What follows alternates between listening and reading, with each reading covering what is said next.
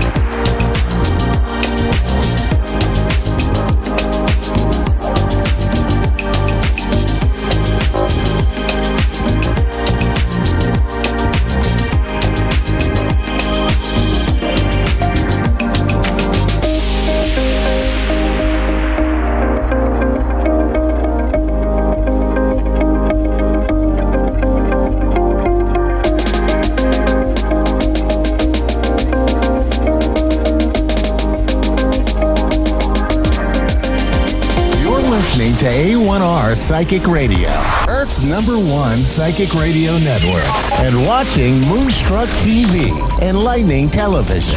Welcome. Time for Avid Advice Live with Fia Johansson. Live from AvidAdviceLive.com. Connect direct. In North America, dial 888-454-2751.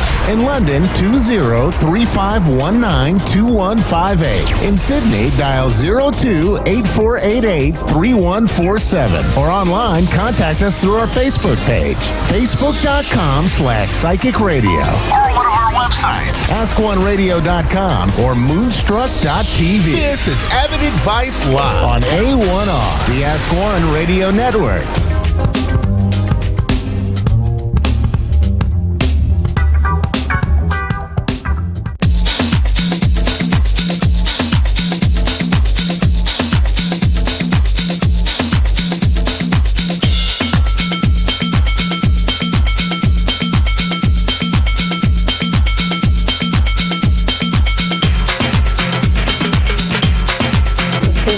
Naturally to me, I never decide for any of those messages. The only responsibility that I have is that I have to deliver the messages. What was your reading like for Persian medium? Oh my god, I love her. So I actually had a moment with her when she was walking in. She came by our table for water, and it was just like, whew. That's how I felt. Are you gonna come back for more? Oh yeah. You don't even leave it. It was all kind of things I kind of knew. I felt intuitively guided. It's nice to feel her tap into those deeper places and I guess reveal hidden places that I sense and feel, but have her kind of present them.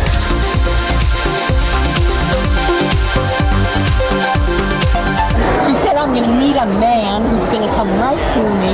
It's been quite a while, and if that happens, I'm going to be in huge debt to her. This was a great reading today because it lifts my spirits. Spirits have been depressed for a while because of adverse happenings going on. I'm very pleased about that. I went to her workshop yesterday and it was awesome. Yes, and I got her book, so I'm excited about that. Well, this is the only reading I've done, and it's the only reading I would do, and it's because I just know that. She told me things that I already knew, and then she also told me things that I was surprised with. Like she could read me, like things I was in denial of. She was actually reading what I was in denial of. So it was wonderful. It really happened. I didn't say a word. She just knew exactly how I felt about it. You know, she's absolutely right. So it's kind of like you have the answers inside somewhere, and she kind of validated what I was thinking. If you're a person that's trying to, make your sense or see your sensualities in your emotion, your vision, imagination, your subconscious mind, get close to that power, then you can see, feel, and connect to the spirit.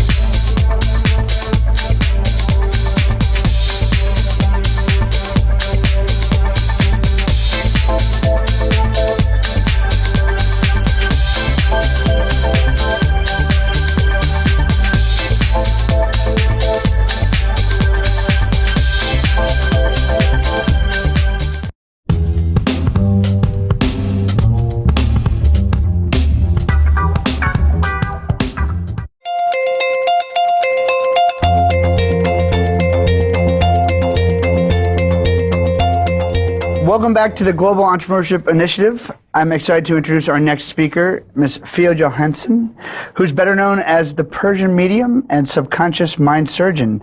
She's a multi-talented motivational speaker, clinical hypnotherapist, and celebrity psychic medium. An author who works closely with law enforcement to help locate missing people and solve difficult criminal cases with detectives and as well as private investigators. Throughout her career, she's helped thousands of people identify personal roadblocks to help them truly believe in their own path to success, whatever that dream may be. Her greatest passion in life is helping others achieve their ultimate dreams and desires, teaching people to believe that truly anything is possible. Please help me welcome to the stage Ms. Fia Johansson.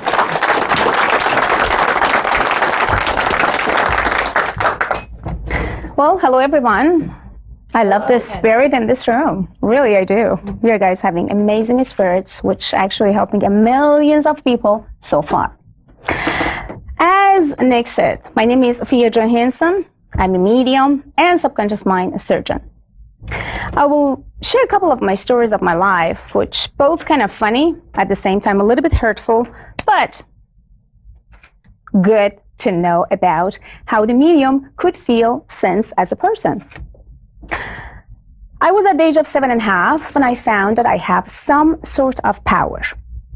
Of course, first it was kind of odd, a little bit difficult to understand myself, and I kind of like felt something is not correct with me because I could see, feel, and sense things before things happened.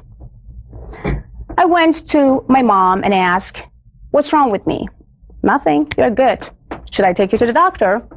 "No, I don't know, but I can feel and sense that something crazy is going to happen to my grandma," example. "Something is going to happen to my uncle," and all this stuff.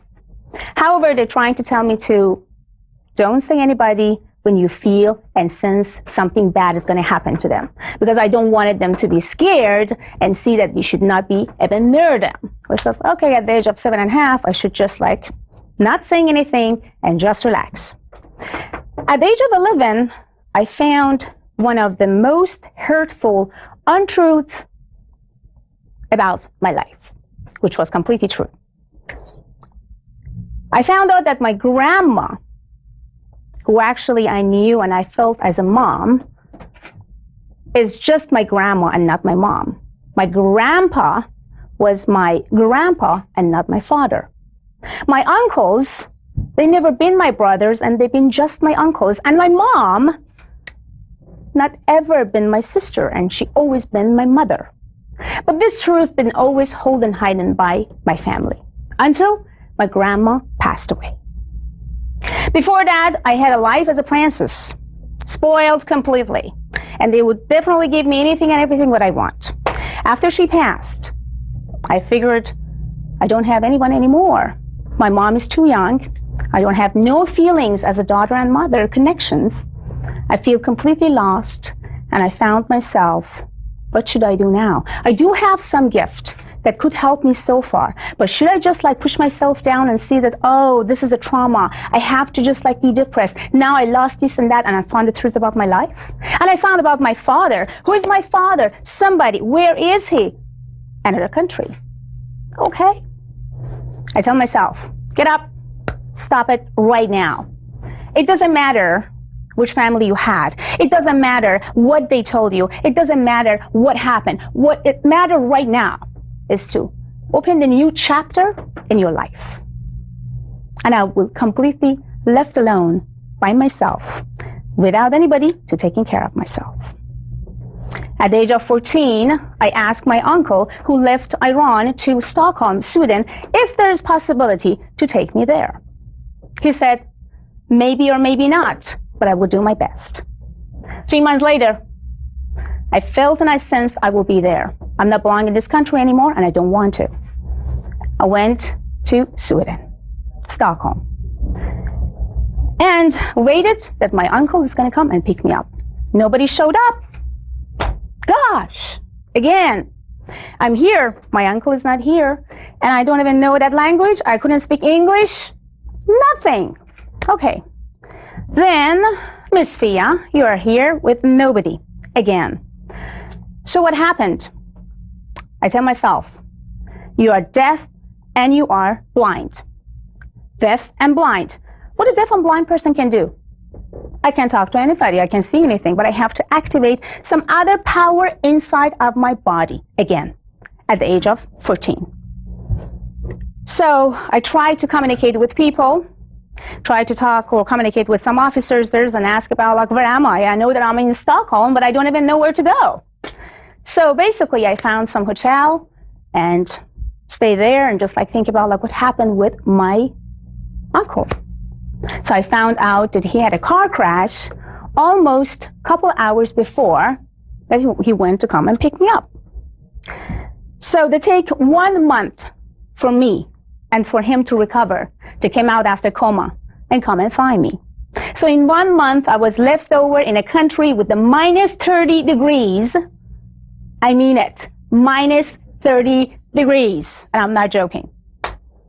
I could feel that I can't breathe sometimes, but I could have a lot of, ice in my nose and my ears and everything. Whatever I felt, you know what? Fia, you do have a power. Trust yourself, believe in yourself, build the new chapter. Again, this is your second chapter in another country. So I prayed, I connect to my divine, I sense, and all of a sudden, 3 families, without even knowing who they are, what they are up to, they reach out to me out of nowhere. How? I went out to the Starbucks, but basically there is no Starbucks. It was something, looked like or similar to Starbucks, and saw some lady that's sitting there and crying.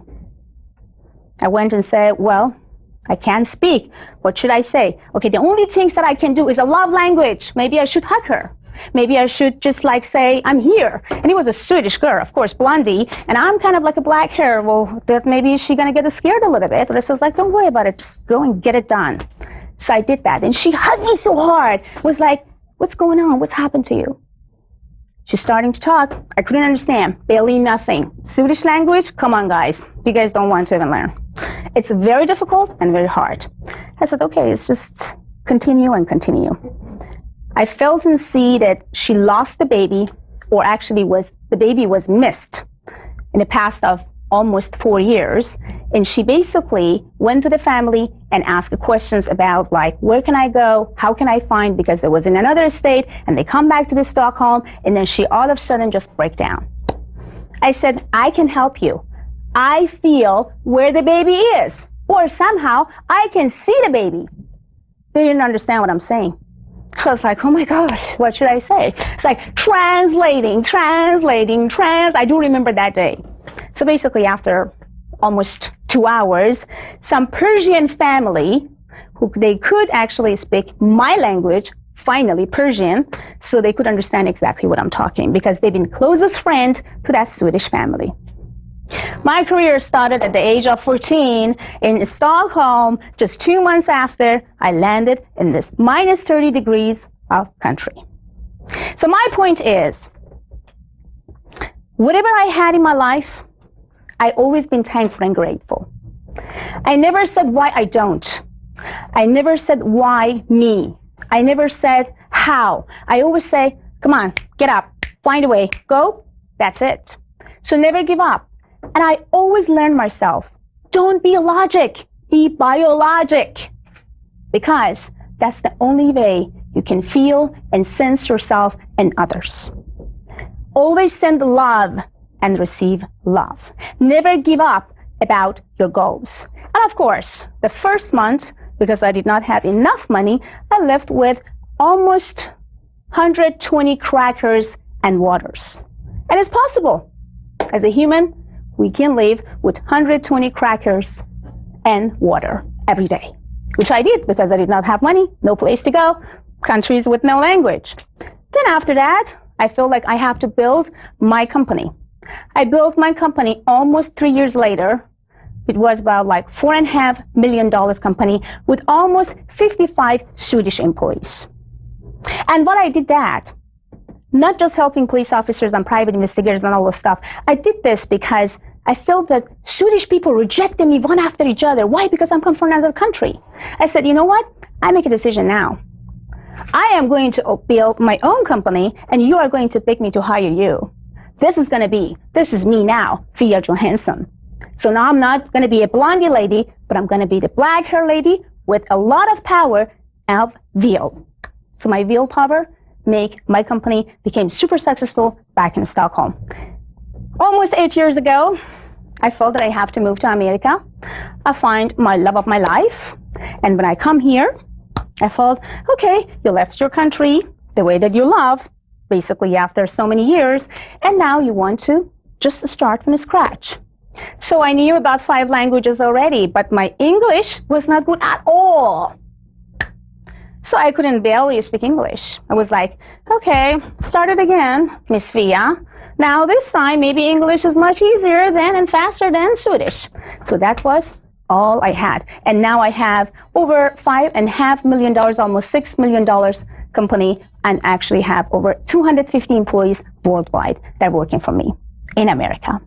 So everything is possible, even you don't know about the language. So remember that deaf and blind always will help you and send love and passion to yourself and anything and everything you want. Everything is possible.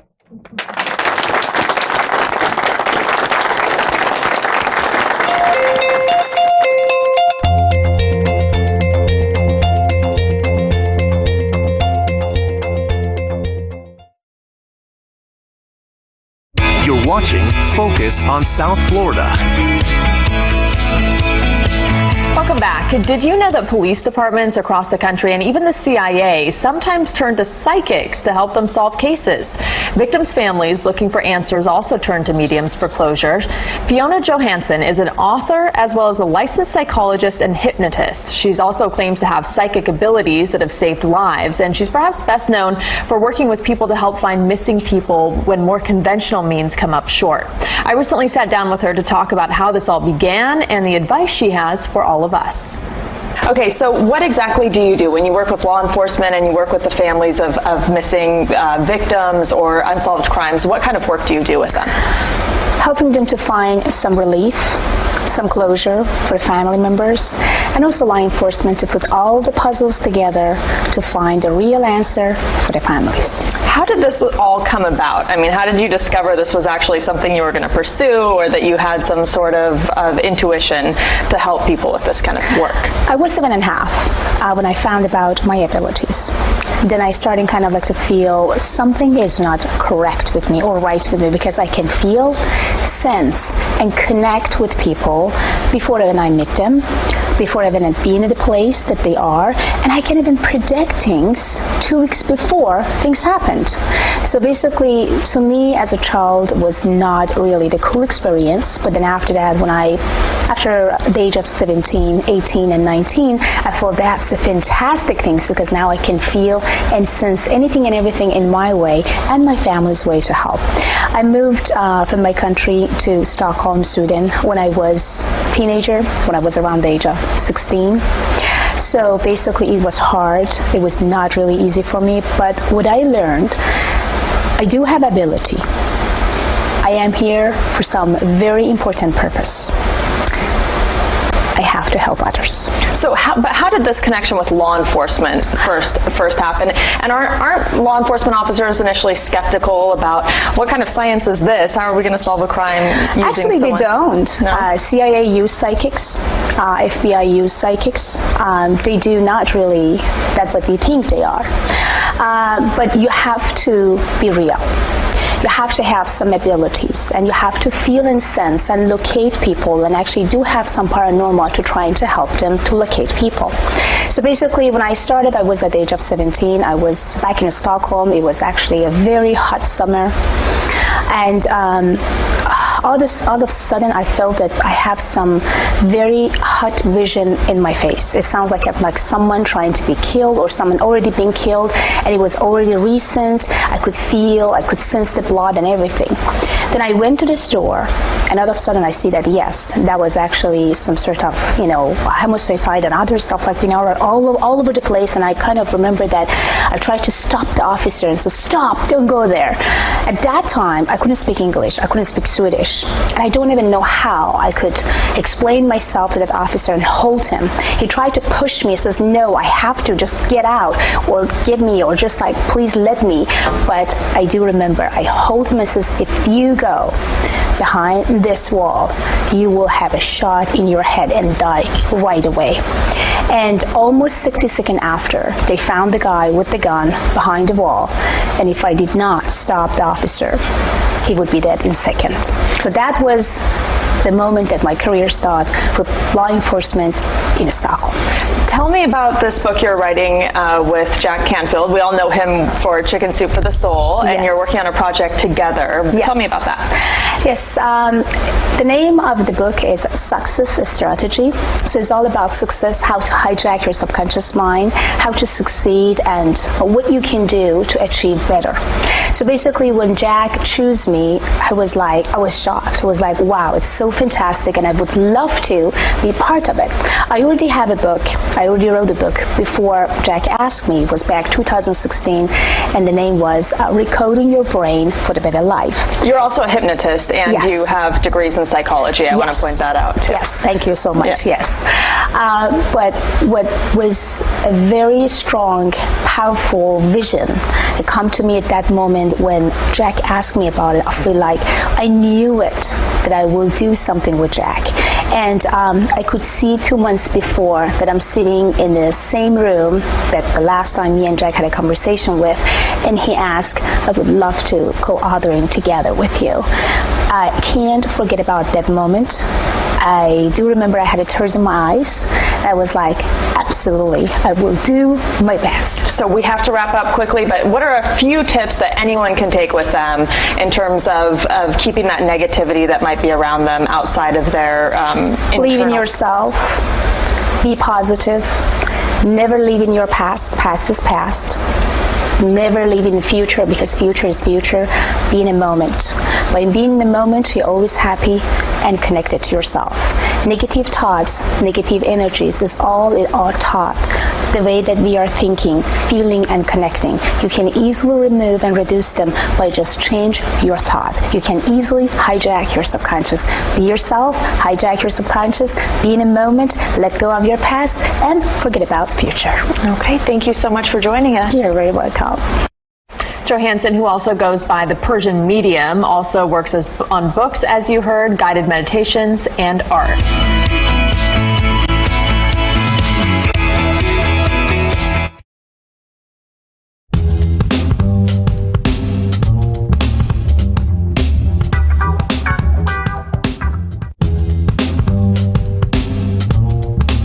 For centuries, it's believed that mediums have been able to mediate communication between spirits of the dead and living human beings.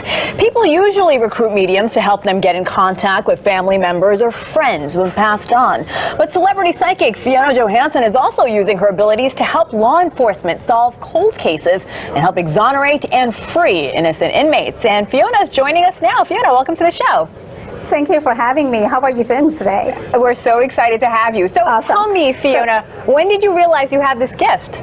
I was at the age of 7. It was a hot summer. A friend of mine came to my house and we had fun. We played. And 3 hours later, when they want to go home, I said, please don't, because I see visions, I see colors, and I see that you guys definitely going to have a car crash. Well, of course, at that time, nobody listened to me because they didn't know exactly what I have. But 3 hours later, our phone rang and they had a car crash. And from that moment, it took 4 years for me to realize why I see things before they happened, why I feel things before people talk about to me, and then why did people communicating through me when they want justice or something about their life. So Fiona, tell me, how did you get involved with law enforcement? I was at the age of 17. It was back in Europe. So basically, they engaged me in a couple cold cases, and I could help them to find murder or border cases, and also I helped them to achieve and put all the puzzles together through the colors, visions, names, and of course, spirit talking to me by themselves. Like example, 2 years ago, Coast Guard communicated and said, we have a missing pilot. And I said, I know exactly where they are, but they said, we are in Catalina coast and we are looking after, well, we are not, founding them. I said, well, we are guys in the wrong place. The moment that they said they are missing, I said, they both dead. He immediately connected and says, how did you know it was two? Because it was one student pilot and the other one the instructor. And then he said the student pilot mentioned exactly where he is, and that's why they are dead, because I am just communicating with dead people when it comes to my mediumship. So 40 minutes later, they sent me a helicopter, and then right after we found the stress signals that belonged to that helicopter or that plane. That's incredible. Fiona, can you walk me through the process when you're presented with a case at first? When I actually starting to look into the cold cases and murder cases, again, it was the spirit that directly communicated through me. So, and when I started, I was 17. Law enforcement communicated to me and said, like, are you ready to get engaged with that case? And when I felt I'm ready, I said, yes, I am. And all of a sudden, all the names, images, visions, and things come through. And then through that, I understood that when I'm asking, or there's someone asking about some name, and I don't even know about, I should not know anything about their name, I should not know anything about their genders. All I know is the communication that I have together with that law enforcement or, police or officers just tell me, we have a missing persons. We have some baby boy was like 4 years old that been missing for kind of 5 hours. I'm directly connected to the energies, and I pick up the energies through that officers that communicating through phone. So I shouldn't be in a place or be around that families or touching that families or communicating with that families. Fiona, let's talk about a specific case about R&B singer Jamal Truelove, who spent more than 6 years in prison for a 2007 murder. He was eventually acquitted in 2015 when a jury found that the two officers had fabricated evidence. Tell us about your involvement in that case. Well, the way that I involved in this case, it was that we got through a couple actually friends, and when they reached out to me, I said, I reacted immediately that this guy is innocent and he shouldn't really be in jail. And they said at that time that they can't do anything about it because, already all the evidence is against. And I said, well, he will come out, but not now. There is a timing that I can see and I'm predicting, and this time is all about like in between 5 to 7 years.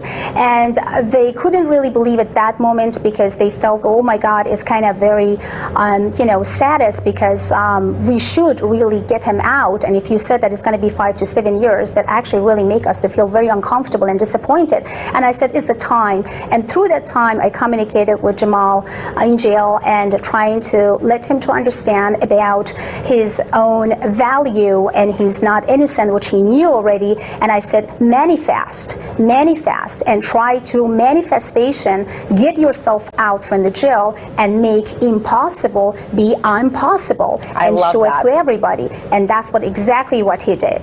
Absolutely fascinating. Fiona Johansson, psychic investigator. Fiona, thanks so much for being on the show.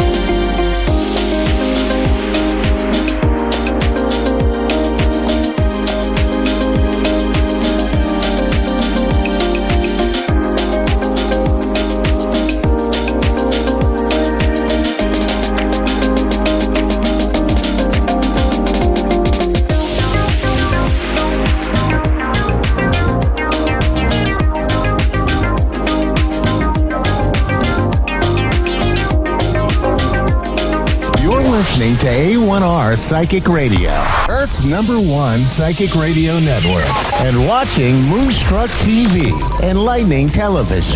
Welcome. Time for the Aussie Goddess. Live from theausiegoddess.com. Connect direct. In North America, dial 888-454-2751. In London, 20-3519-2158. In Sydney, dial 02-8488-3147. Or online, contact us through our Facebook page, facebook.com/psychic radio. Or one of our websites, askoneradio.com or moonstruck.tv. This is the Aussie Goddess on A1R, the Ask One Radio Network. Hello everyone, it's Yvonne here from the Aussie Goddess. How are you all? First of all, thank you so much for joining me on my channel. I know there's a lot of people coming over for my Facebook page and for my YouTube channel, so welcome to those watching that already know me and already watch my readings. So I do a daily read, a weekly read and a monthly read on YouTube. I have a Facebook page and I regularly run sort of things to encourage you all to come over and join the community. So if you're interested in doing that, that is at the Aussie Goddess as well. And I'm also on all social media, so LinkedIn, Twitter, etc., and Instagram. So I thought today we'd start off with a bit of a daily read and see what the daily energies are. I will be taking a couple of callers today, so we'll see what's going on there. I also do personal readings, so I do fairs and also face-to-face readings at home, which are still very pleasurable. I still enjoy meeting you guys face-to-face, so which is really nice. Okay, so let's have a look what's going on in the universe today for you. Okay, so we have the Six of Pentacles coming straight out. I love this card. This is about equal give and take. This is about what you put in, you should get back. Perhaps not in equal measures, but thereabouts anyway. Behind that today, we have the Five of Cups. So maybe some of you have walked away from a situation where you weren't getting this equal give and take. Sometimes, you know, we invest in people who don't, who don't feel that they have to give us something back, even if it's only gratitude. Definitely moving away with the Six of Swords. Lots of lessons learned here. So taking those lessons with you. Behind that, we have the Seven of Swords. So someone actually might have done something to really upset the apple cart here, because I feel you're moving away. Ooh. For some of you, it may have been a situation where perhaps you weren't the only person in the picture. Perhaps they were giving something to someone else here. So it doesn't necessarily have to be romantic, but it could be that someone was putting somebody else in front of you when perhaps they should have been putting you first. So that can be, you know, a family situation, friends, but something in your environment at the moment isn't giving you back what would be nice. We do have the Sun coming out here. So we definitely have things turning around for you now that you've made that decision. You know, I often talk about we're not here to sort of be trod on and given a hard time. And we have every right to say to people, no, I don't want to do that. No, it doesn't suit me. No, I don't have the time. No, I don't like you very much. I don't want to hang out with you. We have every right to do that in our lives. And I think we're taught as young children to be polite and put up with things we don't want to put up with. And that's not something you have to do. So learning that in your life, learning to be assertive, learning to be direct, or walk away from people, especially if they're taking advantage of you, which looks like it's happening for some people here. So I'd like to say for a lot of you, this is about you gaining personal strength. I do have a lot of Leo energy here, though, so you could be dealing with a Leo, or you could be a Leo yourself. This is about you understanding your personal power, understanding that you are in a position where you can, you know, move away from the energies that don't serve you. I think that, you know, as I said, for a lot of us, this becomes very challenging, but you're definitely taking a different direction here. For some of you, this could be it could be moving in a different direction altogether here. So you could be moving away from a work situation where maybe you've been taken advantage of. Somebody may have received a promotion over the top of you. Maybe that's why you're feeling a bit out of sorts. But definitely moving down a different way. But certainly here, look, recognizing your own value, which is absolutely beautiful. So you're really understanding today how to stand up for yourself, how to assert yourself, how not to put up with things that you shouldn't have to, and especially at work, because we do tend to sort of put up with a lot of stuff at work that we don't need to put up with, and sometimes that is difficult. So that's your day-to-day. So please let me know if it resonated with you. I do have an email address. All those things you can find underneath my YouTube channel, should you go and check me out there, or you can go to my webpage at www.theaussiegoddess.com. We have Gabby here in Walnut Springs, Texas, in the USA, ready to have a chat with me. So are you there, Gabby? Yes, I am. Hello. Hi, how are you? Hello. Just fine. How are you? I'm very well, thank you. Might have to speak up just a fraction for me. What can I do for you today? Okay. Do you have a question for me? Yes. My grandpa passed away like in May 3rd, 2018. And I mean, I just want to know if you can get to him or anything. Sorry, did you say that was your grandfather?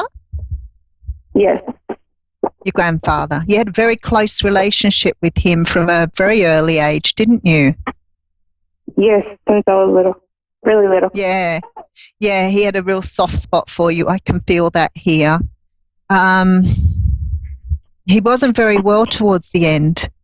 And I feel that he passed before his time, like he was still very engaged with life, really. So I don't think he was ready to leave.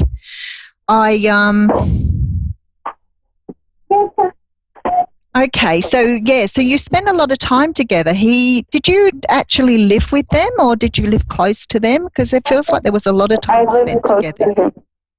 You live close to them, yeah. I can. Yeah. Sorry? I live close to them, like 10 minutes away. Yeah, because there's a lot of, sometimes with grandparents there isn't a lot of contact, and I feel that there was a lot of contact with him there. He absolutely adored you here, Gabby. Okay, so I'm not quite sure. There's a really strong, and I have a feeling we did this once before. I'm seeing, and you have these beautiful red birds in the States, cardinals. So I'm seeing a cardinal. Have you seen a cardinal in the... Yeah, there's I can see one here. So you may have seen one in the last couple of days that he sent to you. Yes, my little brother always points to this. Yeah, he's very strong on those. I can see them, and we don't have them here in Australia. They're such a beautiful bird. But I can see one flying around your home, or actually close to your window here. So he is sending you messages. There's also perhaps maybe a door you have in your house that isn't closing properly, or closing, it's stiff. And he's showing me the door. So I don't think it's your front door, though. It looks like an internal door here. Yes, it's my bedroom door. It's your bedroom door. Does it close really slowly, or is it sort of stiff? Yeah, it doesn't close all the way. Ah, radio. Because he's showing me that door at the moment. So that's your bedroom, is it? Mm-hmm. Okay, beautiful. Because these are the messages he's bringing through to you. Because he says you don't always feel him around you. And he's quite emotional speaking too. I can feel my voice cracking up. But he said sometimes he feels that you lose, or you don't believe, or you maybe lose the feeling that he's around you, and he's with you all the time. So please don't think he's not there, and always talk to him when he sends you those signs. Have you got something coming up at the moment in regards to your job, some sort of change or something to do with work? No. My dad is actually working out of town at the moment. Okay, because he's talking about there being some changes around the work situation here. So I'm not sure whether that is around you or whether it's around your family, but there seems to be changes around a work situation here. It sort of feels emotional to me, so I'm not quite sure why that is, but please be definitely sort of talking to him, making sure you stay in contact with him and let him know. He's guiding you every day, so he talks to you every day. Have you got a little boy?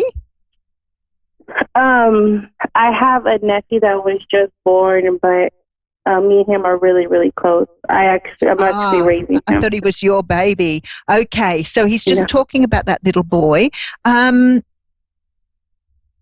he's giving me the name Oliver.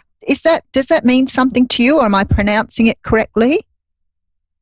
What is it? Oliver. What's the boy's name? No. His name is Lane.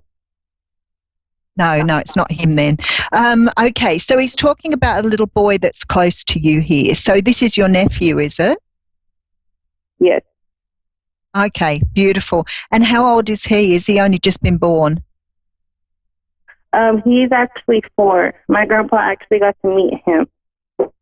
Okay, rightio. Well, that makes sense now. So was he born? How long ago? You said your grandfather passed in 2018. There's some sort of connection with this little boy. I'm just trying to work out what the connection is with him. But he is definitely around you, Gabby. So please make sure you speak to him and watch for the signs he sends through. Okay.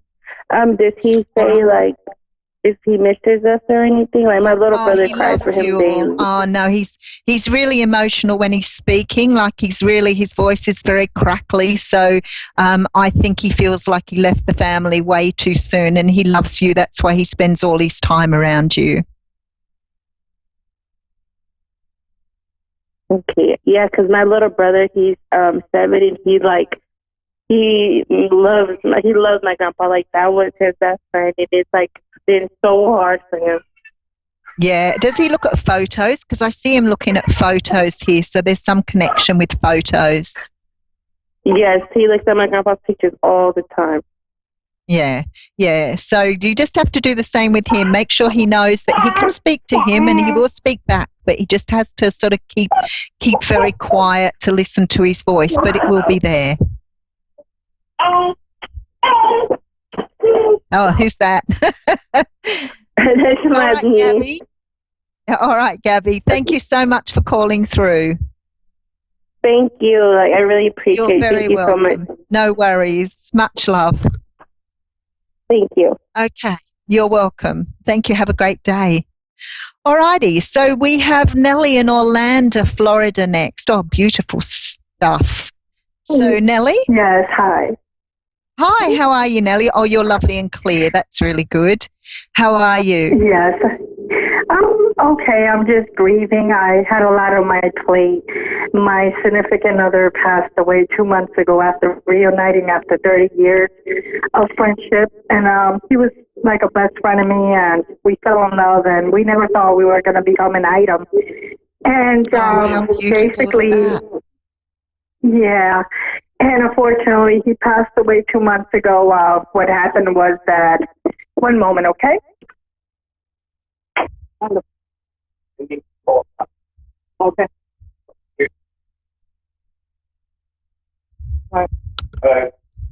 Hello, ma'am? I'm sorry. Yes, he passed away 2 months ago. And he passed away 2 months ago. He was out with a friend, and somebody he grew up with. He was drinking and everything, and it was crazy because he was Christian, and he never really don't get any hard liquor, and it was his first time drinking. And he wasn't really in the state of mind, and the guy gave him a pill, and it took his heart.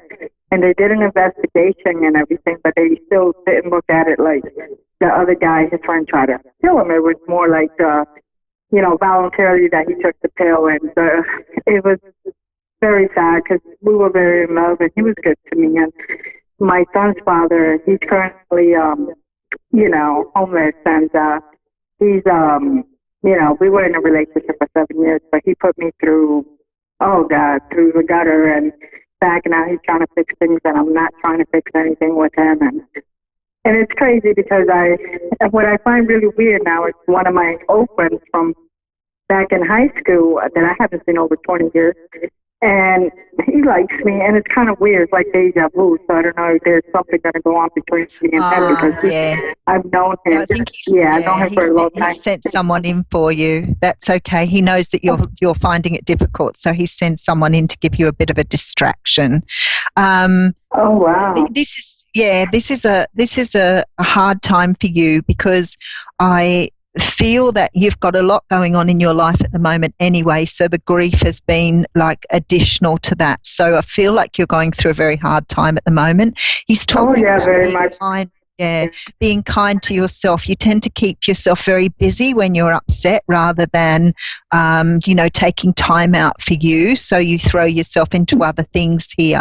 So be careful because you are sort of a very busy person trying to fit a lot in, and you do need the time to grieve.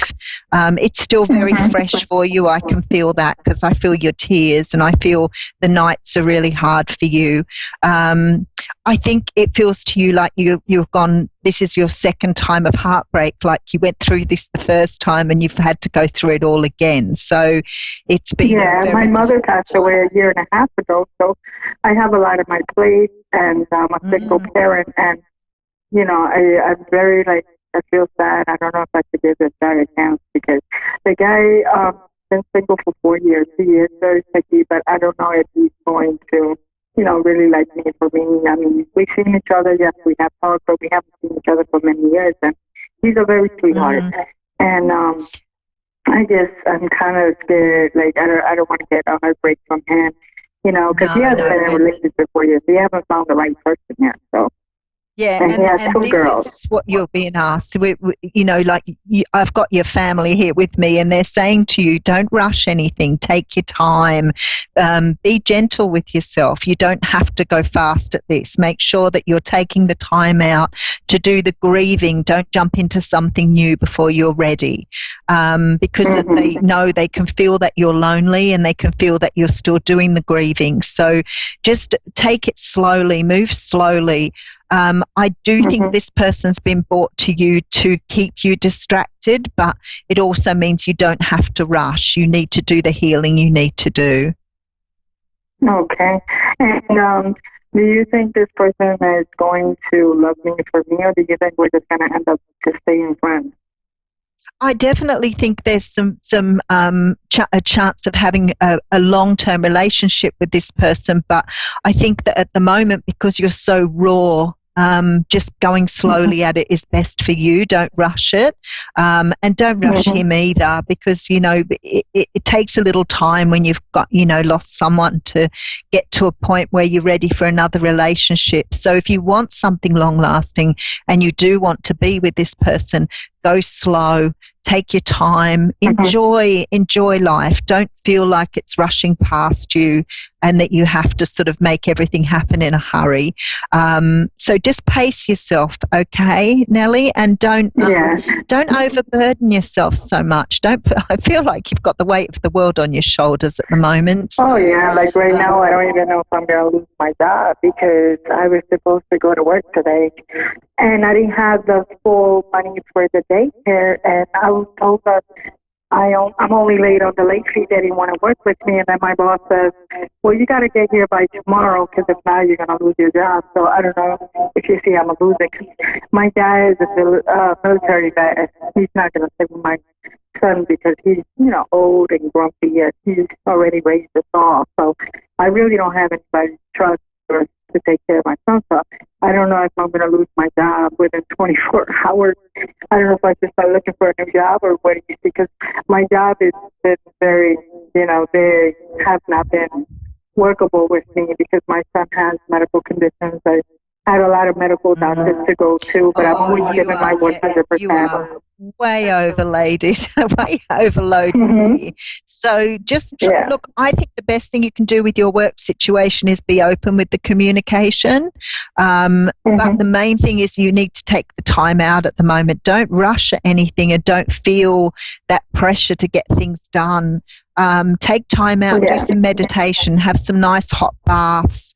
and give yourself time to just to breathe. Make sure you're breathing properly and you're, finding that time for yourself, and the answers will come to you.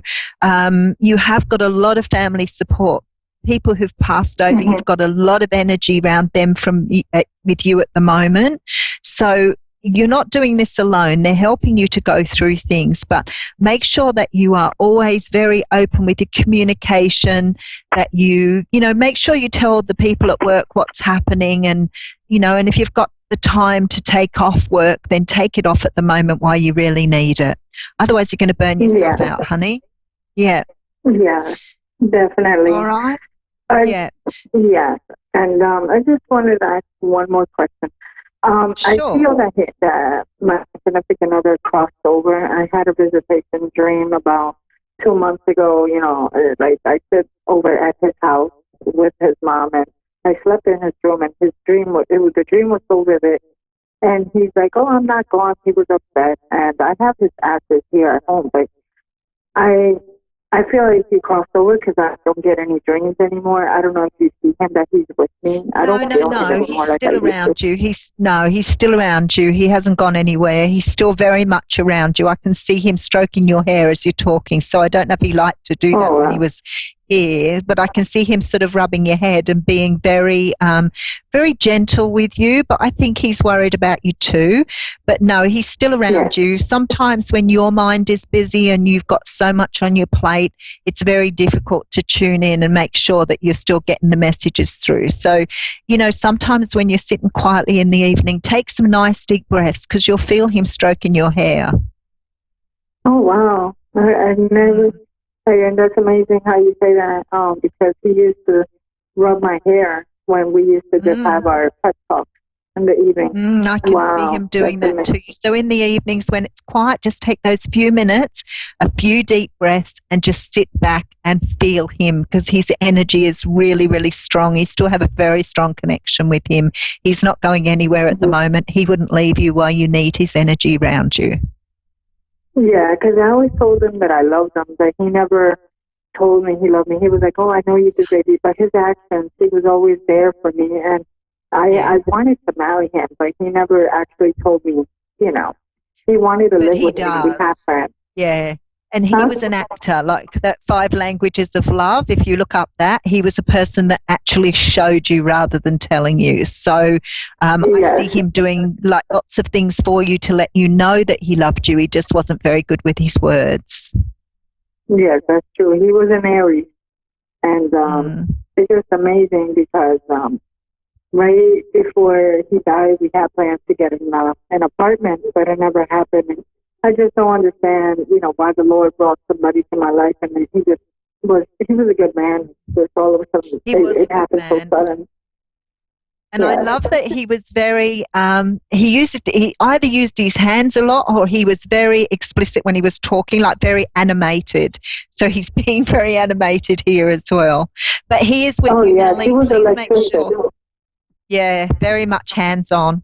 But yeah, make sure you're nice and quiet in the evening and just close your eyes, take a few really nice deep breaths, and you'll feel him stroking your hair. Great. Thank you so much. I appreciate that. You're very welcome, Nellie. And don't be so hard on yourself. I know, that's the problem. Time for Nellie. All right. Thank you.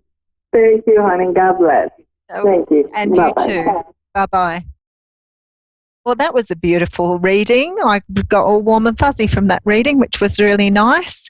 I just want to give you a reminder that if you want to make contact with me, you can do that through my Facebook page at The Aussie Goddess. If you want to listen to my daily, weekly, monthly readings, please look me up on YouTube at The Aussie Goddess. As I said to you, all my contact details are on my web page at www.theaussiegoddess.com. And if you have any suggestions for something for me to talk about while I'm on the show, I'm more than happy to talk with you about some of those things. I do have a Facebook Live this Sunday from 9 a.m. Australian time, and I try to draw cards for people who are coming in to watch me. So I generally go for about an hour and a half.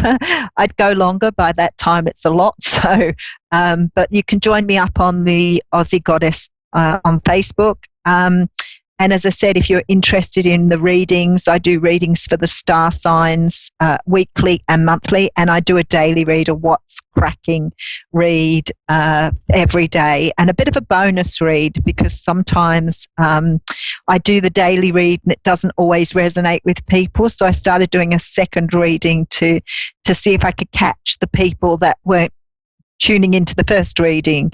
But Spirit has other ideas sometimes, and the readings will both come out the same, which blows me out, even though I use a different deck. So I do mediumship readings as well. I do speak to people who've passed over. So if it's a mediumship reading you're after, I do those as well. So for people in the Sydney area, I do them obviously face-to-face where I can. At the beginning of my show, if you're in Australia, I sort of talk about where I'm going to be at fairs over the next month. So if you're interested in catching up with me at a fair, I do work full-time as well. So I do work for the government, and I can't tell you. I love the job I do. I work in disabilities, so I'm a light worker as well. So busy life here, along with a great big family. So please remember to love every time like it's your first time. Be kind to yourself, people. You only get the chance to do this once. Don't be too hard on yourself if you don't get things right. We're allowed to go through life and bumble, make mistakes, and find our way. So love yourself the best way you can. Remember, self-love is so important. To give yourself time out, have those baths, go for a walk, whatever it is for you, and spend your time with family if that's your thing. Not everybody has, a fabulous family, so sometimes they can be a little bit challenging too, and that's okay too. Sometimes we just have to sort of bungle our way through life and just make those decisions about, not putting up with things that we don't have to put up with. So anyway, so I'll see you next week. Same bat time, same bat channel. If you're a Batman fan, a Big Bang Theory fan. And I'll see you next week at the same time. Much love. Mwah.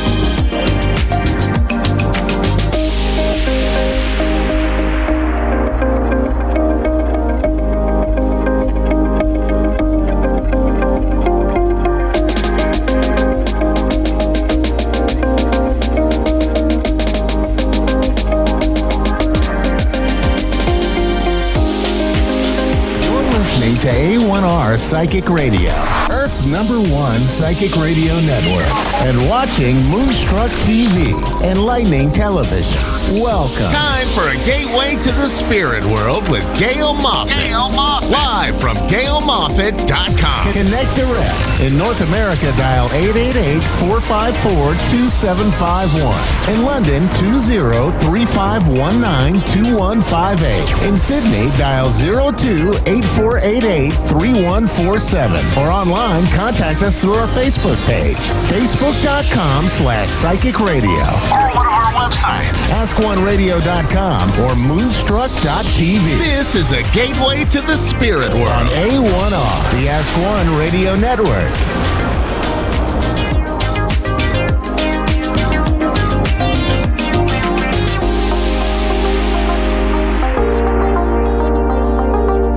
Hello and welcome to A1R Psychic Radio Moonstruck TV. So we're going to have a wonderful show, and we're going to have 2 callers call in for some readings, which is going to be lovely. But before we go to our callers, I'd like to sort of talk about, there are lots of people, I believe, who are out there that get sort of things about sort of, a psychic awareness or an intuition or have a feeling about things. And I just think that I could perhaps give some tips on these shows, because I think people would benefit from having some sort of, mediumistic sort of tips of how to develop. And, what I was thinking is that the first thing that we need to sort of understand in our development is that we have 7 chakras, and those 7 chakras start in the base at the bottom of our spine, and that is our base chakra. And then we have one which is on, just below our sort of, tummy button, and that is our sacral chakra. Then above the tummy button, which is our solar plexus. Then into the middle of our chest, which is our heart. And then the throat is a chakra. And then we have what's known as the third eye, which is just above your eyebrows and in the middle of your forehead. And then the final one is the crown chakra. And each one of those chakras has a color. And the first one is red, and then the second, which is the base. Then the next one up is orange. Then it's yellow. Then the heart is green. The throat is blue, and then it's violet on the third eye, and the crown is indigo. So the way I remember those colours, because it's difficult, isn't it? If you're, starting out on this journey, is I'm from England, and there was a Richard of York, and he had a battle. And so I always remember the colours as Richard of York gave battle in vain. And they are the same order of a rainbow. So it's a sort of like the same order of a spectrum of light. So Richard is red, Off is orange, York is yellow, gave is green, and and so on and so forth. So Richard of York gave battle in vain. And now these chakras, almost like what a lot of people teach is to bring up the energy through the chakras to the sort of top of your mind, and once you've done that, you're sort of opening up to the spirit world. What I do is I just generally sort of, bring that energy up, and I don't really sort of think much about the chakras. But one of the things that I think is important that I was going to talk about today is the third eye. And the third eye is where you can see clairvoyantly, and you're able to see things that and it's an image that is just sort of, almost like in front of you, but it feels like it's in your mind still. It feels like your mind is bigger than your head. And it's just sort of in front of you that you see that with your third eye. But it's you always have to sort of open up first, and then sort of look in that spot to sort of see what you can see. So that's sort of, a bit of a sort of starting point. And I think, and I always call it sort of opening up to the power. And I think that is something that we should all practice, opening up and sitting in that space where we've pulled up the energy to the top of our head and just sitting in that space. And that allows us to become more and more open. The longer we sit in that space, the more we open up to the spirit world. And, I was looking at some work with Buddhism last night, and I was watching this documentary that was done on the BBC, and I found it on YouTube, and it was about the 7 wonders of Buddhism, and they, their ethos is to meditate. So and it's done in a similar way. You're just bringing your mind up to a higher position, and you it's done in a similar way so that you can become more evolved in the world. And that's the sort of the ethos of Buddhism, very simply put. And I'm sure if you're a Buddhist, you'd probably be slapping my wrist, because I don't claim to be a Buddhist and I don't know everything about it. So if I'm describing it slightly wrongly, please do scream at me. But I do think that my understanding is that it's about being able to go to nirvana and not have to do that recycling of constant sort of lives in reincarnation. And so, through going into the power or meditating, what you're doing is you're actually, sensing and having awareness of ideas about life, and you become more evolved as a result. And, that can't be a bad thing. So, if all you do is sit in the power or meditate, then that is an excellent thing. And it's a good start to develop your mediumship. So I think it's about time we went to some callers, and I believe we have Campsie in Quaker City, Ohio. Are you there, Campsie? And we're just waiting for Campsie. And so whilst I'm waiting for her, I'm just going to continue on a little bit about the idea of sitting in the power. One of the things that I really like about sitting in the power is that it's sort of quite calming. It calms you down, and I think that if you suffer from anything like anxiety or even high blood pressure, that has a medical, it's known to reduce your blood pressure. I do think it would help with anxiety as well. And I think that, also some mental health, generally mental health issues, because it calms you down and it puts a different perspective on you. Because what you're doing is you're connecting with spirit, and that spirit energy will be around you. And that could only be sort of healing. But those are the things that I'm particularly aware of that is beneficial in, with sort of meditation and sitting in the power. Once you've sat in the power, what's so great about it is what you're doing is you're opening up the door to allow spirit to enter in.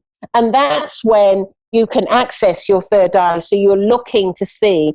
But, another faculty that I particularly have is the clairaudience. And so you can go to sort of, the right side of your head is generally where it will be found. And I think it may be different if you are left-handed. But if you're right-handed, it will be found on the right side. But if you're left-handed, it may be on the left side. So look out for that. So, that's where you can, if you put your focus to that area, that's where you will get your clairaudience. But anyway, I believe we have a caller ready, and that's Mary in Rock Hill, South Carolina. Hello, Mary. Are you there? Yes, ma'am, I am. Oh, hello. And have you ever had a reading before, Mary? No, ma'am. This is my first one. Oh, gosh. Well, it's not frightening, I can promise you. And so what I generally say to people is that when you're getting a reading, because it's such a short space of time on this show, give me an idea of where you'd like me to focus. If you want guidance from my guides, or who you would like to connect to in the spirit world. So is there sort of, anywhere that you'd like me to focus? My mother in the spirit world. Okay. Right, I'm just sort of connecting to the spirit world now.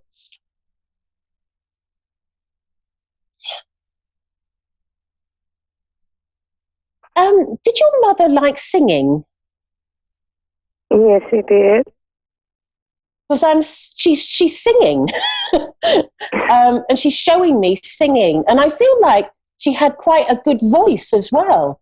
But I feel that she makes me feel like it's more to do with church or something of that nature. Does that make sense to you, Mary? Yes, ma'am. And she almost felt, when sort of going to church, I feel like that was the best bit for her, to sing. And her voice just sort of, everybody would hear her voice. Her voice was above everybody else's voice. She had a strong, strong voice. Yes, I think that she had, when I look at her, I think that she had such a sort of talent with her voice that, I wonder whether she could have, done something with that, in a more sort of public way, because I do think that she had a particular talent. I'm just being shown music, where you have the 5 lines and then the notes going across the lines. But I've just been shown music, so I don't know if she could read music or understood music. Does that make sense to you, Mary? No, ma'am. Okay, because I was just shown that, and so that was my interpretation, that she could. But I think that's just sort of her showing me that she liked, music. She liked singing, and I feel like there's a sort of an encouragement to you to also sort of use your voice as well, because she's telling me that you're a little bit shy with your voice. Would you understand that? Yes, ma'am. But she says that you've got her talent, that you have the ability to sing just like her, and she's almost like she's pushing you, and sort of saying, "Come on, you could do this too. You could sing." And she said she got so much pleasure out of it that she wants you to have the same pleasure. Yes, she's also saying to me that she's apologizing to you because she says that she left this world. It feels like it's quickly. It's like, or sort of like it was sort of a bit. She makes me feel like it's a bit of a shock. Her leaving, and it wasn't sort of expected, and she makes me feel like she wasn't sort of a great age either. She says that she, it was as much a shock to her, she says, as it was to everyone else. And she says that she wishes that she could have, at least had a sort of a lengthy life, a longer life, and she's rather frustrated that she hasn't been remained in this world a little bit longer, because she says that there's been some events in the family that she would have liked to have been sort of physically actively involved in, and I feel like the events are. I feel like has a baby been born since she's passed? Yes. And because she's talking about the baby, and she's she wants you to know that the baby is as important to her from the spirit world as it would have been when she was here. And she's saying that she's able to be around members of the family, including the baby, and she's never far away. He was conceived on the day she died. Wow. Oh, my goodness. How special is that? It's like a little gift, isn't it? Wow. Oh, my goodness. Yes, today makes 10 years she's been gone. Pardon? Today makes 10 years she's been gone. And is this your baby? I believe it is. Yes, ma'am. And she's saying to me that she loves the baby just as much. And I, obviously it's a 10-year-old baby now, but she loves, or 9. She loves the child just as much as if she were here, on the earth plane. And she's saying to me that she's making a promise to you. She will do her utmost to be in everyone's life and help everyone in every way that she possibly can. Even though she's in the spirit world. And she's also saying to me that you've been thinking about making some sort of slight changes in your life. And she's saying that you've been almost like asking up, what should I do? I feel like do you talk to your mum? All the time. Yeah, because she's saying you do. She's saying, you're asking up, what should I do? Should I do this? Should I do that? And she's laughing as I'm saying this. And she says that, because I feel like it's almost like you feel like a bit of a loss as what to do in your life. And I'm not quite sure of the details. Can you tell me what the details are of that?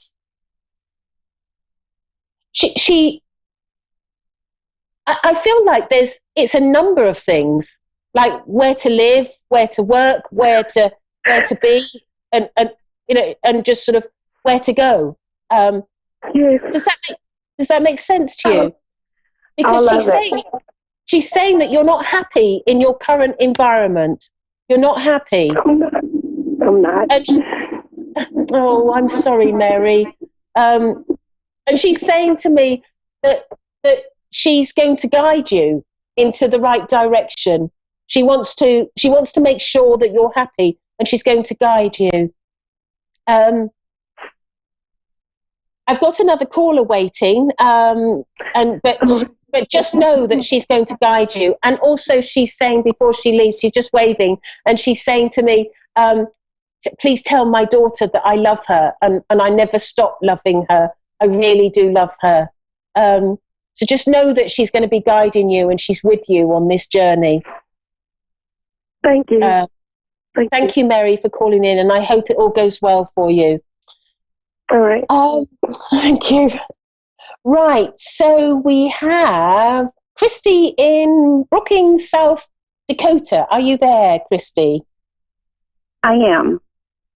Oh, hi, you're very clear. Good.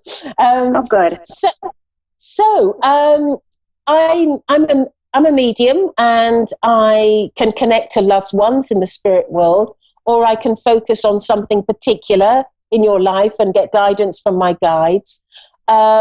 Is there a particular area where you'd like me to focus, or is there somebody in particular that you'd like to connect to in the spirit world? Just on love, relationship-wise. Right.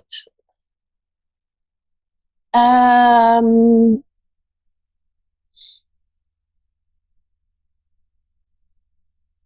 you in a relationship? Can I just ask? No. I didn't feel you were, because I'm not sensing anyone at the moment. Right. Okay. So So the question really is, are you going to meet somebody? Is that the question? Well, this guy that I had been talking to for a while has been in and out, and I was just wondering, is he ever going to come back, or right, okay, let me look at him specifically then. That's really what you're looking for, isn't it? Okay, right. So I feel with him is that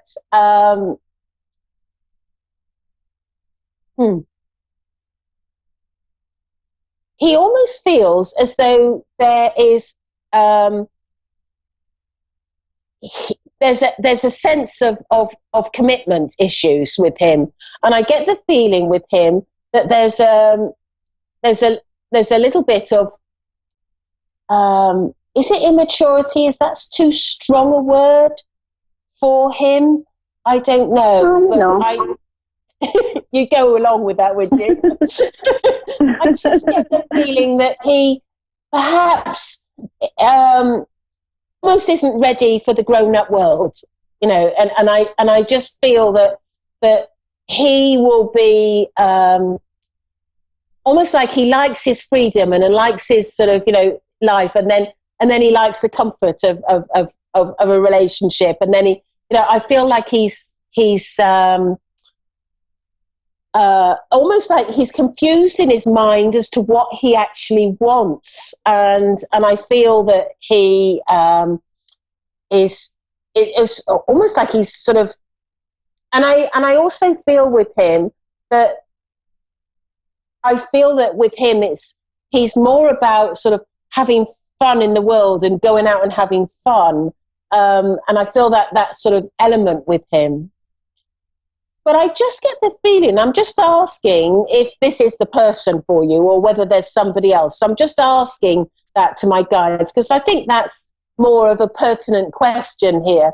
And I'm being told that he is with you, you know, coming and going for a specific reason, because I get the feeling that there is something that is going to be almost like both of you will learn from this relationship, or lack of, and I just get the feeling that this is not going to go to complete, you know, fruition and go to sort of, you know, a full blown relationship. But I do get the feeling that you within the next 1 to 2 years, I would imagine, I get the feeling that you are actually going to meet somebody else. And I feel that this person has a great deal more maturity than the person that you've been looking at. And I get the feeling with him that he is going to be, he's just literally, being shown a man getting down on his knees and asking for your hand in marriage. Ooh, that's nice, isn't it? Interesting. Wow. Yeah, we'll have some of that, won't we? So I just get the feeling that you're going to meet somebody who is ready for that commitment, who's ready to sort of, you know, want to embark on a more serious life. And I also, I mean, I've no idea how old you are, but I get the feeling that he is going to want children as well. And I just get the feeling that it's going to be a big relationship that is coming your way. Okay.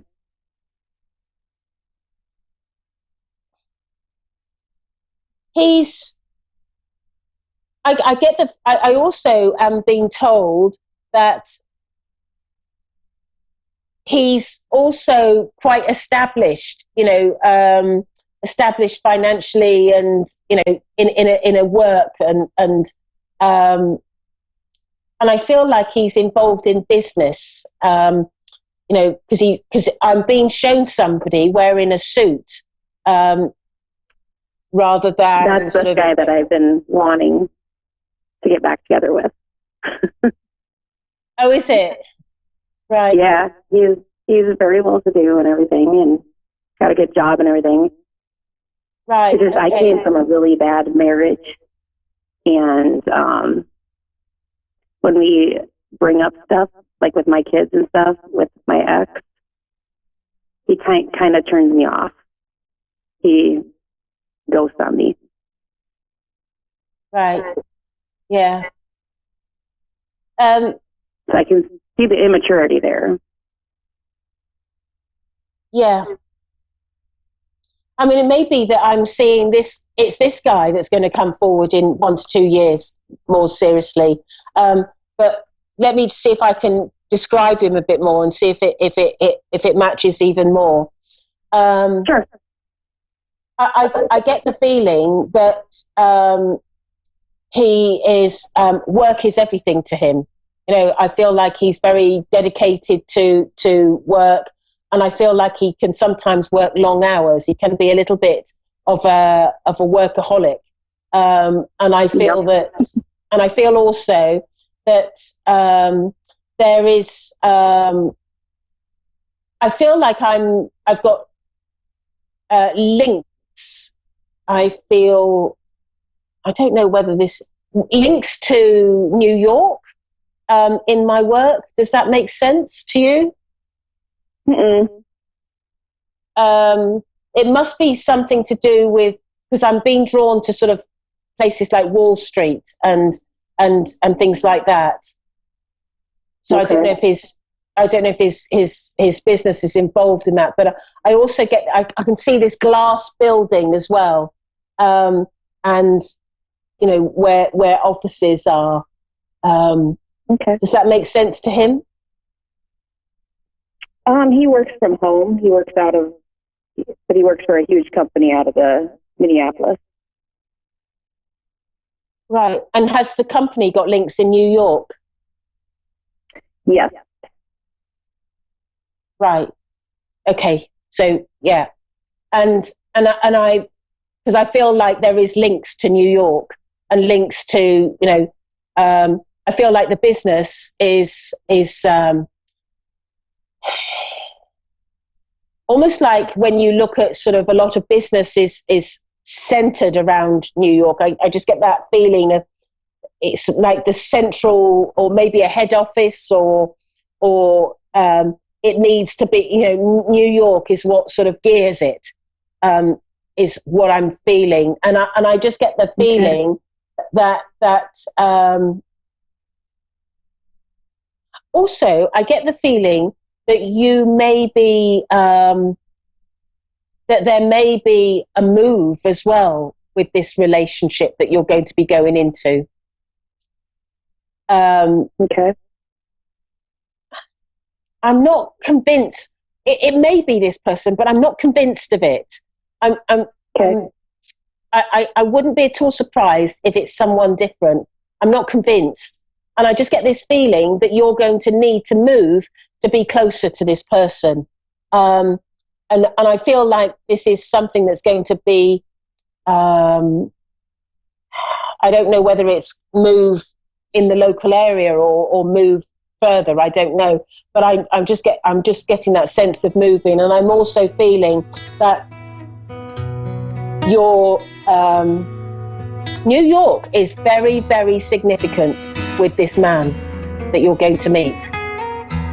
Interesting. Okay.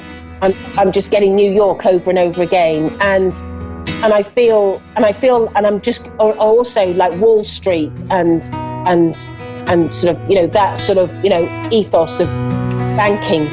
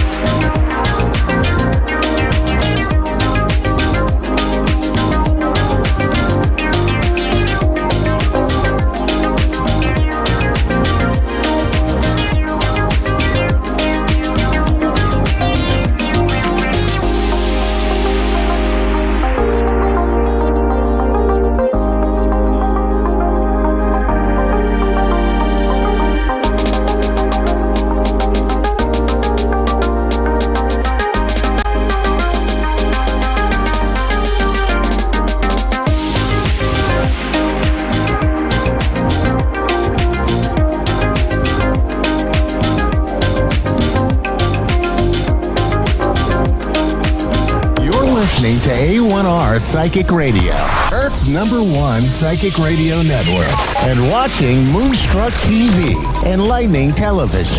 Welcome. Time for Angelic Connections with Carrie M. Bush. Carrie M. Bush. Live from Facebook.com/Carrie M. Bush. Connect direct. In North America, dial 888-454-2751. In London, 20-3519-2158. In Sydney, dial 02-8488-3147. Or online, contact us through our Facebook page, Facebook.com/Psychic Radio. Or one of our websites, AskOneRadio.com or Moonstruck.tv. This is Angelic Connection on A1R, the Ask One Radio Network. Hey everyone, so welcome to Angelic Connections. I am your host for today, Carrie Bush, coming from the UK. I am an angel card reader with a strong connection to the angelic realm, and I can help you in areas that you feel stuck in. I ask angels to connect and give you the guidance that you need to move you forward and live your positive life. I'm also a spiritual mentor and a published author. So you can find me on Amazon and Facebook at Carrie M. Bush. I'm also have a spiritual soul group on Facebook, and this is a subscription group, and we've created a little community and our own little soul family, and it's so lovely, it's so magical. The members have really upped their vibration, they're manifesting on a huge level.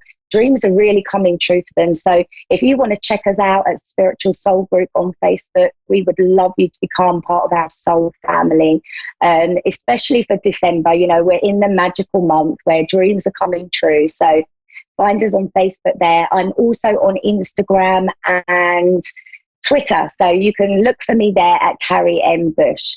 So just before I came on live, I have pulled 3 cards from the Magical Times Empowerment Pack. So I would ask you to choose a number, 1, 2, or 3. And at the end of the show, I will reveal the message for you. There's a magical message waiting for you. So we'll reveal that at the end of the show. So if you just go with the number that you feel drawn with, that's the best way to connect to the right message for you. So 1, 2, or 3, whichever one pops into your head first will be the right message for you. So this is our card for the week. I hope everybody's having a really magical week so far. It's from the Flower Therapy Oracle deck, and it's your wishes are coming true. What your heart has been longing for is getting closer each day. How amazing is this for December?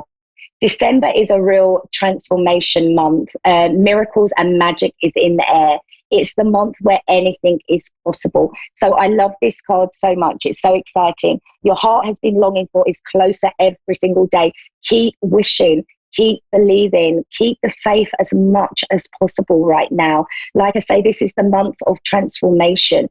It's a very, very powerful month, and you will see your wishes come true. So it's a case of expect, you know, what you expect you get. Like attracts like. So if you're putting out the vibration of expecting your wishes to come true, that is exactly what you're going to have in December. You know, December holds a lot of power this month. So we've got the 12-12 gateway. That's the portal opening on the 12th of December. This brings with it so much magic, transformation, dreams coming true, any heaviness being lifted away from us. It really, really is so special. And that's when instant manifestation will be available to everybody. So the more that you can focus on what you want, you're going to be bringing that into your reality.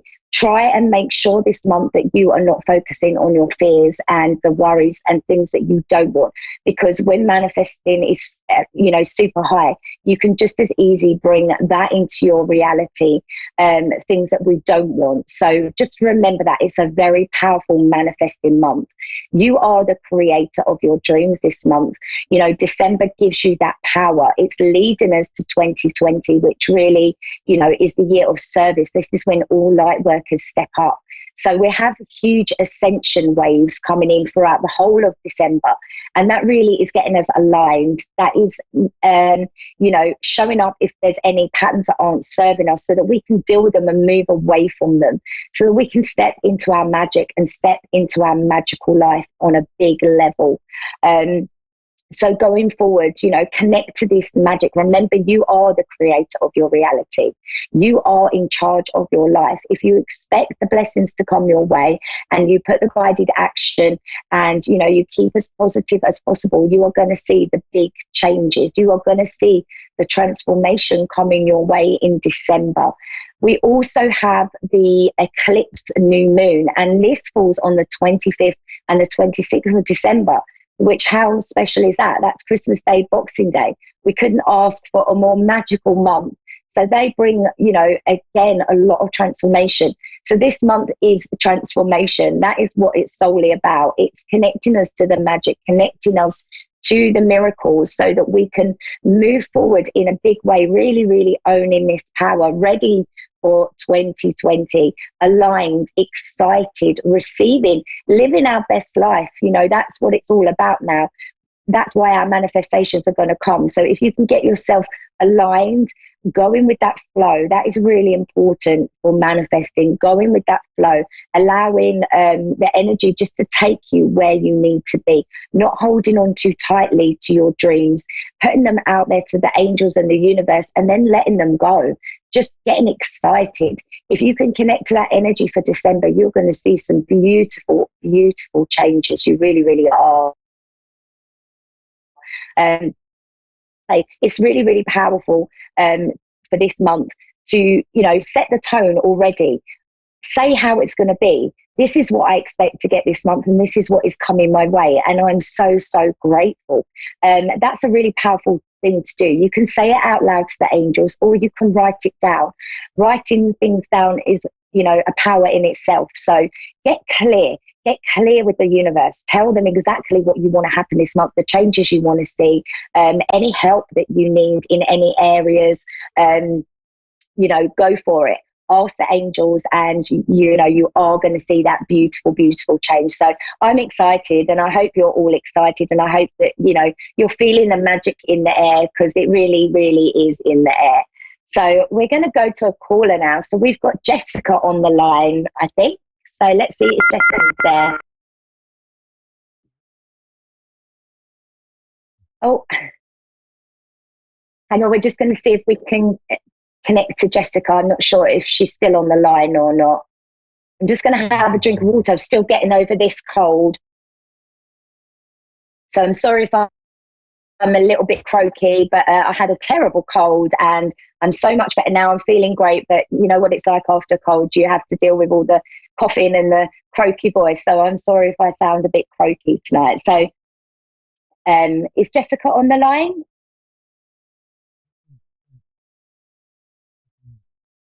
Oh, okay. So we're just trying to see if we can get Jessica back. So, okay, Jessica's on the line. Hi, Jessica. Yes. How are you? Good. How are you? I'm really well, thank you. How can I help you today? Are you? I don't know. She said that you guys were going to give me a free reading, and I was just wondering what kind of reading it was going to be. If it was like a medium one where I could connect with a loved one. Oh, okay. So I'm not a medium. Sometimes I do get messages come through from loved ones, but you would need a medium to connect, specifically for that. So I can ask the angels if you've got any, or if you just want. Yeah, you can do whatever you would like to do. Is there an area in particular you wanted to focus on, Jessica? Mainly like career and things. I don't want to know anything bad, but if there's anything good that you have to say. Okay, well, the angels, the angels' energy will never pass on bad. It's always positive. It's always good. So I want to feel guided to pull you a unicorn card, and then I'll see what the angels bring through. So we're going to pull you a card, Jessica. Okay, so you've got a couple come out here. So the first card that you get, Jessica, is the trust card. This is a really powerful card. This is leaping into the unknown, trusting in the angels, trusting in your path. I don't know sometimes whether you over question saying to me there's definitely a change in career. There is a change in career, but I feel like sometimes you get in, they're saying that you can get into that space of over questioning sometimes and doubting yourself. Would that be right, Jessica? Yes.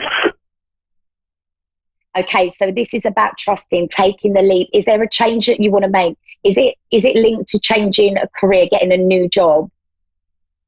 Well, I'm in school right now, and I've always struggled with what is the right fit for me, because there's so much that I am passionate about, and but I know for sure that I want to help people, but I'm not exactly sure where I fit in, what I should be doing.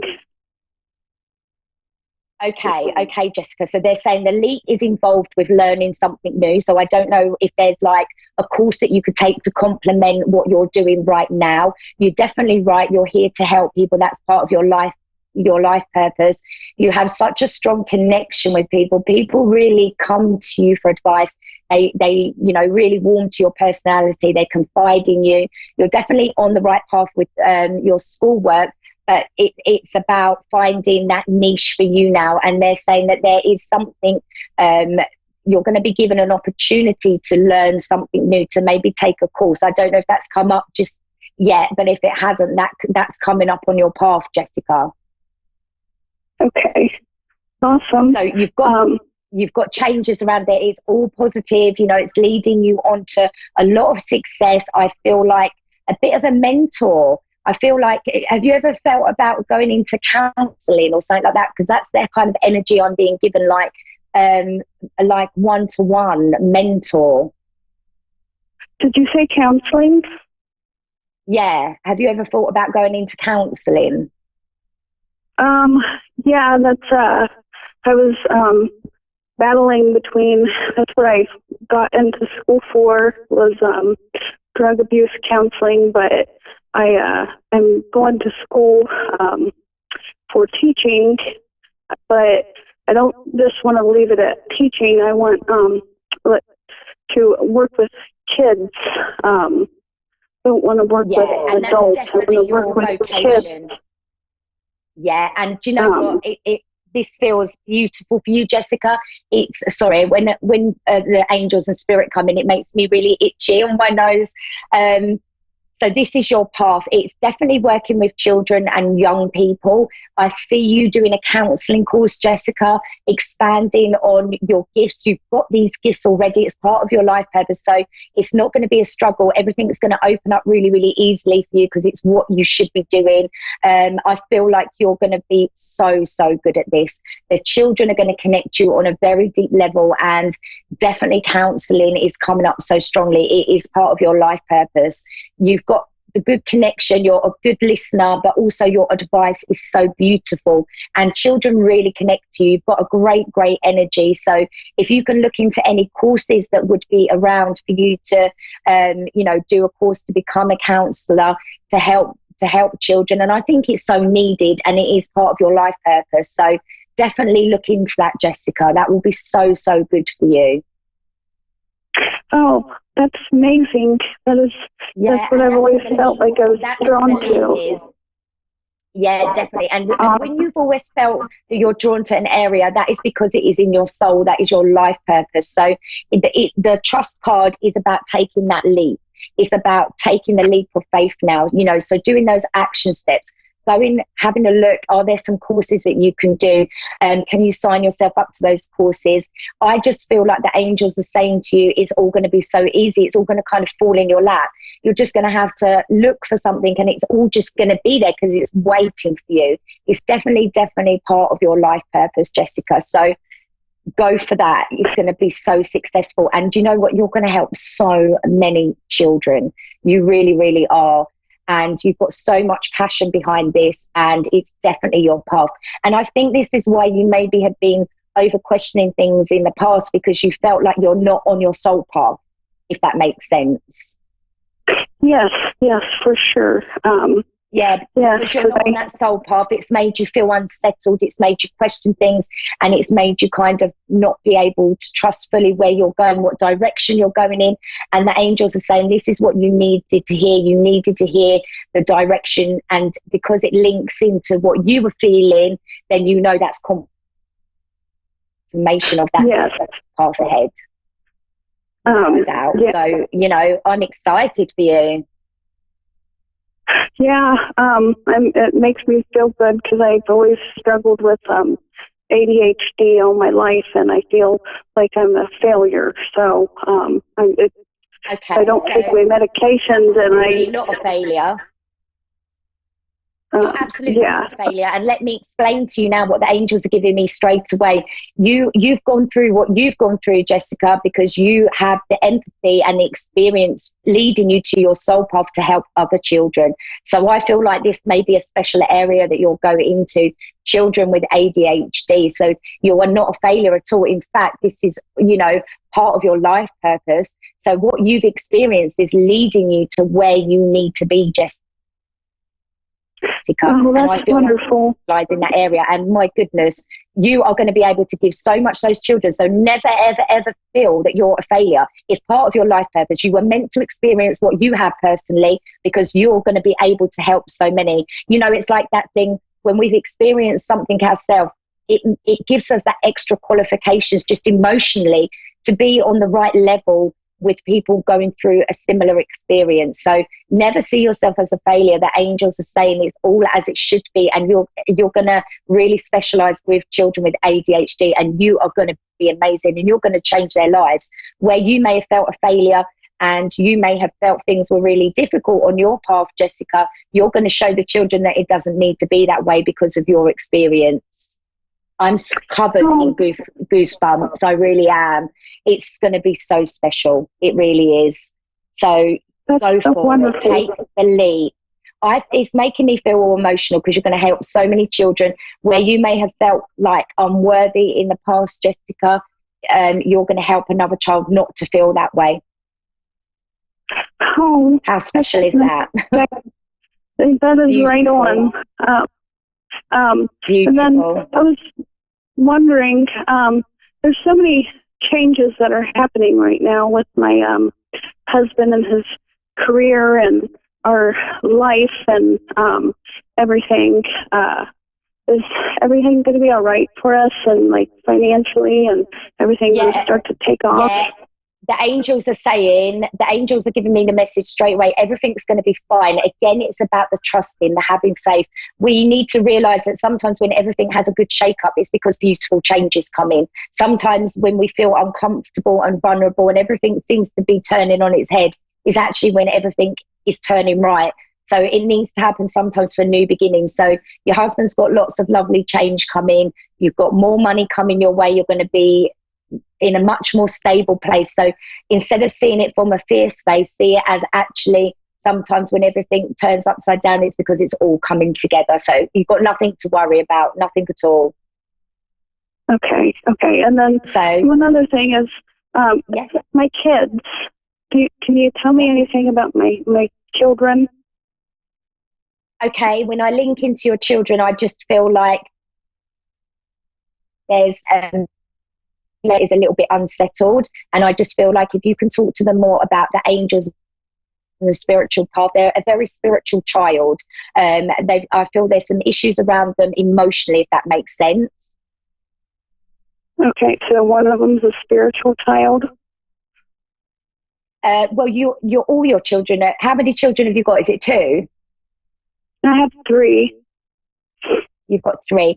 Okay, so I feel 2 are very, very spiritual, and 1 is like a free spirit. So 1 has got a lovely free spirit energy, and the other 2 are very spiritual. But I feel like 1 is having a bit of emotional problems at the moment. Just, talk to them about the angels. Talk to them about reaching out, asking the angels for some help, and they're just going to be just fine. Just keep asking the angels for what you want. The angels are very much around. You've got a lot of heavenly support there. So don't worry. Again, it comes to the trust. Ask the angels, trust everything's going to be okay. And it really, really is going to be okay. So You know, you've got good things coming. No need to worry. Okay. Okay, yeah. All right. I appreciate your take time. care. Thank you. Oh, you're You so too. welcome. You take care and, you know, enjoy this wonderful future you've got. Thank you so much. You just made my whole entire week. Thank you. Oh, Thank bless you so much. Okay, take care, Jessica. Take care. Bye. Bye. So that call kind of links into a message as well that I received really strongly to pass on to you all from the angels today. And that is, we're not asking enough. People aren't asking the angels enough for what they need. The angels are there. They're always there for you. You know, you've just got to ask. Be asking for a sign. Be asking for questions to be answered via a sign. That's really powerful. Just know that they're always there for you. They really, really are. But you have to reach out. You have to give them permission. You have to invite them into your life. But I'm telling you, when you do, it's just the biggest, most positive thing you can do. Your whole life will change before your eyes. Ask for the signs. Ask for the angels to come in. Ask for solutions and you'll get them. Ask the angels to come into your dreams and, you know, they'll connect to you in your dreams on a huge level. But you've got to ask, be asking, and they'll be there for you. So I'm just going to have another drink because my voice is going all croaky again. Okay, so I am going to do the cards, the magical cards messages. So I asked everybody to choose a number 1, 2, or 3, and I'm going to do the reveal now. So for everybody who chose number 1, you get the energy card. Oh, powerful. So number 1, life force is flowing. Open yourself to receive the power from within. This is beautiful new energy around you, number 1s. For everyone who was drawn to number 1, the energy is really gaining momentum. You've got new energy, new beginnings coming in. Connect to this energy as much as possible by, you know, staying thankful. Great gratitude really does create miracles. Connect to the energy, feel it, you know, be grateful for this new beginning before you've even started living it. You know, this energy is beautiful. It's really going to move you forward in a big way. It's bringing so many blessings into your life. So the more that you can connect to this energy and, you know, feel it inside and get excited and know that you're transforming at a rapid rate right now, you're going to see the transformation on a huge, huge level. So that's exciting news for everybody who chose number 1. But whoever chose number 2, you get the change card. Oh, so again, it's like changes, transformation, which is perfect for December. You are transforming. Let go of the past. Embrace the light and the joy of this new day. So you're in a huge transformation period right now. You know, link in as much as possible to this energy. Stay in the present moment. The past will not serve you. You just take the lessons with love and move on. You know, the present moment is always where our power is. And you have got so many beautiful changes coming your way. You know, you really, really have. You're going to be feeling absolutely on top of the world. Remember that the December quote is anything is possible. And this is the energy that you are under. Anything is possible right now. So believe that in your heart. Step away from that past. Don't be over questioning. Don't keep going back to that past because it just won't serve you. It's your new beginning now. Clean slate. Start as you mean to go on. So for anyone who chose number 3, we have a manifestation card. Oh, lovely. Your dreams have untold energy. Open the door and let them live. Desire and belief are your power. So how beautiful is that? Manifestation is so, so strong around you. So open those doors. Those doors are there. The new beginning doors are there. So, you know, open them, you know, start manifesting. Believe it in your heart. Remember how powerful you are. You are the creator of your life. You are the creator of your destiny. When manifestation is so strong around you as it is around all of you that chose number 3 right now, connect to the energy. Don't be putting the fear-based energy out. You know, the more that you can expect it to come your way, you're going to see it. That is the energy we're under. It's so, so beautiful. So just keep connecting. Connect, connect, connect. Expect your manifestations to come your way. And that is what you're going to get. It's so, so strong. So you are more powerful than you realize. So that is just beautiful messages for everybody for the week ahead. So I hope that they connected to your soul and that they resonated to you. You know, it's been a really lovely show. I've really, really enjoyed it. Like I say, you can find me at Carrie M. Bush on Facebook. You can find me on Instagram. You can find me on Twitter. My books are available on Amazon at Carrie M. Bush, and there is some journals there for adults.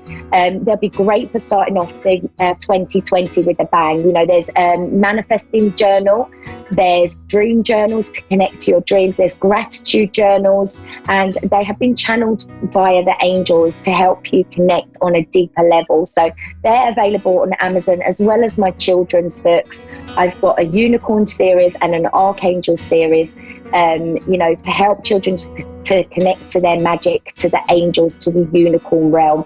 Very, very powerful. So that's all on Amazon. So thank you so much for being here with me today. You know, thank you for coming and connecting. The angel connection feels really, really strong. I hope that you have a wonderful week ahead. I hope that, you know, you connect to the magic, all your dreams come true. And just thank you for being here. I am here every Tuesday at the same time.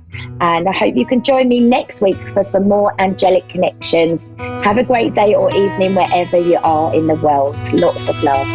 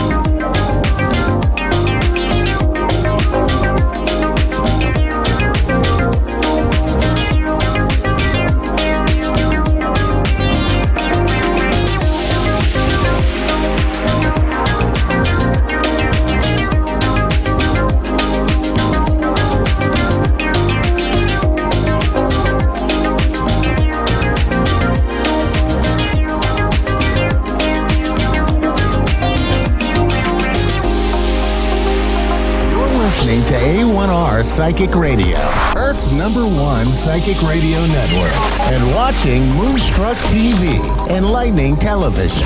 Welcome. Time for Angel Guidance by Lisa Shore. Live from PureLoveEnergy.com. Connect direct. In North America, dial 888-454-2751. In London, 20-3519-2158. In Sydney, dial 02-8488-3147. Or online, contact us through our Facebook page, facebook.com/psychic radio. Or one of our websites, AskOneRadio.com or Moonstruck.tv. This is Angel Guidance on A1R, the Ask One Radio Network. Hi, everybody. Welcome to my show, Angel Guidance by Lisa. And I wanted to let you know that today I'm going to talk about our abundance forecast for December and just share with you what my guides are telling me about your path through December in terms of your abundance. So in case you don't know, I am a Reiki master healer. I am an evidential medium, psychic, and teacher of all things spirit. And that's my absolute favorite thing to do, is share about spirit, because spirit is in all of us. Spirit is this part of us that we can access no matter who we are, because we are all part of this universal energy. And whether we see it or not, it's there. And a lot of times it appears to us by those little subtle hints in the universe that show up when we're looking for a sign, or that little voice in our head that we know it's our voice, but we are sure that it's telling us the right thing to do. The universe always guides us in a loving way. The universe will not send messages of fear. If you have fearful messages in your mind, know that is your ego. That is that part of you that wants to help you, but sometimes gets in the way. So when you really want to hear spirit, I suggest asking your ego to step aside and opening up your heart to hear the loving messages your higher self and your intuition can send you. So I also want to just share something that I've been thinking about. When I talk about manifesting and I talk about abundance, sometimes people don't really understand what that process is. And it's pretty simple, and I want to give you some visuals to go along with the words when I talk about abundance and manifesting. And so if you just sit with me for a moment and put your right hand over your heart and your left hand over your right hand, and take a deep breath in slowly. Just breathe in and feel the air fill your lungs, and breathe in again. And notice when you do that, everything starts to slow down.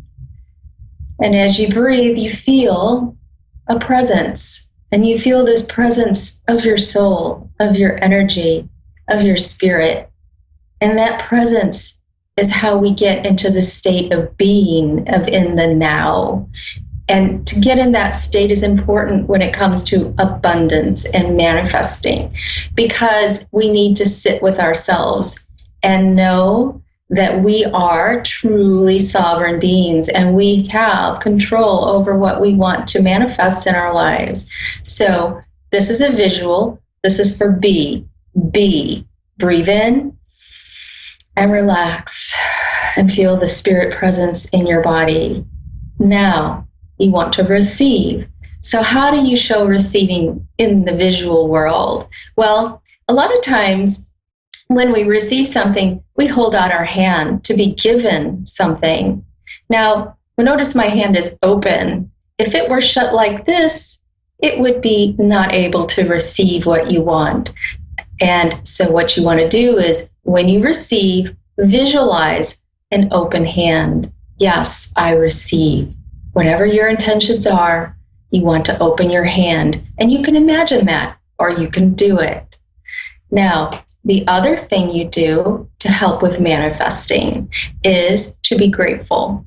Because when the universe gives you something, when you work together with the universe, you want to show thanks. So when you watch like a sports team and they play and someone scores a point or a goal, or whatever it is, a touchdown, what do you usually see the player do? In a lot of circumstances, you'll see the player point up to the sky and kind of shake their finger and look up. And what are they doing? They're giving thanks. They know that they work together with a higher power to achieve their goals.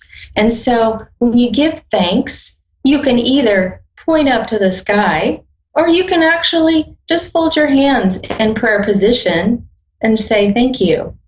So let's review.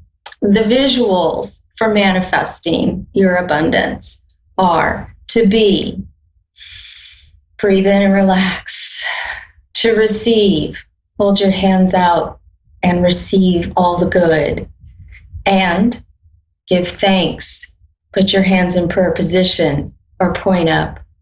Okay, I just thought that would really be fun to do. It will help some of you get over listening to what those words are and actually seeing those, because it's really important to use our imagination when we're manifesting. And so sometimes those visuals are helpful. So I'm going to give you your abundance reading right now. So I want you to think of a letter A, B, or C. Go with your first thought.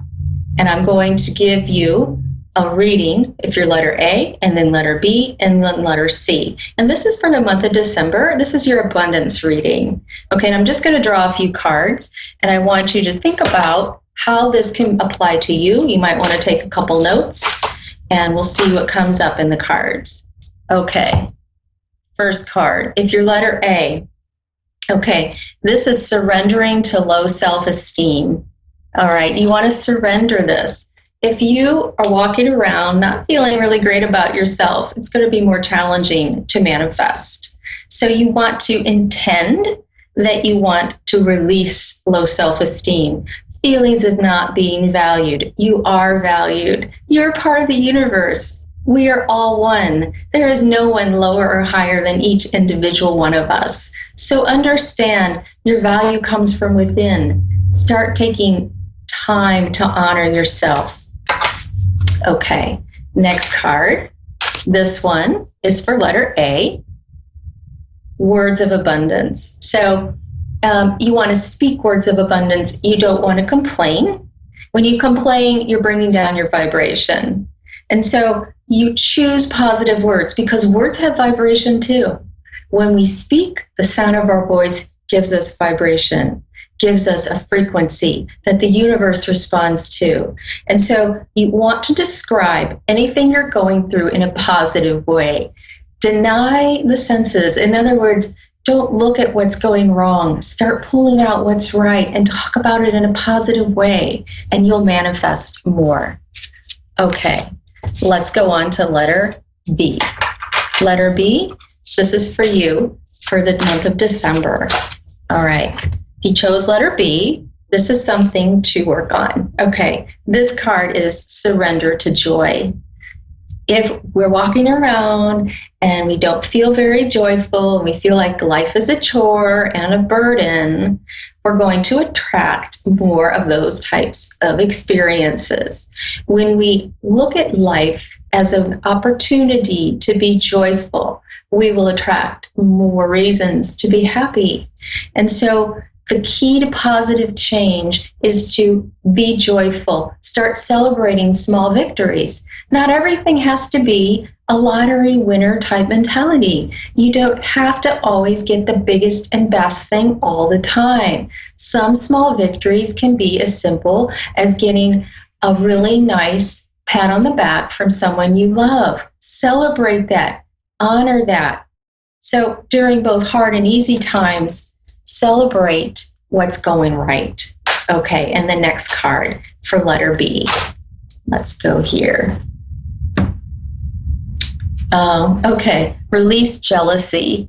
Okay, so jealousy means if you're feeling that, if you're feeling like you don't have what someone else has, know that that is just confirming that you don't and you won't.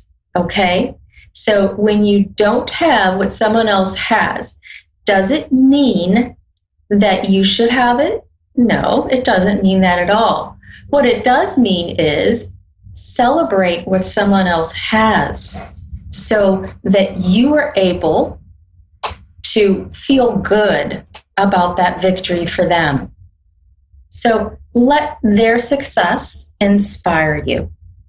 Okay, that's letter B. Letter C, let's start here. Letter C, what you need to surrender for the month of December is surrender to receiving support and love. Sometimes we try to take on the world and handle everything all on our own. And you know what? We don't have to do that. I know a lot of times people, myself included, get into this thinking that if I don't do it right, if I don't do it, my way, it won't be the right way. Okay. And that's not always the case. So and manifest abundance, you want to allow other people to support you and help you. It doesn't mean they have to take over everything you're doing, but maybe their support, their emotional support, even actually their physical support might be helpful. It will take the pressure off of you. When you have pressure on you, you're stressed out, and that limits your manifesting abilities. Okay, next card for letter C. For the month of December, pay yourself first. Okay, so if you are taking every single penny of your paycheck or every single thing you earn and it's all going out every time, you're going to keep getting more of those opportunities to pay it out. Know that when you decide to start saving, even if it's $5 a week, when you start saving, that energy will snowball and start to build. And you will see that it will take a little pressure off of yourself to have that $5 a week in savings start to build. You know, if you do that for a month, what is that? About $20 a month? You do it for 6 months. You do it for a year. That starts to build. Start thinking about how you can put money towards yourself first. And then when that amount builds, you're going to remove all of that stress off of you and maybe even take that money and pay it towards something you want to pay off. It's called the snowball effect. And it's really important to pay yourself first. It's a form of self-care. Okay? If you're spending all your money on somebody else because you want to show them how much you love them, know that they will love you just as well as if you spend maybe half of that. Or they would understand if you're trying to help yourself. Pay yourself first. That's the message for letter C for the December Abundance Report. Thank you so much for letting me share what information I had from the guides for December. Okay, so I'm ready for a caller, and I have Chantel in New Orleans, Louisiana. Chantel? Hi. Hi, how are you? I'm well, how are you? I'm doing great. How am I pronouncing your name correctly? Yes, it's Chantel. Okay, thank you so much. So, Chantel, please let me know what I can do to help you today. I was calling for a reading. I'm just having some, I'm not going to say issues, I guess family issues and relationship issues that just needed clarification. A relationship and family issue, correct? Yeah. Okay. Yeah. Okay, thank you. Thank you.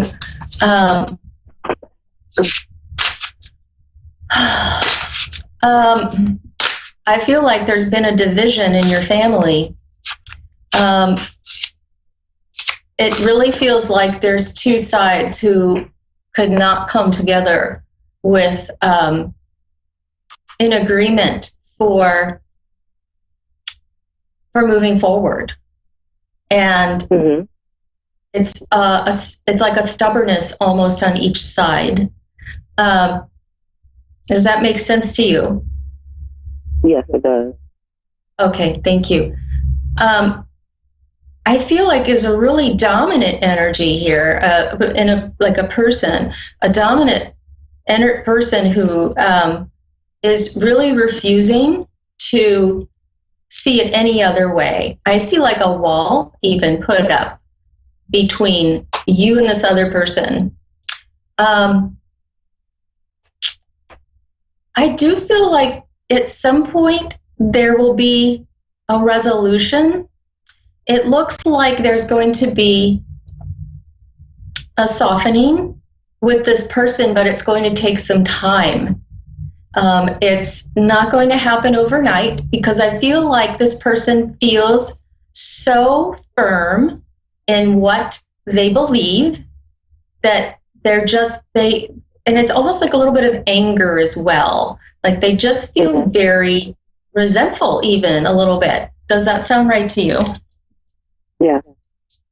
Okay, thank you. I'm going to pull a card. Okay, so I feel like there would be some better news in terms of this relationship in the spring. I feel like it's going to be even like 6 months into from now. All right.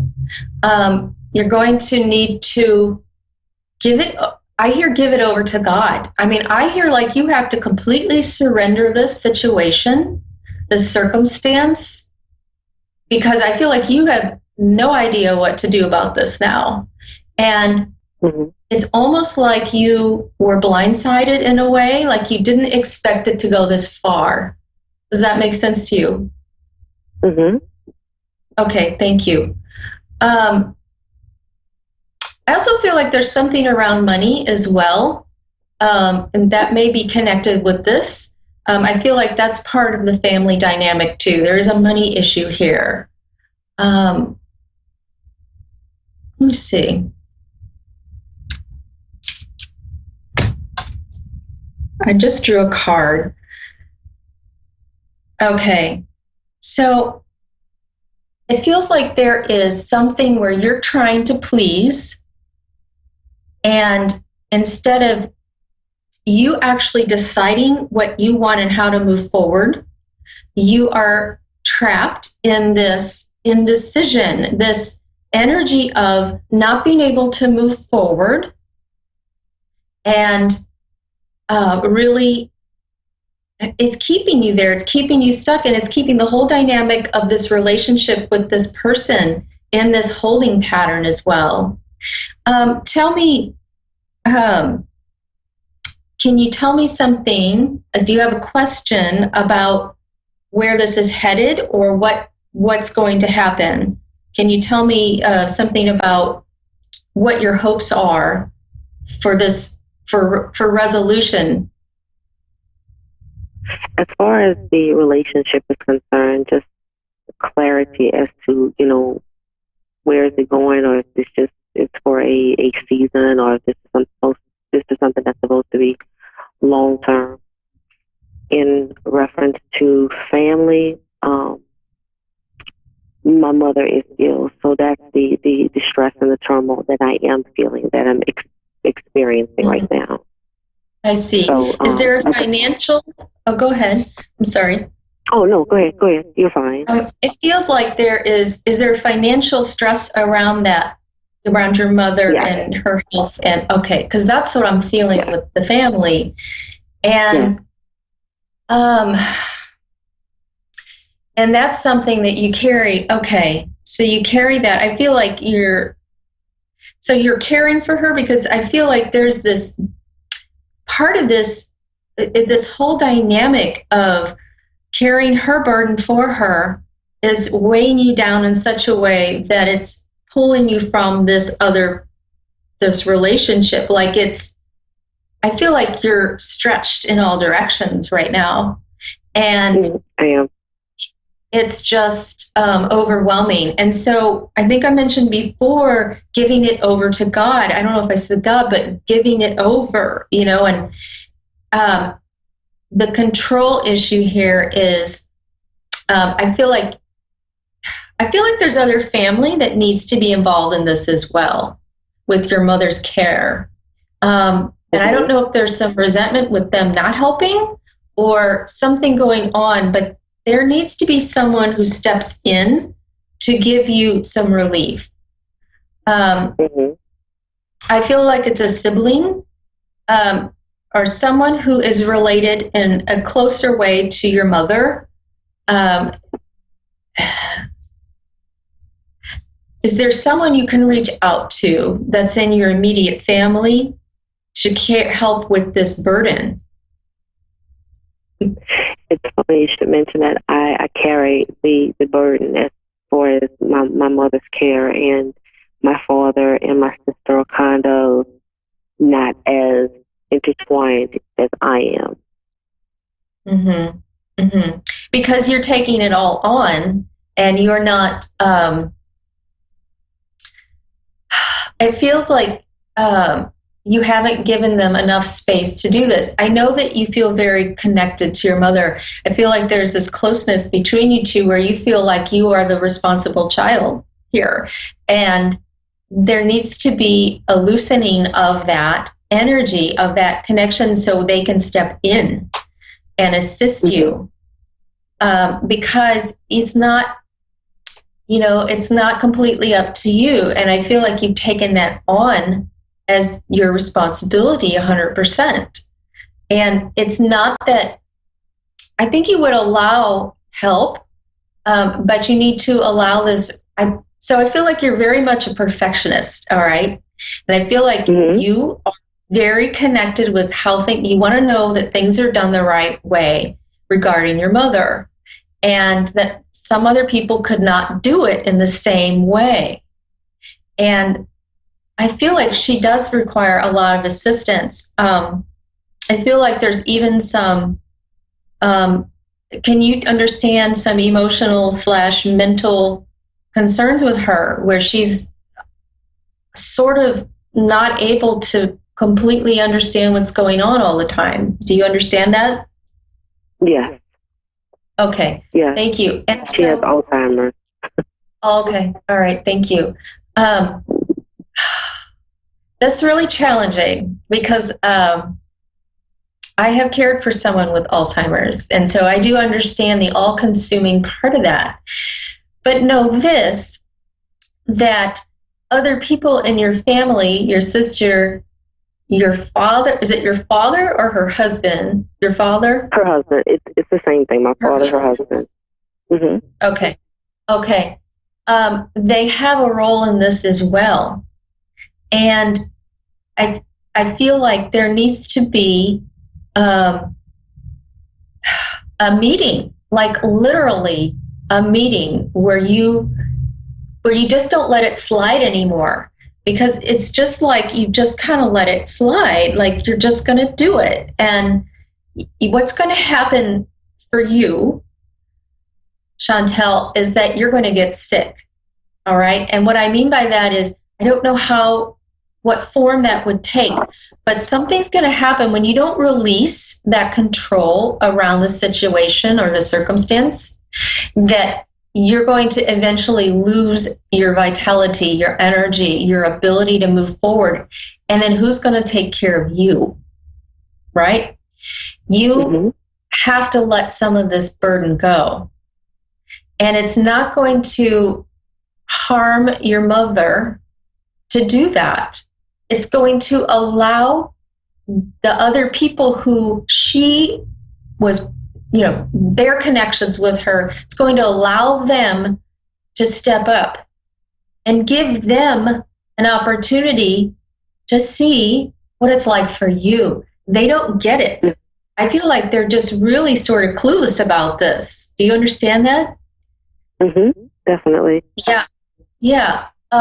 There's this thing with them that if Chantel's going to do it, why do we have to? And maybe that's the way it's always been. Maybe that's been your role. That's how you've played it. But you're giving, especially your sister, you're giving her an opportunity, honestly, to slack off. Now, she may have lots of reasons why she's not able to step up, but that doesn't mean her reasons are better than yours. Okay? Have you had a talk with her? We have, and just like you stated, there are things that she's trying to take care of and things that she has to do. So, of course, to make sure my mother doesn't go undone, I I carry I don't want to say the burden, I carry the responsibility of taking care of her. Of course. Right. It's for you, it's about your boundaries and what you will allow anymore. Setting boundaries doesn't mean the responsibility of caring for your mother is going to fall apart. But there needs to be even a schedule, something where you can actually say, I know I'm getting a time, a break, an opportunity to continue with what I need to do for my life here on my calendar, like literally make a calendar, make a schedule, and put your sister on it. And she can start with that, and then bring your dad in to it. And even if he can't do all of it, he can sit there while she eats. He can sit there while she's, doing some things, even sleeping. Because I understand with people with dementia, they need constant supervision, right? And so you can bring them in, maybe they don't have to do exactly what you're doing, but you can certainly bring them in to the circumstance, to your life, to the schedule, to help with this woman who has given so much of herself to you and them, right? So start in that direction. Call a meeting, get your calendar out, all right? Chantel, I wish you all the best. I really do appreciate you calling, and I send love and prayers to you and your family, all right? You have a blessed day. Thank you. You too. Thank you. Thank you. So I just want to thank everyone for joining me today. Sometimes we have circumstances in life and it seems like nobody else is going through them, but I have news for you. We all share similar stories. If we just reach out and talk to our loved ones in our family, they can step up and support us as well. So if you want to reach out to me for a reading, connect with me on my Facebook page at Pure Love Energy. I hope you all have a wonderful week. Thanks so much. Bye-bye.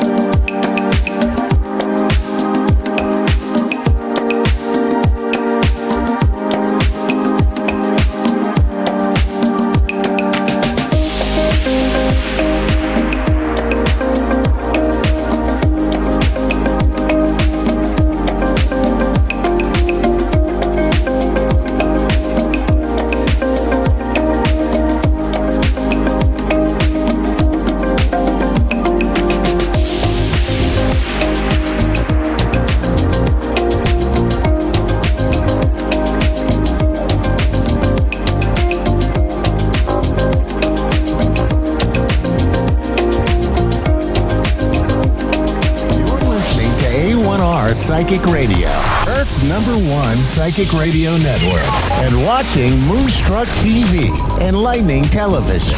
Welcome. Time for Insights by Janita with Janita France. Live from insightsbyjanita.com. Connect direct. In North America, dial 888-454-2751. In London, 20-3519-2158. In Sydney, dial 02-8488-3147. Or online, contact us through our Facebook page, facebook.com/psychic radio. Or one of our websites, askoneradio.com or moonstruck.tv. This is Insights by Janita on A1R, the Ask One Radio Network. Hi everyone, thank you so much for joining in today. I'm Janita Francis and this is Insights by Janita. We have, I've just been told that you guys are going to be celebrating Thanksgiving tomorrow, and we don't celebrate Thanksgiving. We don't have it down here in Australia, but I do understand what the concept is all about. And to that end, we actually do have I have a gratitude diary. So it's kind of Thanksgiving, giving gratitude, kind of along the same line. So for tomorrow, all of my love and blessings to you and your families while you celebrate Thanksgiving. And I hope that it is a wonderful, beautiful day for you. And you enjoy everything. I know that turkey is obviously on the menu quite a lot, if we believe all the television shows that we get to see over here. So I hope that your turkey is divine and that everybody is peaceful and at peace with their lives and what's going on for them. So now, this week, I actually have adopted a new baby. This is a black quartz. And the sunlight will prevent you seeing just how beautiful this crystal is. But if you get your hands on one, it is kind of like a dark dark, smoky, dark celestial quartz, and it is magnificent. So I'm not really good with my crystals because I think all crystals are A, pretty, and B, I just like them because they're pretty. A typical girl, typical Libran. But this one is just, I bought it online through an auction. And I simply just had to have it because my arms and legs were going to fall off if I didn't get it. And it's just a beautiful addition to my 200 plus crystal collection that I have. Yes, I do have an addiction. It's a healthy one, but it's a beautiful addiction to have because they're just, at different times you can pick them up and have different feelings of them and understand their energy and where they're coming from and what's happening. So, of course, another piece of celestial. I wouldn't be doing this if it wasn't for celestials. But black quartz is the flavor of the day. So protection. I just like it. Too bad I can't wear it as a necklace or an earring, perhaps. It's way too heavy for that. It's quite about a kilo worth of crystal there, so it's amazing. All right, let's get into it. I'm super pumped today. I've been playing with Spirit all morning. I've had back-to-back session. If you do want to book a session with me, jump over to my website, which is down the bottom, insightsbyjanita.com. You can also follow me on Facebook, Twitter, and Instagram. I've kept it very simple, always Insights by Janita, so you can't lose me even if you try. So do jump over there. Also, a special deal that I wanted to have because I now know, and it's been confirmed that Thanksgiving is for tomorrow, if you would like a private channeled reading with me, I'm happy for you to have the 30-minute price and I will give you a 60-minute reading. Now, we do it through this sort of channel, so it's a video chat. I can do it, real time. It's not going to make any difference to me, obviously. This is how I do this. But if you want to do that, you need to jump on my website, choose the 30-minute reading, and put in the comment section, Moonstruck Listener or A1R radio listener, and I will honor my price of a 60-minute reading for the price of 30 minutes, okay? So that deal is for indefinite. You want to use it, take it up, snap it up now, and happy Thanksgiving to you all. Let's go and have a look at a caller and see who we've got. Lisa from Ireland. Ireland is beautiful. Lisa, can you hear me? I can, yes. Thank you. Hello, how are you going? I'm going good, thanks, and you? A beautiful accent, and it's so crystal clear for me to understand too, so hopefully my accent's not going to bug you up either. No, it's fine. All right, what can I do for you, Lisa? Just looking at general reading into about my kids and stuff and my ex-partner. Sorry, could you tell me that again? I just turned my volume up. Just looking to know about my ex-partner and my 5 children. Your ex-partner? And my 5 kids. Okay, all right. Let me have a little look. What's your ex-partner's name? Michael. Hang on, I'm just struggling to get my speaker working properly. Sorry, darling. No problem. Okay, all right. So I've got looking for your ex-partner. Is your ex-partner still alive? There's a big disconnect. Yeah. Okay, all right. Okay, and can you tell me the ex-partner's first name? Oh, I'm burning up. All right. Have you guys have parted ways? Is there a lot of anger between the pair of you? There has been over the last 14 months, but the last 6 weeks things have been okay.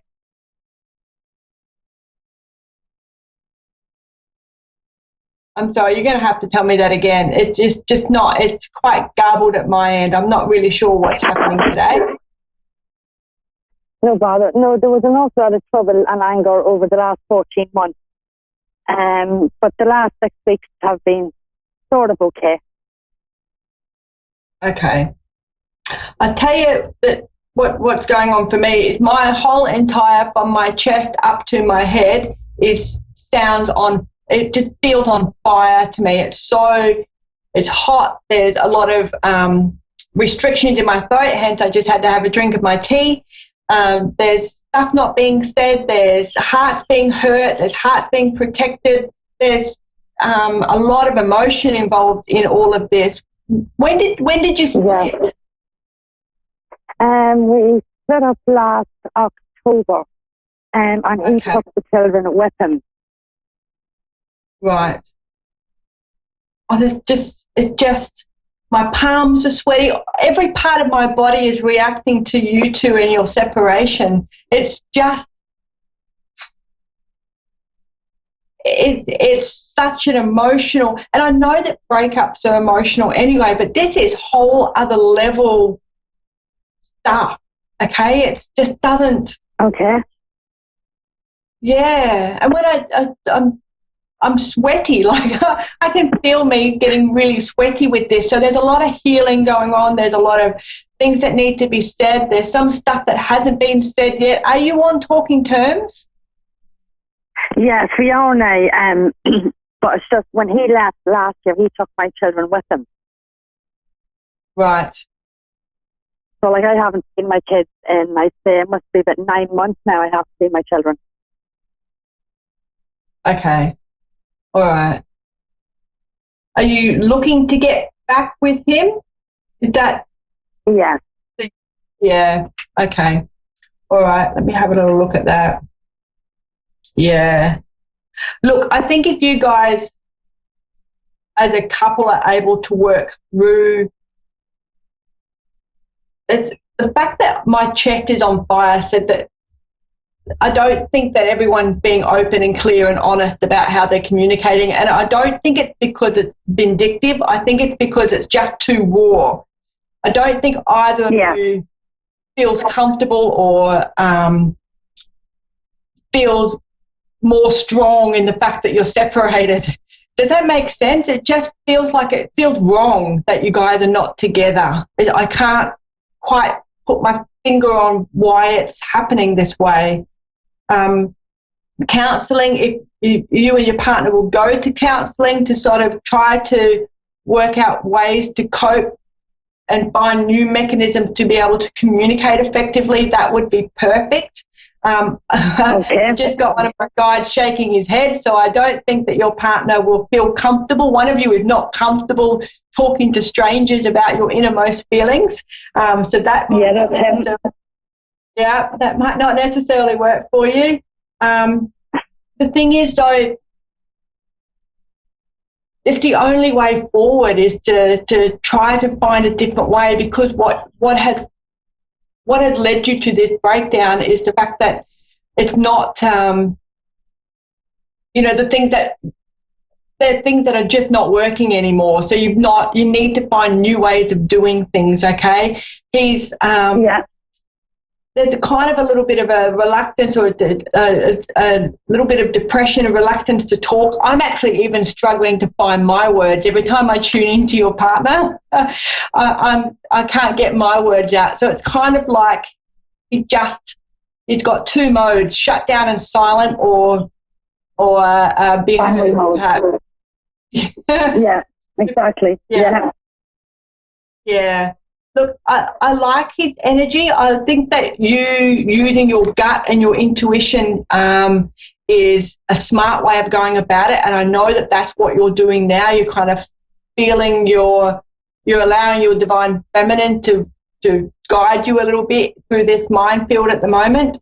I'd like to say that you guys get back together again, but it's going to take a lot of work on both sides, because when you're in a relationship like this, to sort of go through the cycles of things, and it's hard to step off that little hamster wheel to bring in a new coping mechanism. And the only way to do that is to do it as a team, to both agree to bring in different ways of communicating, different ways of enhancing your relationship. So I'm really hopeful that you guys will be able to do that, because it feels wrong that you're separated. I'm sorry, but it really does. It just doesn't feel. And every time I say you've separated, my heart feels like it's going to tear and my eyes fill up with tears. So it doesn't feel right, okay? Okay. So lots of communication, lots of talking to one another. Go slow, baby steps, okay? So yeah, and just see what happens. Yeah. When's your next birthday? Next year, next September. Okay, nice one. Right. So there'll be some changes coming in for you in a few different ways anyway. So what do you do for a living right now? I'm just not working at the minute. Yeah. Okay, cool. All right. That's about the change, okay? And you'll start to feel a bit stronger in yourself as a result of that as well. It's kind of like you need a bit of an anchor point. And once you've got that anchor point, you can take that. It sort of builds you up a bit. You know what I mean? It's the uncertainty that creates. So you're a tough cookie. You've been through a lot of bullshit in your life. But when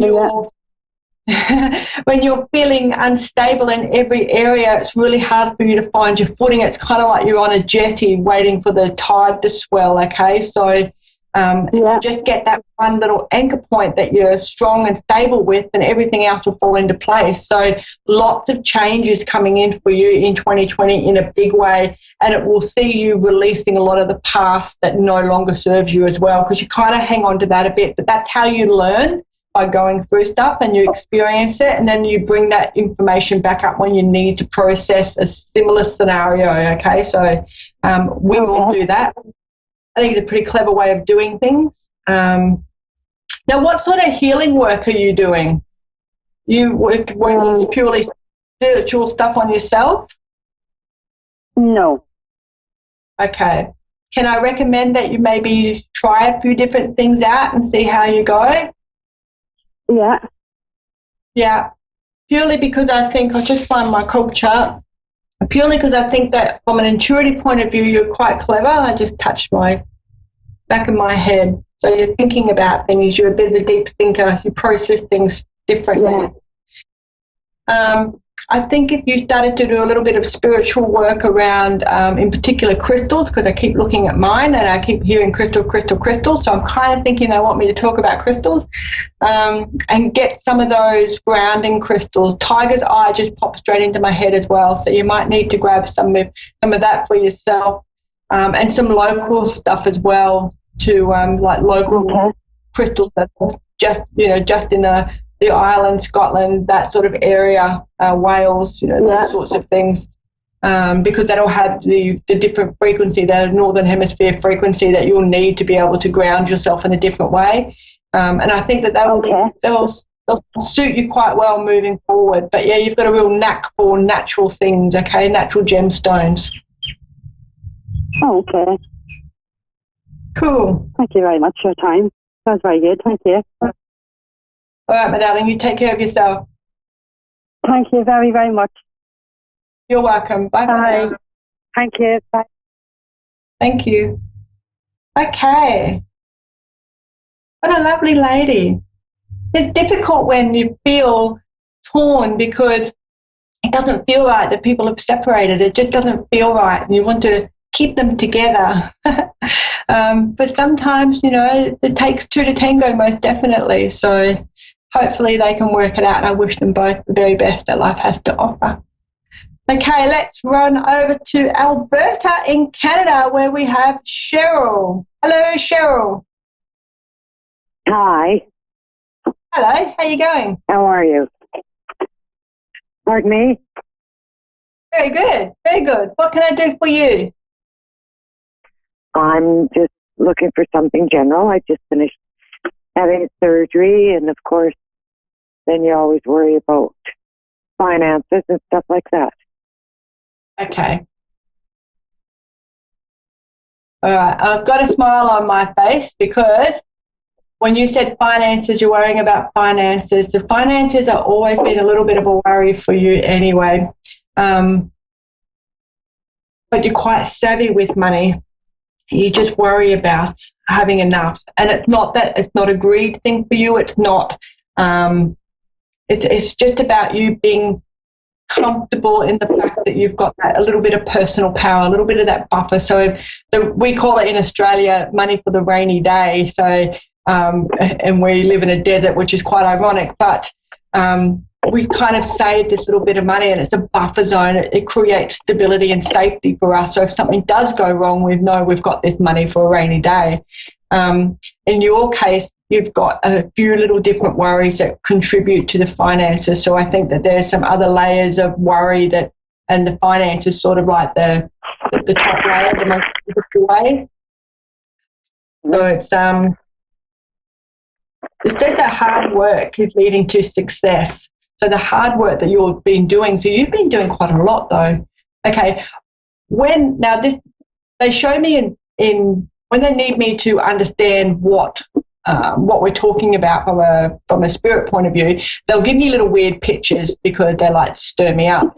And in this case, they've got you shoveling dirt from one side and running over and putting it in a different hole. So it's like it feels like you've always got a hole, but you're just taking it, we say, robbing Peter to pay Paul, okay? But you're doing it really, really fast, so it feels like no matter how quick you go and how much you think you're in front, you're still not really in front. So taking a bit of time out, taking a step back and maybe enjoying the garden instead of digging the holes in the garden might be the way to go for you.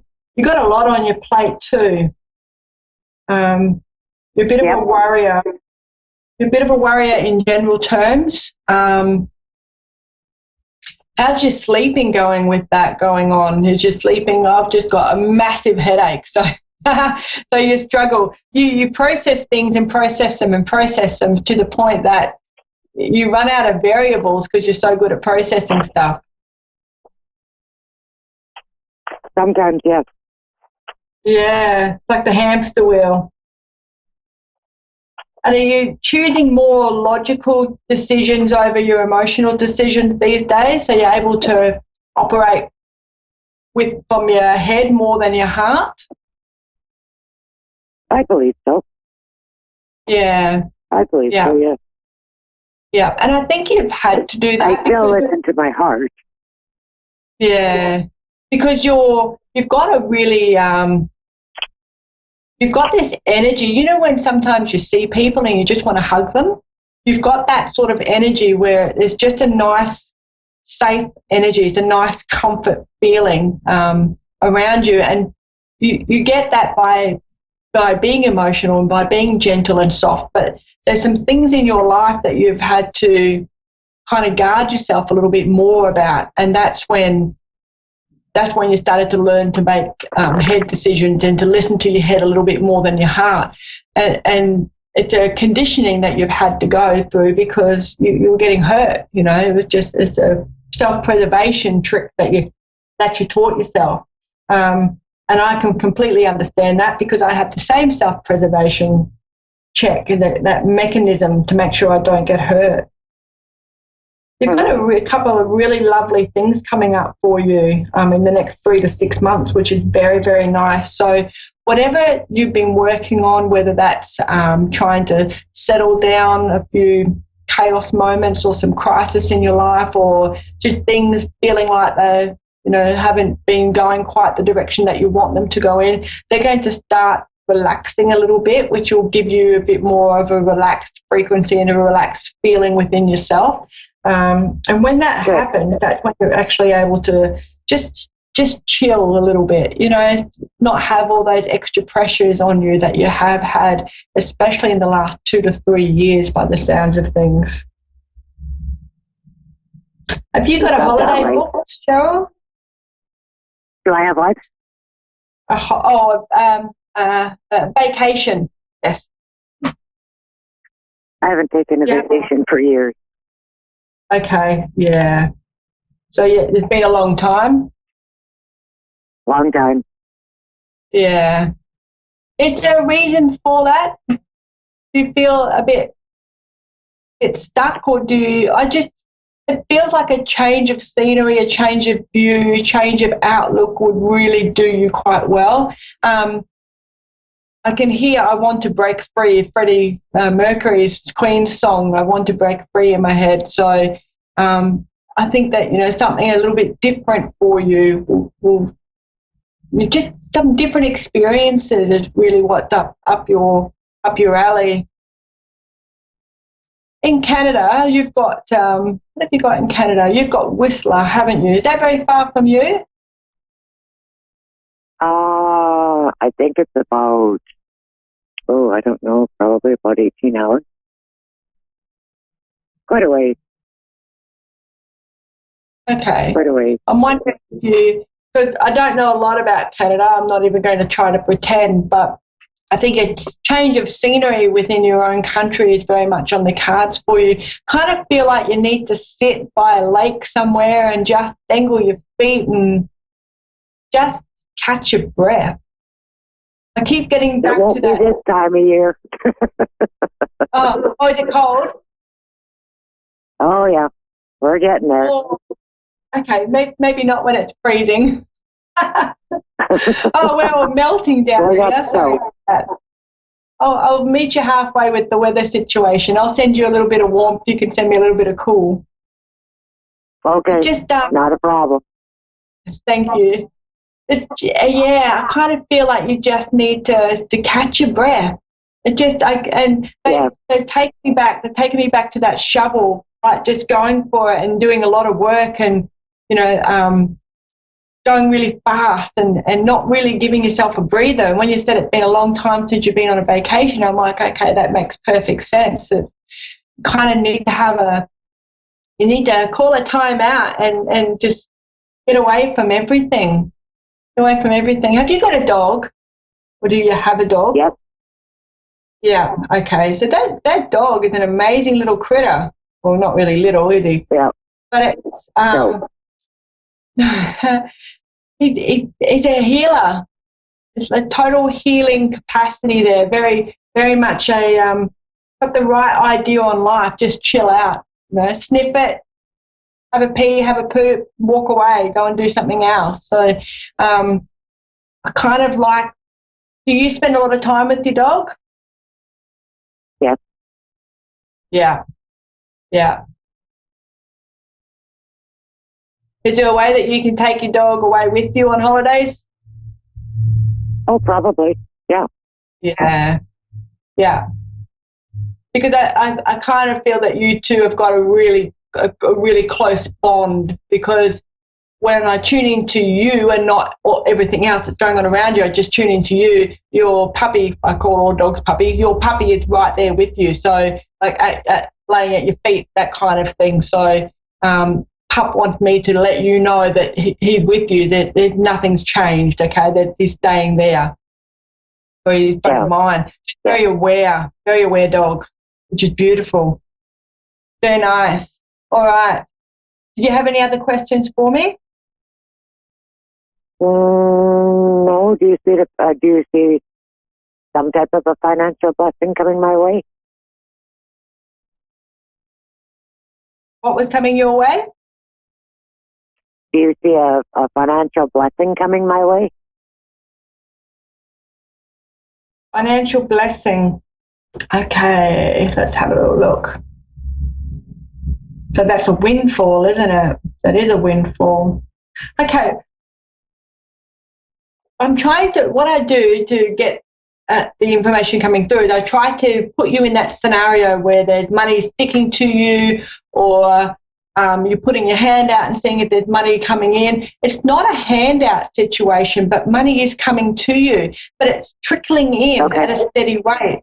Okay, so changes in your environment are going to do that. It's kind of like when the soft snow starts falling. That's what this money's starting to do. It's coming in that way. Okay. So it's not something that you're asking for. It's something that comes effortlessly and easily to you, okay? So whatever it is that you've got thinking about in the background, just go with that. It'll be right up it'll be coming to you, okay? Okay. Yeah, it's just a slow, steady trickle, but it's coming in. Okay, great. All right. Thank you very much, Cheryl. Thank you. Come to Australia for a holiday. All right. Take care. You too. Much. Bye-bye. Bye. Okay, guys, that was amazing. Beautiful all over the world. Moonstruck TV and A1R Radio. from Ireland right through to Canada. This is amazing, isn't it? When it really does bring the whole world together, being on social media, and how we can use it to help people find clarity and purpose in their life and give them a little bit of rest assurance. So once again, I am Janita Francis. You will find me on insightsbyjanita.com. I also have Facebook, Twitter and Instagram. I am available for private readings. And like I said right at the beginning, if you are a Moonstruck customer and listener or A1R radio listener, let me know and I will gladly give you a 60-minute reading for the price of 30 minutes. You can do that booking through my Facebook or also through my website, through PayPal. So Fire Protection is there for you. And I really would love to hear from you and create some clarity and purpose in your life as well. So from me to you, enjoy your week ahead. Very much Thanksgiving for tomorrow. Don't forget the gratitude diary. If you'd like your own, let me know and I will be able to find one. Send me a private message through Facebook and I will get one for you. Thank you very much for your time today. You are amazing and I have so much fun when I get to do this. So thank you, thank you, thank you, and all the best for tomorrow.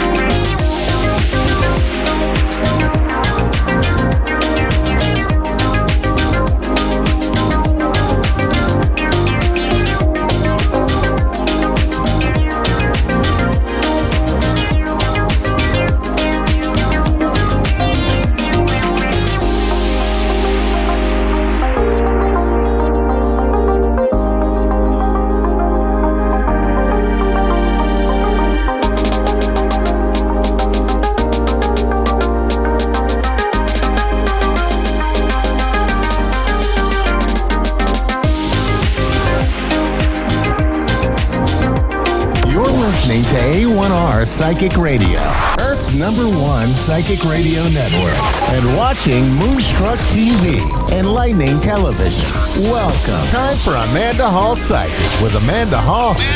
Live from AmandaHallPsychic.com.au. Connect direct. In North America, dial 888-454-2751. In London, 20-3519-2158. In Sydney, dial 02-8488-3147. Or online online, contact us through our Facebook page, facebook.com/psychic radio, or one of our websites, askoneradio.com or moonstruck.tv. This is Amanda Hall's Psych on A1R, the Ask One Radio Network. Welcome to A1R Psychic Radio here on Moonstruck TV. You're here with Amanda Hall, Psychic, all the way from the Gold Coast here in Australia on this absolutely fantastic summer's day. And you can't guess it, it's my favourite time of the year. I really do like the warmth.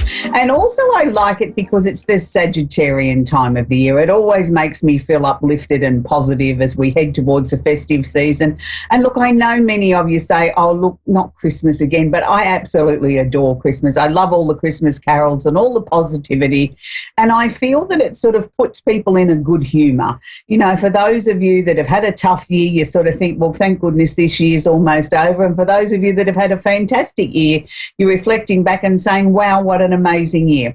So let's kick the show off with the tarot card of the week. Now, normally we feature a card from the Simply Tarot set. I'm going to start featuring from this week onwards the new addition to our tarot stable, and that's called The Secrets of Tarot. We're up to our second edition, and I know I've briefly spoken about it before on the show, but I thought it was maybe time that we introduce this one properly. So this week we're featuring The Secrets of Tarot card of the week, and it's the Hanged Man. Now, the Hanged Man is getting stronger in oneself after a lot of deliberating and delaying in your life. So it's a very, very powerful sort of card. And for many of you, that this has been a tough year, 2019. So it's been a time where you've really had to rely on your own instincts, your own abilities and things like that to see your way through the maze that's been happening this year. And for those of you now that are coming out the other side of this, you're starting to feel a lot stronger in yourself and saying, well, now I have a direction, now I have a purpose, now I know where I'm going and what I want to achieve for the remainder of this year and moving into 2020. So isn't it an amazing card to have? And the very first one that we're featuring here on the show from the Secrets of Tarot deck. So I'll just quickly turn it over so you can see that it has a different back. It's got a blue back. For those of you that are into blue, this is a very powerful message on the back of this card. It's sort of almost like blue diamonds in a sense. So it is a beautiful card to work with. Yes, they're very similar to the Simply Tarot set, but these have got an oldie worldy finish, and that's what makes them different and unique. We still have the same meanings that we have on the Simply Tarot set, but this is just sort of a set that might sort of interest other people. So I'll just quickly show you the package that it comes in. You can purchase these around the world. If you can't find one in your local bookstore, you can always head to my website, www.amandahallpsychic.com.au. We have plenty of them in stock that we're happy to ship around the world. So this is called The Secrets of Tarot. It was launched only a couple of months ago around the world, and it's a teach yourself kit with a book and a set of the beautiful Secrets of Tarot cards that we just featured on the show a moment ago. So I want to sort of head straight into astrologically what's happening around the world, because we've had a major planetary shift this week. We've got the planet of opportunity, expansion and luck has just shifted out of its 14-month cycle in Sagittarius, and it's now moved into the next sign of Capricorn. Now, I hear a lot of people say, well, how is that going to affect me? I'm not a Capricorn. Well, every time we have a major planetary shift, it does affect all the 12 signs. And this is just a general overview of what we can expect with Jupiter, the planet of expansion, opportunity and luck, higher mind and values moving into Capricorn. Now, anytime we have a planet that shifts into Capricorn, our focus then moves on to big business. It moves on to governments and anything official in our lives. So I'm hoping with the shift of Jupiter moving into Capricorn, we're going to see on a global scale maybe some changes in shifts in government, and maybe they'll suddenly grow some conscience and a brain and start to address some of the major issues around the world like climate change, and starting to look at listening to the people. So it will be interesting to see in this just over 12 months what happens globally when we start to look at our political arenas and see how our heads of state and our leaders and things like that start to perform under this massive energy shift. It's a very, very interesting time because we've got Jupiter, the planet of opportunity and expansion, has just shifted into Capricorn, as I've mentioned. It's going to be holding hands or conjunct Venus, the planet of love and affection. So how this is going to affect us on a personal level is, for many of us, we're going to be sort of really focusing on, over this festive season, more about things that are important to us, the things that we love, the loving family environments, the people that we want to share that loving energy with, our family, our friends, our co-workers. And the emphasis won't be so much, I think, on the material side of the festive season, but more on the good times that we can have, and reminiscing and talking about the things that are important to us and the things that are part of our fabric and our being. Hopefully this will also start to instill some new family traditions where we start to look at bringing back sort of not necessarily things that are old-fashioned or out of date, but starting to spend some more quality time with family. This may also connect with a resurgence in people sitting around the dining room table and having a game of cards, or bringing out an old board game or two, or actually purchasing some new ones and starting to create some family traditions over the holiday seasons like that, of everybody sitting around playing an old-fashioned board game instead of everybody individually sitting there on their devices and entertaining themselves and having a conversation over social media or sending an email. Won't it be wonderful to see people actually having a conversation for real and having one with a live person for a change? It's going to be a time where I think we all collectively around the globe over the next 12 months are going to reorganise how we approach things. We're going to be looking at how we sort of, our finances fit in with the rest of the world. And it's not necessarily a time where we're going to be short of money or have a shortage of money, but it will be a time where we start to question how we earn our money. Is it working for us? Is this really what I want to do with my life? So for many of the 12 signs, you will find it's a time of really thinking very hard about your job, your career prospects. Is it time to sort of look for a new career? Am I satisfied? Am I happy with where I'm going? Am I satisfied and happy with where my investments are? How much money am I to accumulate for my old age and my future? Is it a time now to sort of really sort of look at, have I got the best, deals for my utility bills, my cell phones, things like that? So there's going to be a lot of emphasis on looking at things like that. Not and in another way, not necessarily to minimise this, but for most of us, we're going to be reorganising how we look at our health as well.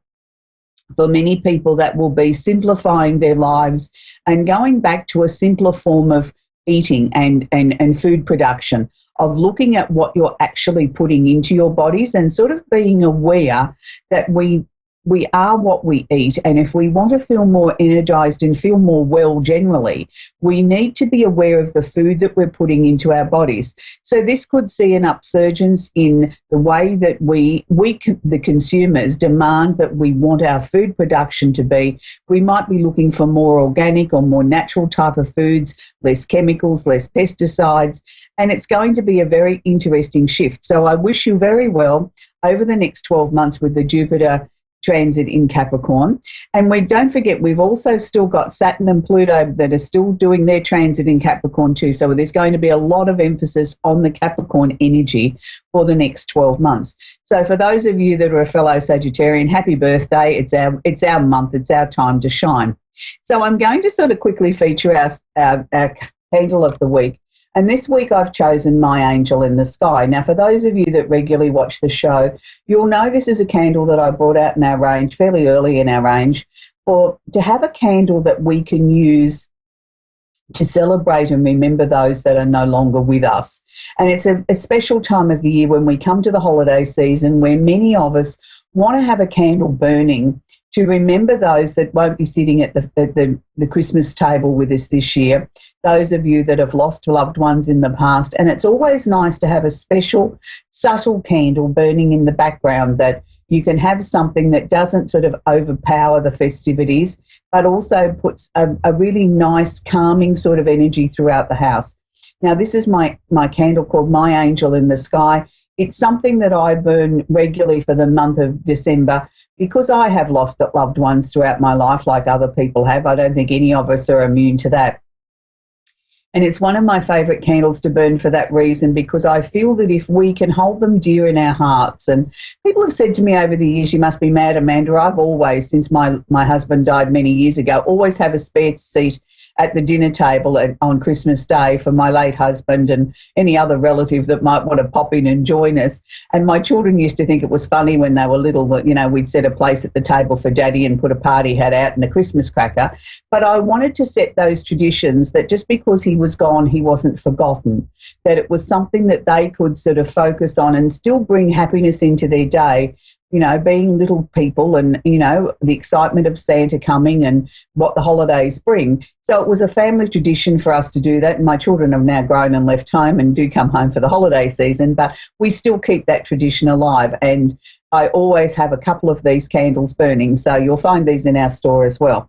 So for those of you that don't want a big candle, can I suggest you can make up a gift box? This week I've made it up with 3 different candles, but you can choose any one from the 28 in the range. You can choose All My Angel in the Skies if you want little candles to burn, periodically around the house, or you can pick anything else that you might want. So we're happy to send these anywhere in the world, but they're a nice addition to your Christmas gift giving is a candle. So we're going to move the show right along and we're going to talk to Laura in Hamden, Ohio. Are you there, Laura?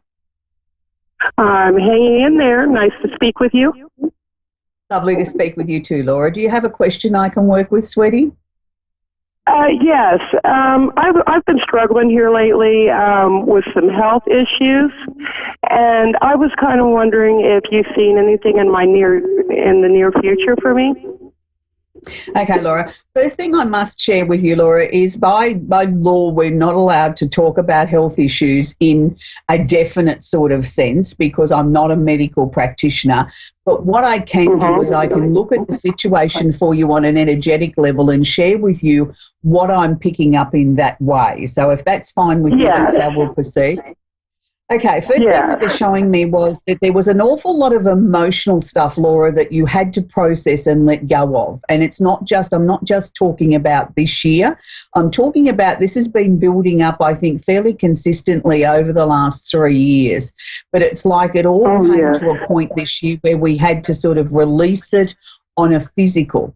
Now, what a lot of people fail to realise, Laura, is when we talk about letting go of emotions, and you see lots of people talk about that, and there's lots of courses and lots of theories and lots of things on that, we don't often focus on the fact that it's all well and fine to let go of it emotionally, mentally, but we also have to release it on the physical.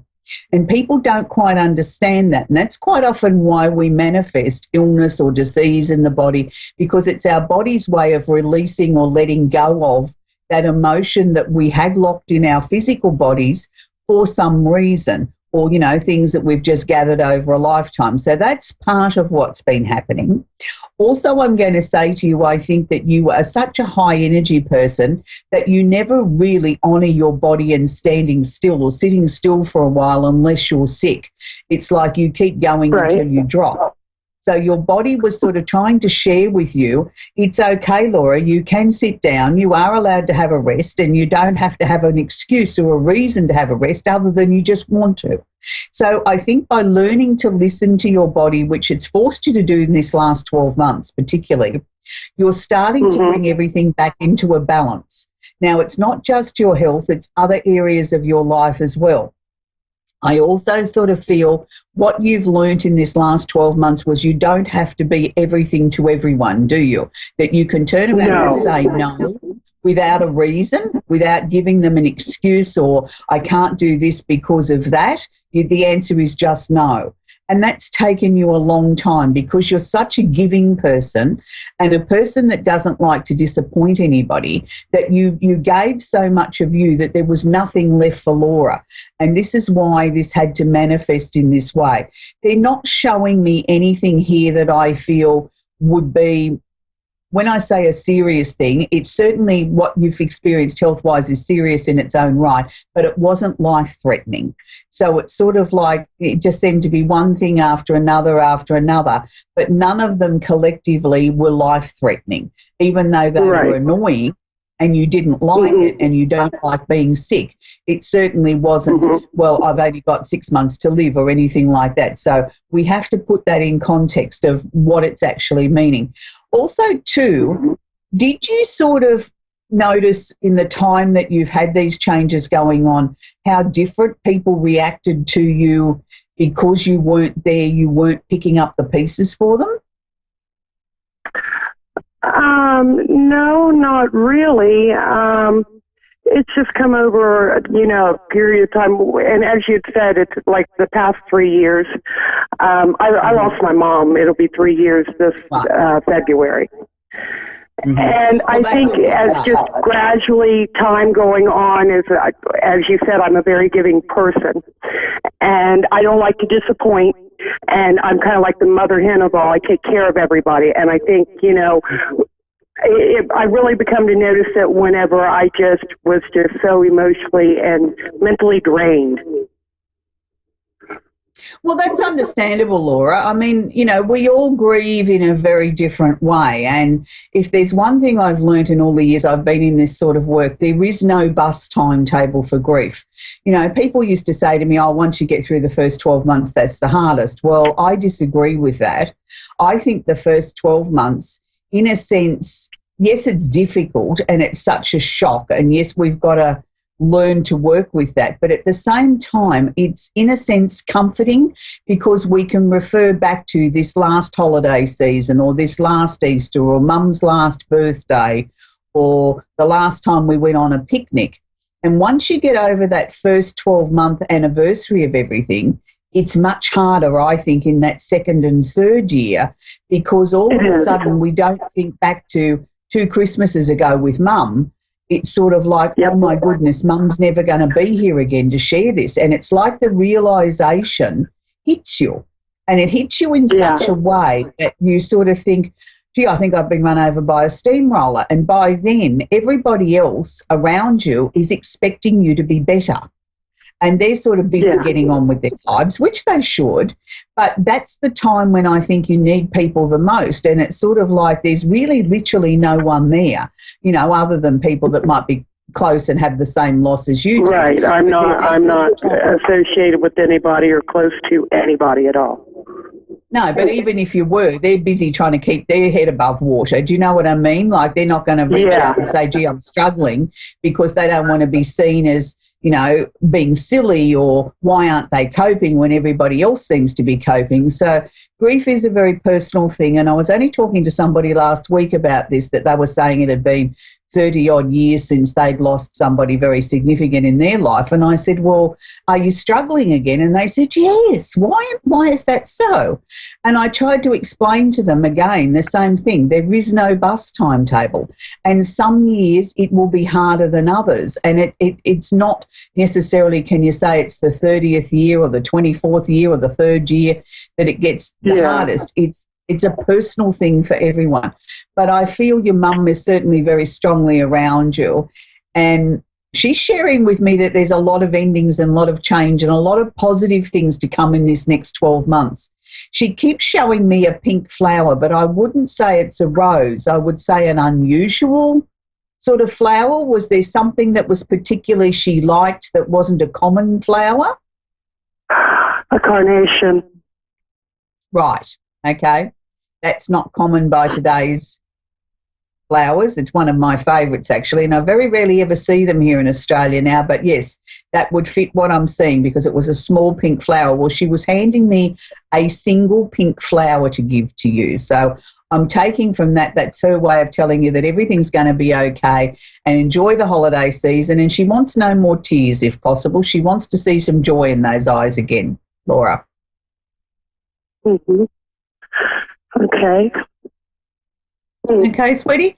That's where we're going to leave it because I've got to work with Kimberly now in Fairfield in California. Are you there, Kimberly? Hi. Hi, Kimberly. Do you have a question for me, sweetheart? I do. So I'm currently facing some criminal charges, and I'm just kind of curious to what the outcome is going to be. Is there going to be jail time? If so, how much? How is it looking for me? Okay, so it's you that's facing the criminal charges, is it, Kimberly? Yes. Oh, I'm sorry to hear that, sweetheart. I said, I'm sorry to hear that, sweetheart. Look, the first thing that they're sort of showing me is that not all the information yet has been presented. So, and I'm not talking about in the court of law, I'm talking about the case itself against you. To me, there seems to be more information that they're sort of gathering or putting together. Look, I don't like to predict the fact that this is, that you're not going to be facing some sort of time for this, but I do feel that there will be consequences for this. I mean, it's not something that it's within my jurisdiction to say how heavy your sentence is going to be or what the outcome's going to be in that way. I think you already know that there will be consequences for your actions, and I think you're ready to accept them and take it on the chin.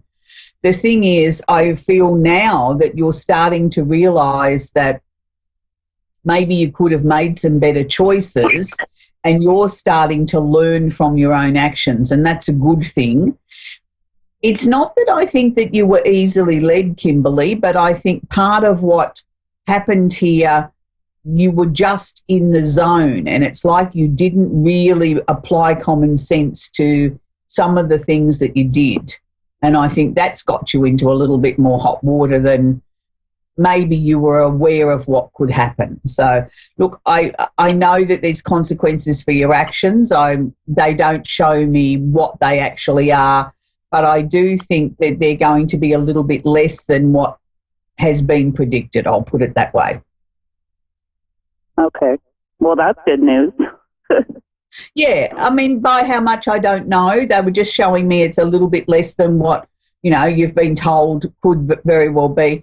But I feel with that there's also going to be other layers to that, like there may be programs or something that you'll need to participate in as part of the package of what is brought down. So, I mean, the important thing, Kimberly, is you've learnt from this. You won't make these choices again in your lifetime. And I feel somewhere further down the track, the situations that you got yourself into now that you're facing now will become more important in a different way a bit further down the track. I think it's going to be something that's going to lead you into a new career, strangely enough, where you're going to be helping other people not go down the path that you went. So, I'm a firm believer everything happens in our lives for a reason, even if we can't see the bigger picture at the time.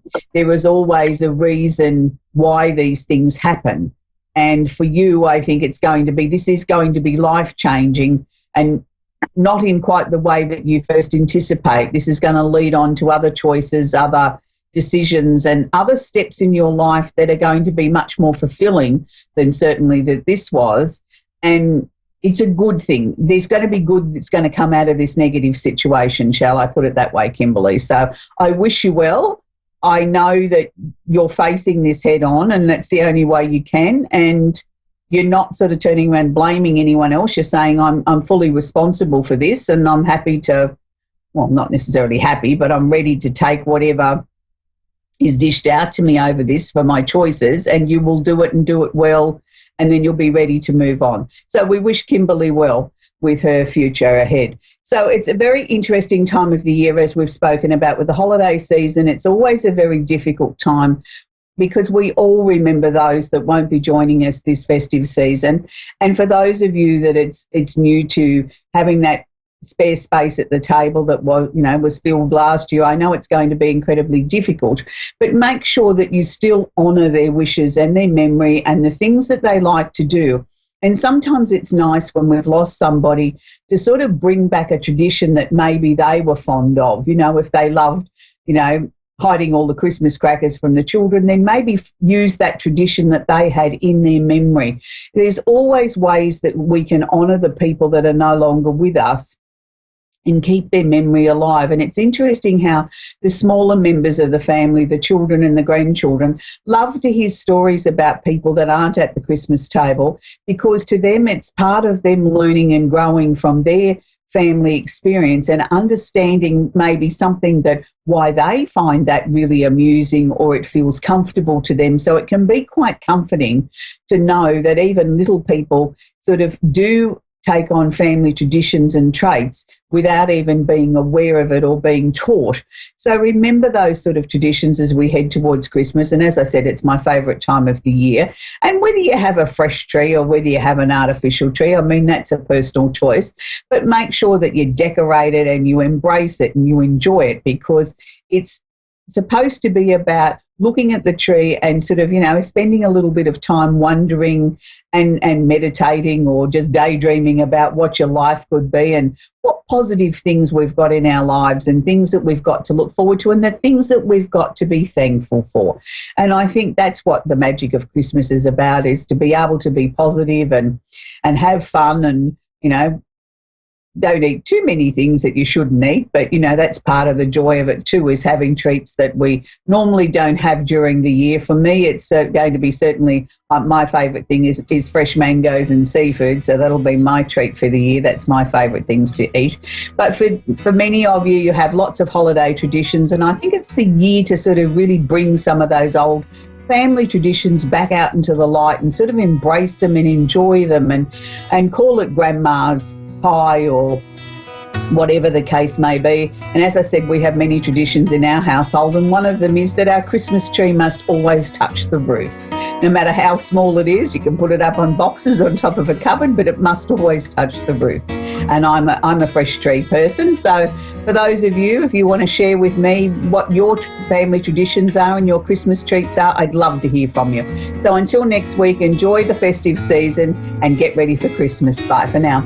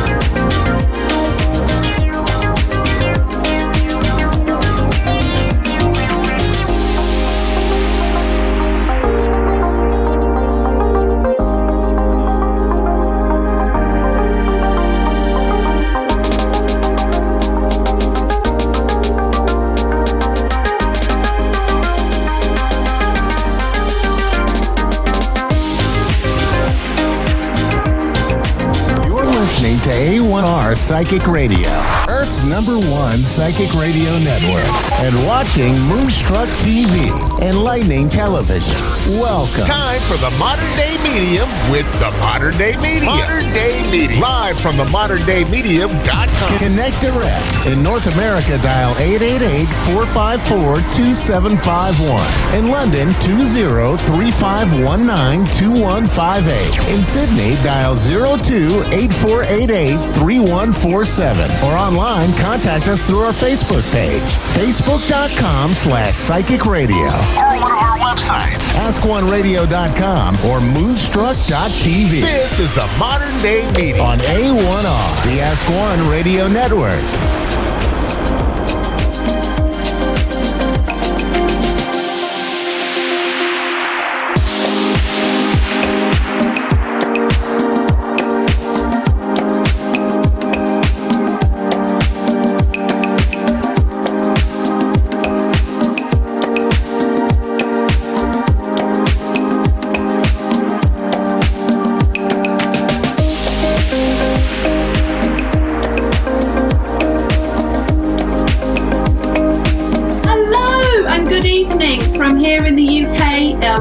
Surrey.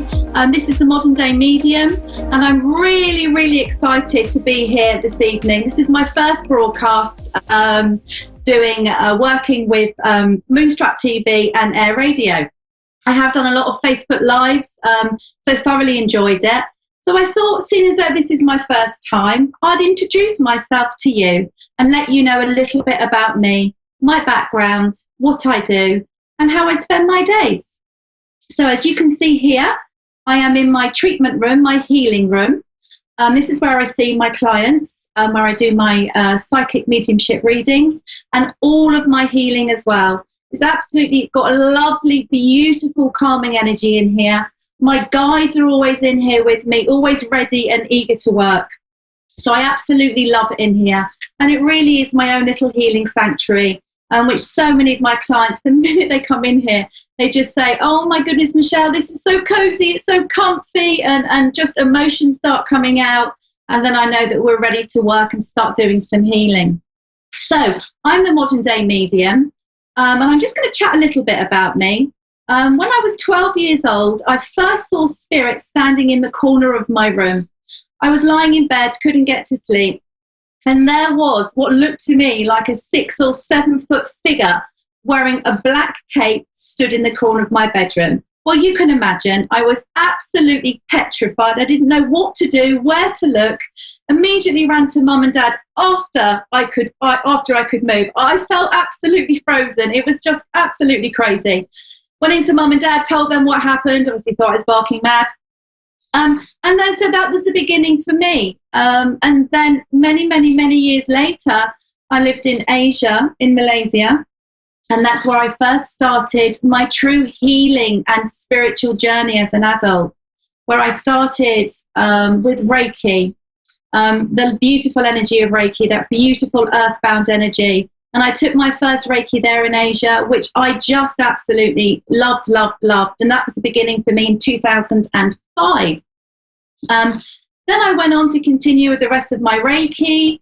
Since then, I have become a qualified psychic medium. I teach chakra courses. I teach kinesiology, touch for health as an instructor and a teacher. I'm a reflexologist.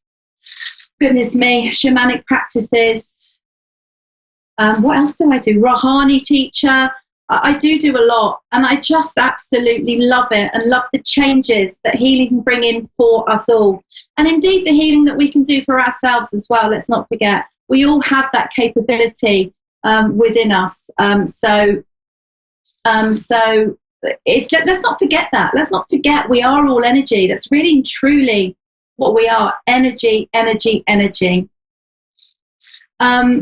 looks like Gabriella in... Something's going on there. Gabriella, somebody's ready to go. I don't know. I'm going to carry on chatting for a minute. This is my first broadcast, and I'm sure when I've done my second, third, and fourth, I will just ease into it and look like a total professional. But what I wanted to say is just for us all to know that we have the ability to help ourselves, to help heal ourselves. We just have to believe it in our hearts. And as the 4 bodies that we have emotionally, physically, mentally, and spiritually, we do have that ability to allow things to go, to allow emotions to go, meditations, connecting with ourselves, connecting with our higher selves, and just really take a look and feel at what it is that's blocking me. What's this repeated behavior? Why am I not moving forward? Why am I not getting what it is that I need? You know, is this my stuff? Is it other people's stuff I'm carrying? So as a healer, and a psychic medium, being able to combine all this beautiful energy and work this way is just, for me, an absolute treat. I absolutely love it. It's my full-time job and profession. I've also been in a national newspaper as well with my sisters. Both my sisters are psychic mediums and healers as well, so it runs in the family. And we've also been in quite a few magazines and written several articles as well, which has just been an amazing journey. And here I am now on the lovely Moonstruck TV and Air Radio, going live to you wherever you may be watching. And I honestly, from my heart to all of your hearts, I wish you much love and health and wellness.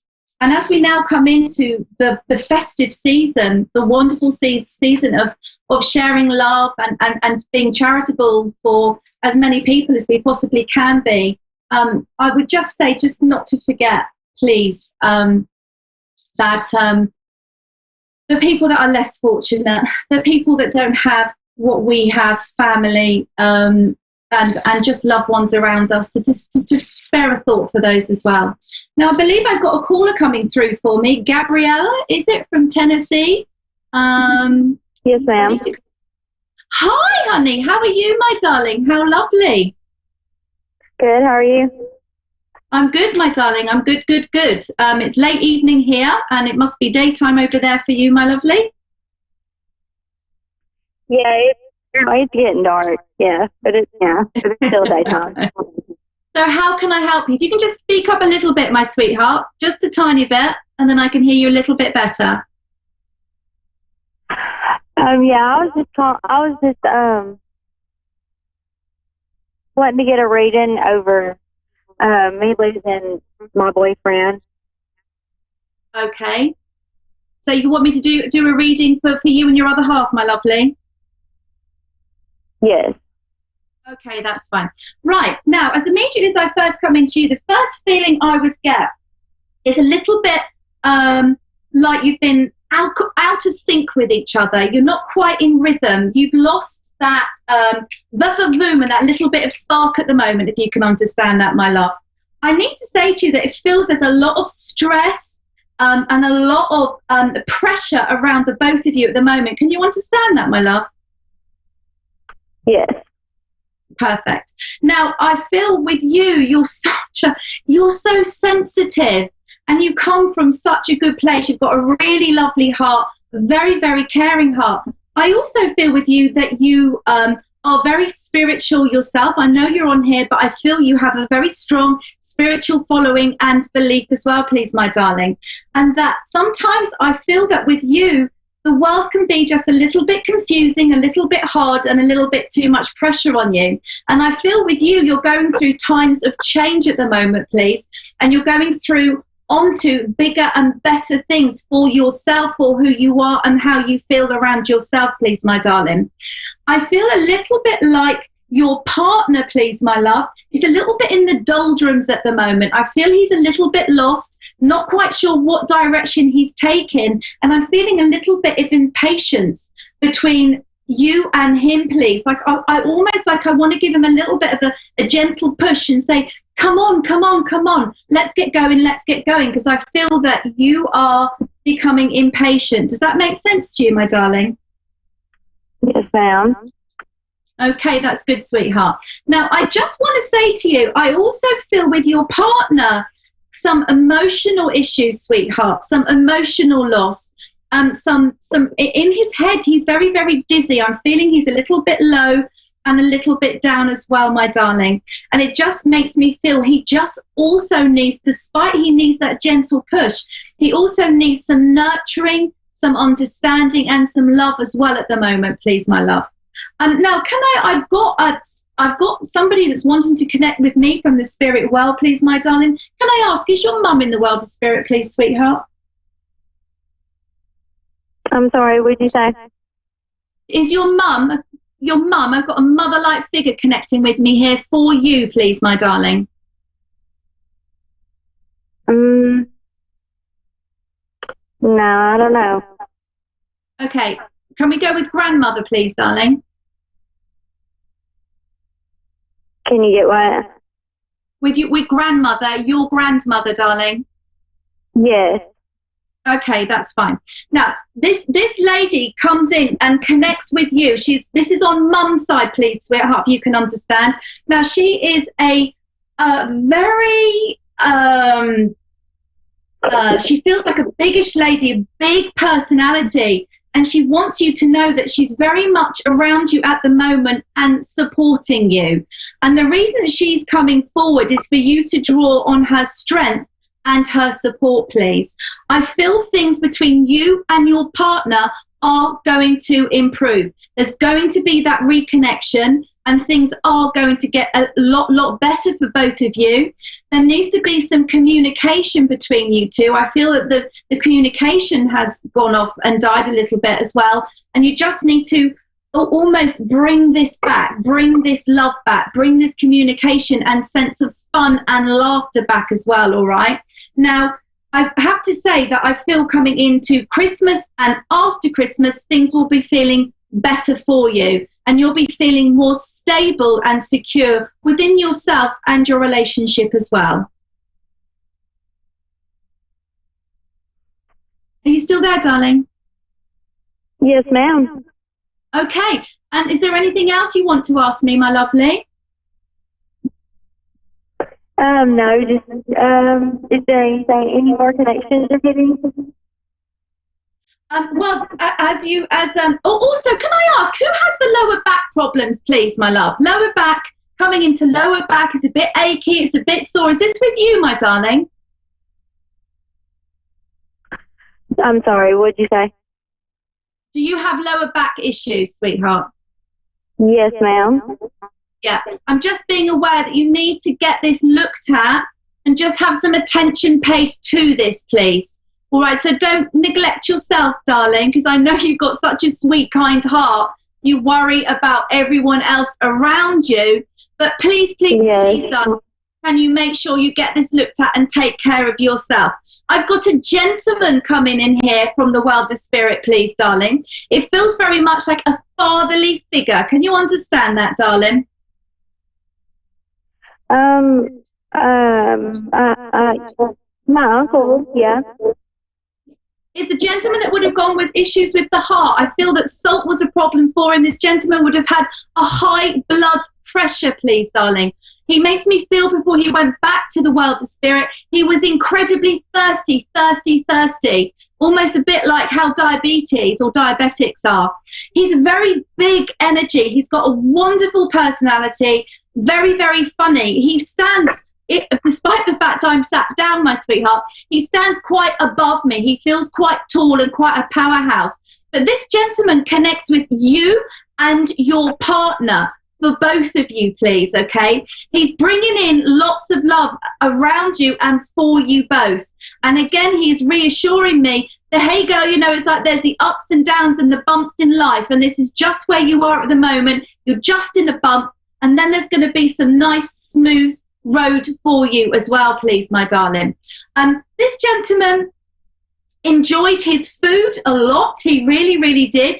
And he was a funny guy who'd have liked jokes, told jokes, and a great sense of humour as well.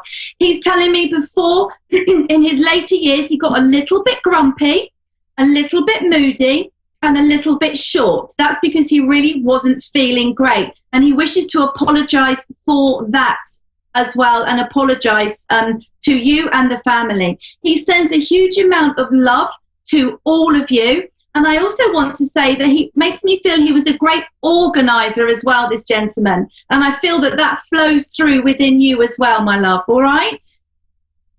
Yes, ma'am. You've got a lot of spirit around you. You really have. You whether you meditate or link in or talk to spirit yourself a lot, you have a lot of support around you. So please, please, please don't underestimate that link that you have. I don't know whether you do cards or angel cards, but I really, really want to recommend this for you to do this. Okay. Yeah, I'm serious. For you to get some cards or some angel cards, something for you to use, because it is there for you, okay? You're quite aware when spirit are around you, and things with your partner are going to get better. I feel this gentleman that's here in the world of spirit has just started tickling you and tickling you. Like he's saying he wants you to laugh more. He wants you to enjoy your life more. And the laughing and joking is all free. It doesn't cost anything. Even though there may be financial issues around you at the moment, a little bit of worrying is going to pass. But just for you to get back to that wonderful personality that I'm aware and can see that you have so clearly. What's this about feet with you? Can you understand that? Yes, ma'am. Is it either you love them or you hate them? But I'm just being shown feet, feet, feet, and then being tickled and played with and tickled, and you just really roaring with laughter. It's just lovely. And this obviously is coming through because this is what we want for you to be feeling happier and more jokey, all right? Okay. Is there anything else I can help you with? Is there anything else you want to ask me? No. Does that answer you? Has that helped you, my darling? Yes. Good. So just know for your partner, I just feel with him, he just needs a bit of support at the moment. I feel he's a little bit down, a little bit low. I also feel he's quite a closed book and doesn't express his emotions a bit at the moment. And I feel you're bouncing off each other a little bit at the moment. It's sort of a bit like a tennis match, if you can understand. And so it's just that it just needs to be broken. This backwards and forwards just needs to be broken to enable you to bring back that laughter and joy and everything that you want back in your life. Can you understand a small, little, white, fluffy dog in the world of spirit as well, please, my darling? I've got a small dog that's stepping in now from the world of spirit. A small dog? I've got a small dog, going back into family or a connection with family, and it's a small dog that... Right, I just need you to know that dog is also in spirit as well and comes around you. So you've got quite a team that do come in you. I also want to say to you, I'm aware that you're not sleeping very well at the moment, please. No. Yeah, so just, if I could say to you just to try to clear your mind a bit and just let your worries go, just clear it before you go to bed. A hot bath, a bath with some Himalayan bath salts would help enormously. A meditation or listening to a meditation just for you to clear your mind. I also really would like you to talk to somebody as well and just really make it clear how you're feeling, because by getting these emotions and expressing this off and letting this go, it enables you to heal and let go. So, all right? Yes, ma'am. Lovely. Thank you. Well, you're my first caller. What a treat for me. Yeah, thank you so much. So welcome, my darling. So happy. You can find me on the Modern Day Media and Facebook page, website.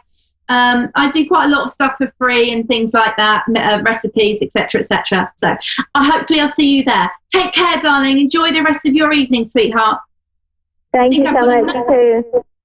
Bye-bye, sweetheart. I think I've got another caller maybe coming through in a minute or so, but let's just carry on.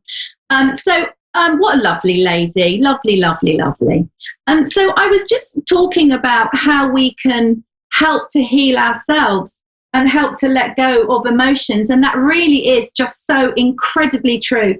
Just even being out in nature and standing amongst the trees, standing in nature, allowing these emotions just to release and let us be free. We can almost see them if we're having problems in our heart, we're upset, or in our solar plexus, and there's too much going on in our head. Just going for a walk with intention of, okay, look, I know I'm overloaded. I need to release this. I need to let this go.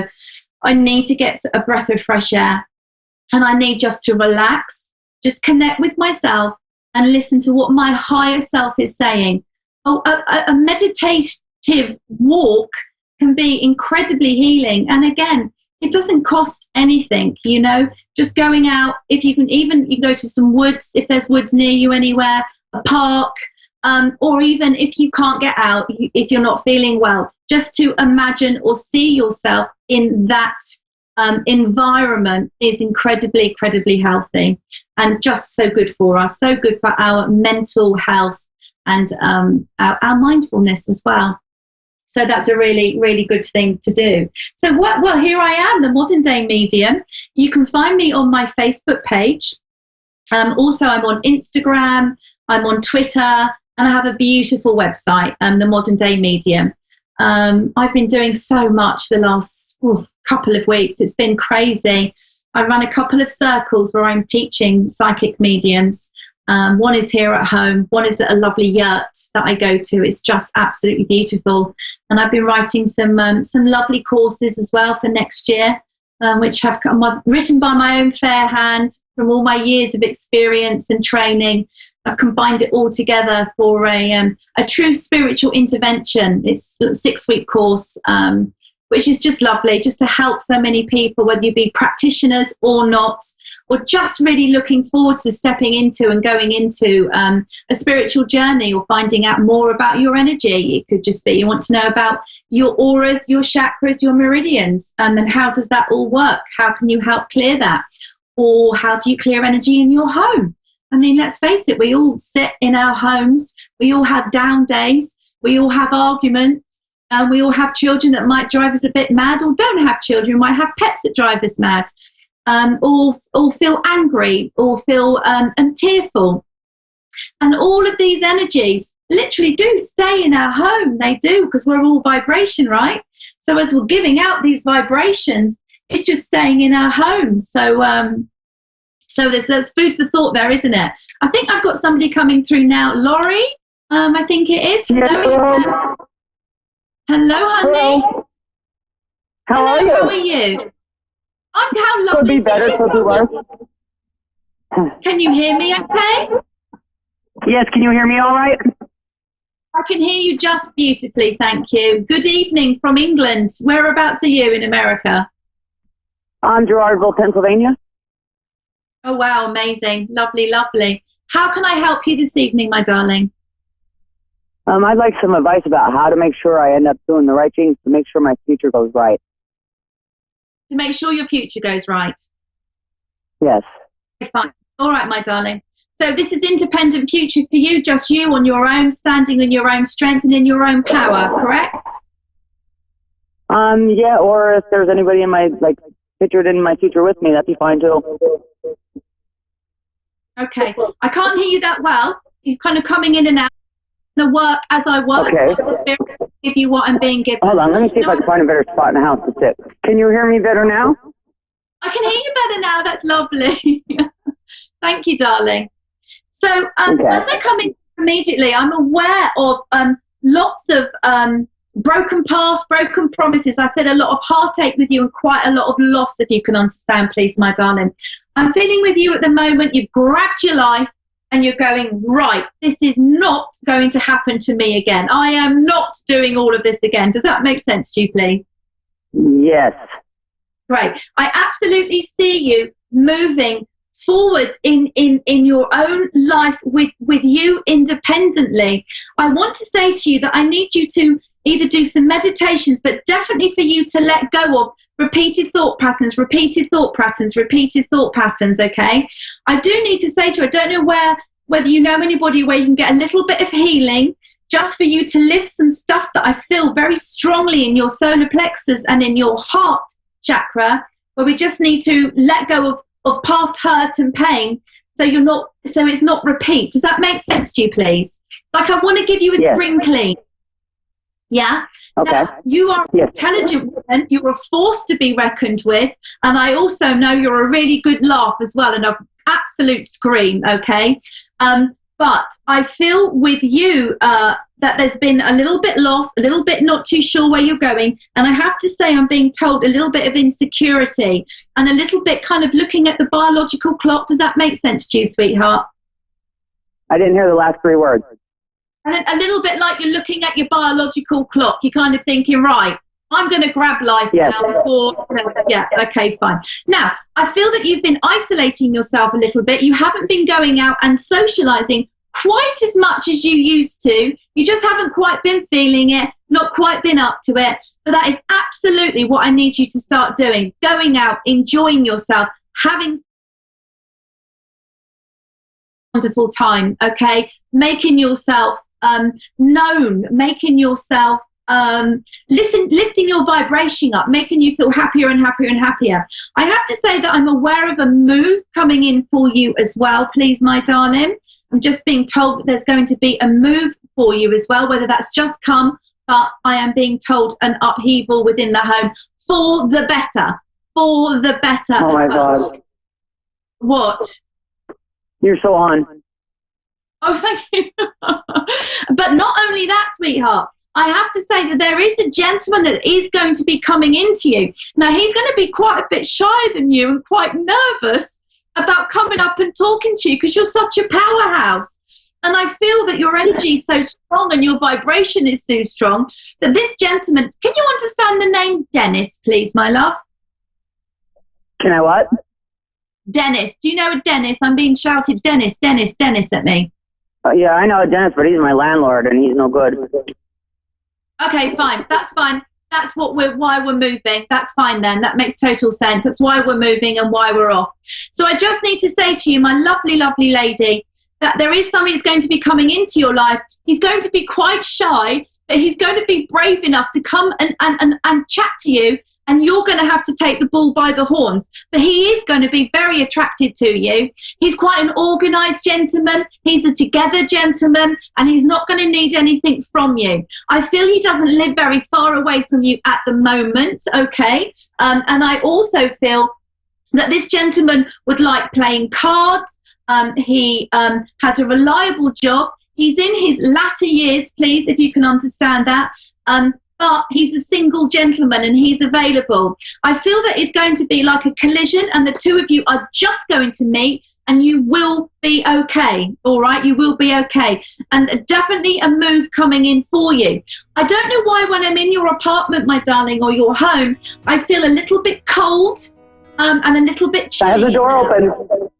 I have the door open. I'm just like, oh, I feel so cold in there. Yeah, I hope that's helped you, my lovely, lovely lady. And just hold that in your heart.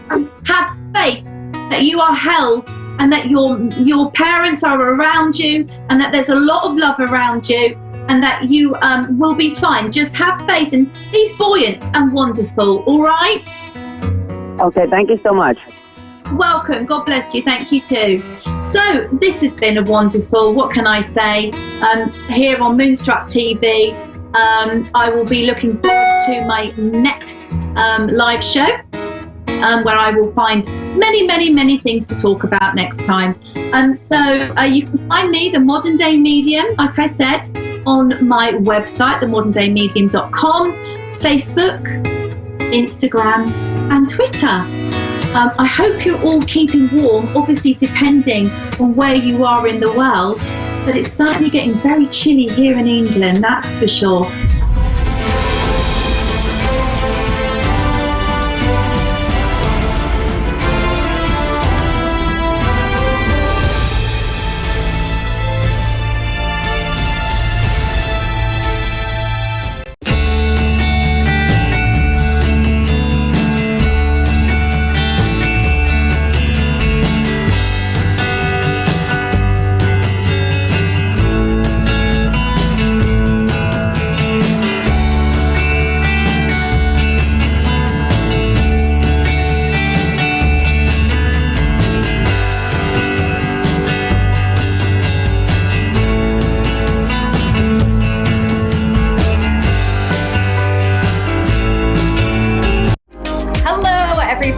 Thank you so much for joining me today.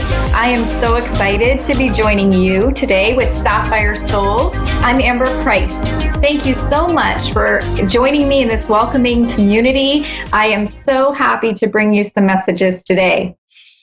First, I want to start with introducing myself.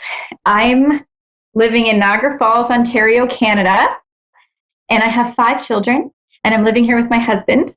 We have 1 grandbaby and another one on the way any day now. So it's quite busy here in the Price household, but not too busy to be able to spread some light in the community. So today, I just wanted to give you a couple little insights into who I am and how I got here. So I started doing this work professionally a few years ago, and it kind of came about in a very interesting way because I didn't actually plan on being a psychic medium for my life. If you can imagine, most of us don't, right? It kind of something you're stumbled upon, and the universe is kind of giving you that direction and guidance to be able to come and join this work. So originally, I had done a lot of work in the healthcare industry in administration. And so I ended up continuing that work and really finding more and more that I went on that I just needed to do this. So my earliest memory was when I was about 4 years old, around kindergarten time. And that's when I really started recognizing that I didn't actually believe that I was alone. I knew it was an imaginary friend, but I did know that the energy that was around me, I felt like I wasn't alone, and that, you know, I really felt comforted by it. It never did scare me. And then fast forward to about 12 years old, and luckily some pioneers in the industry were already on television and sharing some information educationally about this type of work. And I was able to, through that, really understand who I was and what I was doing. And so from there, at 12, you can imagine I didn't understand very much about it, but I did know I wasn't alone and that other people did feel the same way and experience the same things that I did. And as you know, because if you're watching, that means that you're also a spiritual soul. And so to some extent, you also probably feel like you could be isolated, or that somebody doesn't really understand how you feel or some of the things that you're experiencing. So when you do have somebody like that come along and really shed some light, it really is comforting. So I ignored it, of course, at 12 years old. I just went and continued and played and, you know, lived my life. And then getting to 17 years old is when I really started to feel my first experience. Now, it was around the first time that I knew that I was communicating with someone who had departed.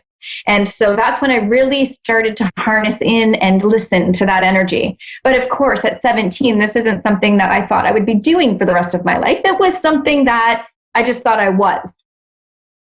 And so when I'm connecting and getting messages, I just felt, again, very peaceful, very validated, very heartwarmed by it, because it was never scary.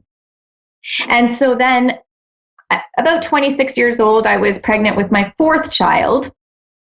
And we, of course, didn't know if it was going to be a boy or girl, but I had this impression of a little girl, and she came to me and kind of gave me some information about that she was a girl, that she would be coming and joining us into this earth realm, and that she would be coming on a certain month and a certain day. And of course, I thought, okay, well, we'll see what happens. And of course, true to her message, she came on the exact day that she had given me the information. So from there, it really kind of started to get more involved and more heavy as we kind of went on. And being a parent, I really used my intuition to help guide and help deliver messages and guidance to my children. So as I mentioned, we do have 5. And so now we get to share that information with all the little new grandbabies that are coming for us. And so when I decided that I was going to work in this industry and really just live my authentic purpose, which I really believe each of you should be doing. It is a very scary and difficult step. I understand. I've been there, done that, had to make the same choice. But at the end of the day, it's feeling like a relief. Like, yes, you are doing what you're supposed to be doing. You are living your authentic purpose. And that in itself is so rewarding. So I was about 26 when I made that decision to really start listening. But I really wasn't until my 30s in which I decided that I was going to be doing this for professional work.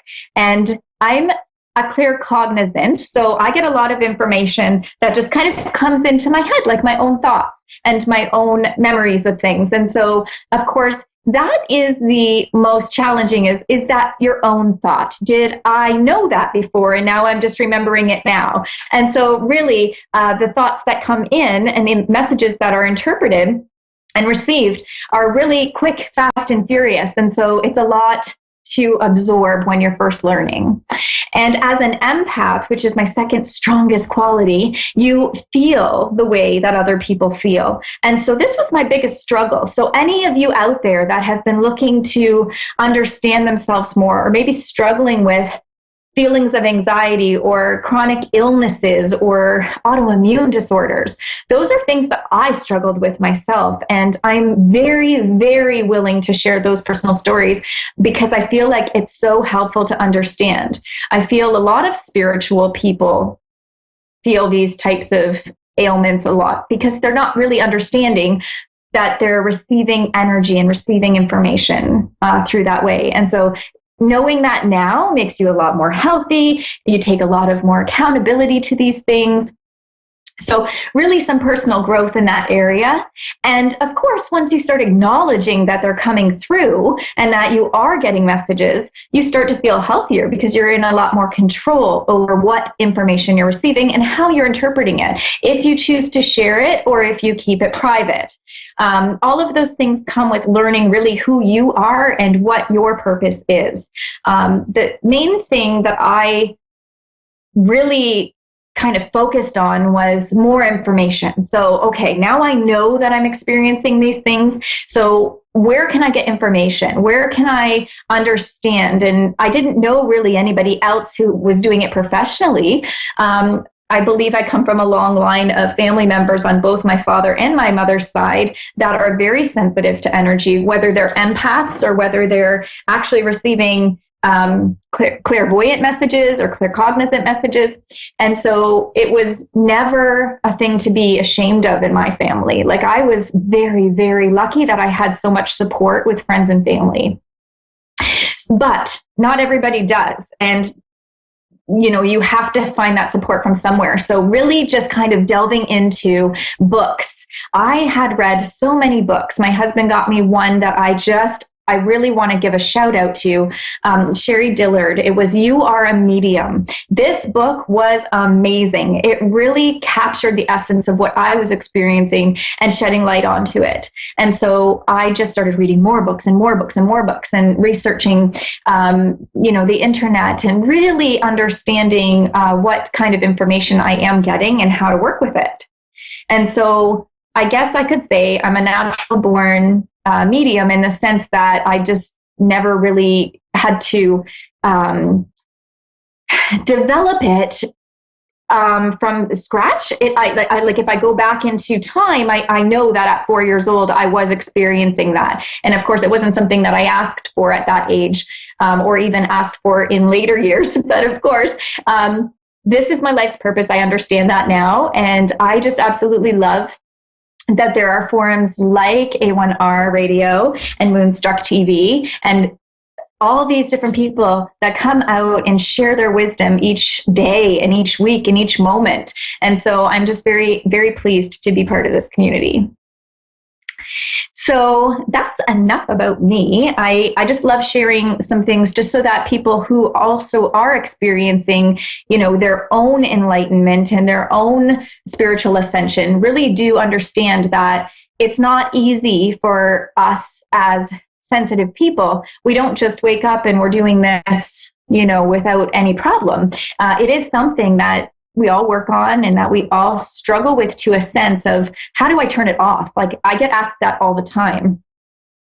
And to a point, it's hard to turn it off because if you're open and you're willing to accept messages because you know it's for someone's highest good, it is difficult to turn it off. However, there's different varying levels of that. And so, in one of my future shows, we'll talk about really how do you harness those messages and how do you protect yourself if maybe you're somewhere where it's inappropriate to be receiving all these messages and having to filter through them. So I'm interested, down the road in sharing those tidbits.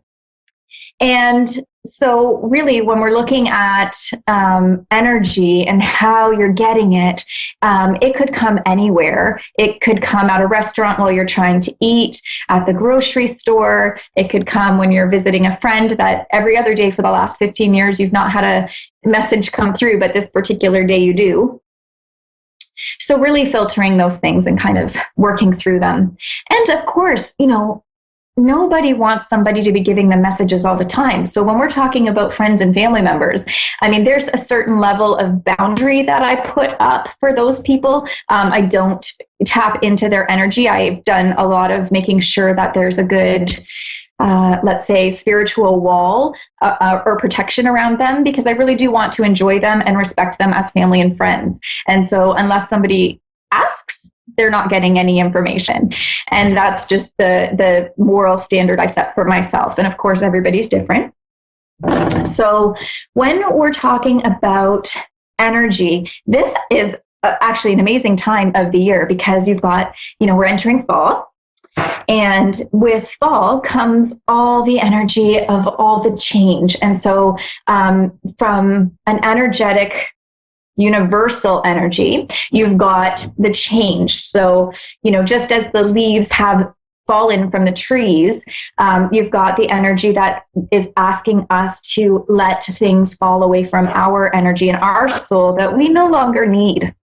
We carry so much with us every single day. And, I always equate it to like, if you were carrying all these grocery bags and backpacks and stuff, and every time somebody you met, you got another backpack or another grocery bag, and then you got upset because something upsets us. And so you hold that as another bag. And then all of a sudden you've got like, you're being weighed down by all of these bags and all of this energy that you're carrying. Now imagine if you thought of that as the physical picture that I was creating for you. Could you imagine how far somebody could get in carrying all of those bags and all of that weight? So when we're really thinking about it, if you can put down some of those bags, those spiritual bags, you can really start to feel healthier and feel more aware and have more enlightening messages come through. Because when we are holding all of that stuff, what happens is our energy becomes a little bit more dense, and it is harder to communicate with energy. And so if we're talking about you and how you're supposed to be, maybe communicating with your loved ones or your angels, your guides, you really want to have some sense of clarity when you're getting those messages. And let's be clear, just because you put something down doesn't mean that you don't have to care about it anymore. It just means that you're letting yourself enjoy the moment that you're in.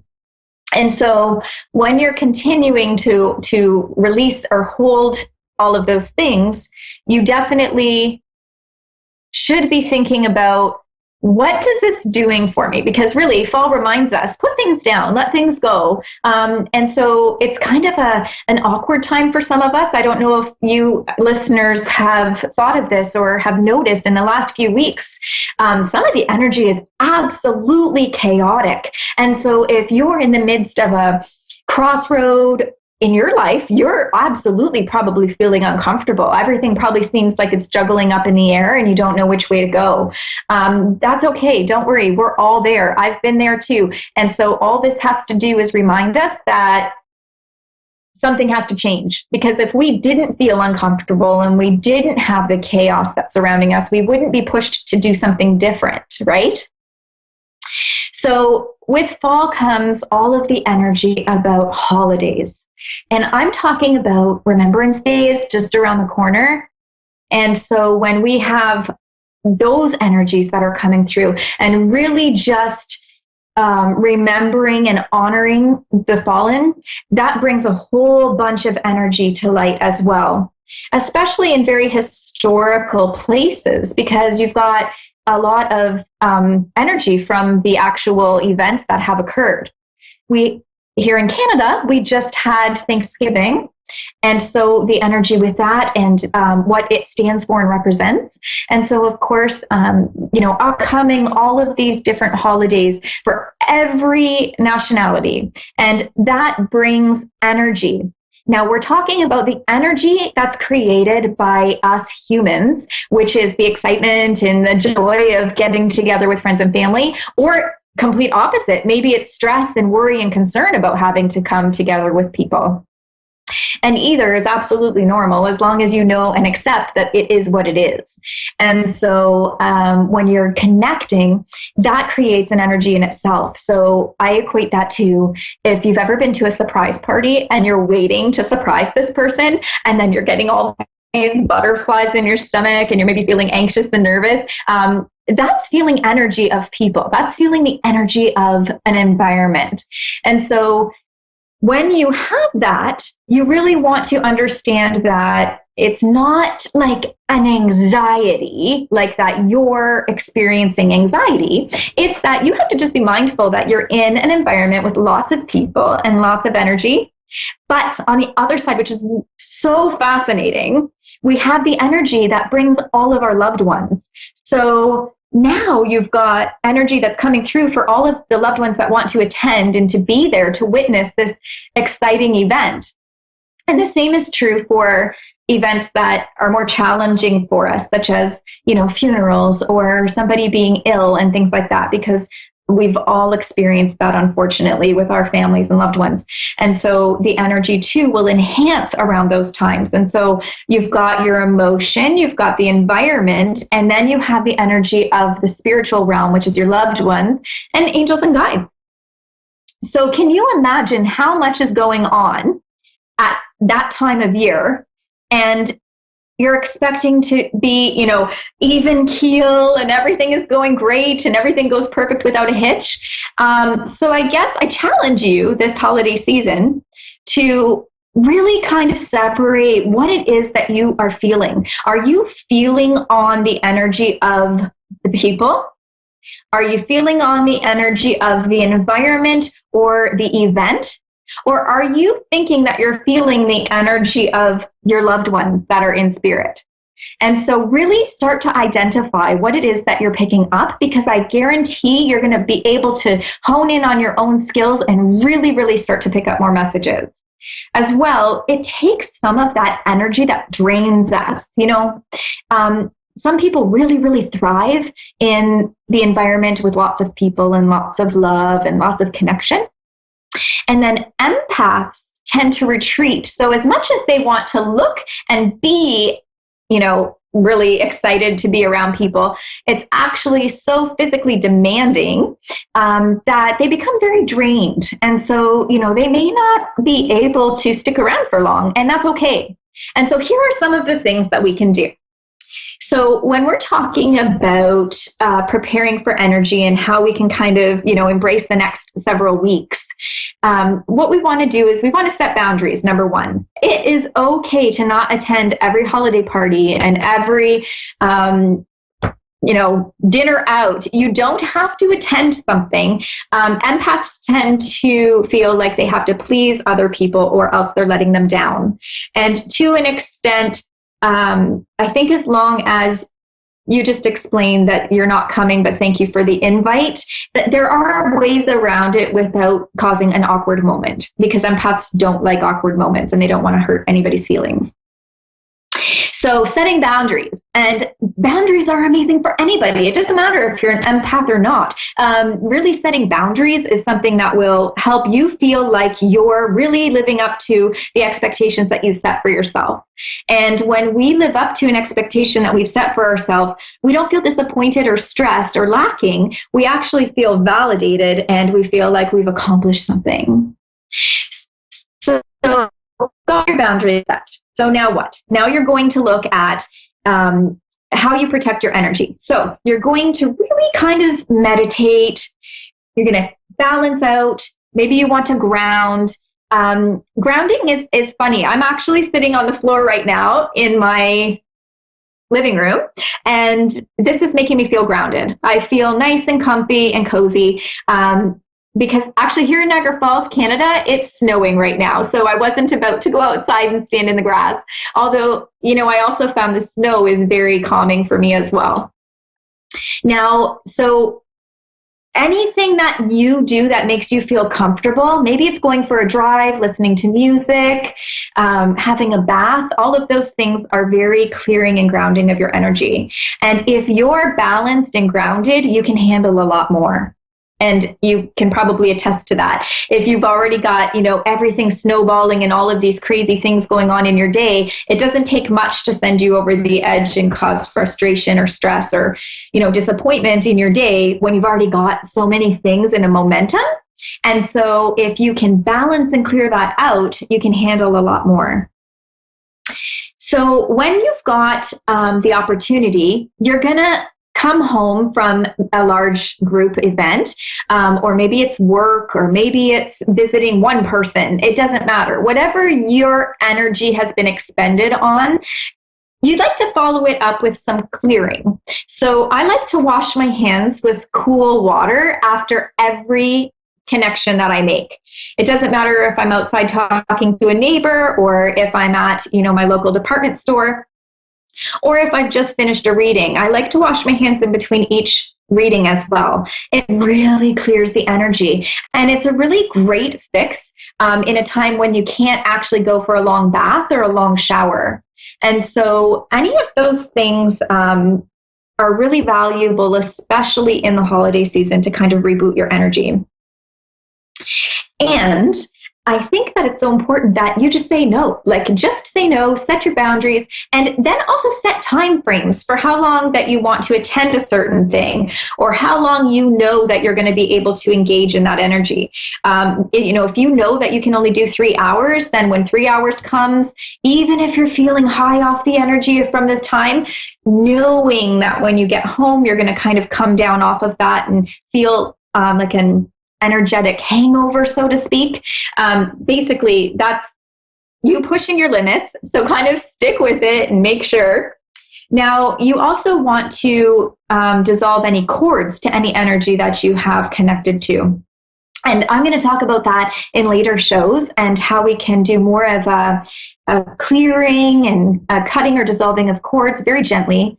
And I am just absolutely so excited to share with you all of these little tips and tidbits that I've learned through the years, because it helps me so much to understand, how are other people experiencing energy? And that's why I love to hear other people's stories. I absolutely love it. And so when they show up and they share this information with me, and I can help people through spiritual growth coaching, the workshops that I offer, I really get so much more out of it than they probably do, to be honest, because you know what? I love learning and I love engaging with people, and helping somebody understand their abilities is priceless to me. It is absolutely priceless, because I understand from a very personal perspective what it felt like to be there. And I'll tell you, I don't take any interaction with somebody for granted. It doesn't matter who you are. When you cross my path, I will learn from you. And I hope that I grow better from it. And so that's why I'm here. And that's why I've decided that I'm going to do light work. And this is what really just gives me the love in my heart to be able to share with you the stuff that I've learned and the information I get. So primarily as a medium, I connect to people who have departed. And so I hold a very, very high ethical standard for myself and how I share information with people's loved ones. So I don't like to rush. I really like to give people the time that they need to hear the messages. I do evidential mediumship, so I like to provide validating key facts about their loved ones so that they know who I'm speaking of.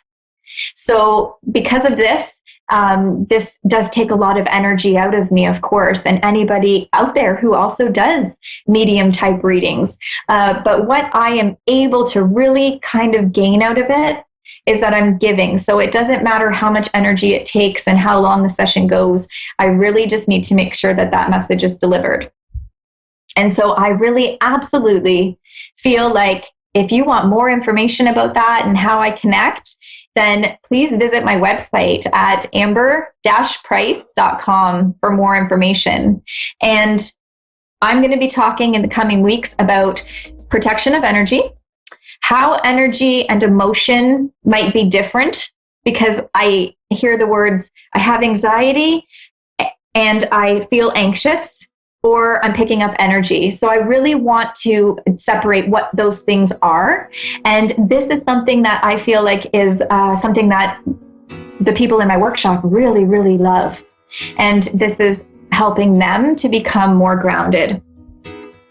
And so as you approach your holiday season and as you continue to move through fall season, know that you have lots of resources around you and you can reach out at any time, and that you're not alone. You have validation, you have backup. And so thank you so much for allowing me to join this beautiful community on A1R Radio and Moonstruck TV. I am so excited to be here and share this information with you. And in the coming weeks, we'll get into really some cool topics and deep information. And hopefully where you are, it's not snowing so much, because right now it's still snowing. So, and maybe next time when I see you, I will be able to share that I have a brand new grandson on the way, because he's due any day now. And so we're anxiously awaiting that. Perfect timing. So thank you so much. And I absolutely want to challenge you to that energy challenge that I gave you. And I'd love to hear your feedback about it.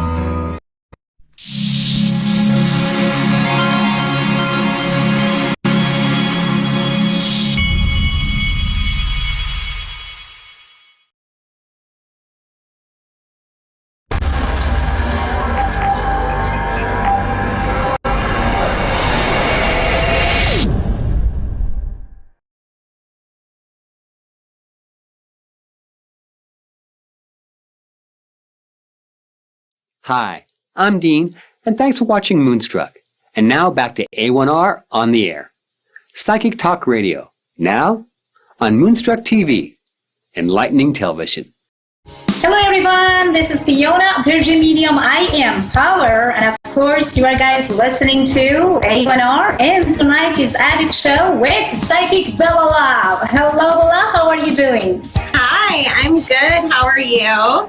I'm doing fantastic, sweetheart. How was your day so far? Sounds like you've been busy. For those who actually gave us feedback, we would love to send 3 minutes, and Abby has always been generous by credit and credit account also send the 3 minutes for an advisor or in behalf of advisors. So how was your connection and feelings with Abby? It was like, how did you feel? So like, good. What was the response, or better say feedback from your client? My clients have been loving this site. They say it's so easy to use. And it's funny because I have a lot of clients who use other platforms, and they said like they don't want to use the other platforms anymore because they just feel like even the energy is so much better over on Avid. Yeah, exactly. So, and I kind of like feel good too when I feel and sense that there's a tons of people that sending me an email and says, well, Fiona, we are so happy that we finally find you, because we've been very sad in the past couple days and months or so, because, you know, you just been disappeared. And I says, well, you know, I always, you know, is around, and you guys can just like go and Google Virgin Medium I Am Power, and I am kind of everywhere. So one person with almost 1.5 million of followers, it's very easy to find. Yeah. So let's see what Dave has for us. I don't know. Hopefully we did not lost connection. No, he's there, because it's not like new Skype. It's just a little bit fishy. Sometimes you feel that, sometimes you feel that maybe, you know, our producer is just gone for party, and then we are in the autopilot. Okay, so now back to studio, and now I have Maria. Hello, Maria from Australia. Hello, Maria. How are you doing, sweetheart? Hello, how are you? I'm doing very well. I'm doing very well, sweetie. Gorgeous, give me your date of birth. Me and Bella would love to help you with anything and everything we can. Please give me your date of birth, and then tell me what you want to know of your moment. Go ahead, please. Yeah, my date of birth is the 23rd of November. Okay, Maria, we got it. And do you need the year? Okay, sweetheart. And what do you want to know? What do you want to know of your moment, sweetheart? What is exactly your question? Is in a spiritual level. What is exactly you have in your heart? What we can do for you tonight? I'm sorry, I can't quite hear you properly. What we can do for you tonight? What do you have in your mind? Oh, okay. Just anything general, really. Whether career, travel, family, what do you see? Just anything, really. Yeah. So, Bella, I think you can start it, and I'm open the Pentagon because Bella is always very fast with to pick up things, and because you have a lot of beautiful sense, as I know, and you are very vulnerable for that. So please, darling, go ahead for Maria, and I'm trying to open the Pentagon for her as well. Go ahead, sweetie. Okay. Hi, Maria. I usually prefer people ask specific questions just because general readings, a lot of information comes up. So that's okay. If I could have a career, I want to get into self-employment later. I was just wondering, can you see that in my future? Okay, you said you wanted to get into what kind of employment, hon? I'm sorry, I didn't hear that. Self-employment. Oh, that's okay. Self-employment. My own business. Okay, perfect.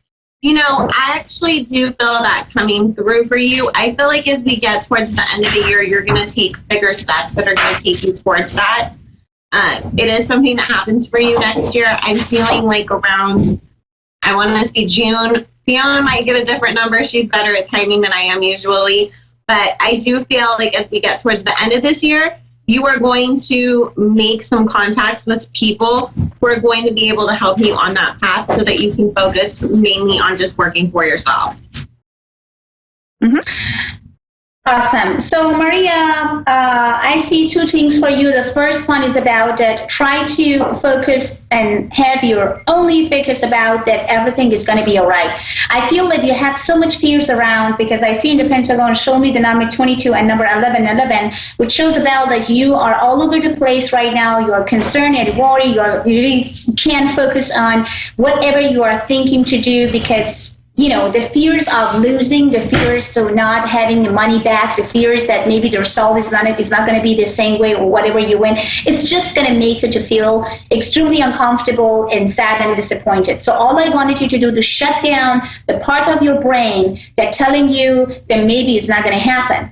Maybe you should not do it. Maybe you should listen to that and this person. Maybe that's not actually your idea or good way or any right or nice direction. So any of those negativity or negative thoughts, feedbacks, anything that come from others and even come from your own thought, I wanted you to shut it down. I wanted you to highly focus and make sure that everything is going to be exactly the way as you wish and desire. So the only things that I wanted you right now to focus about, what should I do to make these things happen?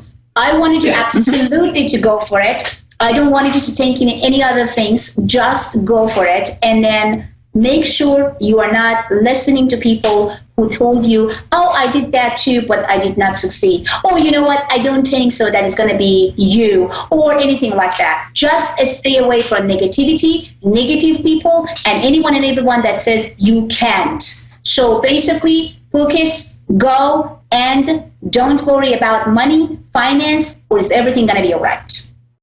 Okay, excellent. And do you see me moving house at all, like building a house or buying another house? Yes, there is actually moving for you that coming before 2019, which is I can feel and sense that it would be around November 10, November 15 through actually the December 3rd and December 4th, which I can see that around the month of October, a lot of discussion and a lot of movement going to happen about that move. So yes, the movement I can see for you, and it's very clear. Okay. Do you see is it going to be within the same city I live in, or is it going to be I'll be traveling to move like interstate? I'm not seeing any traveling. I'm not feeling and sensing even in your Pentagon that you're going to travel or you're going to have like a difficult time for anything. So you don't need to be concerned about that. Yeah, everything actually looks good. Yeah. Okay. And is there any health issues coming up or anything health that you can see? I feel, Bella, as far as I'm concerned, in your pentagon, your health is excellent. I don't have any problem with your health. Besides that, I can feel a little bit of your bone pain, kind of like maybe muscle pains, which is if you have time for yoga, example, if you have time for just walking, you need to do that, but it's not really serious, and I'm not really seeing any serious condition that you may need medicine for to calm down and relax. So all I wanted you to do is just stop to be concerned and worried. You are that type of the person that you're always going to concern and worry about things. You double kind of like think about everything, and you don't know exactly where to go sometimes because it's just killing you, those thoughts. So please stop overthinking your overthinking. Everything going to be just all right, sweetheart. And for more information about me and Bella, you can go to avidadvice.com. And if you sign up tonight, for sure, Avid would love to send you 5 free minutes to talk to any advisor, and of course, Bella and me. Yes, my love. Do you have any other question? Travel. Do you see me traveling? Any travel in my future? Travel for pleasant or pleasure, yes. I can see the pleasure traveling, but I'm not seeing that you are traveling because you have to change your job or you have to change your place. But you are traveling because have a pleasant time together with people that you would love to. Yes, I see traveling. I see trips. Yes, I do. Do you see where and when? The where I can see that going to be actually a very nice weather because I see the palms. So you are definitely going to travel in a place that maybe there is a big palm tree, and also I see sunny and beautiful ocean view. That's what I can pick up right now. And the event time, it would be at the end of October, which I can see that you're going to celebrate some good news with comfort your movement or something that you are guys going to discuss about your move. So basically after the 23rd through actually the 3rd and the 1st of December, November, I can see that a lot of changes happen, but you celebrate it because you received good news at that time, and that's why the travel will happen. So I see the trip going to happen at the end of October. Yep, no problem. That was all. Thank you very much. You are very welcome, sweetheart. Thank you so much. Have a great one, and welcome to avidadvice.com. So back to studio. Okay, Bella, we have Bowie from Florida. Hello, how are you doing, sweetie? I'm good. Awesome. I love your energy. It sounds like you are kind of, I have a tons of questions from Bella. I have tons of questions from Fiona. So, okay, get ready. So we both ready. So we would love to give you anything and everything you would love to know from your life, now, present, future, anything. Just please give us your date of birth and let us to guide you to see where we can go. Go ahead, please. Date of birth is March 19th, 1972. Okay. I see that. Okay. Okay, my love, shoot your question. I'm sorry? Tell me about your question. Go ahead, please. Just recently made a big move to another state. I've lived in the same state my entire life, so this has shaken us up, us meaning myself and my family. Just recently have applied for a few jobs, just kind of wanting to know how the area is going to work for us, anything I should be looking for. What do you see in our future? Okay, when I come to the movement, I would just be fast and then Bella can start it too. What I feel and sense that directly when you're talking about move, you did a great, fantastic decision. So congratulations to you and your family. This is that was a very nice decision. Number two, when it comes to fears of if I can find a job, answer directly came from my mind, and the picking of the energies is yes. There is no doubt about it. You will get it. But you have to be patient, and also you have to be positive, because I can see you've been tired, you're still tired, you still need to digest everything around, which is completely new. But the feelings that I have, you are going to receive some good news which in the Pentagon shows me around actually the 10th through the 23rd of the month of October.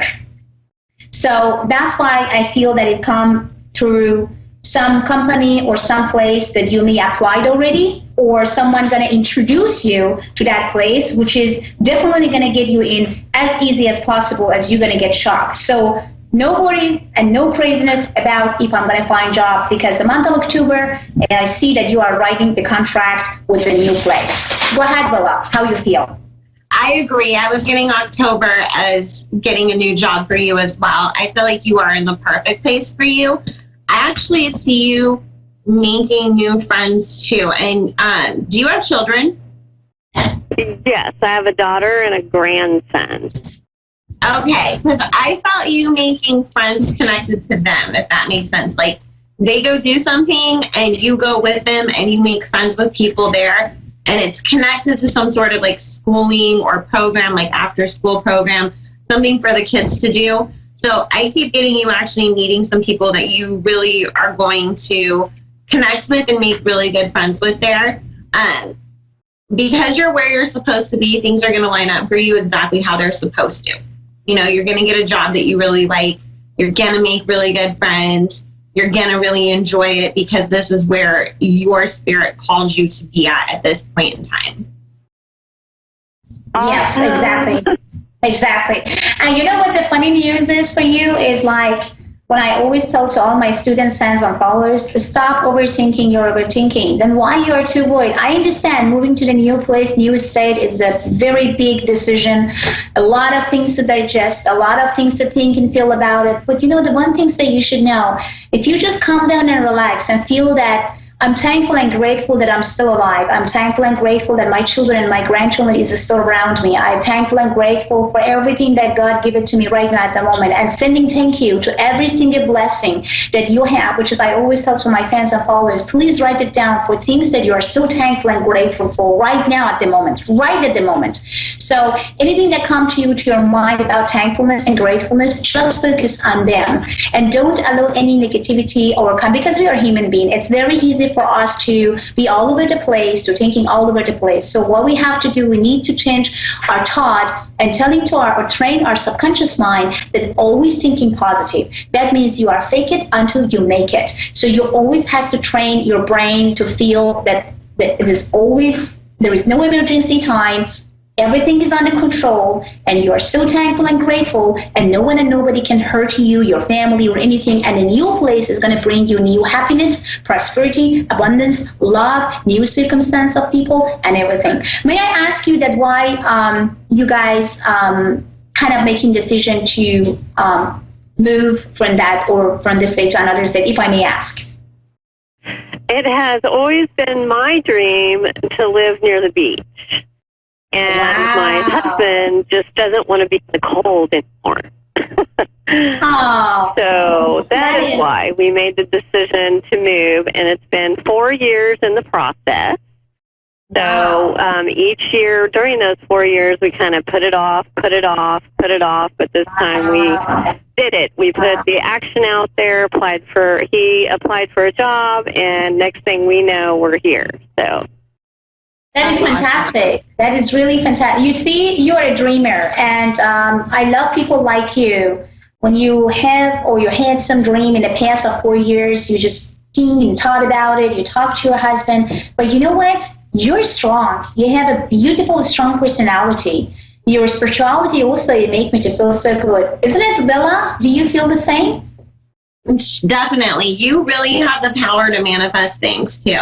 Yes. I mean, this. Yes. When you feel that your spirit is calling you to something, like you said you had this dream, that's your spirit talking to you, speaking to you, telling you this is where you're supposed to be, and you were able to make that happen.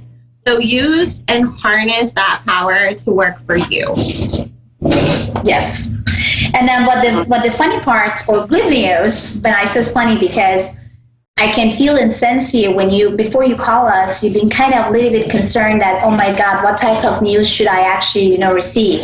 Are they going to tell me that, oh my God, that type of the move is not good? Oh, this is just this and that. So I can even feel and sense you before you get some answer from us and come to and talk to us. You've been kind of a little bit nervous how to start, and hopefully they're going to be positive about my mood. So yes, my love, we are very positive about your mood. The guidance that I have, from beyond, and also the connection that I have through your Pentagon with the date of birth that you provide is telling me that yes, you guys did an awesome job, and I wanted you to continue. Go to the beach. You want to be close to the beach, then walk through the beach. Just like be there for half an hour, 45 minutes, maybe 1 hour. Try to manifest. Be there. Water will take away your tense, your negative energies, your uncomfortability, sadness, any sort of things that you may not really digesting right now because it's completely new and scare you. Just talk to ocean. And ocean will take away that tense and anxiety. I promise you, ocean is always going to be helping in many ways and any ways you would love to, because this is exactly, I always say to everybody, if you're tired, if you're sad, if you are anxious, if you've been depressed for a long time, whatever you have right now, go to the beach, walk, just look at the water, and then manifest, and then ask and receive. Yeah, exactly. And the water, definitely, you can work with that energy. If you sit there and you meditate as the waves are rolling in and you start envisioning what it is that you're looking for, you can harness that energy to help you make these things that you need, these next steps, the friends, the job for you, maybe you need something for the house, whatever. You can use this energy to work with you to create that energy that you need to surround yourself with to manifest anything, basically, because you have that good energy. So harness it with the water as well. Yes. And how many times you've been around the beach, though? As much as I can, but we have some red tide happening right now. So I've been kind of staying away until that clears up, just sending my prayers and blessings to the water. But being safe for myself and my family for right now. Awesome. I missed it terribly. Oh, how about your husband? Is he spiritual too? Is he like the guy manifesting or feeling happy or kind of, how was his reaction towards that mood or move? Well, at first he was a little reluctant. He really hadn't flipped it in his mind yet. And he had been with the same job for over 20 years. So this means a complete new start, at our ages. Wow. So, and he's already started his job, and he's had just a little bit of bumps since he started, so. Is he a type of engineer or kind of like a science guy? He is. He's into labor, construction. Okay. So I kind of feel that he's happy. So you should not be worried about him. To be honest with you, when you just start talking about him, what I'm picking exactly right now at the moment, he's happy. So you should not be worried about him. So, and you should never feel that, I may force him to leave the job that maybe, he used to for 20 years, and now I'm asking to do, maybe he's not happy. No, he's happy. So stop worrying yourself. All I wanted you to do is just thinking about yourself, baby. Okay? So stop blaming yourself, because what you made as a decision really helped you and your family to stand in the ground, and I feel extremely happy for all of you. So you made a very strong, beautiful, and awesome decisions for yourself and everybody around you. So you should really feel blessed. Never blame yourself and never feel down and uncomfortable, because maybe someone or somebody going to tell you that, because of you, we are here. Because of you, I lost this and that. Because of you, I don't have any friend here. It's completely a normal behavior, and it's always happening in between husband and wife, and it's just very normal. Try to just not listen, move from the door or from the room, and I promise you, after a couple of hours and maybe day, he will come back to you, kiss you, and says, I love you. That is who he is. Thank you. Thank you. I see that. You had a lot of pressure. I can see that your tears come up. And I'm happy that you do, because when you are, I feel that you press yourself a lot. You see, Bella, I see that she just really suffered for everything around her, and she was kind of felt lonely and not knowing exactly how to express, her feelings, because she wants everybody to feel good and happy. But now, the beginning of everything, you're always getting stress, and that's all I wanted you to do from now on. Meditate for 5-10 minutes. Shut down those negative energies and thoughts that come to you, and blame. Don't blame yourself. People who are telling you right now that maybe you did the wrong decision, or because of you we did this and that, they're going to kiss your hand and say, thank you so much for this decision. And it will happen at the end of this year. Okay? Just hang in there, my love. I feel like you guys are up going to be and sitting down around emotionally here, and there, and it's totally different atmosphere, culturally, It's normal. If we have a big dream, we have to give away something to receive something. So we can't have both. Okay? So we have just 60 seconds. Oh my God. So my love, you can find me and Bella on avidadvice.com. Just sign up right now and get your 5 free minutes. Thank you so much. And we are here for you anytime you need us. You are not alone. We are there. Okay? This is me again, Fiona. And this is Psychic Bella Love to say goodbye and see you next Thursday. Have a great one. And bye. Bye, guys.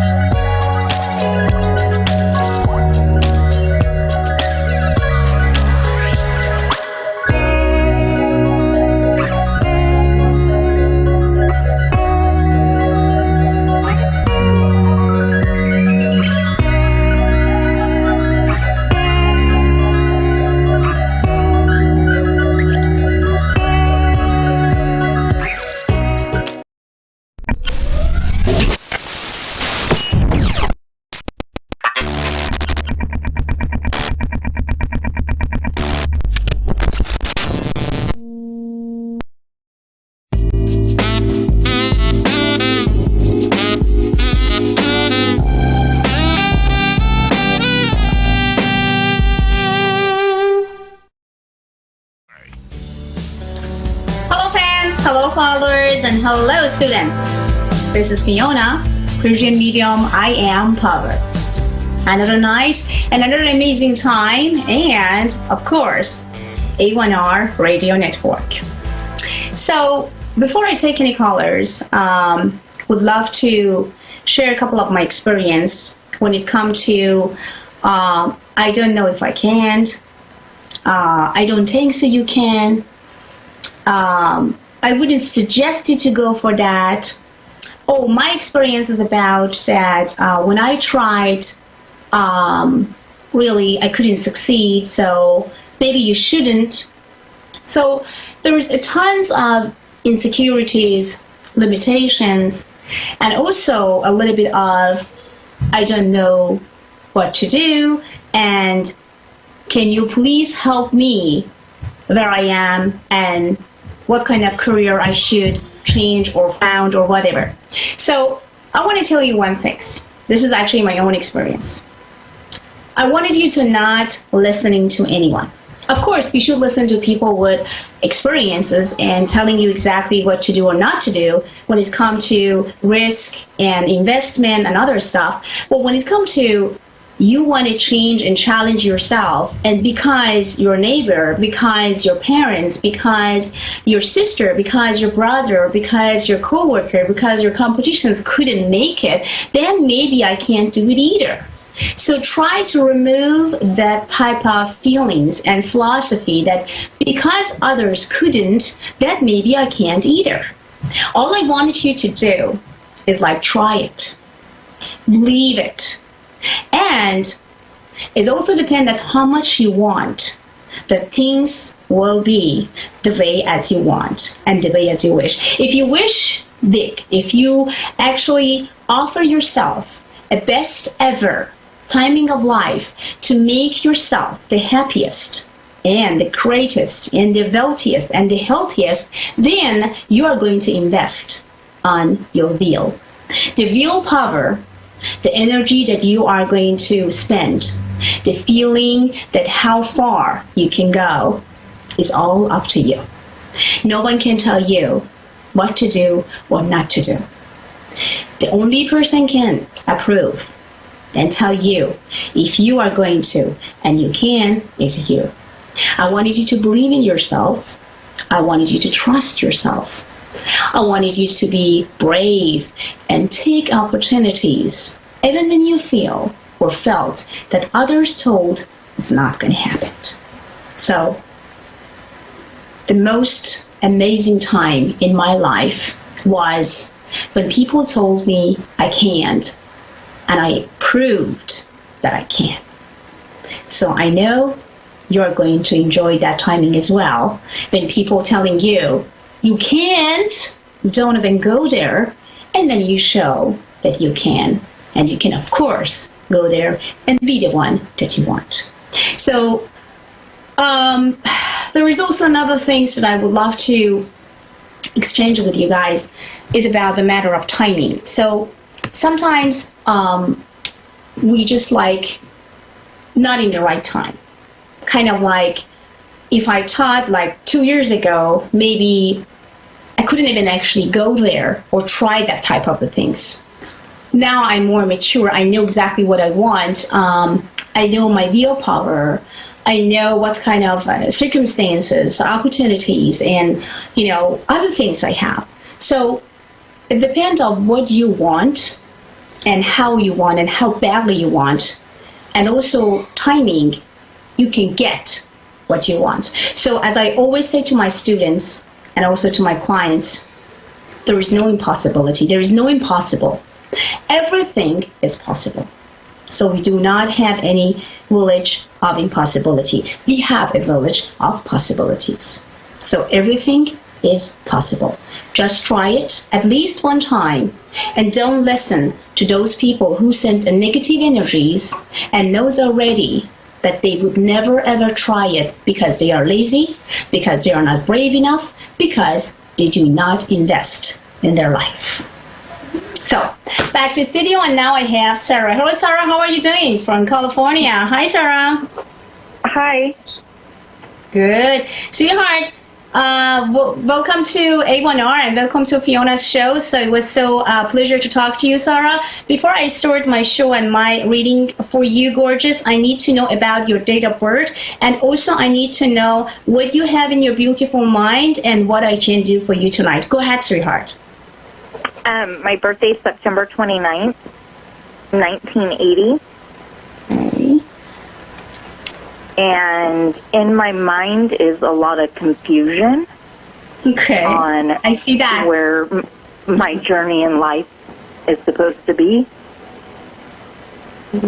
Okay. And Sarah, my love. I want to ask you two questions. The first question, the first things that I can see in the Pentagon is about something that related to money and finance, which actually making you to feel very kind of discomfort, not happy, a little bit mad, upset, a lots of I didn't know exactly what to do. I didn't know where to go, and kind of blaming others. So I wanted you to first remove one thing immediate with me right now tonight. Stop blaming others, okay? I understand that people having a very strong impact in our life, especially when we talking about money and finance, because sometimes negative people can change our life completely to the nastiest way. Sometimes one positive person can change our life to the best ever way. But whatsoever and wherever you are today, I wanted you to change this type of the feelings and connection that, oh, if I did not listen to that person, if I wasn't really in that matter or that place, maybe I could be better now. So, done is done.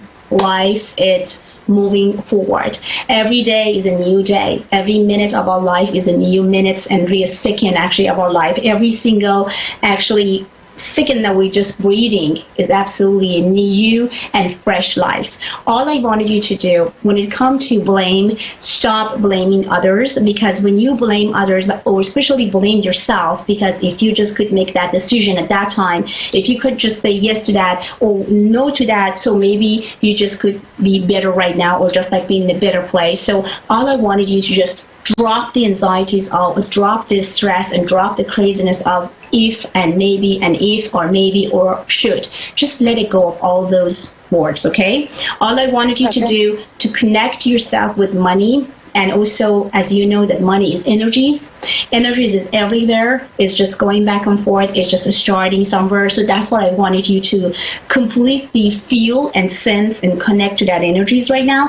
And don't worry about future when it comes to, am I going to be, feel good? Am I going to have wealthy enough? Or am I going to have enough money in my account? Am I going to have the job that I want? Just stop asking. Now it's time for you to show action. Okay, Sarah? So this is very important, because I think the one block that is standing in front of your way and trying to not allow you to moving forward is about blocking your own energies to just say yes to life, yes to happiness, yes to wealth, yes to health. It's just because you're still afraid, you are kind of like confused and not know exactly what to do and where to go. So stop whatsoever had happened in the past. Past is past. Just yesterday was yesterday. Today is today. Tonight is tonight. Last night was last night. Whatsoever you couldn't do last night, you can do it tonight. Okay? So first step, you forget about what happened last night. You stop blaming yourself and stop blaming others.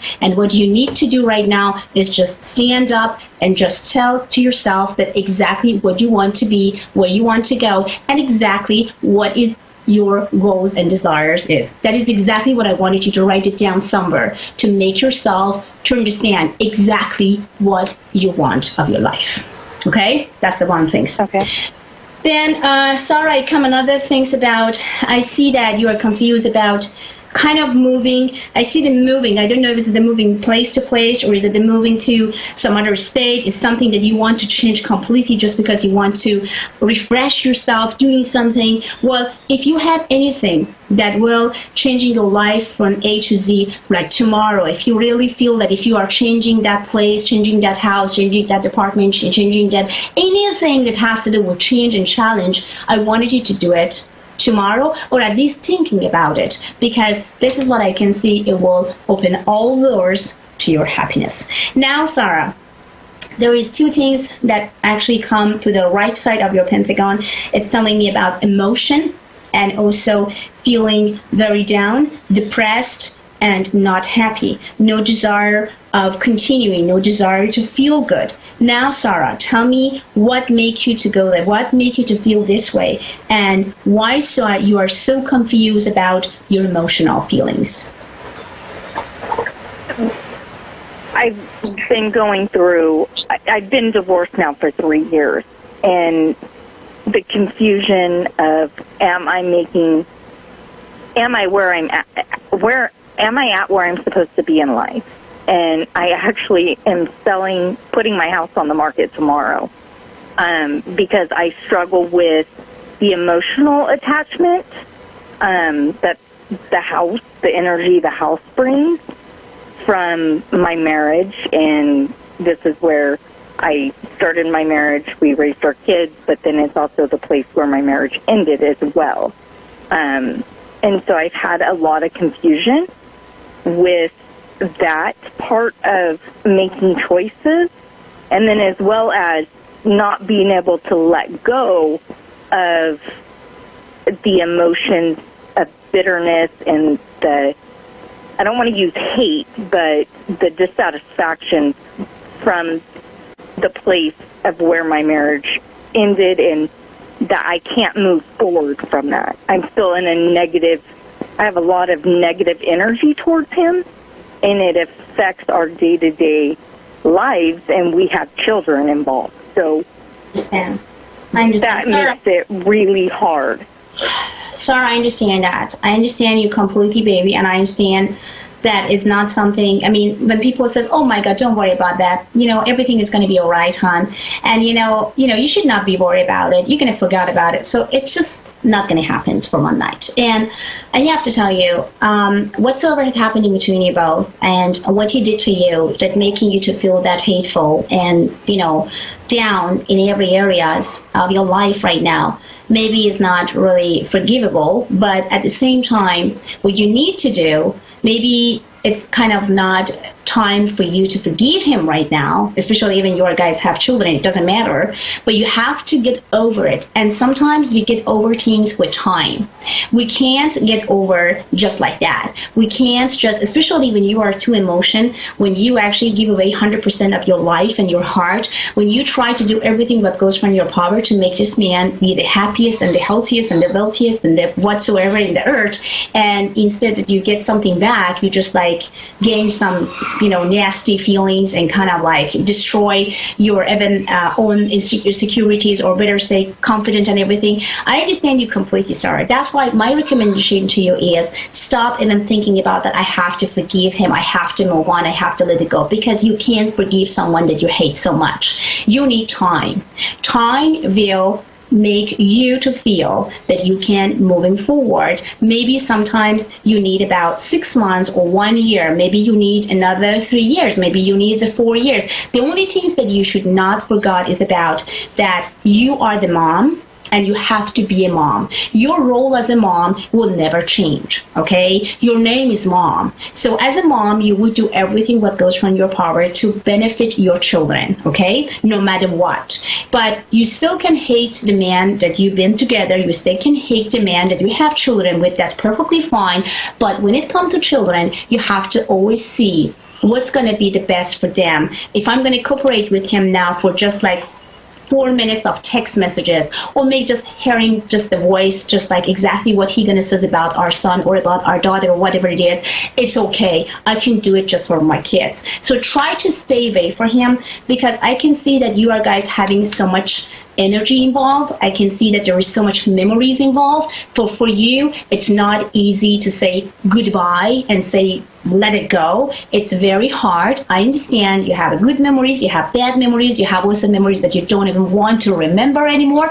But now it's time for you to just let time came in the middle of you and him, and all the pain that he caused you, to let you moving forward to your own life, okay? So don't force yourself that I have to forgive him, I have to forget, I have to let it go, because when you force yourself, and when you are not happy with that force, when you are not ready with that force, instead that you feel relief, you get stress, you get an interest, you get an anxiety, and it's going to be more hate came actually to your mind and your body. So all you need to do is just stop telling yourself that you have to do it because of that. All you need to just force yourself about it is about your children, and your name is mom, and that's it. Anything that related to him, about him, kind of, creating around him, whatsoever has to do with him, just you need to let it go. Just don't think about it. Don't force yourself, and just stay calm the way that you are, Sarah.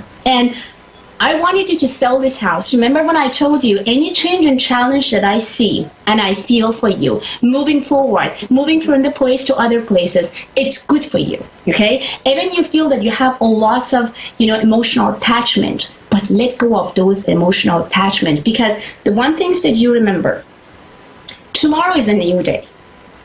Next week is going to be the new week. Next month is going to be the new month.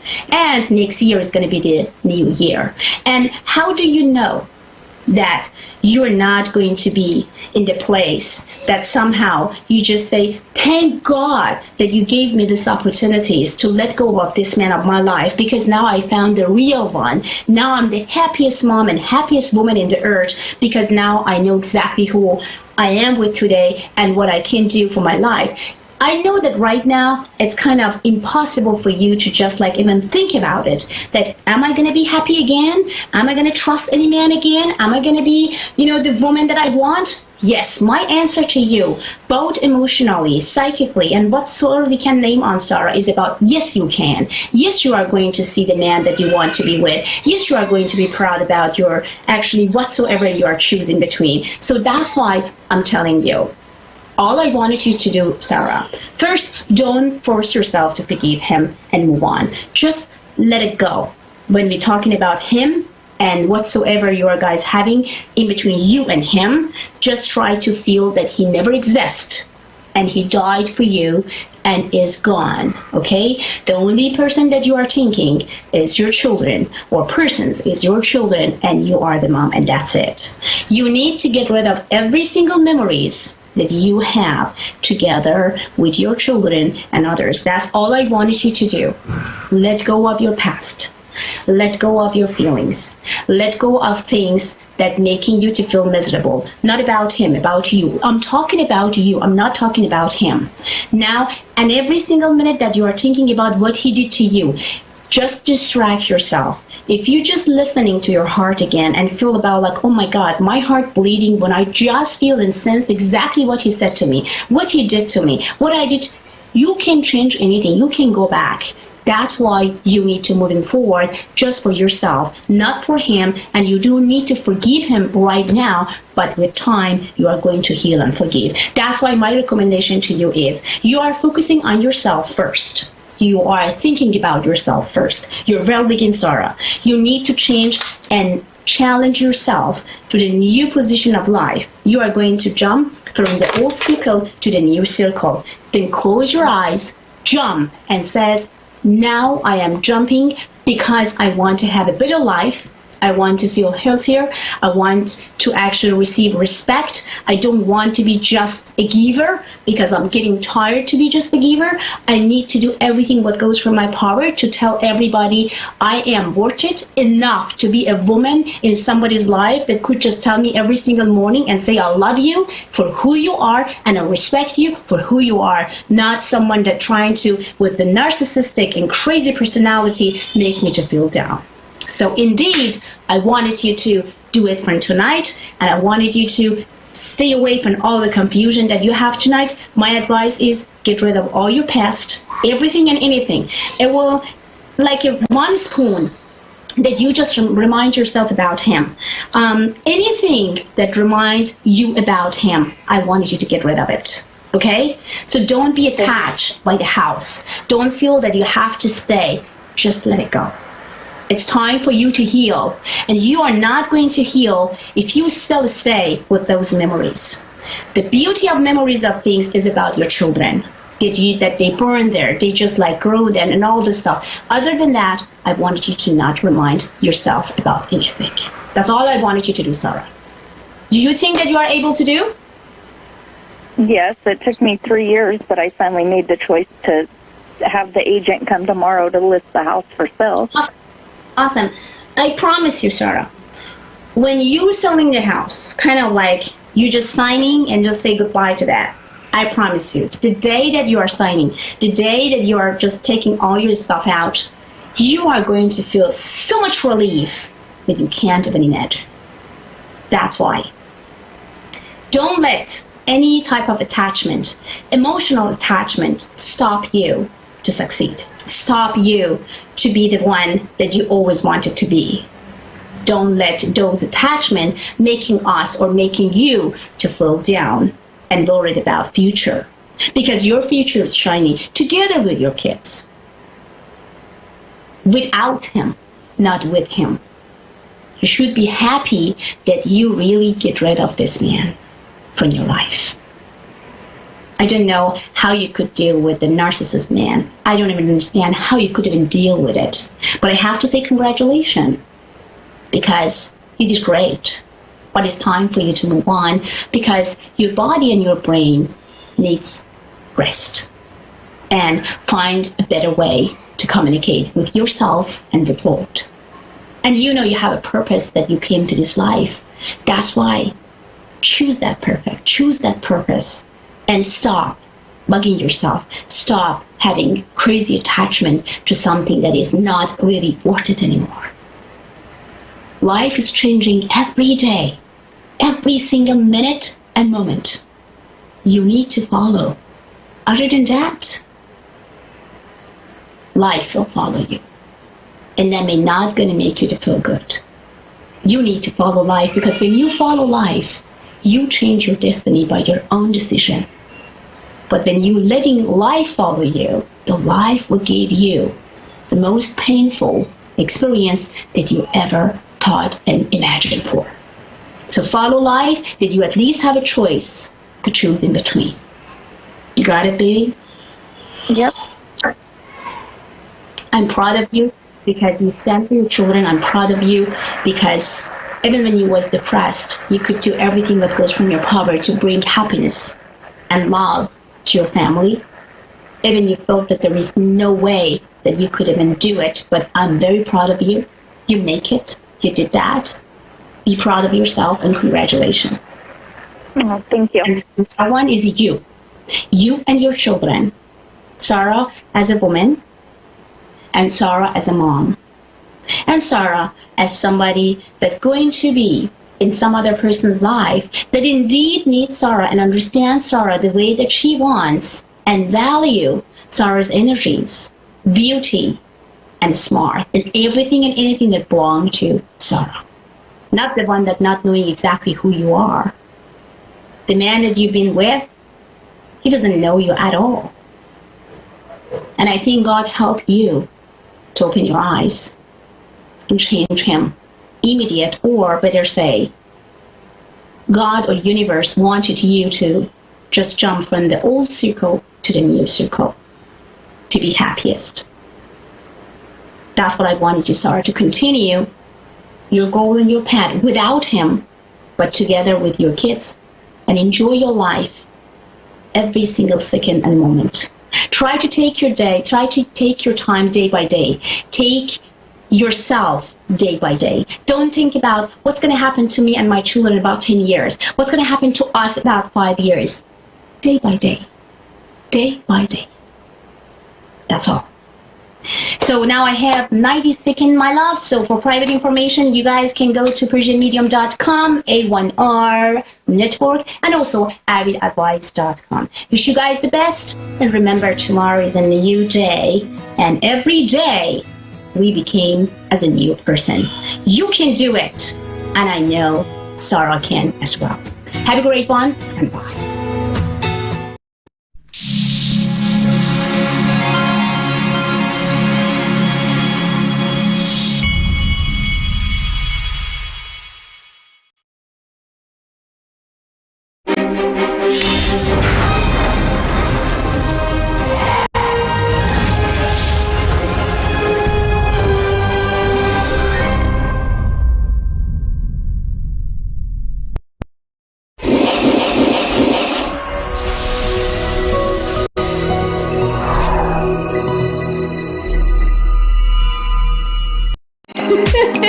Hi everyone, welcome back to the Ask Rebecca radio show. Sorry about that, I was busy running my mouth. Let's see here, let me get situated. Okay, all right, here we are. Hello, I hope everyone had a great week. We are officially in the month of November. We are still in a lot of Scorpio energy, which can bring about a certain intensity and moodiness to situations, especially emotional ones. I am a Scorpio, so I completely am at home in this energy, but you may find yourself and others more moody, emotional, and maybe behaving more intensely than usual. It will be a month mixed with some really wonderful energies, but those are more towards the end of the month. And those have the potentials to they have the potentials to expand love, money, self-esteem, and optimism, while some of the more uncomfortable energies that create drama and stress, those will be sprinkled throughout the month, and more so towards like now, this week or so. And then yeah, I would say this first part, like the first week, and then the rest of it is a little sprinkling throughout the month here and there. There is a caution with thinking before you speak, since people will be more sensitive. So really be mindful of what you're about to say, right? Sometimes we react emotionally and we blurt things out, and it could come across harshly, or it could come across with a tone. You know, we all love that tone.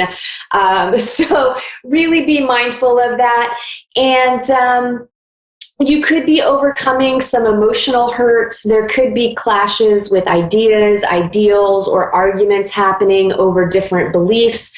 Material gains through spiritual pursuits and some support from others is also going to be coming about. So if you have a spiritual practice and you are actually doing that for a living, like myself, you can see some material abundance coming your way because of that.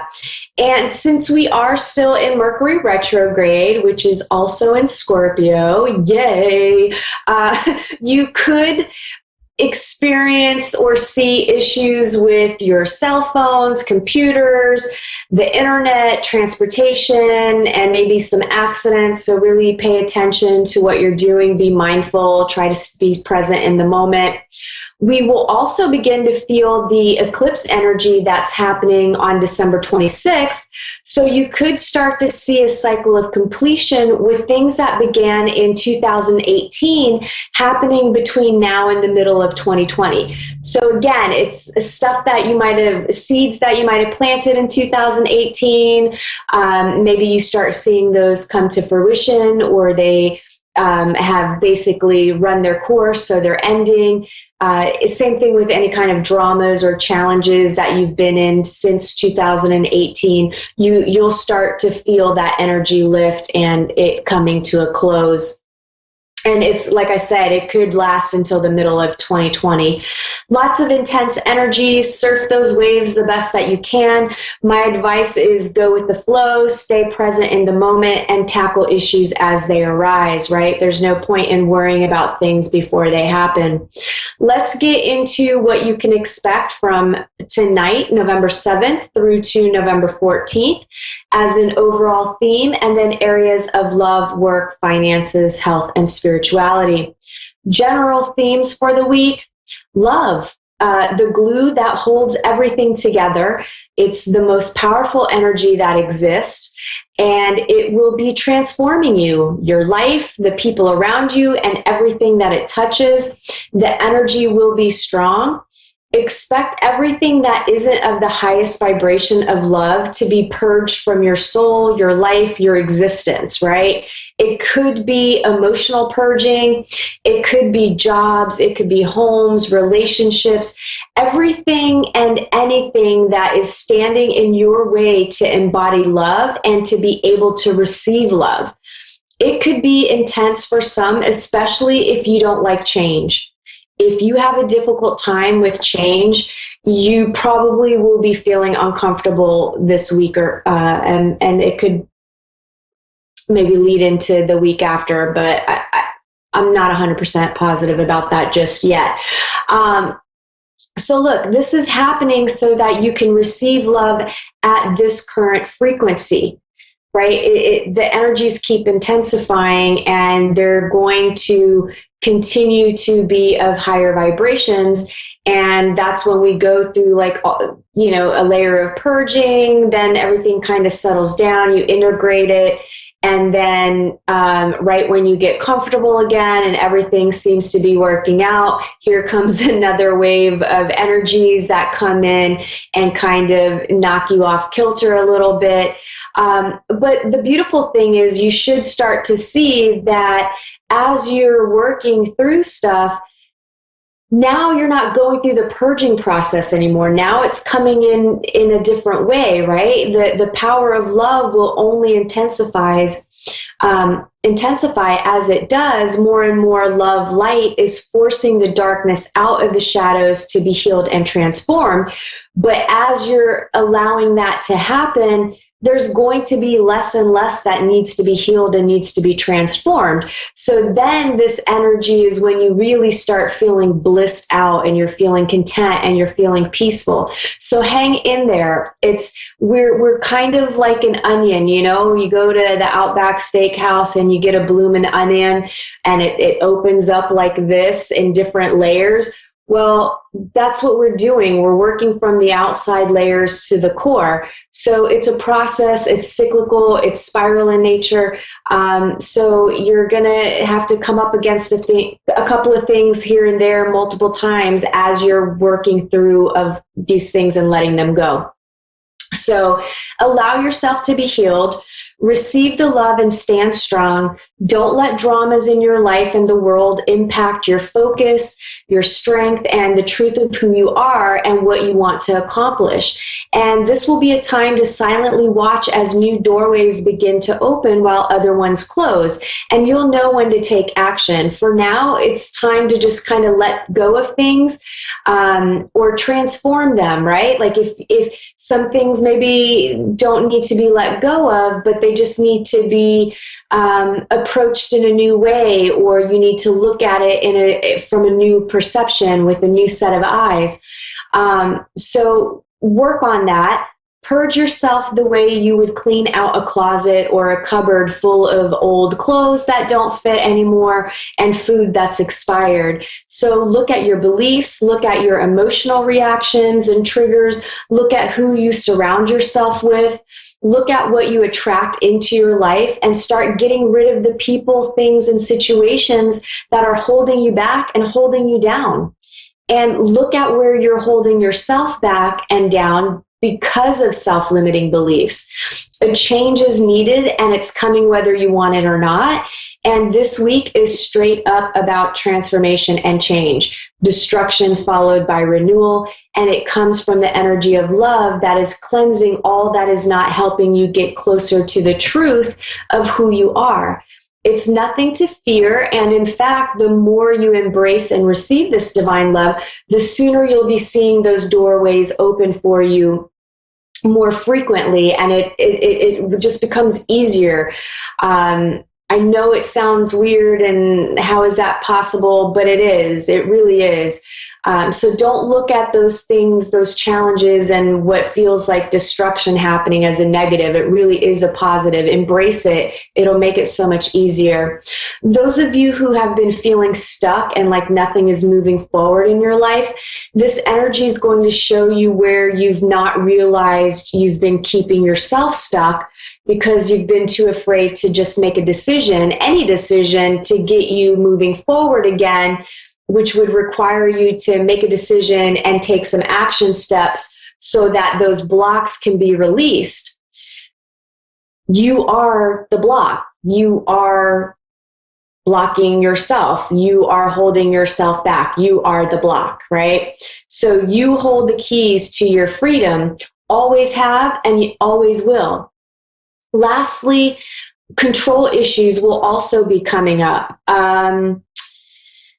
You'll need to look at them, and you need to deal with them in whatever way necessary to help you relinquish control and realize the only thing you can control is yourself through your choices. You choose what you feel, you choose who you date, you choose who you socialize with, you choose what you eat, you choose what to buy, what to wear, when to sleep, when to talk, what to drive, when to walk, when to run, when to cuss, when to go to the bathroom, when to have babies or not. You choose to use protection or not. You see how many choices that you make? And those are just a handful. You're literally making thousands of choices in a matter of a day. And you make so many of them, yet some of you believe life is happening to you and or that you can control other people's choices, right? So that's a false illusion. You can only control yourself. In summary, it may be an intense week for some, and those of you who have done lots of purging and you've been doing the work on yourself and you've been getting real about your baggage and your hang-ups, well, it's going to be a little less intense for you. This is where you could see love coming into your life in a more positive and abundant way versus a clarifying and purging way. Work, for those of you employed, unfortunately, I do feel like some people may be laid off or terminated this week. A few of you may actually decide to quit. And those of you that are unhappy may start figuring out a plan of action to make a career change, or maybe an employer change, or maybe you decide that you are going to work for yourself. And those of you who have been feeling trapped at your job, you finally put two and two together and have the realization that you're afraid to leave because of whatever security you feel there, but you can choose to move on. And if you did, you'll probably be happier. You know, my advice would be just don't quit before finding another job. Take your time to find the perfect fit that is going to bring you more happiness, that's going to be more connected to something that you feel passionate about, and that will bring more money into your life. You know, take your time to find that perfect fit, but at minimum try. There's, you know, what's the harm in applying at different places while you still have a job? And I do feel like you will be pleasantly surprised. Those of you that are looking for a job, I'm not really feeling too much for those of you looking. We are coming up on the holiday season, so there may be more temporary jobs that are available that I feel like you can get involved in and do while you continue the job search, right? And don't shy away from Uber, Lyft, Wag, DoorDash, Amazon deliveries, Poshmark, Etsy, and other quick start and quick paying jobs to just supplement your income until something better comes along. And, you know, those are gigs where you would basically make your own schedule. So you could always keep them even if you have a full-time job or another part-time job. My perspective is some money coming in is better than no money coming in at all. So, you know, consider those alternatives to help you temporarily. Love, those of you that are in committed relationships and dating seriously, it could be a rocky time in relationships, especially if you've been unhappy and you're holding on to one out of fear of losing some form of security, whether it be financial security or a fear of being alone. If you don't choose to make a change, it will stay the same, and you could live another 50 plus years, right? Depending on your age. And with technology, you know, we might be living well into our hundreds, and you're going to wake up every day being unhappy. I don't know. Take a look at that. Think about that. Some of you may get up the courage this week to let go, or you'll be forced to let go because of outside forces. So there could be something that pops up in relationships that basically forces the break for you. Some of you may make some choices to stay and try to keep that magic alive, or at minimum, you're talking about how unhappy you are in the relationship so that change can actually happen, right? If you're not facing it, if you're not talking about it, nothing is going to change. And those of you that are in happy relationships, I'm not really feeling too much drama for you guys at all. It just feels like it's going to be, you know, the usual, whatever your usual pattern is in your relationship. Those of you that are single, and dating. I do feel some of you may need to take a time out from dating and reevaluate what type of people you're attracting into your life, and to take a look at the energy that you're actually putting out there. Is it one of neediness, desperation, insecurity, fear, or lust? If it is, you could be attracting the wrong type of people or pushing people away. So really take a look at that. Finances, some may be dealing with financial challenges and may be making sacrifices this week. Face the situation, ask for help if you need it, and work through the problems one day at a time. Even those of you who may not be having current financial challenges, I do feel like you could see some financial things pop up, like maybe you need a new water heater, or you need to get a new set of tires, or some other kind of unexpected bigger ticket item that you were, it's not something you purchase frequently. It's not something that's part of your budget. It's one of those things that just kind of happens and it puts a little dent into your cash flow. And I also feel like someone may lose their wallet. So pay attention to your wallets this week. Health, stress in all caps this week, manage it, or you could see some physical symptoms in your body. I also feel a few of you just need a hug and some physical contact. If you don't have someone you can hug, go to the animal shelter and volunteer and love on some animals.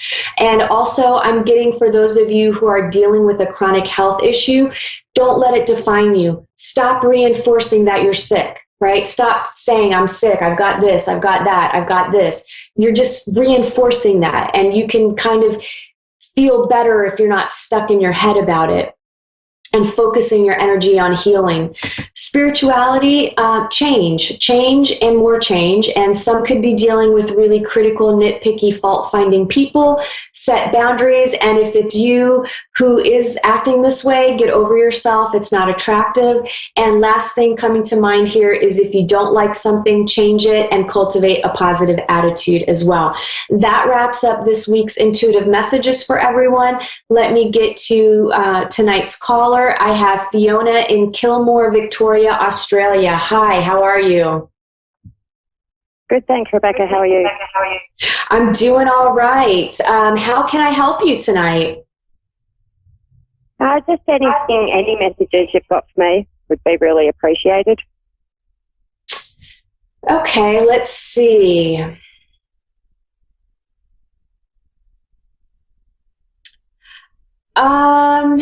I feel like you've got a lot going on right now. I do. Yeah, I feel like there's sort of different pockets of maybe people in your life and situations where it feels like a little bit of drama, right? It kind of feels like there's some challenges here and that there's lots of changes happening with certain people in your life. And I feel like the message that I'm getting is that you're holding on too tightly, and you may be fantasizing, or maybe fantasizing isn't even the right word. Maybe it's, how we have that, we build ourselves up and we have so much hope that things will change, or, we just expect things to maybe be a little bit different. And I feel like you might be too immersed in that energy, and you might need to consider really letting go a little bit. Okay, because I've been in a 22-year relationship, and I'm just deciding if I want to leave it or not. Okay. But I don't know how that will affect my kids. Okay, so I'm not surprised you say that, because I actually felt like your relationship just ended, or is on the verge of ending. He won't leave.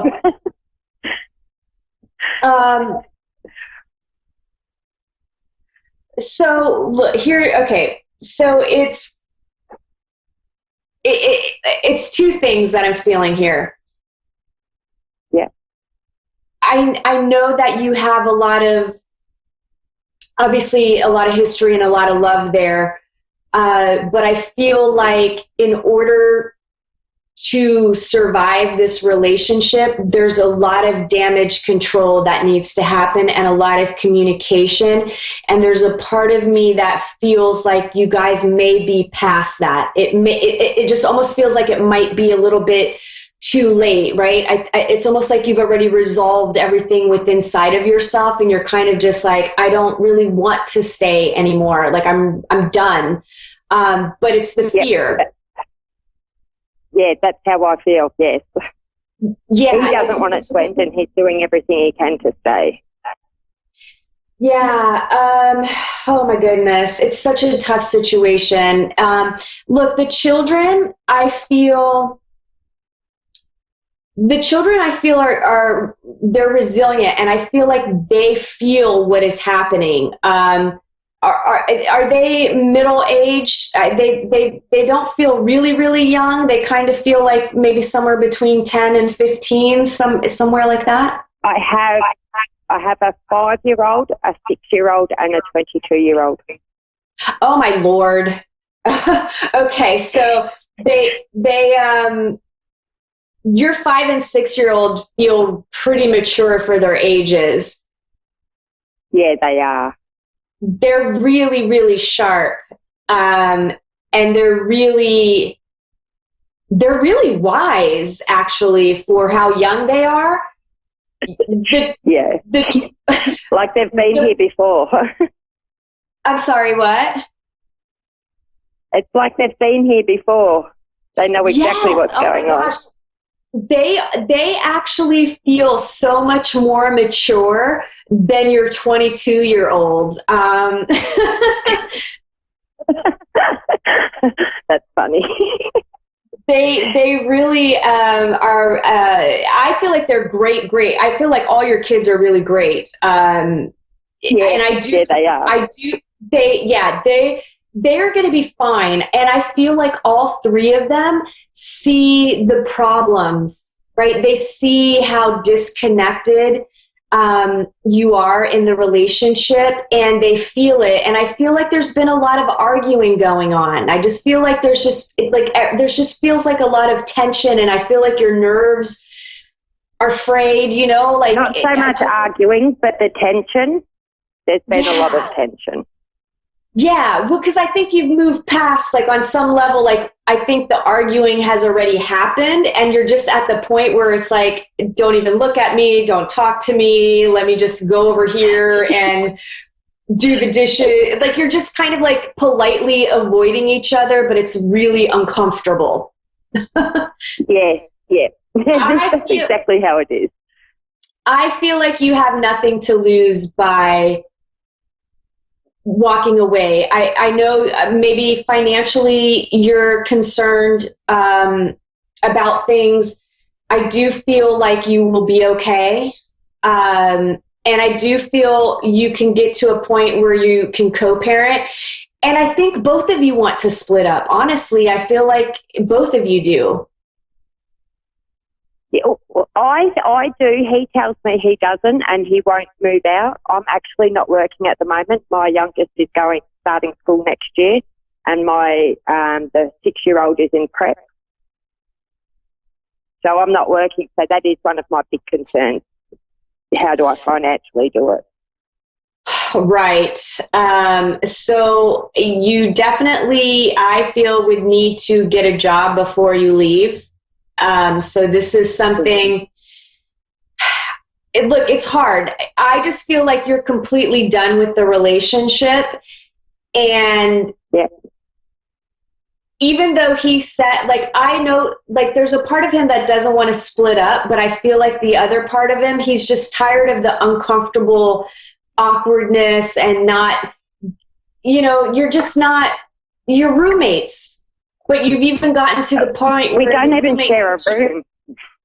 Right, like you're just like strangers living under the same roof that happen to have children together. So yep. I feel like, look, he's not a horrible guy. I feel like he's willing to work. No, with he's you. not, and he's a great dad. Yeah, and he will co-parent, and I feel like he would give you the opportunity to stay under the same roof, find yourself a job, or figure out something that you could do on your own to make money. I feel like he's even willing to kind of do a trial separation to see, you know, if you really do want to break up permanently. He has got a place to stay, and he stayed there 2 nights, and he just refuses to go. He just wants to stay here. So he tried, and it's not working for him. For one night, he tried. Yeah, you know what? He's got a lot of fear, too. I think he's afraid of being alone. And, of course, he loves you, and you have the kids, and I think he's worried about that. Look, I mean, if you want, you can email me at askrebeccatoday@gmail, and I'll give you a relationship book. It might have some pointers in there where you can get on the same page a little bit while you temporarily work through this. I keep saying to him, I'm happy to co-parent together because I believe kids need both parents in their life. Absolutely. Absolutely. We are about to get cut off. Fiona, email me and I'll give you a book. I think you're going to be all right either way with whatever decision. Thanks, everybody, for tuning in. I will see you next week. Bye.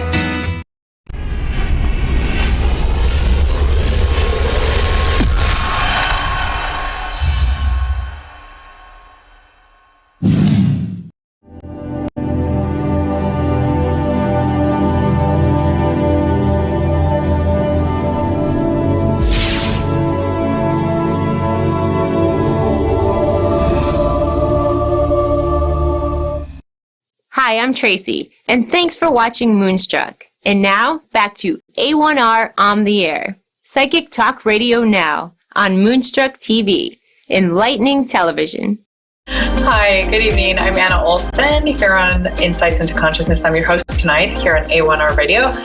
I am doing readings tonight, just all readings, and I want to focus on intuition. And if you have had any spiritual experiences, first off, I just wanted to say that the number one question I get from people from a religious background, especially of the Christian faith, anybody who has read the Bible, follows the Bible, I got it again tonight when I was doing a reading, and that is, if the Bible says X, Y, Z, how is it that you justify still using Christ consciousness and being Christian and doing readings as a psychic medium? And the answer is very, very clear every single time. The answer is always that we all must use our discernment. We are all born with an innate, inherent discernment, which will tell us specifically what is good and what is bad. It is our job and our responsibility to be able to weed out good and bad people, whether it be at a church, and trust me, there are always good and evil people running and attending any religious place. Don't let anybody fool you.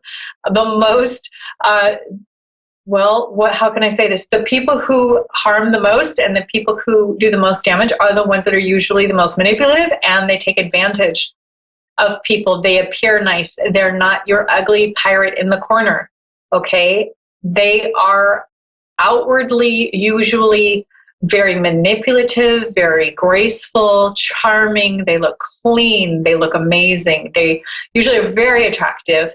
And by the way, that is another way that they gain manipulation is through their appearance, sexuality, and basically getting people's attention, either being attractive to them personally or sexually. That is a very big manipulating tool that these personality disordered people or people who don't have your best interest at heart.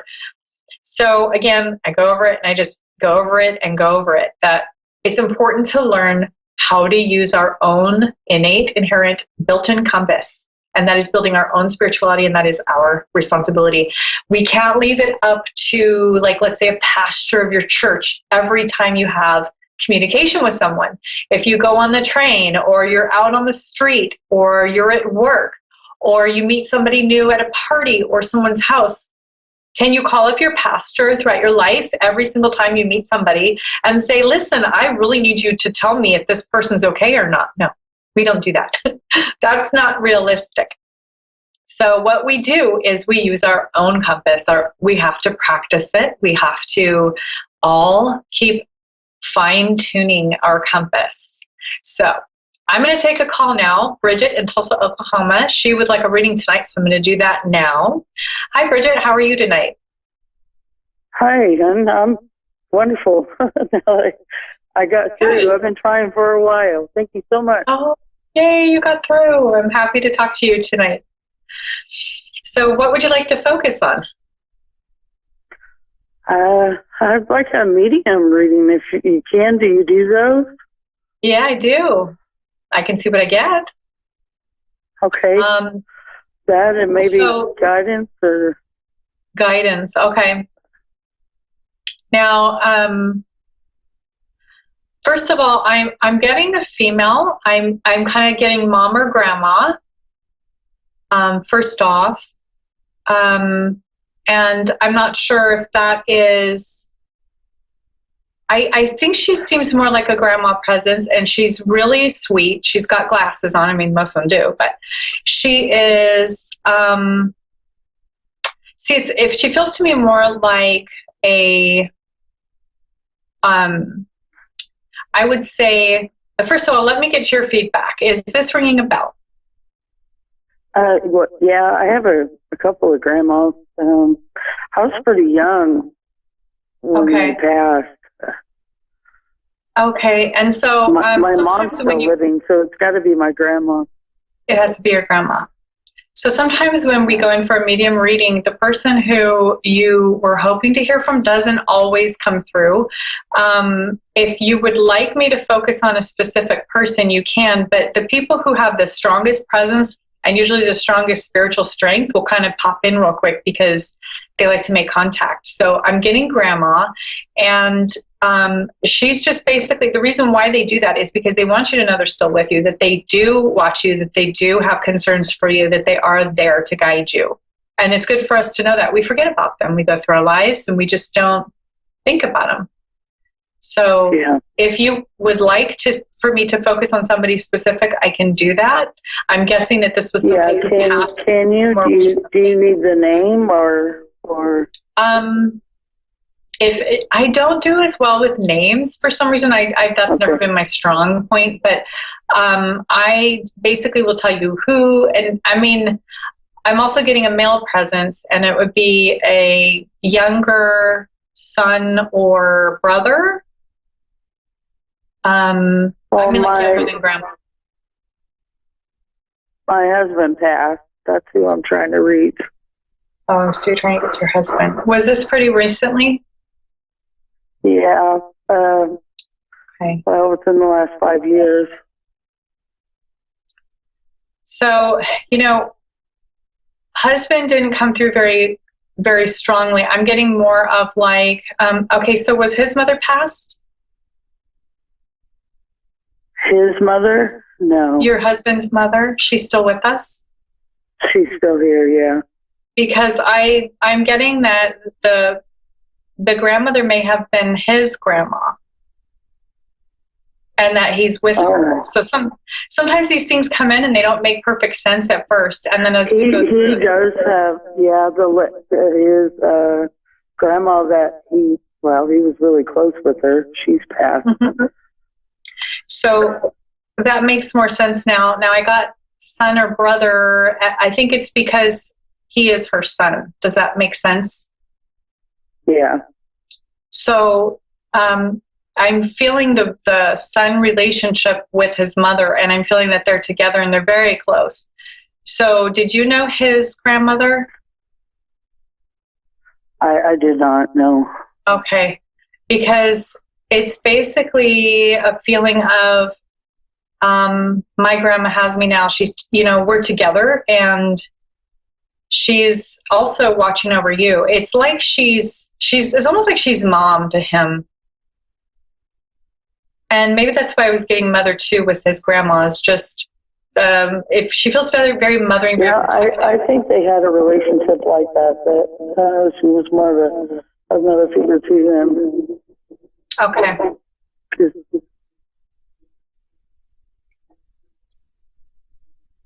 So that makes more sense, because sometimes people who will come through first are, there's a whole order of things that happen. And then other times when people come through, basically the people who have been passed the longest come through first. That tends to happen a lot. People who have passed more recently tend to not come through as strongly or as often.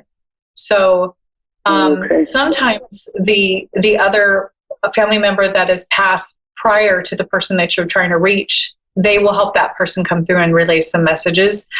It's a little hard to explain, in the amount of time that I have, but usually it's because they're still learning on the other side. They're still initiating into where they are. They're still adjusting, and it takes some time for them to really get used to it. Yeah, that's usually what it's about. So that actually does make a lot of sense. And so what I do is I bounce things off of you, and you help me make sense so that you know that this is what's accurate, and then it makes more sense to me, because I get it in a lot of pictures and symbols, and that's usually how they talk to me, because it's telepathy. So is there a specific question you have, or something that's been on your mind about him, or is there a specific question you'd like me to ask? Yeah, I just wonder, if he went in a pretty rough way. I just wondered if he's okay, and if he's advancing. And a couple of our kids are having a hard time with life, so I just want to know if he's there for them. And my daughter, I'm hoping she finds someone that she can connect with. She has a hard time finding my oldest daughter, and I'm just wondering when she's going to find the right one and be able to start her life. Right.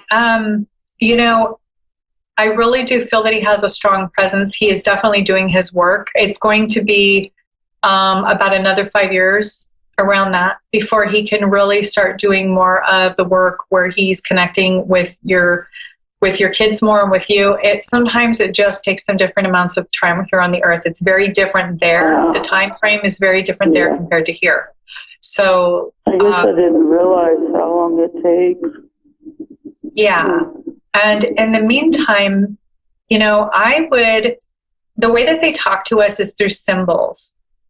And I'm getting almost like a family crest, or I'm not sure if it's like it looks almost like beer, or like something that you'd see on a really nice liqueur bottle or something. It's kind of like silver, kind of hard to explain, but I feel like he's coming through with a sign, a symbol, and I'm not exactly sure what it would be called. Is it almost like a family crest, or is there something that he liked? He was cremated, and me and our 4 children have silver crosses that we wear. That's it, because it's very silver, and it looks like it looked to me like one of those old medieval crosses to me. For some reason, that's how it came through. So he's just basically telling you he knows you guys have those, and he's acknowledging that he can still see you. He's still there. And the message that I'm getting, and I'm getting goosebumps, so I know this is like super strong coming through. The message that I'm getting from him is that he wants you and the kids to know that life is meant to really test us, and that those trials, it's like he's saying, wow, I had it really hard sometimes in this life, here on the earth, and that he's saying, that's why he kind of went when he did, because it was like he was done, and he didn't have a whole lot left in him. Yeah. It was his due time to go. And with the kids, his biggest message for them and for you is that life isn't meant to be really easy. We're supposed to have these really difficult trials that we go through, and that it's something we have to accept, that this is hard, and that it isn't always, exactly the way we had hoped. And usually that turns out for the better. Yeah. These things are going to strengthen. Yeah, he had a super hard life, and I think me and the kids was probably the best thing that he had out of it. Mm-hmm. I would say that's correct. He's doing a lot of work over there. From a young age, I feel like he had gone through trials, and so there were just a few things that he was still playing catch up on with his spiritual growth. And what he's doing now is, with the time that he has in the spirit world, he's really utilizing his time and being given the opportunity through his guides, angels, and the higher ascended masters, the ascended masters that he works with, to develop and grow these skill sets spiritually. And that's really why he doesn't have a whole lot of earth time to be like bouncing back and forth. But he does want you to know that when you see those silver crosses, that he's with you. He is absolutely aware of you. He feels your emotion. He understands your sadness. And that's really like what I want to get across to you right now, is that he really acknowledges your sadness. And it feels very deep to me. I understand, how much he meant to you, feeling it. And he's acknowledging you for that. And he's saying, like, it's not, this life is very, very brief. And if you can just, try your best to look at all of the good things that he left you with and all of the good times that you guys had together, that you're going to be able to get through the grieving process easier. And he's saying, go ahead and talk to him. Like, when you're feeling lonely or whatever, he can hear you. You can talk to him in your mind. You can talk to him out loud, when nobody's there. It's, it's very personal, but he's listening and he's still there. You can talk to him. Yeah. I do talk to him, and I get frustrated with it. And my grieving has been hard. It's been off and on. I tried to learn, and I watch mediums and I watch all shows, and I'm trying to heal myself from it, but it's extremely hard. Well, he's with you. He understands. He feels everything you feel. He knows the depth of it. He's there. He not only can see. I don't want to make him sad. You're not making him sad. He is watching you go through this process of grief, and he knows. It's like what he was saying before. He knows how it hurts. He can feel what you feel now, and that's okay. He can handle it. He's okay.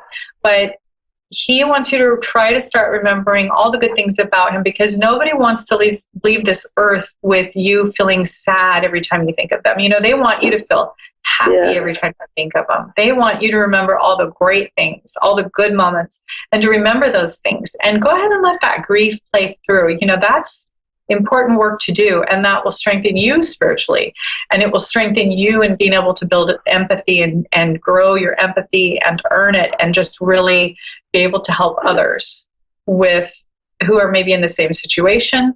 I'm sure that you've had a lot of people say some things that, after he passed, that didn't resonate very well with you. And so what it does is it teaches us what to say, how to support others, how to really support our clan, our community. It makes you a better person. And I'm just, what I would like you to kind of move away from is being lost in the sad part of it, because that can be a cycle that will continue if it's not processed with the grief properly. Yeah. And your children, they're going to work through it the way that they are going to. They're all going to do it differently. And your oldest daughter has her own way to grieve and to act out. I know she's probably acting out some, it's normal. Yeah. It's natural. This is all part of that process. So I want you to normalize what's happening right now. This is what people go through when they lose something. Try to breathe and get through it. Yeah, I understand. I've experienced grief, and I understand. Okay. Yeah. Thank you so much for calling in. If you'd like to continue, or you'd like to reach me again for more, you can always contact me. My My website is annaolsonintuitive.com.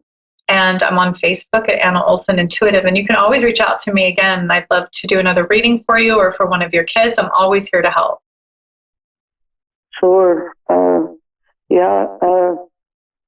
That's what I was wondering, because the more that I learn, it seems like my emotions are getting so strong with people, like when I'm around people more, or because I'm more of a shut-in. I like being alone, and I guess the more I learn and the more I try to connect, what is that? Is that just has to do with my spiritual growth?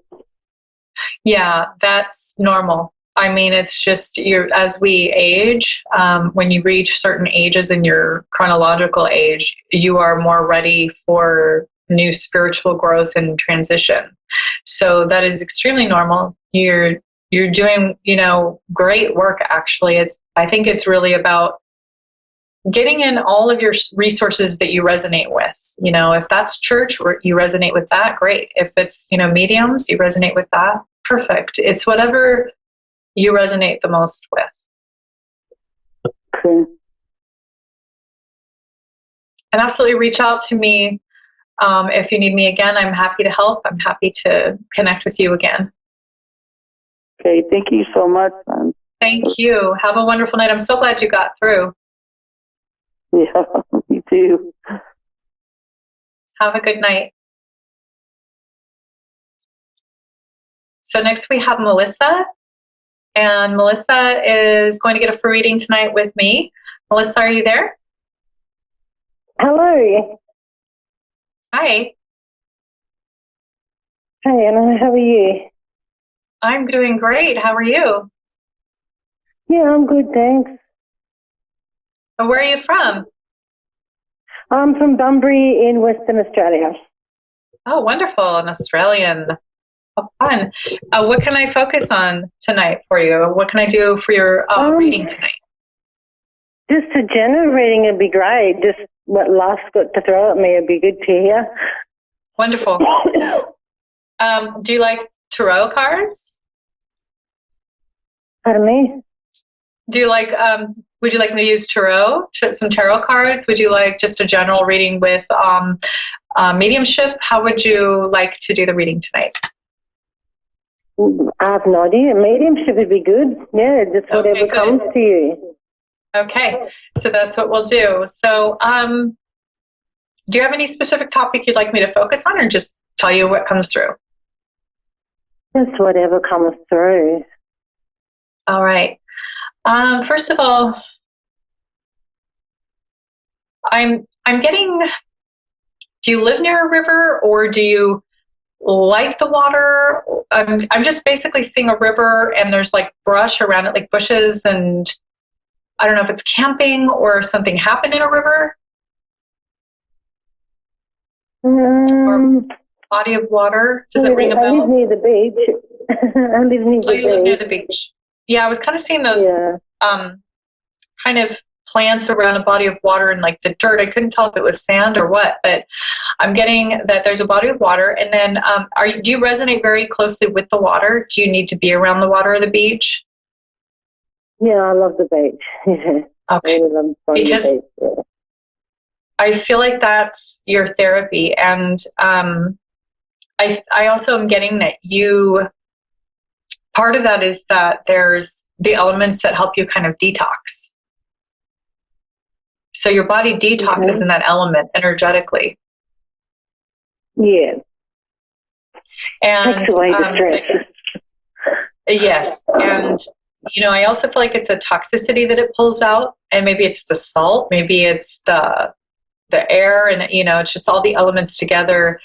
I feel like it actually physically detoxes you, which is really interesting that I'm getting all this. I'm just getting that like your body really needs that detox. And are you aware of any condition where you have trouble detoxing your system physically? Not really. I haven't been well lately, so I probably do need to go for a visit to the beach. Yeah. Okay. Yeah, because I feel like your body really is drawn towards those elements, and also sauna. I feel like you need a sauna. If you're having those health issues right now, go to the beach, get out in nature, get into the salt water, put your fingers and your toes in the sand. A sauna would be great, kind of sweat it out, because I do see that there's something in your genetic makeup that is making it difficult for you to regularly detox. Yeah, okay. Okay. So I'm seeing that first.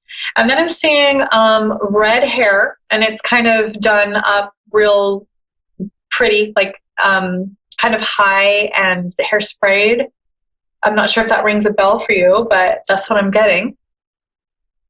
A red head? Yeah, red hair, and it's kind of styled up real kind of elaborately. I think my mum used to have her hair like that in the 60s and the 70s. Ah. She had red hair when she was younger, yeah. Did she wear kind of like a lot of pretty makeup, kind of heavier makeup? No, she didn't. No? She was never a makeup lady, no. Huh. Because I was kind of getting like a nice, maybe it was the 60s because I got a nice thick eyeliner. To me, that's kind of a lot of makeup. Maybe it wouldn't be to somebody else, but has she passed? My birth mother has, yeah. Okay. So we're talking about your birth mother? Oh, no. I was thinking about my mother that just raised me. She used to have like red hair and that in the 70s. Yeah? So, and used to like wear it in a beehive. Okay. So we have both of your mother figures coming through. We have birth mother who's passed, and we have her showing me your mother who has raised you.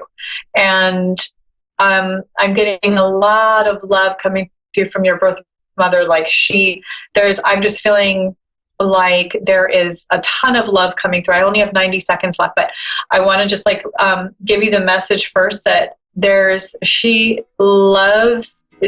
so much love, and every decision she made for you was out of love. And I'm basically getting the message that she needed you to know that. Okay, thank you. And I'm sorry I'm running out of time right now. You can always reach me. Again, you can reach me on my website, AnnaOlsonIntuitive.com.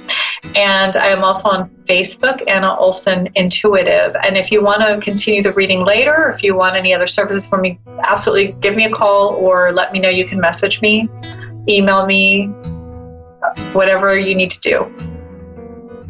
All right, thanks, Anna. Thank you so much. Thanks for calling in. Thank you. Bye.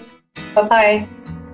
Well, I wish I really had more airtime with her because I was getting really intrigued by the mother figures coming through, and I love these adoptive situations. So I really like to delve into that more. But that's my time for tonight. Thank you so much for tuning in tonight, and I will see you next week here on A1R. I'm Anna Olson, your host of Insights into Consciousness. If you'd like to reach me, again, my website's AnnaOlsonIntuitive.com. Thanks so much and have a great night.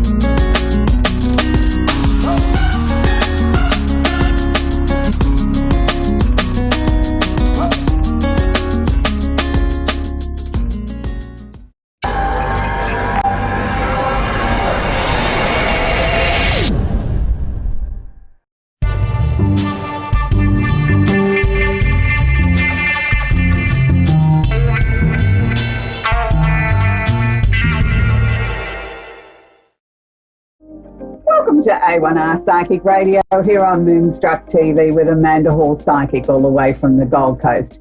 I hope that whatever you've done in this last week, that you've had an absolutely fantastic, awesome week. I mean, our hearts and our prayers still go out to the people of California with those fires, that there doesn't seem to be any sort of let-up happening there. We can only hope that it's going to rain soon and they're going to be able to put those fires out and people can start rebuilding their lives. It's a terrible thing for people to go through things like that. Any sort of weather phenomena, anything that displaces a family and a community is never an easy thing, and it takes a very, very long time and a lot of patience and a lot of love and also a lot of money to rebuild a community. But most importantly, I think if we show them and share with them in our prayers and our thoughts that maybe it might ease their burden a little bit easier. So this week we've got the Simply Tarot card of the week as we always open the show, and this week I'm sort of, it's a little bit of an ambiguous card. I was going to say I was pleased to say this card's come out. It's not one that we feature very often on the show.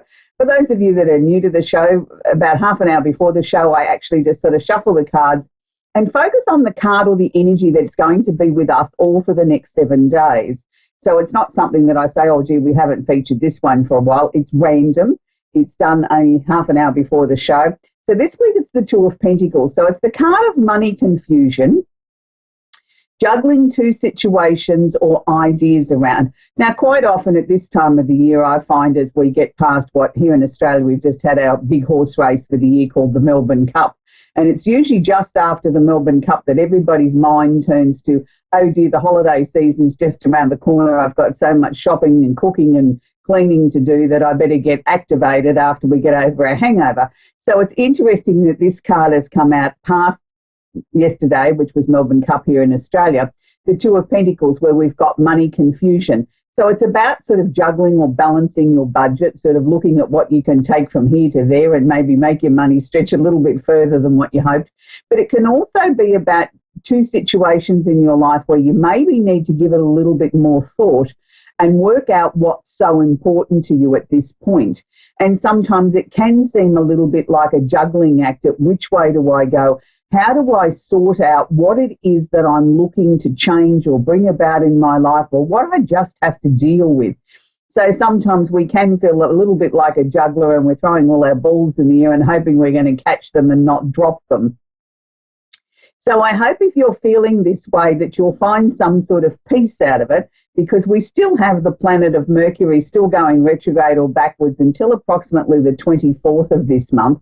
So that sort of doesn't make things any easier, I suppose. So having our little quick trip around the universe, we still have Mercury retrograde, which is in Scorpio. So this is really peeling back the layers of intensity, and it's dragging a lot of stuff up from the unconscious and the subconscious part of the mind toward the light and saying, okay, now we've got to deal with it. And look, my inbox has been full with people sort of saying what's going on. I feel terrible. Why have I got all these flashbacks to the past, old grievances? There's been arguments in the home. There's been all these sort of things, this great groundswell of emotion coming towards the surface. And I think it's very positive, because the only way we can heal or release things is to bring it to the surface, show it the light of day, look at it, understand it, and sometimes the answer is there is no answers, and just release it or set it free and sort of say, okay, well, I can't focus on this anymore.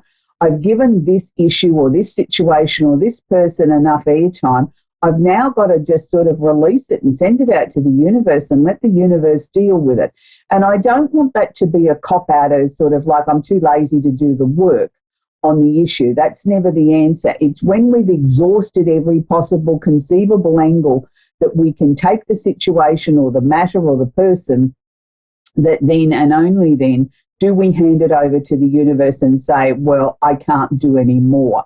If you can show me something or another way around this solution, I'm open to suggestions. I'm happy to look at it and try and address it.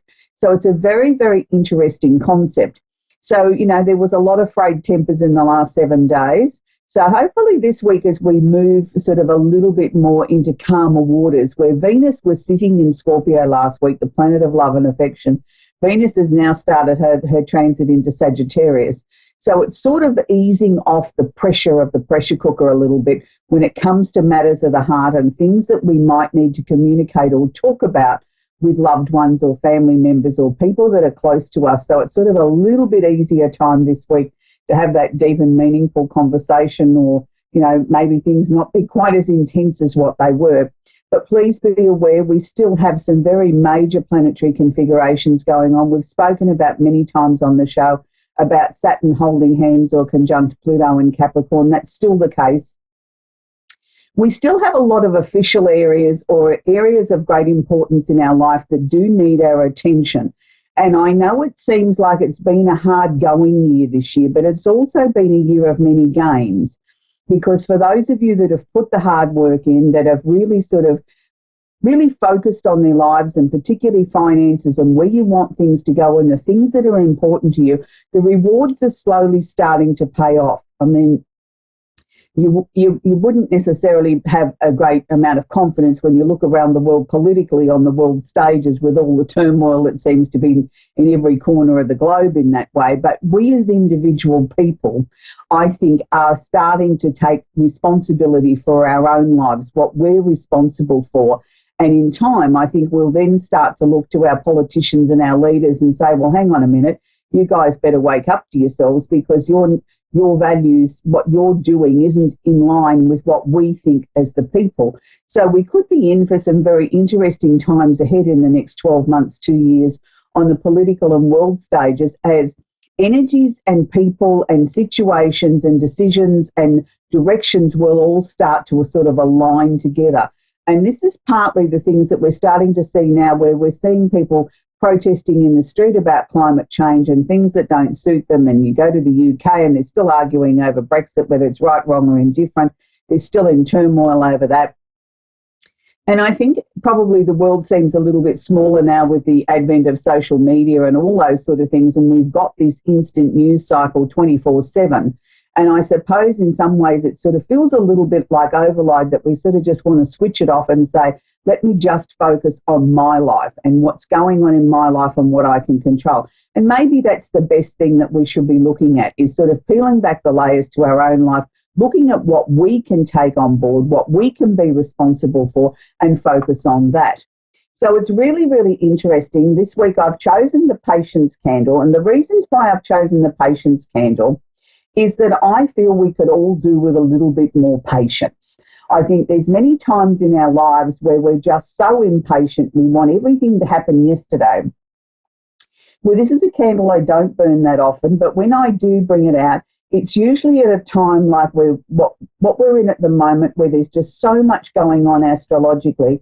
And I just sort of feel, look, I want to exhale. I want to bring a little bit of patience. I want to bring a little bit of calmness into my life and around me and for my clients, that it's just one of those times that you can light this candle. It's very delicate in its fragrance, and it's like, oh, good, I can exhale now and I can just be. I can just allow things to sort of formulate in my mind and give me the strength, or give me the patience to be able to deal with people and their bad tempers, or people that are overly emotional because they've got so much going on in their lives. It just gives me that coping mechanism, and hopefully filters through to them that, you know, we can just sort of exhale and let ourselves just breathe. You know, I think sometimes we forget to just be in the moment and just enjoy what's sort of happening. So that leads me on to our famous actress of the week. And we're up to the Capricorn, female Capricorn as far as actresses go. And this week I've chosen an iconic lady who I'm sure that there isn't a person on the planet that doesn't know who I'm about to talk about. She was a real role model, a real go-getter. She was somebody that a lot of young women sort of looked up to and aspired to be like. And I'm speaking about the one and only Mary Tyler Moore. Now, Mary Tyler Moore started her career very young. She wanted to be a dancer, and she was very successful at that to a certain point in time. But it was also then it became more obvious to her that she could probably share her message with the world and who she was and what she stood for in a very dynamic way when she got onto the stage and into films and into television, where people were starting to sort of take notice of her. Here was a very grounded, dynamic, focused young woman who had a message to share. She didn't take any BS from anybody, but at the same time, she was the epitome of a lady, well-mannered, with poise and grace. but she showed women, I think particularly, through her television roles and some of her very dramatic roles in films. And there's one particular movie that I remember seeing her playing the role of a mother of a young son where one of the sons had been killed, and she was sort of ignoring the other son, and he was a teenager and he was getting into trouble and wasn't coping with the grief and the loss of his brother. And the role that she played in that was just so phenomenal. It staggered me that she never won an Academy Award for it. It was brilliant. It was, you know, sort of all the seesaws of emotions that a family would go through after a tragedy, and how we cope or don't cope with things, and how dysfunctional we can be, and how we have to find the new normal. And that was one of the most powerful dramatic roles I'd ever seen Mary in. I mean, for most of us, we will always remember her in the Dick Van Dyke Show, but more importantly, I think in her own show that she went on to have for many, many years called the Mary Tyler Moore Show, which is where I believe Mary really came into her own. She was showing women that we could have a voice, that we could be 20, 30 something, be single, be in a male-dominated career as television was, be a producer, you know, still be single, go dating, have an apartment, have a life, have good friends with Rhoda downstairs and get into all sorts of mischief, and still sort of trying to balance this being single and being independent and in a man's world, but wanting to show the world that she wanted more than just a casual relationship. She wasn't prepared to just settle for something casual. She wanted marriage, which eluded her all the way through the series, but she grew. And I think we all grew with her, knowing that if you put your mind to something and you don't let go of what is important to you morally and emotionally, that you can have great success and you can show people what you really stand for. So that's Mary Tyler Moore. So I hope you've enjoyed our little astrology section on, you know, we're working our way around the zodiac of famous people that I think that have left or leaving an amazing legacy for all of us to look up to. But, you know, Mary really sort of showed, even in her work, the epitome of a Capricorn woman, of being determined, strong, and being very highly principled, and that you work hard and the rewards do come. So we're going to talk to Tayana in Pennsylvania, in Philadelphia and Pennsylvania. Are you there, Tayana? Hi, yes I am. How can I help you tonight, sweetie? Do you have a question I can work with? Well, I was wondering if you will be able to connect with a loved one or two that has passed. Sweetie, in the short space of time that we've got, I can't necessarily guarantee I can connect with who you want to speak to. I prefer to work with a direct question. So if you've got a question for me, if they want to weigh in from the other side, they will, and I will share with you anything that they give us. You've got to understand, we don't have a direct link to be able to just dial up who you wish to speak to. It's all a matter of whether they feel comfortable and are ready to come through, and sometimes they're a little bit shy coming through on such a public forum too. So do you have a question I can work with? Yes. What do my near future hold? Is it going to get better or is it going to get worse? Your future or your marriage or both? My near future. I'm not married. I'm actually okay, right. Your near future. Sorry, sweetie. I didn't quite understand what you said. Okay, first thing that they're sharing with me is that this year's been not necessarily what I'm going to say the easiest of years for you. It's been 2 steps forward, 3 steps back. It's like you feel like you haven't gained a lot of momentum, and I'm going to say to you that you actually have. Has there been a couple of major things that have come to an end or coming to an end now that you've been working hard on this year to bring to a close? Yes. Yeah, well, they're saying to me sort of like this last little bit will seem like the hardest, but we've got to push through that barrier. We really have to push to make it sort of happen. It's really, really positive because what I'm sort of seeing, even though you're sort of not feeling as if you're jumping out of your skin with excitement and you're sort of feeling a little bit tired from everything that you've had to work on this year, that, you know, over the next couple of months, things are going to certainly get a lot easier, but things are going to start to sort of fall into your lap very, very easily. It's interesting because they're showing me that there's a very tall, dark-headed man that's yet, I think, to cross your path, who's going to become very, very important to you. So no one special on the romantic front at the moment? Well, I do have a boyfriend. He is call with our care. Right. Okay. But has he sort of been a little bit shy in sort of talking about where this relationship's going? Yes, most definitely, because we are having a lot of problems. Okay. So do you sort of feel in your heart of hearts that this is worth the effort that you've had to put into this? Yes, it is. Okay. I'm not totally convinced that he's the one I'm about to talk about, but I'm not going to argue with you and sort of say, or even argue with those from beyond that are sharing a message with me. I'll give you what they've given me, and then it's up to you to put the pieces together into the jigsaw. And you don't necessarily have to tell me whether it's him or whether it's going to be someone new. But what they were sharing with me was, number one, this beautiful, massive pink heart, which is always meaning that, you know, the romance is good. I had a very tall, dark-headed man with quite a long, sort of oblong sort of looking face. It's very long. And I feel that the eyes are very piercing and very brown. I'm going to say to you, it's almost like he seems to be sort of reorganizing his life. So if this is the current man in your life, I'm going to say that's good, because I feel that he's had sort of a little bit of a wake-up call and it's time to sort of get everything sort of more organized. I also feel that this man's had a lot of emotional issues from childhood that he's had to rise above and sort of put into some sort of perspective, and now sort of leaving that behind. It's not that he's used them as an excuse. It's just that they were sort of there and sort of interfered with things. Well, now that door is being sort of sealed up and shut, and sort of saying, I'm able to go forward now. Also, have you just moved residence? Have you just had a move? I actually started school in Kentucky recently. You just did what recently, sweetie? I just started school in Kentucky recently. Oh, okay. You just started school. So did that mean that there was a move to go to school in Kentucky? Yes.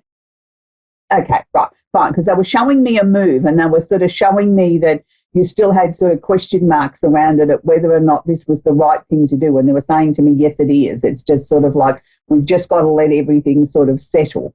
I just sort of feel 2020 is going to be a much brighter, positive year than 2019 was for you, where 2019 was where you had to sort a lot of things out. You had to work out who you were, where you were going, what was important to you. And it's now sort of like, we can see a long way ahead now. Things are going to start to become a lot stronger. There is definitely two people in spirit that are around you, but they didn't sort of really weigh in any way to add anything other than to what I've given you. And they're sort of both just sort of got this lovely smile on their face as if they've got everything in hand for you, sweetheart. So I hope that helps you. We're going to take our next caller, which is Robin in Brandertown, Florida. Are you there, Robin? I am, yes. Do you have a question I can work with tonight, Robin? Hello, Robin. I was just, yes, can you hear me? I can, sweetie, yes. Hello? Yes, okay, I can hear you, Robin. I was just wondering, okay, I was just wondering if you could tell me anything about future plans for myself.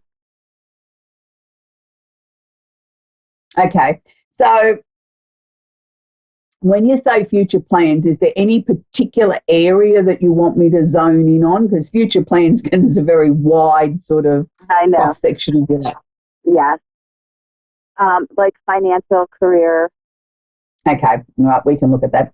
All right, first thing that they're sharing with me is that they want to give you a big tick.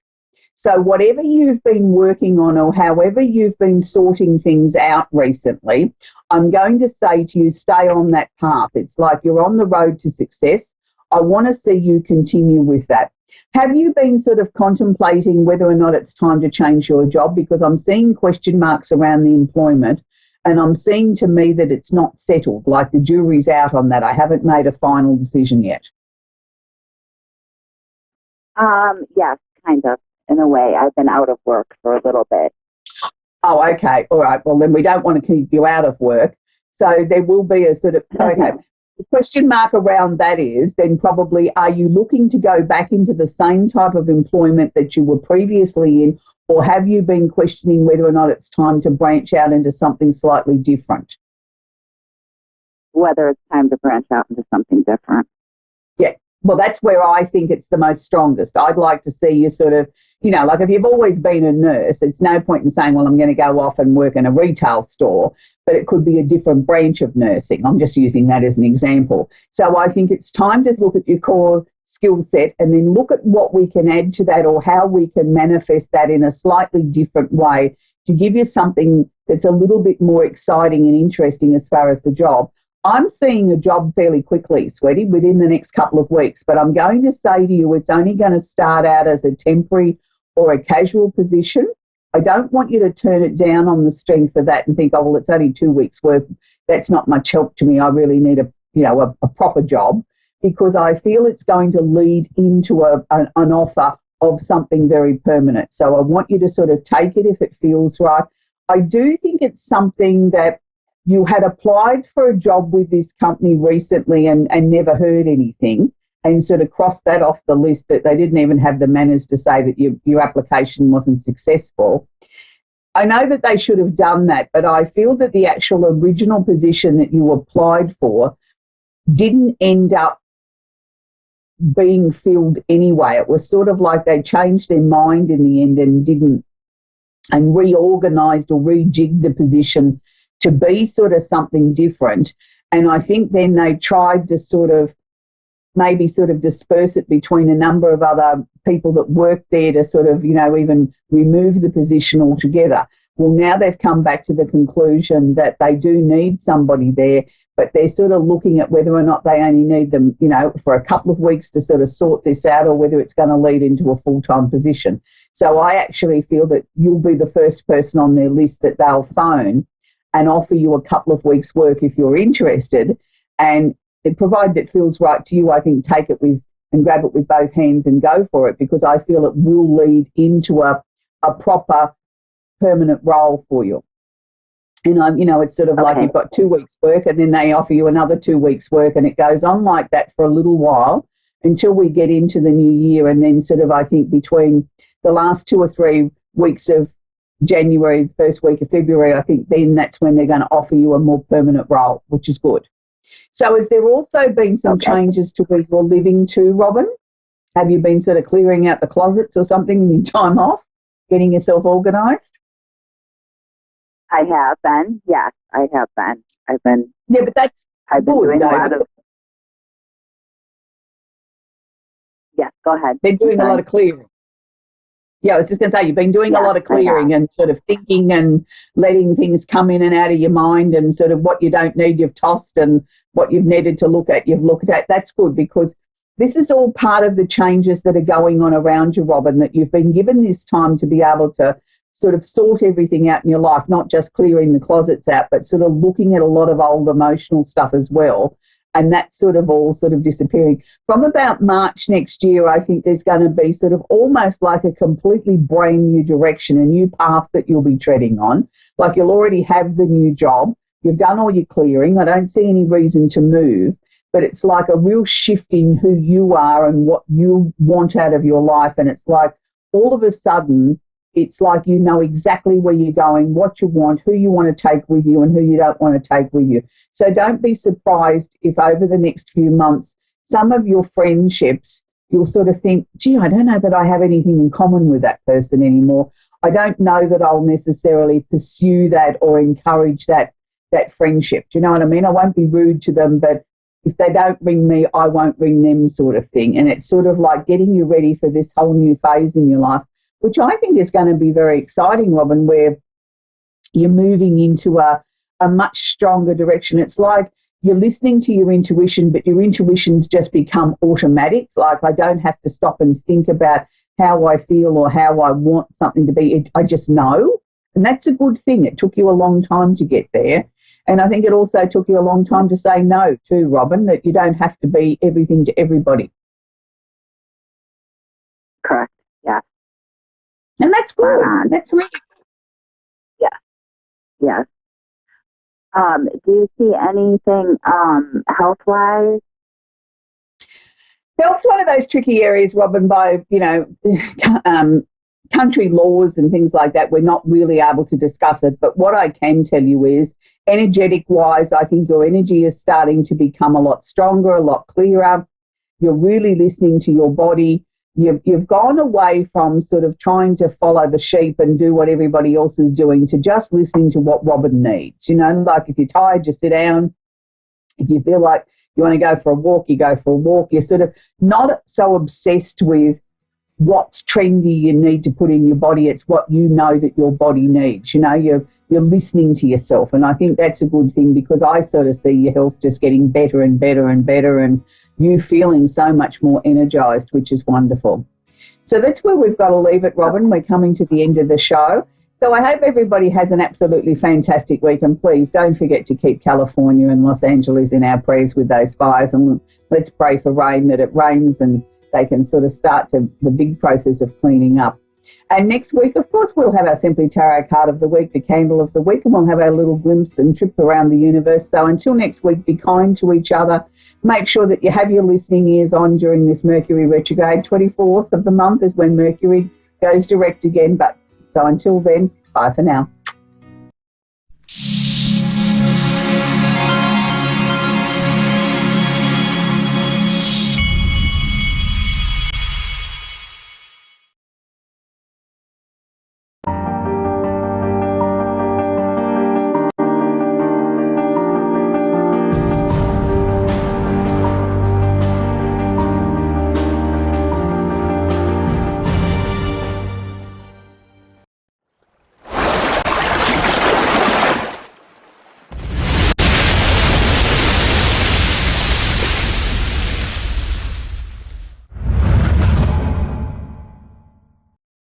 G'day, Tonya Reeves, Australian Psychic Cowgirl. I'm coming at you from a little place near Bright. We've got the reception here's a little bit remains to be seen, so we'll see how we go with readings. If I can't get your information clearly, I will connect in with your name and just give you the information that I get. And yeah, if I don't get a response, I'll know why. So anyway. We are up here today. There's a big rod run this weekend in Bright, so we've got heaps of classic cars. There'll be cars everywhere. I'll get a lot of footage that I'll share on my page of some amazing cars. And amazingly enough, we're here in Southern Australia, but there's a massive amount of American cars that'll be getting around this weekend. So we're all Ford fanatics in our family. So I'm actually sitting here in a Crown Victoria, a 1956 50s classic American car, and she's just been on the road for a couple of weeks. She was imported.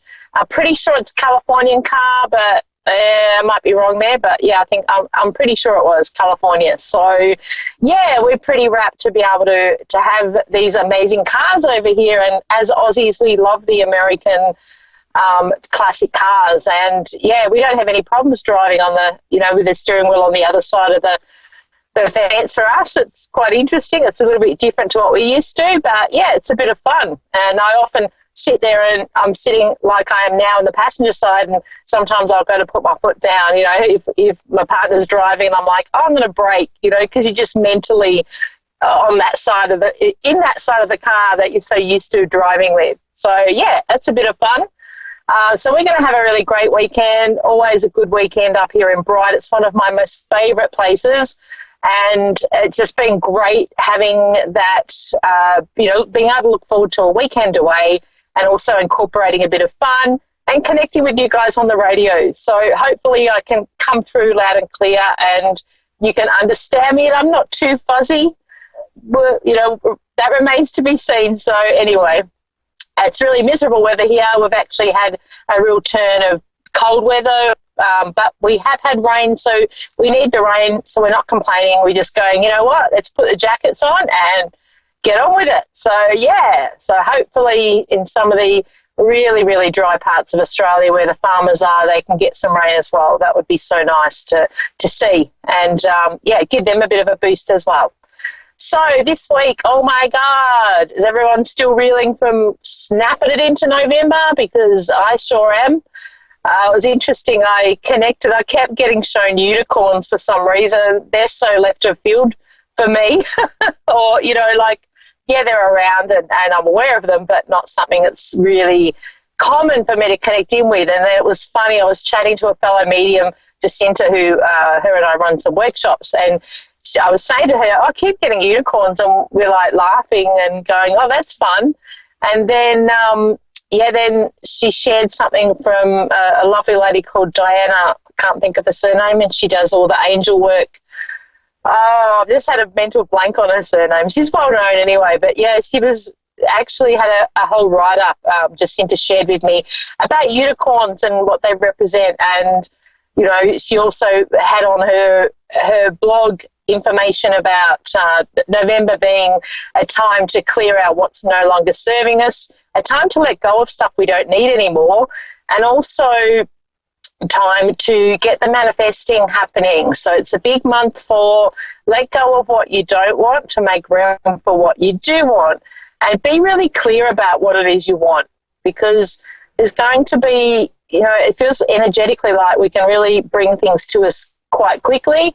But in saying that, I've had a few people contact me with trying to bring things, into their, I suppose, into their universe, and we're feeling a bit frantic with it, so we have to let it go. So if you're really willing something and taking all your time obsessing about it, let it go. Put it out to the universe and say, yep, that's what I expect and that's what I want, but I'm going to let it go and I'm going to allow you to deliver it as it needs to be delivered. So don't forget that. We need to let it go. The more desperate energy we put to something, the more we push it away from us. So it's good to be aware of that. Okay, I'm going to go on to my first caller, Denise in the Bronx, New York. Denise, how are you? I'm fine, and you? Good. Can you hear me all right? Yeah. Yeah. Cool. I was sleeping. I'm getting ready to go to work. All right, so we're going to do a snapping reading for you prior to you heading off to work. Is that the idea? Yeah. Cool. All right. So, Denise, actually, it's funny, most of my callers that ring in here are quite spiritual, but you have that around you in droves. So I just wanted to acknowledge that and say you're really good at manifesting things, and you get visions of things. You actually get shown a lot of things prior to them happening, and it's really great because it kind of, you get when I say forewarned or shown, the things that are presented to you are relevant to you in the future. So it's really great you get the insights. Make sure you stop and take note of them. There's something around at the moment where you've come to a fork in the road and there's decisions that need to be made. And I just want to say, because they're showing me, it's like, tell her to listen, tell her to take notice. You've had a few things that have almost been like hiccups that have come up. Like, so it's almost like you're traveling along the road and you've had things coming at you left of centre. They are there to slow you down and make you look at things differently.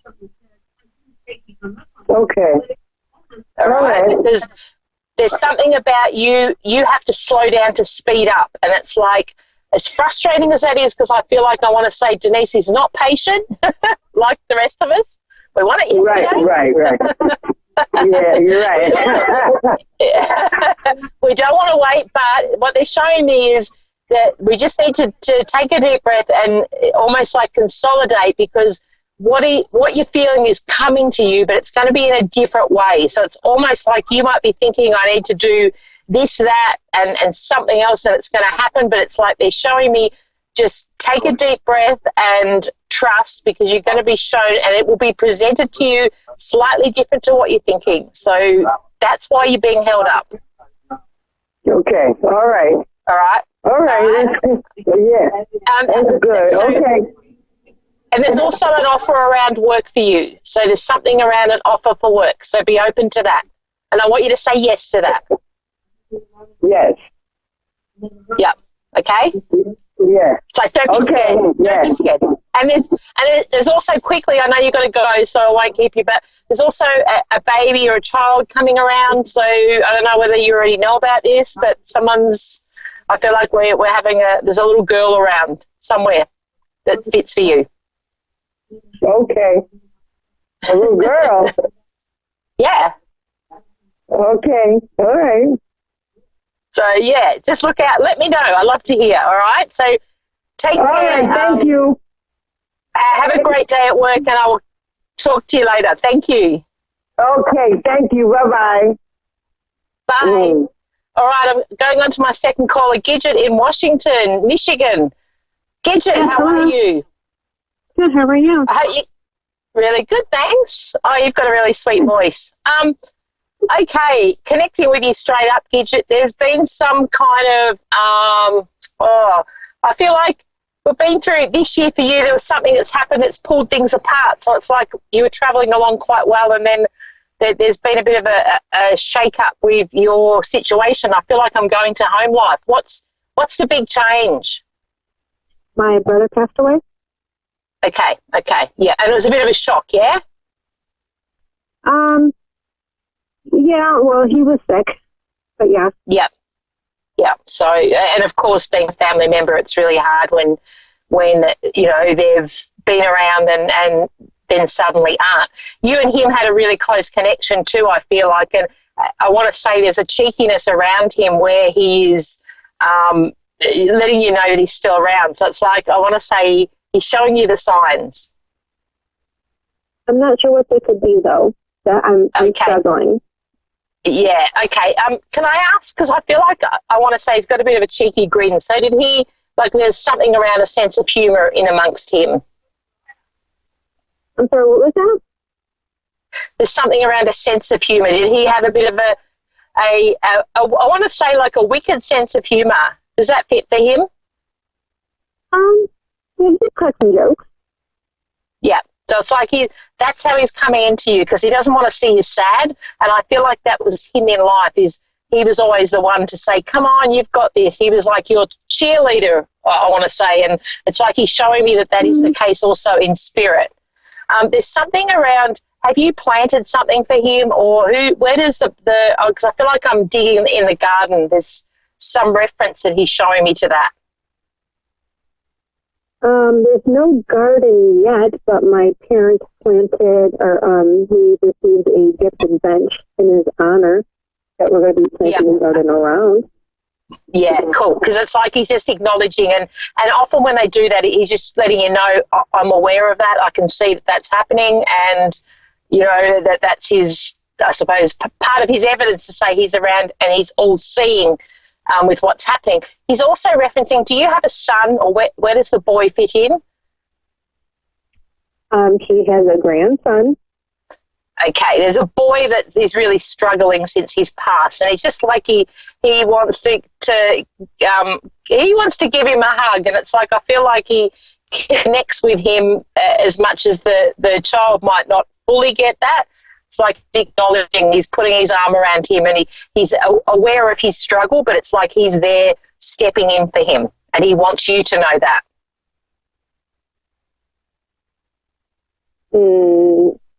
Okay. All right. He's also showing me the age range of the boy? Well, I feel like I want to go to the vision or the imprint and impression that I'm getting with this boy would be primary school, but I feel like I want to go to, I don't know, maybe we call it over here grade 3. What would that be, about 8 on? It's somewhere. I feel like this boy's tall for his age, so I might be getting the number wrong, but he looks a little bit older than what he actually is. So I'm not sure whether he's 6 or 8 or something around that is what he's showing me.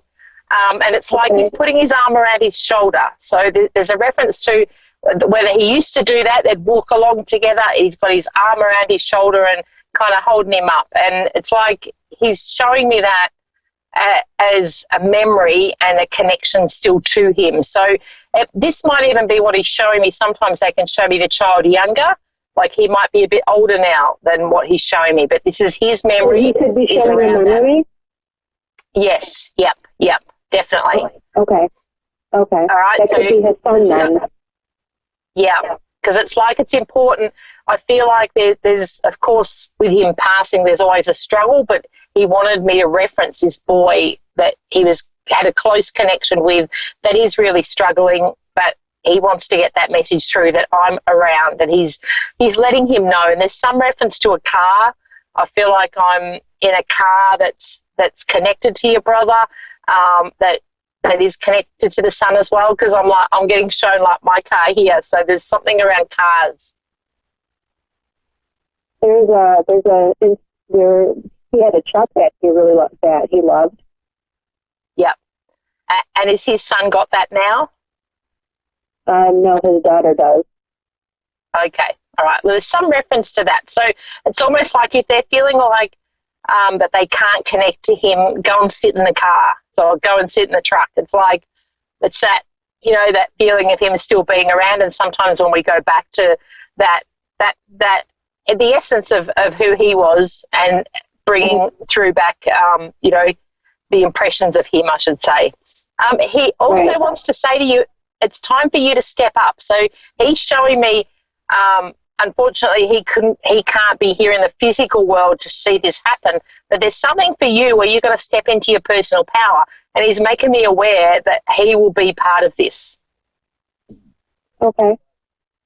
All right. So it's like, it's almost like the way he's got a cheeky smile. It's like, push her, tell her I'm pushing her. So I feel like this is something that you really want to do, but you're holding yourself back, and it's a little bit like I'm not feeling confident about it, but he's showing me, tell her don't worry, I'm up here in spirit, I will be there. I will be there supporting her. Okay. Just got to figure that out then. There's an opportunity coming. 2020 is going to be big for you. That's what I'm hoping for. Yeah, that's right. So, well, he's up there telling me that, that's the case. So normally when they come through like that, it's like, get ready. So if you're not 100% what that is yet, there's some big things happening. There's going to be opportunities.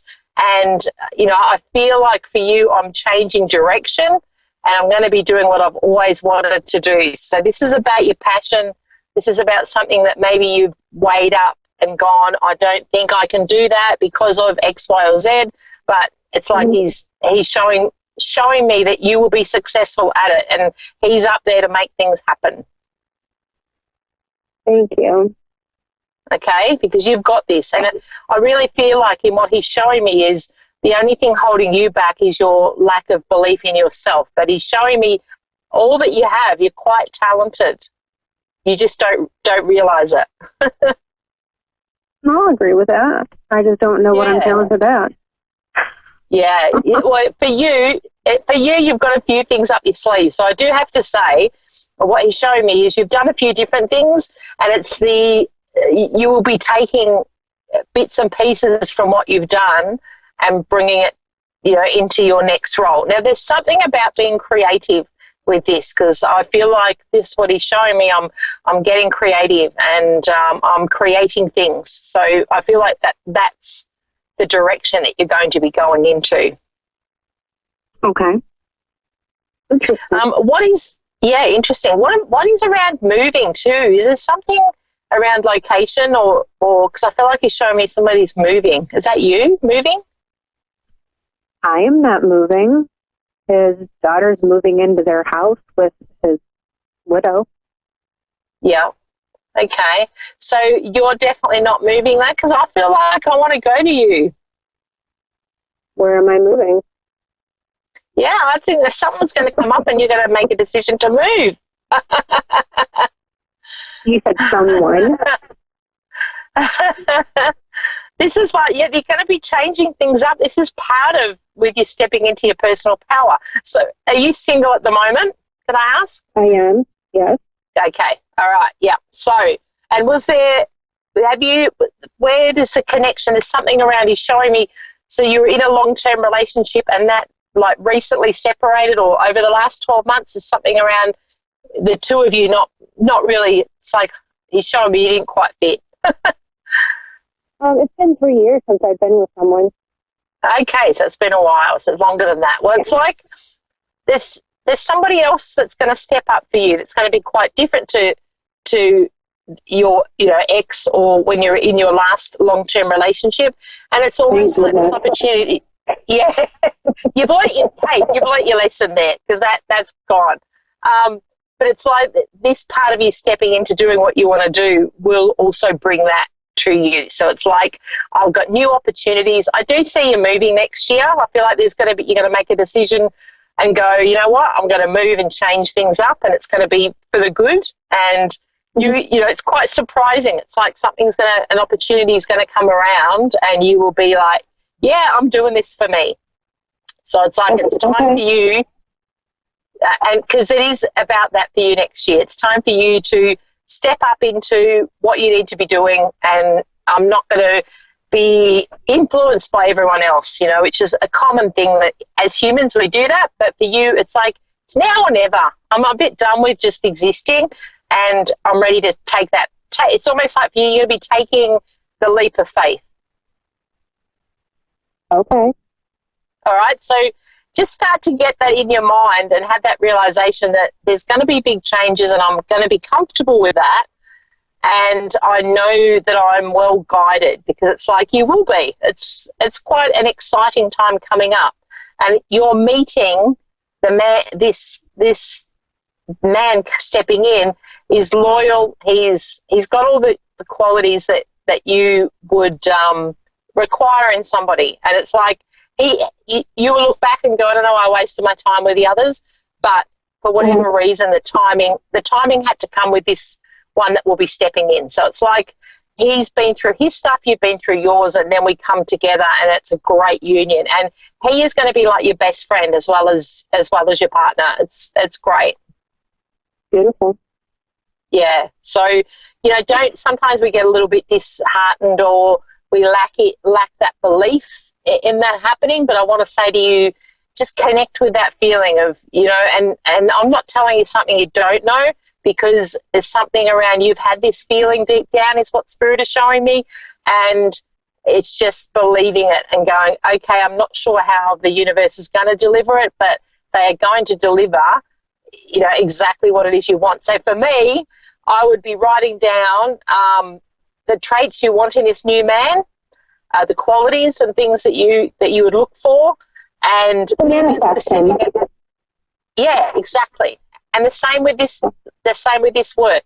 And I almost feel like when sometimes we don't know what we want to do, all we need to put down is some affirmations saying, I love what I do, I make great money doing what I love, you know, I'm in because I feel like for you too, this is really flexible what you're going to go into. And it's like I've got more time, and, you know, my it's a flexible time schedule, so I can fit things in that I want to be doing. Okay. So how do you see my financial future? Well, that's where this will step up. So it's like there's something around, just as you said that, what's the debt that's being paid out? Well, there's something being paid out at the moment. Paid down my mortgage? Yeah, it's like there's something that's going to be, it's almost like I want to, well, it's like, yeah, it's like you're paying off something, right, that might feel like it's going to take forever, but they're showing me it's going to be quicker than you think. So, you know, sometimes we think, oh, my God, I've got to pay this massive amount. It's like, don't worry about it. It will become easier, and you'll pay it off quicker than you think. Okay. So it's going to be a fantastic 2020. Yeah, definitely.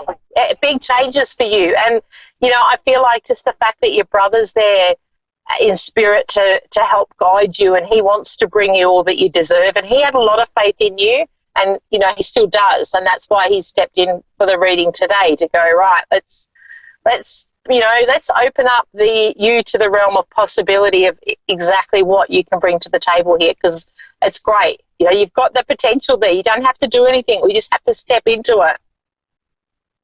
Okay. All right. So please trust that. But I definitely see, and I'm just questioning a little bit more about where you're moving. And I want to say I'm moving closer to, now, my geography when it comes to America is really bad, so please forgive me, but I'm moving to where there's a body of water. I'm on a coast. I feel like I'm heading where there's water around, and I feel like I'm going to waves more so than a still body of water. But Okay, you are not the first person to tell me that. Oh, good. So, yeah, so be open to that.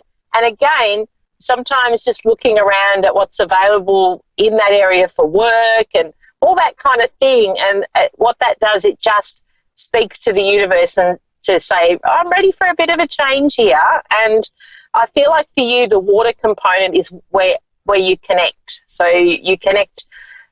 For you, it's like if I'm by the water, I'm like, oh, I'm so peaceful. I'm like, I can breathe. So yes. I feel like, yeah, so it's like, why not live near there? And then you can do that every day, because that's what I feel like will be important for you. It's like, cool. That's beautiful. Yeah, so, you know, again, get some pictures. Like I love vision board is a great one. Get some pictures of areas that you might really love. You don't have to overthink about how you're going to do it or how it's going to happen, but we're just going to put it out to the universe. I've got a lovely gentleman stepping in who is, you know, there's a real soul connection, so you're going to meet him and know who he is.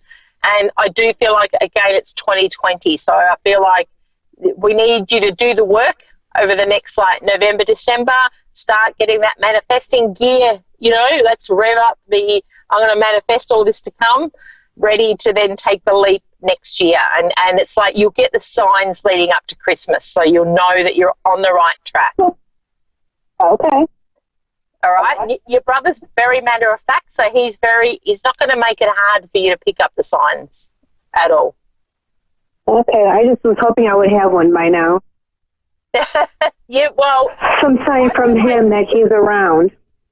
Yeah, I feel like you have it. It might be you're either overlooking, you know, and missing the finer things. He's very unique in his manner, so I feel like he would come through differently compared to, you know, a lot of spirits with signs. We get feathers, we get, you know, there's the standard things, but he's a little bit different, and I feel like there's a quirkiness to him, so it's going to be a little bit different to our standard, you know, run-of-the-mill signs from spirit. I do want to say there's something connected to a nighttime. I feel like I want to go outside and have a look at the stars, and I feel like that's where you'll get a strong connection with him. So whether we're talking shooting stars or just being able to capture things of a night, I feel like he's showing me is relevant.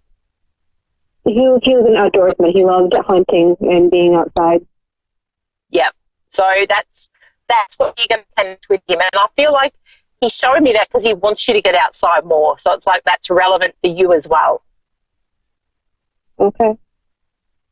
Okay, so looking at where the stars are and the different signs. So, you know, you can ask him, take the time to say, okay, come on, I want a really clear sign, but then also make sure you disconnect from the distractions so that you can take notice. So what that means is in a daily routine, rather than having music or television on, turn everything off, allow yourself to sit in silence, allow yourself to look around. Don't be, you know, like sometimes we tend to be on our phone or we're doing things. Take time to look around, to check out nature. As you're outside, you will see the signs.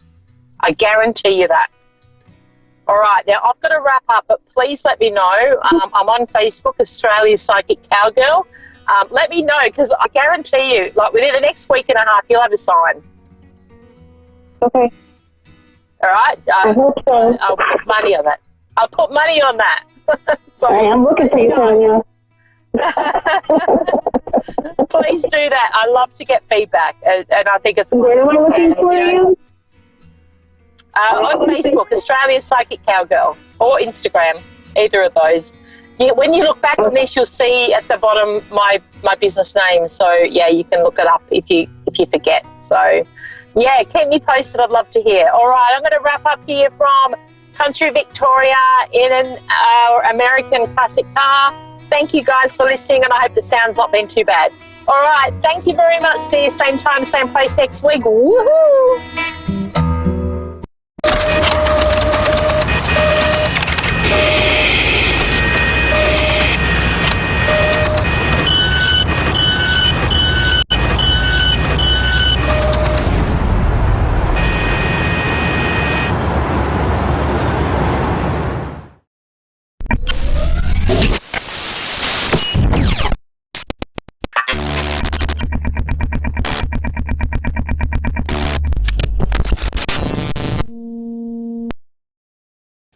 Hi, I'm Faye, and thanks for watching Moonstruck. And now, back to A1R on the air, Psychic Talk Radio, now on Moonstruck TV, enlightening television.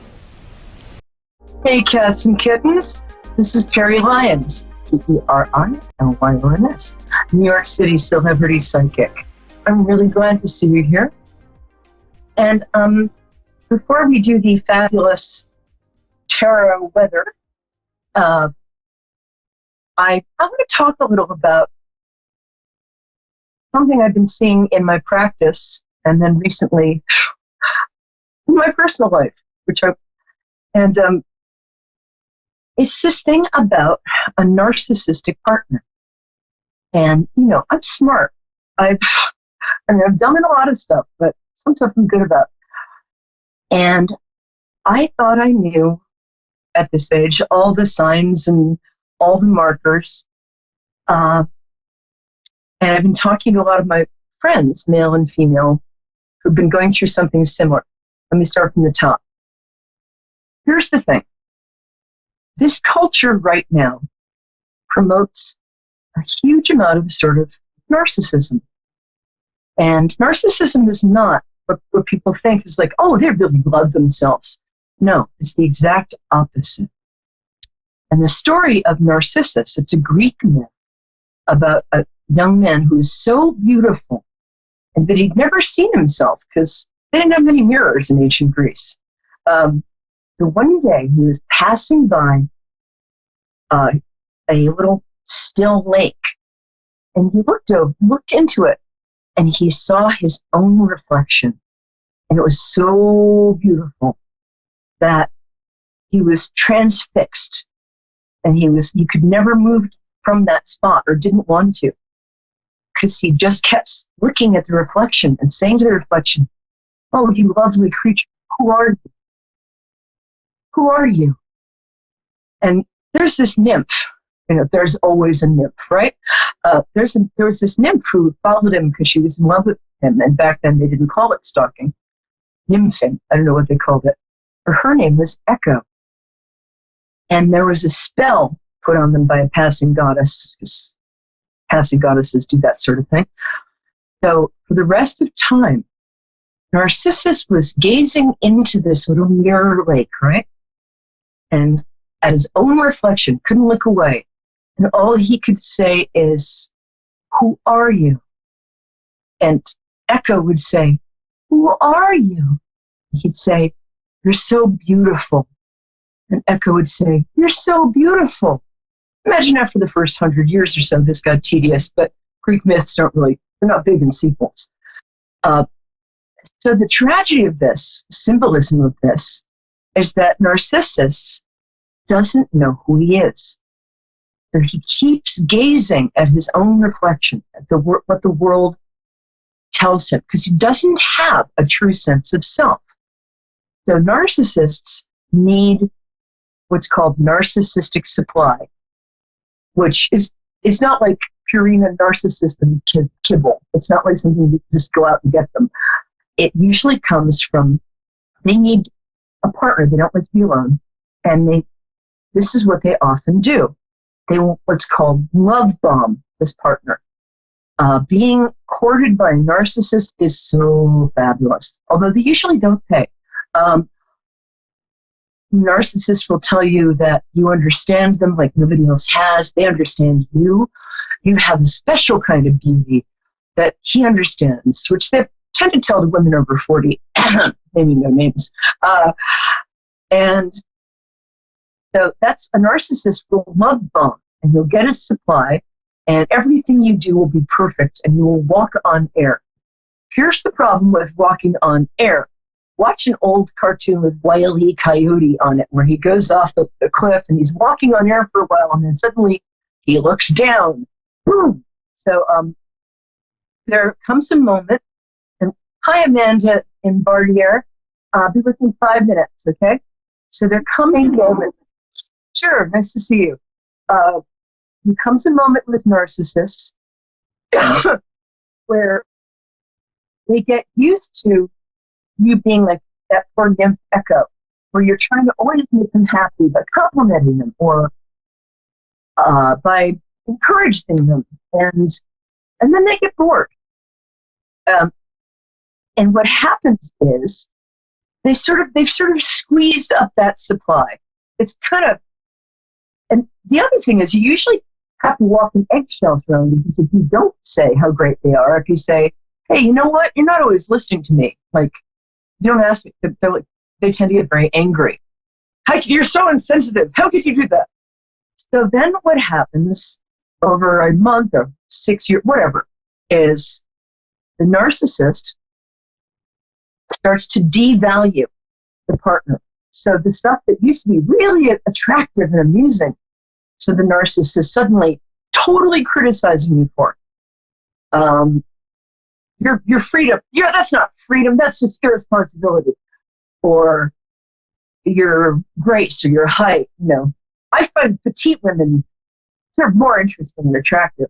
Whatever. The thing that he's first love bombed you with, is then going to be the thing he devalues you for, especially when he thinks there's another source of narcissistic supply on the horizon, which might have more status or be younger, might even be a great job. And what he does or she does is she will just completely, you'll become a non-person.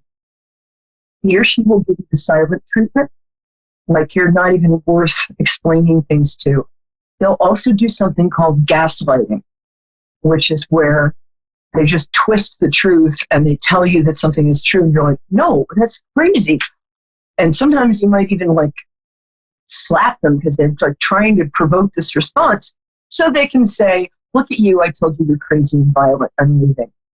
And usually when a narcissist leaves, it's like, that's it. Sometimes they won't take their clothes, they'll just vanish and you're dead to them. So I've been seeing a lot of this. I fell for it myself recently. I thought I was so smart. So just so you know, you might want to look up narcissists, and if you meet somebody who really love bombs you and says, I'll always be there for you, I'm going to marry you tomorrow, my dream woman, just step back and see what their actions say. And also see if they're interested in you after a certain point, or if they give you space to have your own emotions. Because what narcissists hate most of all is that other people have emotions, and the narcissist can't control that. So that's your public service announcement from me. I'm going to get, it's Amanda, right? Yes, this is Amanda. Yeah, I'm still on the line. What? Nice to see you. Thanks for being so patient. And no problem. I hope you can hear me. My iPad just bit the dust. This is sort of a little replacement. Psychics and technology. Not so much. All right, darling. I can hear you well. What did? So tell me your birth date. That's how I connect to people. My birth date is March 23rd, 1987. Oh, cool. Aries. We love Aries in here. I'm a March baby too, but a little earlier. Okay. You're smart and well balanced, even when you don't think you are. You're shy and reserved. Yep, it's lovely. You have a nice kind of emotional elegance to you. So what can I help you with today, babe? I was hoping for medium reading, connecting with my past son. Oh, I'm so sorry. Did he have a K name? A K in his name? Like, not Kevin, but something with a K? Or what was his first name? It was Cyrus. Cyrus is his first name. Cyrus. Cyrus. Oh, I'm sorry. I was seeing the C as close. Oh, God. And when did he pass? On October 23rd, 2018. I'm so sorry. It wasn't, I don't want to get too much into something that might be privacy, but I'm not getting the feeling it was an illness. I get the feeling it was either self-inflicted violence or some sort of crash. He's a little embarrassed about how he went, so he's not showing it to me. And you might be embarrassed because, or it has to do with the fact that he did have pneumonia, but he was in the bathtub and had a seizure and passed away. Had what? Pneumonia for what? He was in the bathtub. Oh, I'm sorry. Okay. Oh, I'm so sorry. That's awful. I had my friend last year pass like that too.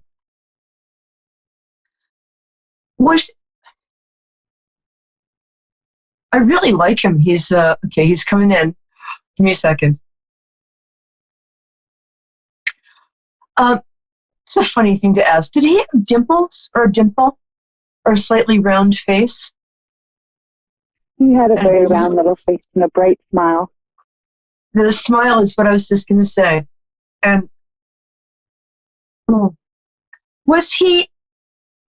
did he like creative things, musical theater or anything like that? Or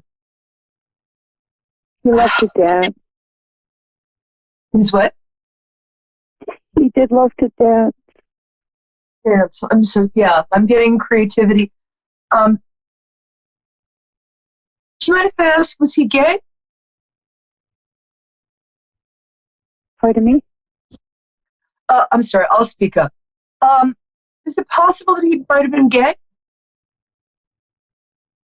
He was just 16 and a half months old.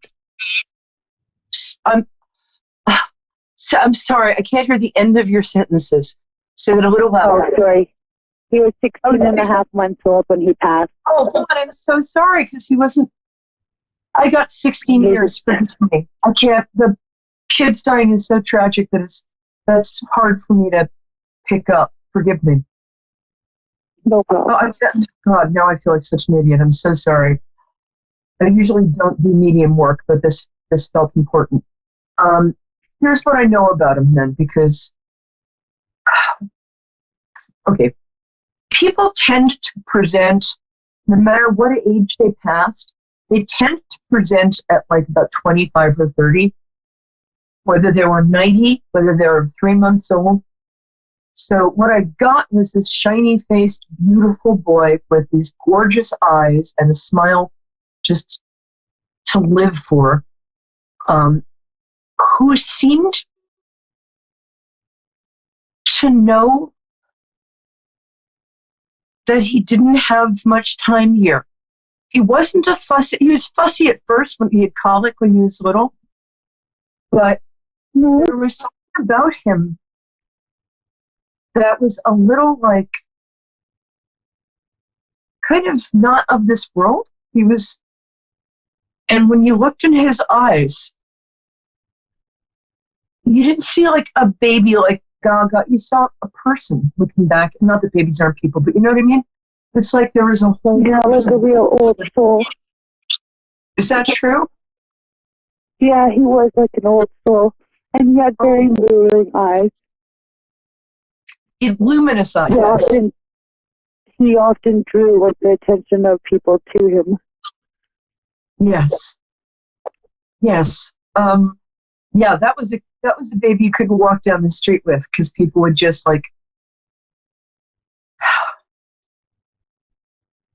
I'm sorry. It's just I can't imagine what his parents are going through.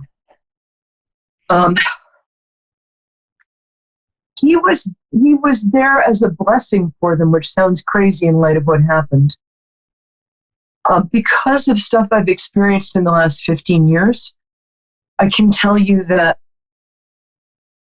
love is eternal, souls are eternal, personality is eternal, and people that we love stay with us. They just do. And there's some sort of almost karmic gift or blessing.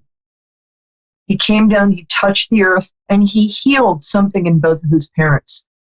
Either they got back together or somebody might have physically healed. I'm sorry, in his vicinity. Well, during his time on Earth. Was that his grandmother? His grandmother for what? It feels like he was a very healing presence. So during his time on Earth, it feels like he was a conduit for healing energy. So people around him got either emotionally, spiritually, or physically healed. It feels to me like a female relative of his who had been quite ill actually got better for a while when he was around. Is that true? Was that his grandmother or great-grandmother? I don't know of anybody being in sickness. I am Cyrus's mom, and like his dad and I were having lots of hard times, and it was because of him that we stayed together. Maybe that's it. And like he was my light in the day. Yeah. To be able to want to keep on going on in life. So it's kind of funny how your little thing that you were talking about just before we got on the line there, but his dad is a narcissist. Yeah, that's exactly. Oh, his dad is very much like the guy I was just specifically talking about. Very charming. Yeah. Utterly, I mean, just dead inside, and a real liar. I hope his mother is getting the help. I know she is, because she's very lovable. Often narcissists attract very empathic people to them, or in my case, suckers. You can tell, if you want to tell his mother this for me, sorry, it feels like there's somebody on her side of the family, a generation or two before, who is female, who passed younger than she should have. Maybe an aunt or a great aunt, something like that. So he's hanging out with relatives up there. I mean, I hate to say, like, he's happy and he's with Jesus, but in fact, he is happy, and he is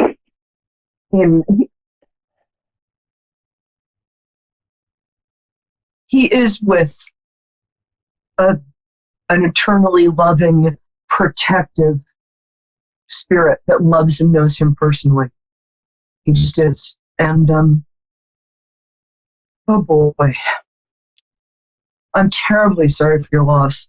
He's especially with his mother. He's always with his mother, but she thinks like, oh, I'm going crazy. He can't really be here. I must. Love is eternal.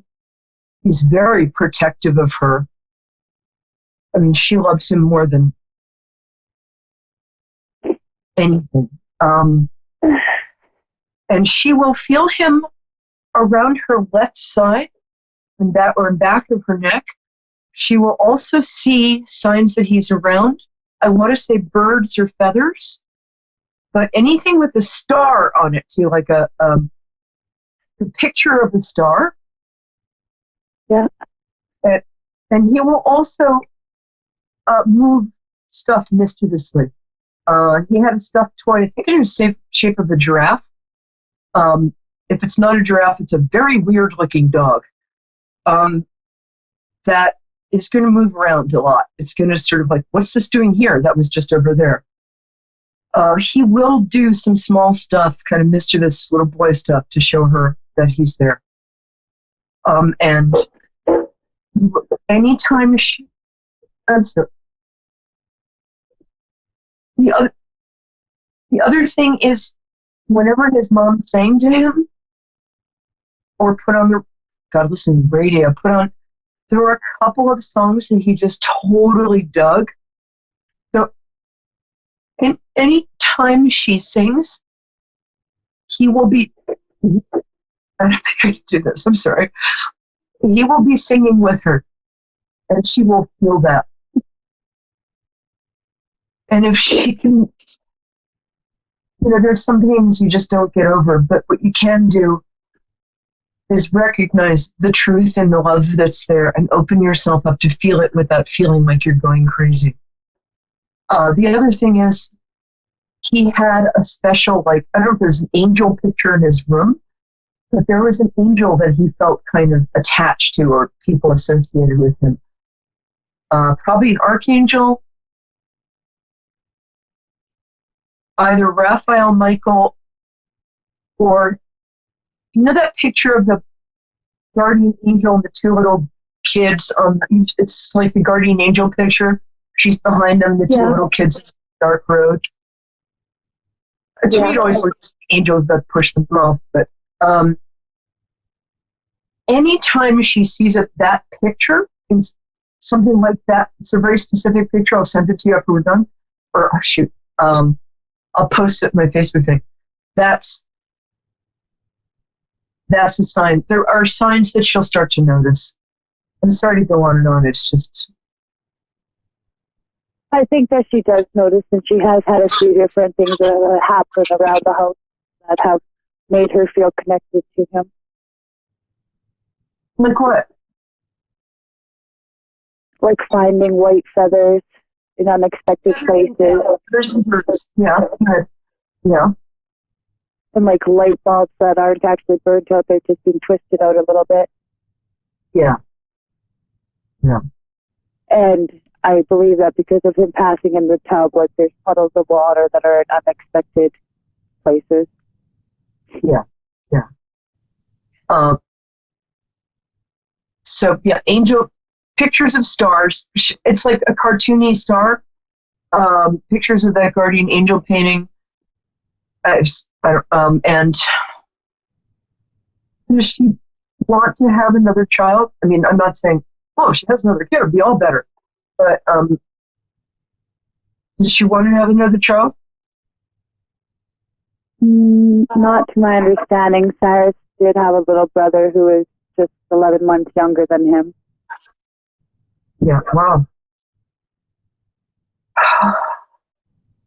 She's going to be okay. Her life is going to change enormously. I mean, not just because of this. In the next year or two, I think she's going to go back to school and get some sort of skill that gives her security, and she's got a big life change. And you are a terrific friend. I wish we lived closer, because I think you're great. And I really do. You're an empathetic, strong, lovely, caring person. Most people, when they get on this show, they just want to know about the love life. The fact that you've used your time here to talk about something in such a caring, loving way. The world is a better place because of you. And I want you to just remember that, okay? Because next year is going to be awesome for you. But please keep in touch. You're welcome. Absolutely. I really appreciate your time and energy. Well, you have my full attention. You can get in touch with me on Perry Lyons on Facebook. I'm still catching up with stuff because I'm getting over pneumonia, but please do. I want to know how you're doing, and she can get in touch with me if she'd like. I'll give her free 15 minutes. All right. Okay. God bless. Thank you for calling. And thank you. All my cherished viewers, the people, this is kind of a sacred space, and not because of me, but because of you guys. And I just am really grateful that you allow me to have this connection. And so go forth and have a terrific week. And remember, you're the only one of you that ever was or ever will be. And so give that gift. Don't be bad girl. But remember, your presence in other people's lives is a gift. God bless you, my dears.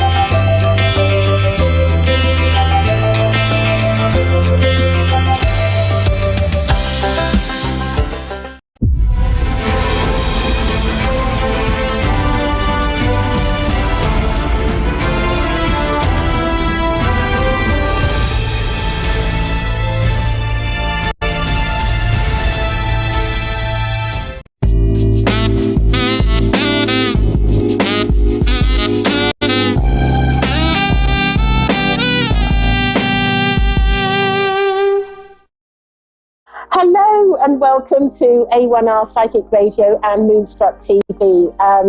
I think we're going to have a wonderful show. We're going to have two callers that are going to call in, which are going to be wonderful. And now I thought what we could talk about today, before we have our callers come in, is what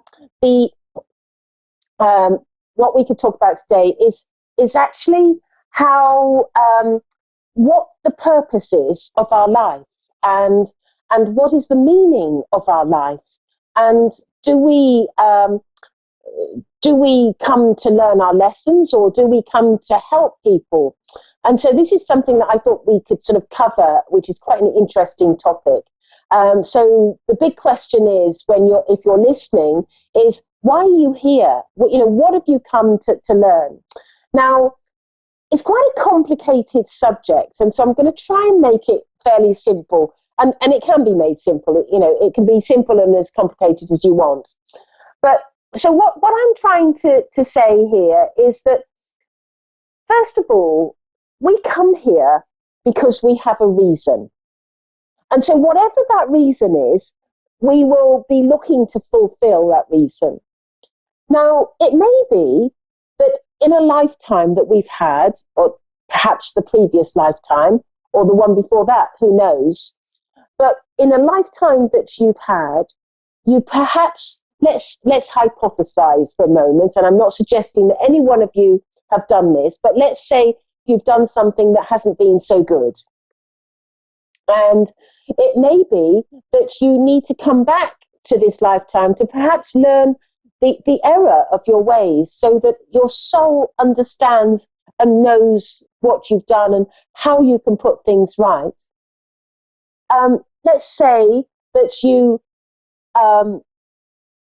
it may be that you've come to help somebody who's going to have a challenging, difficult life, because we can't do things on our own. The other thing is, let's say that we've come to this lifetime because we need to learn something about sickness, or we need to learn to help people and be healing. And so we may be a doctor or a nutritionist or a medicinal, something in medicinal in some way. But whoever we are and whatever we're doing, we're not alone on this earth plane, because in addition to us coming to perhaps help other people and to give to other people, we are also looking to help people. So we're helping people, but there are people in the spirit world that are going to be helping us, because ultimately they don't want us to fail. They want us to succeed. So they will do everything they possibly can to steer us in the right direction and help us in whatever we have to do and whatever we're learning on this path. And so I think that's quite sort of interesting, sort of why we've come. And sometimes we can have numerous people helping us in the spirit world, depending on what we're doing. And sometimes we might just have one or two. But the point is that we will always have people in the spirit world helping us. Now, some of them will be people from our soul group or higher evolved souls, or some of them may be actually family and relatives that will be helping us and guiding us, because they have that love link. They have that love that they want to share with us, and they want to help us in whatever way we can.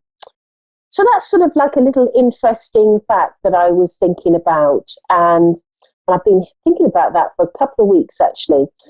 But let's move on to the callers, and I believe we have Nikki in Cumberland, Maryland, USA. Are you there, Nikki?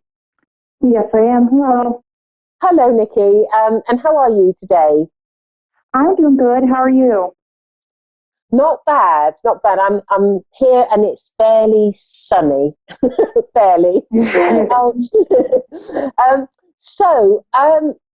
I am a medium. Now, what that means is I'm able to do one of two things.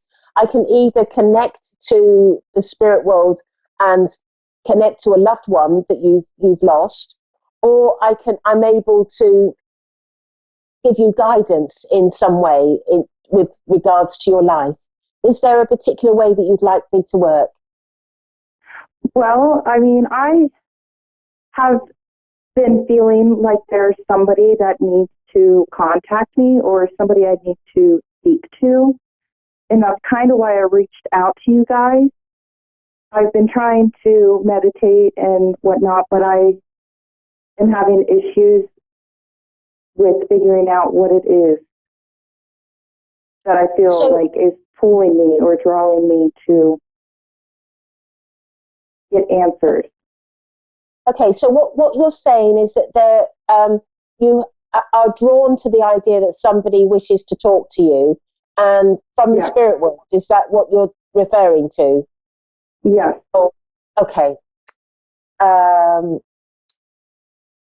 Right. Well, the first thing that I'm getting is grandmother, and I feel that you have a grandmother in the spirit world, and I know that she is seizing this opportunity to talk to you, because I feel quite sort of excited of wanting to talk to you. But she's making me feel as though there has been I feel like there's been some new additions to the family since she's passed to the spirit world, and I'm being drawn to sort of young children that have been born, and I feel like she's referring to children that are around you. Would that make sense to you? Yeah. Yeah, that does. And she's saying to me that I get the feeling that one of your children has one of your children. Are they still at school? Because I'm feeling at school age. Does that make sense to you? Yeah. Because I feel like one of your children is actually having some difficulty in school. Would you be aware of that? I don't think so. I do have a child. He is in pre-K. So I don't really see how we could, just learning, just getting into it. So I don't see why, you know what I mean, on that. Right. Okay. But, yeah. Because what I'm getting from your grandmother is that okay, I feel like there is something to do with where he's going to school that doesn't sit well with him. And I'm not saying that he necessarily is unhappy, but I just get the feeling that there is something to do with where the environment that he is in is not working for him in the way that it could do. And I get the feeling that your son almost needs some sort of more stimulating environment than where he's at. And I'm being shown like I just get the feeling that children aren't always being nice, or I'm just getting, and I'm assuming that you don't know anything about this. Is that correct? Oh, no. Yeah, I guess. Yeah.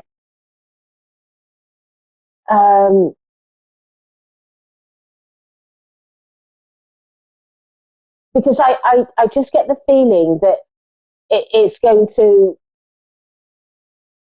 grow into something that what I would suggest to you is just watch out for it then, because I get the feeling that something is not quite right with this environment, and psychics and mediums do get things wrong, so don't be sort of live your life in an alarm situation, because I could genuinely have this wrong, but it's a sense that I'm getting that he, I just get the feeling that there is a struggle there, and I feel that maybe it's yet to come out, but I I can feel that there is something that is not quite right with that environment, and it's almost like I feel like I need to urge you to pay some close attention to this, because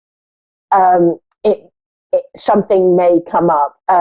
But as I said earlier, mediums do get things wrong. All of us do. There isn't one medium on the planet that won't make a mistake. So I don't want you to feel too alarmed.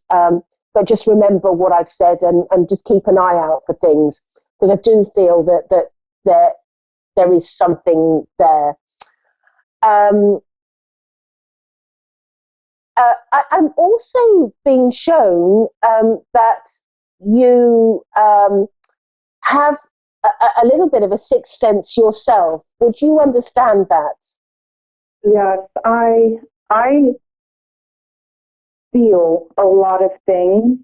Like, I work in a hospital, and when I go into a room, like, I know there's somebody there, or like when I'm at home, I know someone's there. Like, I hear footsteps. Like, I always sense that there's something there when there is something there. Yeah, and I'm being told that there is a guide that is stepping forward and wants to work with you, because I'm being told that this guide that's going to work with you is a healing guide, and I get the feeling that you've got healing hands, and I'm being urged to sort of press that upon you, that you have got a healing ability. And I just feel that he wants to sort of make himself known to you. I'm just seeing. Have you been aware of any sort of spirit that has sort of been around you, or a specific person? I've seen things like that could be a guy. Like, I have seen a silhouette of a man. Right. And sometimes I'll see out of the corner of my eye somebody looking at me, but then they move, and so it's always like a silhouette. It's never like features.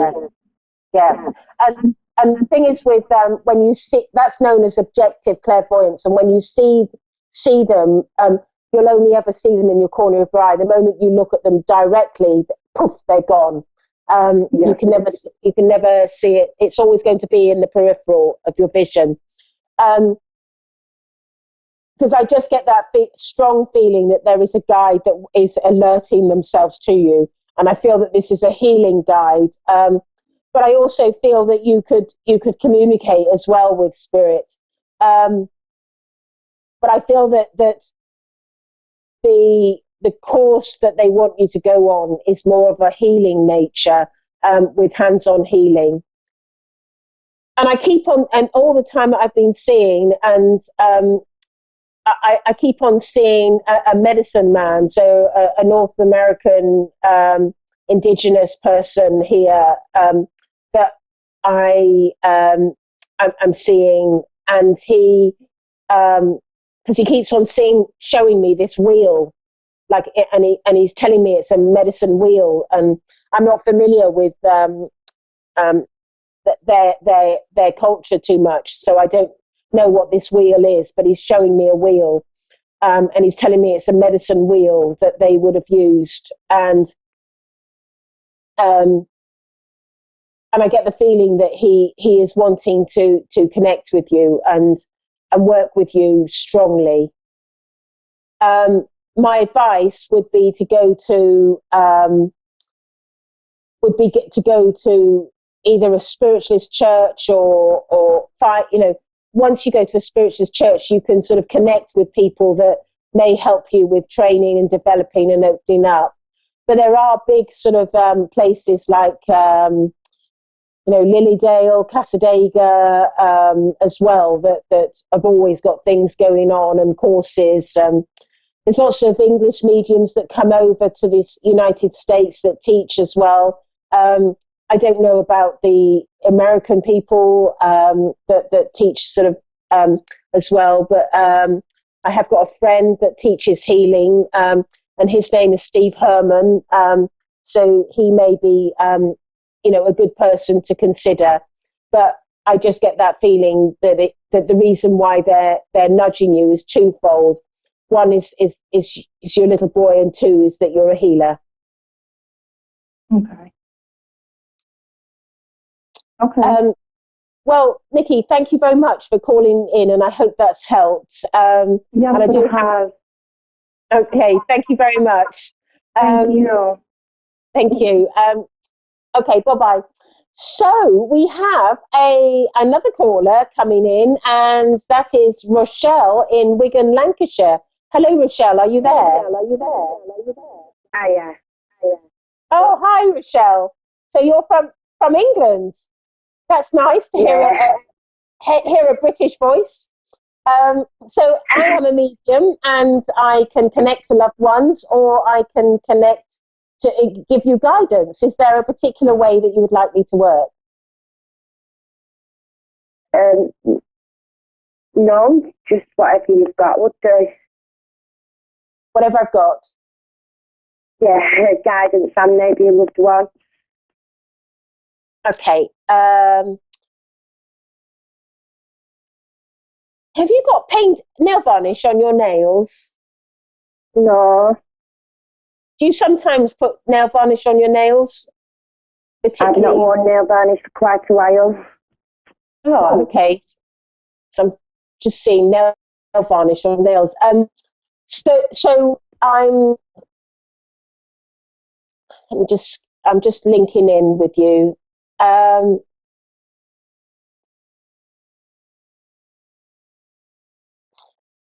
Right. The last time I did my nails was about 10 months ago. Was it? Oh, I see. So I'm one of the things that I'm getting is, do you sometimes suffer from headaches? Yeah. Because I'm being told that this is something that you suffer from, and I do sometimes suffer from headache. Yeah.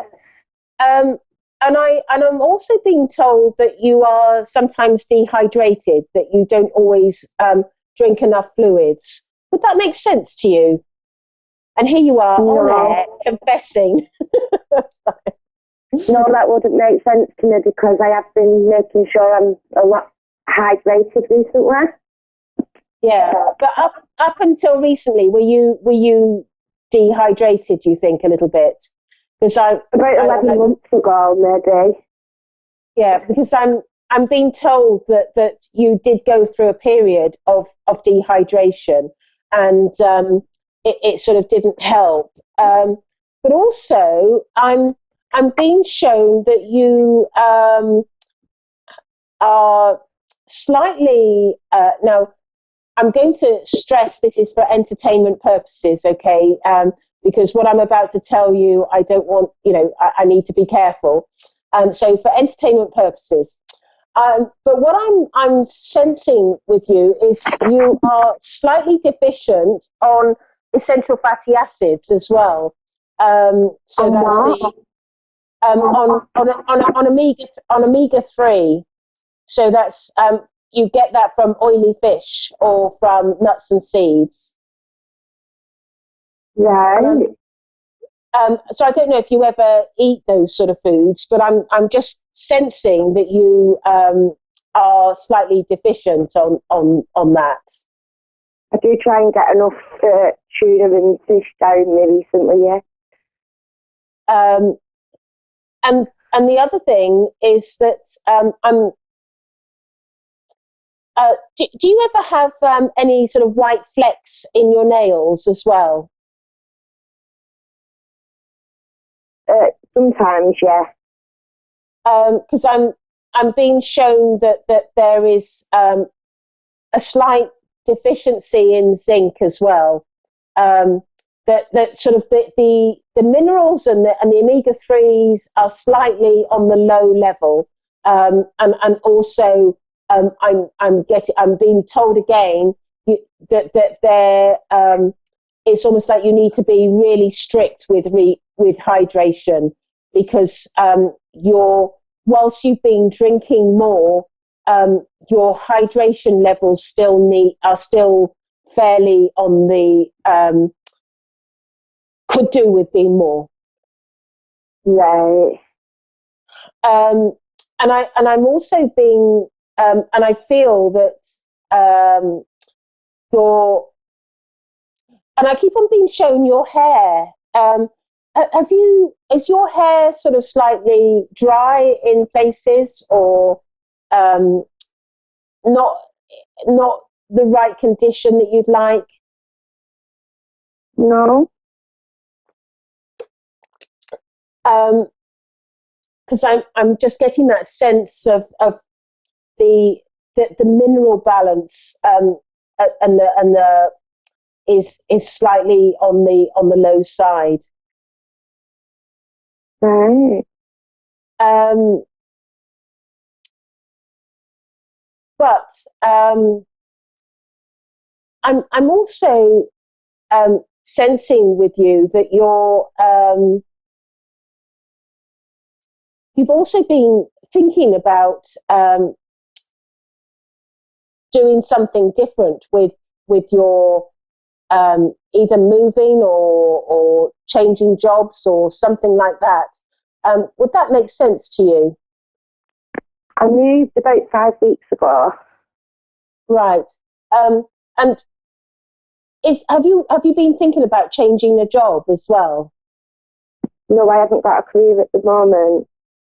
Okay, because I'm being shown something about the possibility of getting work, or there's going to be some changes in your life, and I just get that feeling that you're going to be. I don't feel like it's going to be something of a big career, but I just get that feeling of doing something, and I don't know what it is. So I just get that. So look out for that. I think that may be coming for you. And I also feel with you that you're. I get that feeling that there's a little bit of restlessness as well with you, sort of that you are looking to. It's almost like you're sort of that I can't put my finger on it, but it's just restlessness and not knowing and sort of which way to turn and what to do and how to do things, and I can just feel that with you. And what I'm being told about that is that you're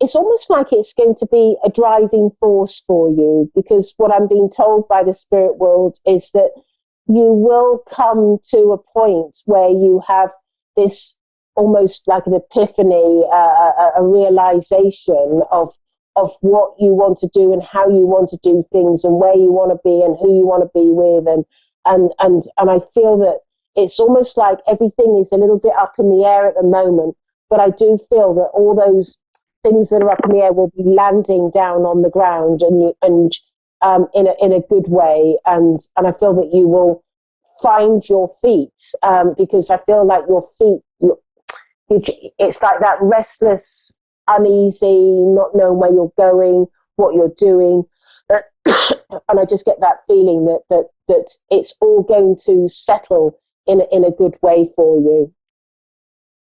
Would that make sense to you? Sorry about that. Yeah, the restfulness and stuff makes sense. Yeah. And I have got quite a difficult time ahead of me in the next probably 6 to 12 months. Yeah. But I just get that feeling that I just feel that restlessness is you're going to come out the other side, and I just get that feeling that and I'm being told you're going to be better off as well. You're going to, walk forward in a more positive light and in a more positive way. And I just feel that it's a sort of like it's like a blip in your world, in your life, and I feel that you're going to be stronger for it as well, because I feel that you're going to, that there's a part of you that is sort of almost like you're rising up, and you're not wanting to be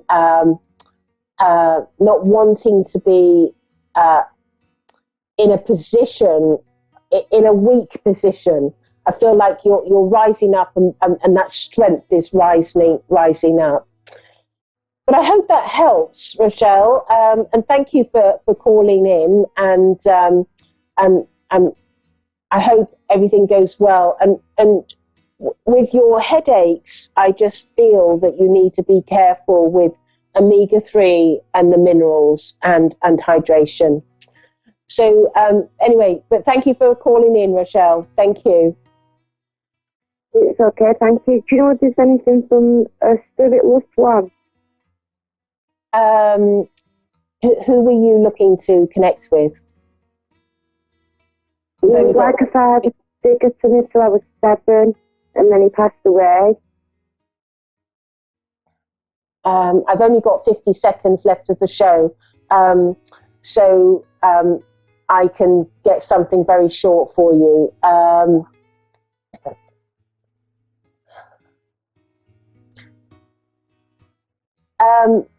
I just feel that I can sense somebody around, and I feel that when he passed, there was a real sense of feeling like there's a real sort of weakness, and the skin has gone pale as well, as I'm just been shown. But all I can say at this point, I've only got a few seconds left, is he's in the spirit world, and he's just suddenly shown to me, he's just waving his hand, and he's just like blowing you a kiss and just saying, I love you.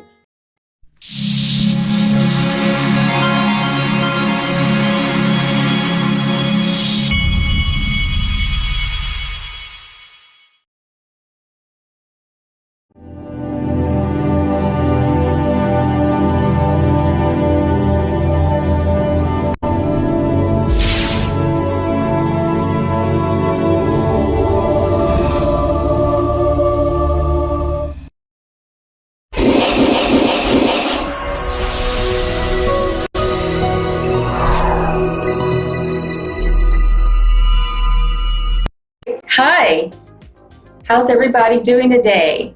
I'm Lisa, and this is my show, Angel Guidance by Lisa.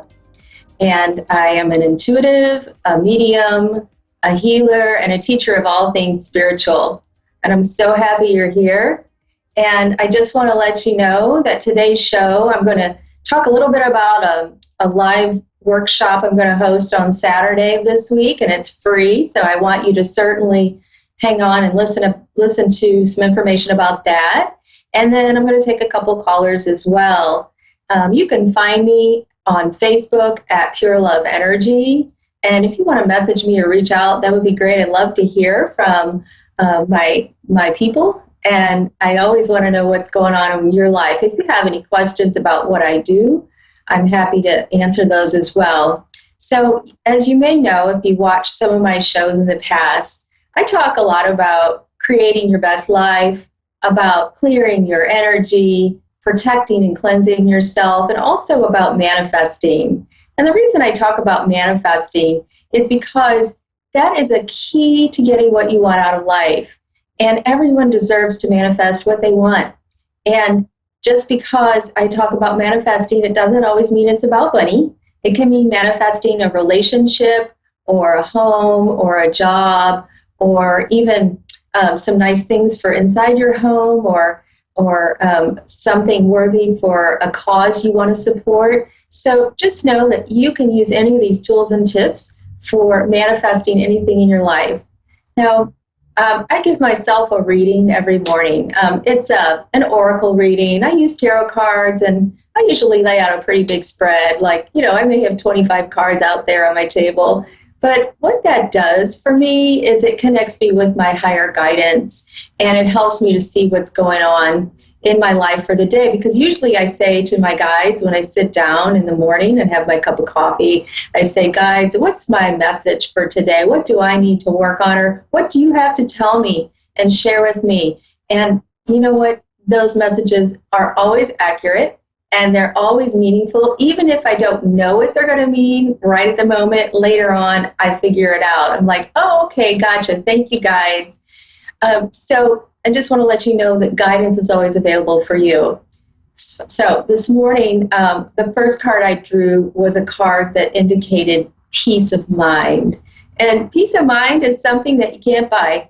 I can teach you all about abundance, and I can teach you about manifesting, but no one can get out their wallet and buy it. Now, some people will say, okay, yeah, well, if I just had a lot of money, then I could pay off all my bills and I would have peace of mind. Well, that may be true to an extent, but a lot of times when we have those things that we think we're going to need and will give us peace of mind, you know what, something else pops up and it really doesn't. So what I want you to think about today is peace of mind. And the reason I'm bringing that up is because that's key to manifesting. Peace of mind. You have to have your inner world straight. You have to have your inner world, meaning going within, listening to your higher self. You need to have that area of your life calm and relaxed and just in balance. And so one way to have your inner world balanced is to, well, first of all, to sit in awareness, meaning just sit in the morning, and I do it every morning. And even if I only have 5 minutes, I make sure to do it for those 5 minutes. I just sit with my feet flat on the floor and my back straight, and I close my eyes, and I breathe, and I just focus on my breath, and I count to 5, and I breathe in, and I exhale, and I release. And when I do that, that allows me to calm all those outer thoughts, those thoughts of what my day is going to bring, those lists of things to do that I have, because I have them just like you. And it allows me to focus and relax and hear my intuition. And everyone has intuition. Everyone's accessible to it. So please know that if you start to do that every day, you're going to start hearing that higher guidance, your inner voice. And that's a wonderful thing to be in touch with. I always feel very confident and reassured when I have my little conversation in the morning. Although I'm not talking, I'm just listening to my guides. So some people say, well, Lisa, I do this, I sit in awareness, and I really do work on cleansing my energy, and I work on balancing myself, but I just can't quite get there with manifesting some of these things I want. And I have some interesting tools and tips for people like you who want that extra step in advanced manifesting. And so what I'm going to talk about on Saturday, which is when I'm going to have a Facebook Live at 1 o'clock Central Time, I'm going to talk about manifesting with crystals, and I have my crystal right here, and manifesting with a crystal grid. And this is a crystal grid. This is just a template, it's just a piece of paper with something printed on it. And what you can do with a crystal grid is you can manifest those things that are in your mind and bring them out into the real world. And you can do that by focusing on what you want and then utilizing the crystal grid by placing crystals like this clear quartz crystal, which is a Lemurian crystal, or this amethyst crystal, which is a beautiful kind of a violet color crystal, or this beautiful rose quartz crystal. You can add these to the crystal grid and affirm what you want. And I'm going to teach on that. It's totally free. Please join me on Saturday, this weekend at 1 o'clock Central. And if you don't already have one, if you want one of these crystal grid templates, just message me on my Facebook page at Pure Love Energy, or just look for the post that I already have up today on my Facebook page and just make a comment, Lisa, would you please send me that template? Then you print it out and have it ready for Saturday. You may need crystals for this grid. You don't need them for Saturday. So if you want, you can get those crystals later on. Also, if you can't join me on Saturday, no, I will keep the replay up for you so you can make your own crystal grid. Just know if you are on my live, then you can ask me questions about it and get some more information on what you need to make this work. So I hope you join me. It's just another way for me to give back. So now I'm going to take a caller, and I have Loretta, I believe, in Georgia, who's calling in today. Hi, Loretta. Yes, ma'am, that's true. Hi, how are you? I'm good. Oh, great. I'm so glad to hear that. Well, Loretta, what can I help you with today? I just have a question about my love life and career. Love life and career. Okay. So let's see. Is there something specific you want to know about either one, or is it just a general question? Or, I'm just curious. You'd like me to take this a certain direction? Am I getting a job soon? And this new guy that keeps giving me the runaround, like I'm trying to really find out like what's really going on because he's so secretive. Okay. All right. Yeah. So has it been like 2 or 3 months with this guy? Yes, ma'am. Okay. All right. This is interesting because let me see what I can figure out here. I'm also going to draw a card. Okay. I feel like there needs to be another few months of you getting to know this person before you totally give in, of yourself, giving all yourself to him. I feel like he has some issues that relate to a past relationship and that may not be completely finished. Now, I don't know that, I'm not saying he's married, but what I am saying is there are some ties to somebody else that are keeping him on the fence. Did you have that suspicion or that idea? Yeah, I did, and he said it wasn't that, so yeah. You did, okay. So I feel like this was, with him, that was a long-term relationship for him in the past. And, when people break up or separate and they've been really connected for a long time, they have this energy together that's really hard to break apart. It's like, it's almost like a cord, and I've seen this psychically. It's like a cord of energy between one person's heart chakra and the other person's heart chakra. So what I think is happening here is that on some level, he feels like he's going to miss out if he completely moves away from this person, like entirely. And it's not that he doesn't like you, because I do think there's this connection between you two that feels like it could really take off. Like, I feel like you're right there. You're like, oh, come on, come on, let's go. But it's really him. What I'm also hearing, I feel like there's someone else coming for you, but it's going to be like, I feel like it's going to be next year that you're actually going to meet this person or connect with this person in that way that you like this guy for. It feels like this is going to be 5 months away from you with this other person. So so what I'm hearing is you need to make yourself available, but in a very, in a way that you set your boundaries. It's like you draw the line and you say, okay, you either want me or you don't, and you set yourself up like that energetically, and he's either going to match it or he's not. If he's good enough for you, then he's going to step up.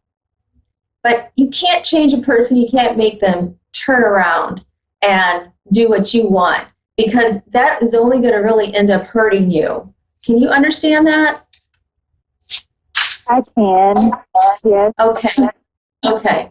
All right. So what I do see, like I said, is someone in about 5 months for you. It feels like it's going to be right at the very beginning of next spring, which is a really beautiful time to fall in love. And I do feel like this kind of idea of falling in love is something you really want, because I feel like you missed that. I feel like you've had it before, but you're feeling kind of empty without it. And what I want you to do as well during this time when you're feeling this way is start giving yourself self-care.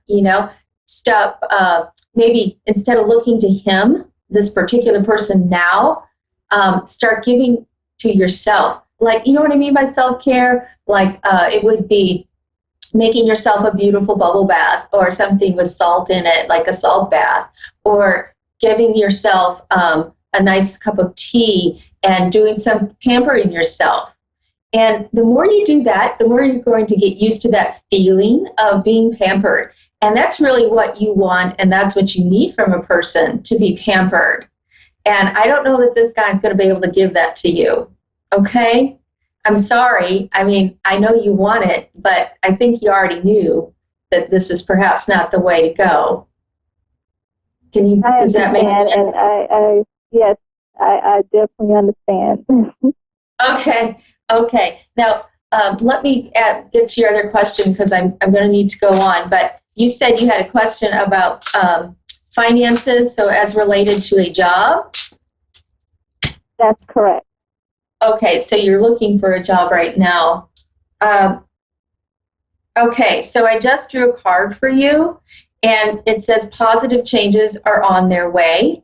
A welcome relief of troubled times. Traveling or relocating. So that's interesting. Have you thought about moving for a job? I have. I actually moved already for one, but it didn't work out as like I thought it would. Okay. Well, that's all right, because that cards and timing are, time is very fluid, and so to me this affirms that where you are is in the right place. You just need to get that job pulled into you. So what I want you to do for that, and I do feel like this is 2 or 3 months for you as well for this job. I feel like it's going to be a big shift right after winter, like right after the holidays. Like in January, you're truly going to have this great new year. So in 2 to 3 months, that would be, November, December, January. They're going to start looking for people, and you're going to be one of those people. Continue to put yourself out there. Continue to look. Continue to know that your highest good is going to be met. Okay? So I feel like in 2 to 3 months, your job is going to transpire, and then about 5 months after, from now, the relationship that you really want is going to come, because you don't need second best in anything. Okay? And I feel like that's the universe telling you, don't settle. All right? Loretta, thank you so much. Okay. Thank you very much. Sure. You have a wonderful and blessed day. You too. Goodbye. Thank you. Bye-bye. Okay. And I believe I have another caller, but I'm sorry, I missed the name.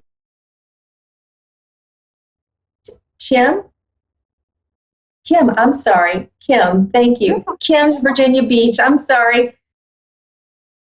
How are you? I'm good. How are you? I'm doing great. Thank you for calling today. So, Kim, how can I help you today? I just really need to know, like, the relationship I'm fighting for right now, like, it's starting to, like, drain me. But I just want to know, like, is this the right person that is supposed to be around? Like, so I had a few people tell me he was my twin flame, but, I just want to know, like, kind of like, is this the one? In your heart, if you're questioning this in your heart, what do you think?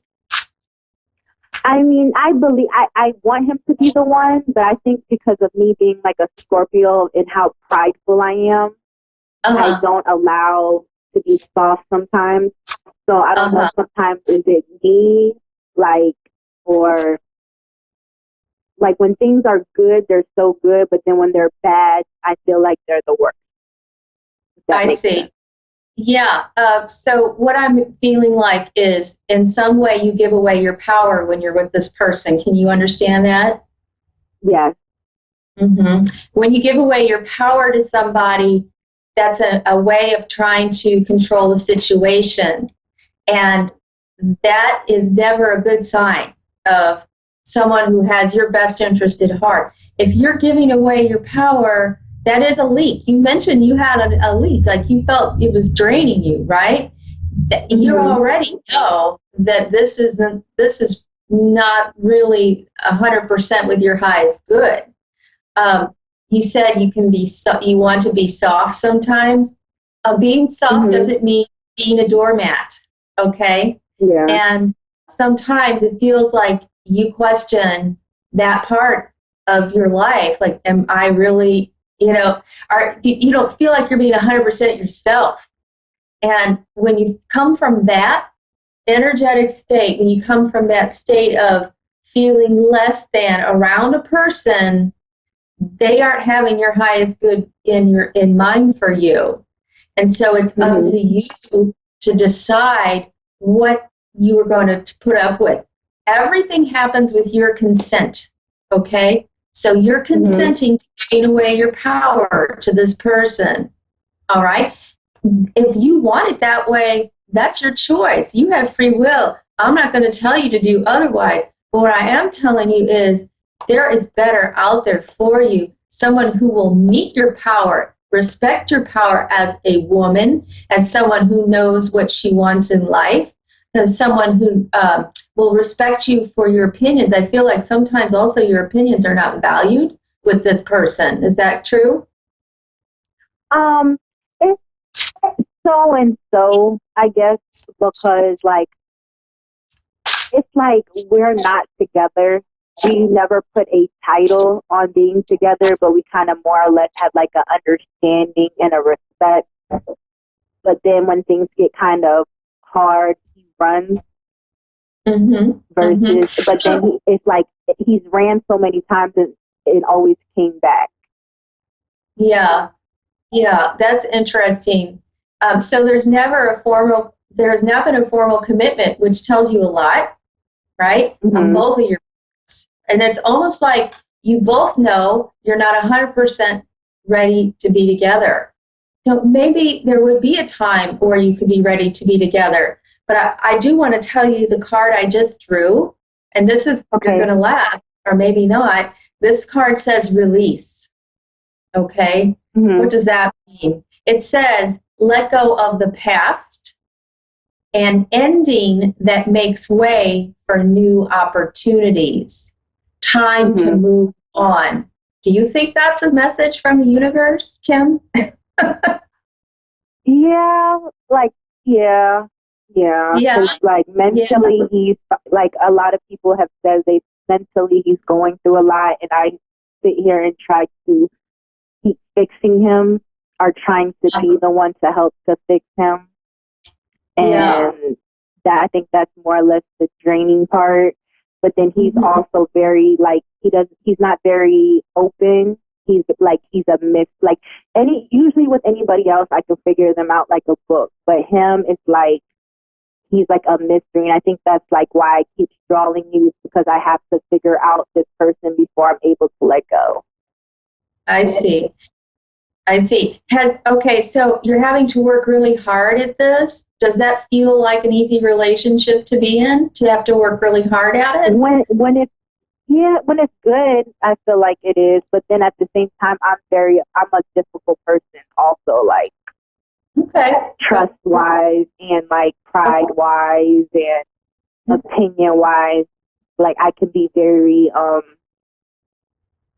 don't even know what's a good word for it.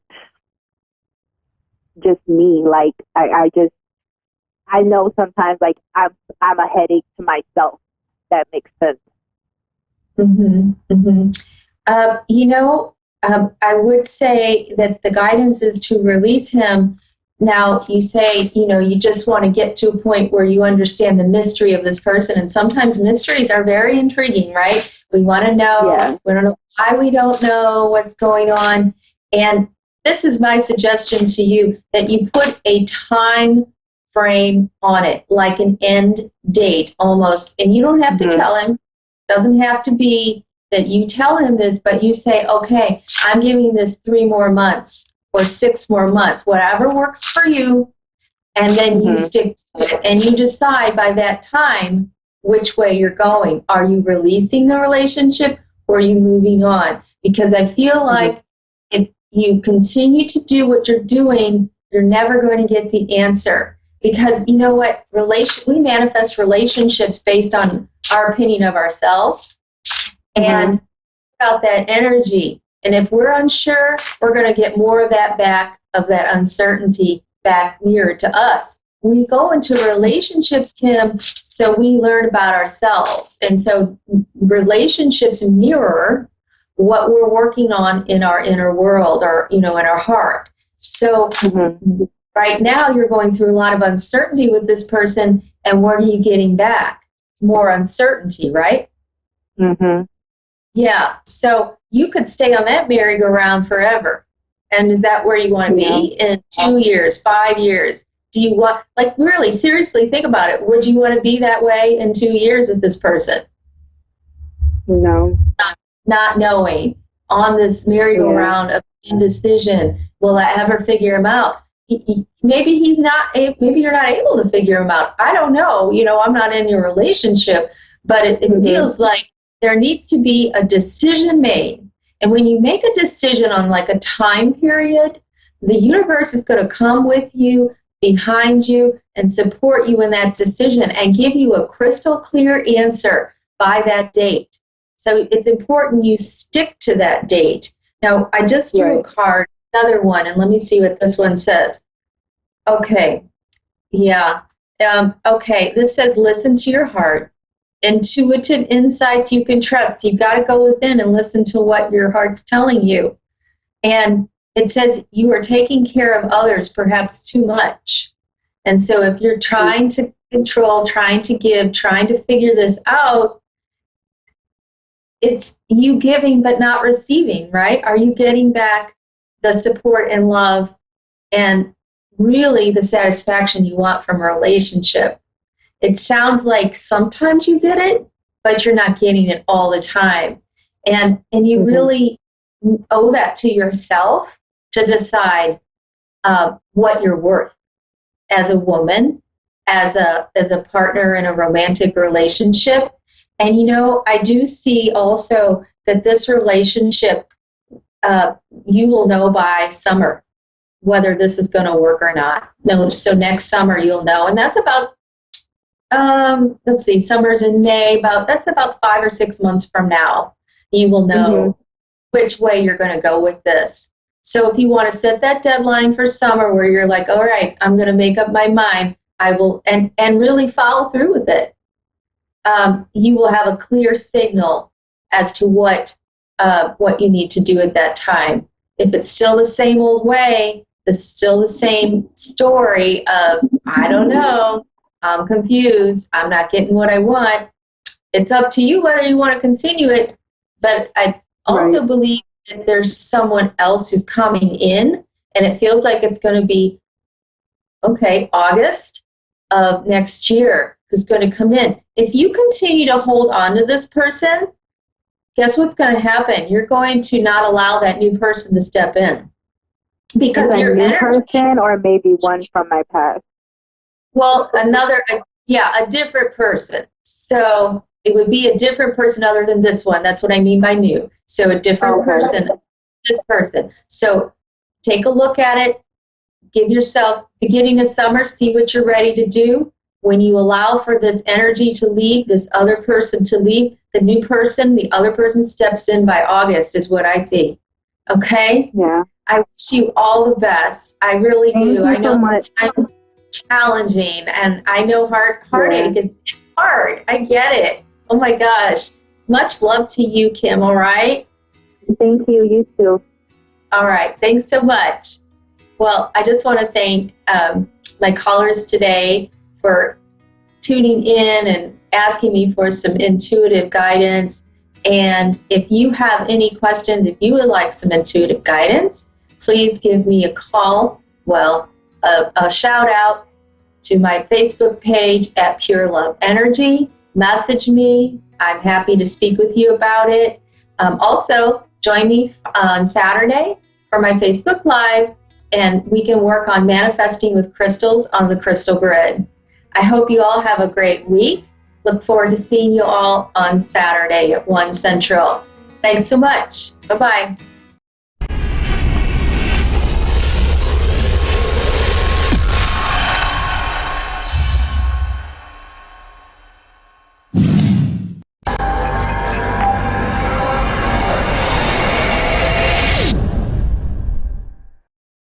Hi, I'm Ron, and thanks for watching Moonstruck. And now A1R on the air. Psychic Talk Radio on Moonstruck TV. Enlightening television. Hello, welcome to the show. You're on Soul Star Radio with Jacqueline. I'm joined in CDG Bit in Melbourne, in Prahran, with my lovely friend here, Carla Danielle Girolamo. Now, you have in your hands a wonderful trophy you brought back from... I do, most definitely. You're the world champion. I am. We are the champions. Well, you are. I have just recently competed in a bodybuilding competition in the Bahamas, where I was able to place #1 and was able to get a pro card. So I am now a pro athlete for the WBFF Federation.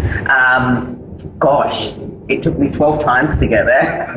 It's worth it, but it's worth it, and we finally got there, which is great. So we had to get you to kind of calm down the farm and have a bit of sleep. I think we did. I think we had to do a lot more than that. So,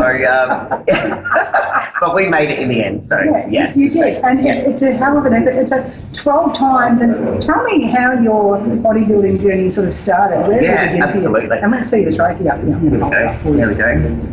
Good old WBFF. My gosh, my bodybuilding career started, I'm going to say, 4 to 5 years ago, where I wanted to start my personal training certificate, and I wanted to specialise in something. So I more towards females. So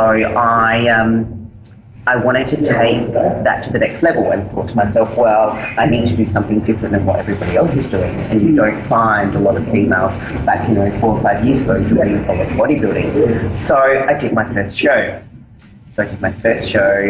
I placed 5th, and I thought, wow, I really enjoyed this.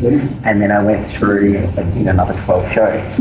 So every time I competed, I placed higher and higher and higher, which in turn, as of this year, allowed me to place #1. So, which was amazing. Yeah, it was a really good accomplishment. And now I'm doing my first pro show in April next year. The idea of that. So yeah, I'm so excited. We're going. I am going back to Los Angeles for that. So that's in April, first week in April. I'm excited. Yeah. So when you're sort of in your gym, I noticed that you work with a lot of women. Yes, I do. I really like that. Yes. So what do you find particular to women's fitness that is a bit different to just generalised fitness? Do you find that you're working more on the empowerment side as well? 100%. I think when it comes to females, you've sort of got to look at the reason why they come to you. And there's always a reason and there's always a purpose in it. Sometimes it's not necessarily just to work out. Obviously they are here to do that, but we work on a lot of mindset things like that too. So that's where women are very emotional. Yep. Can be very, very emotional. Relationships with food, with people, with boyfriends, with husbands, with ex-husbands, with ex-boyfriends. So at the end of the day, we deal with it all. And also working with females, from a hormonal level, and that all comes into play, most definitely. So, that's what makes it so good and working, obviously, with males. When you look at somebody like myself, I'm probably more targeted to females rather than the male population. So, and I guess, for, females are very, a lot of them are not self-motivated. Yeah. Right, so that's a problem when it comes to, looking good, and, they don't have that drive or self-motivation. So when they come to see me, because I am a very self-motivated person, that's what drives them. It's kind of osmosis, yeah, isn't it? 100%. I remember, like, my mother, when I was very young, I was about 10, my mother couldn't afford a babysitter when she was working. Yeah. And so my babysitter was the Box Hill swimming pool. But back in the day, we had Olympic champions actually practicing there. And she used to say, now, what I want you to do is, because I can't afford swimming lessons, but if I afford a membership, you can sit in the cafe and watch, pick one out of the pool who's not stopping at the end of each one, they just keep going. And then I want you to watch the actual hand movements and how that hand's actually travelling through the water. And then what I want you to do is then get in the pool, copy exactly what they're doing. I actually got that quick that I could keep up with most of them. They were probably not, they weren't racing. I was racing. So obviously, there was disparity there, but then it was just a casual cruise down the road in the pool. Now we do have some men practicing in the background as well. So you also have some guys coming in. Yeah, I do. So part of my studio, I have 2 female trainers that work for myself, Raquel and Maria, and then I have another 4 trainers here. So I've got 1, 2, 3 males. So they basically run their own business, which, there are females that do come in here, and I've got another rental trainer.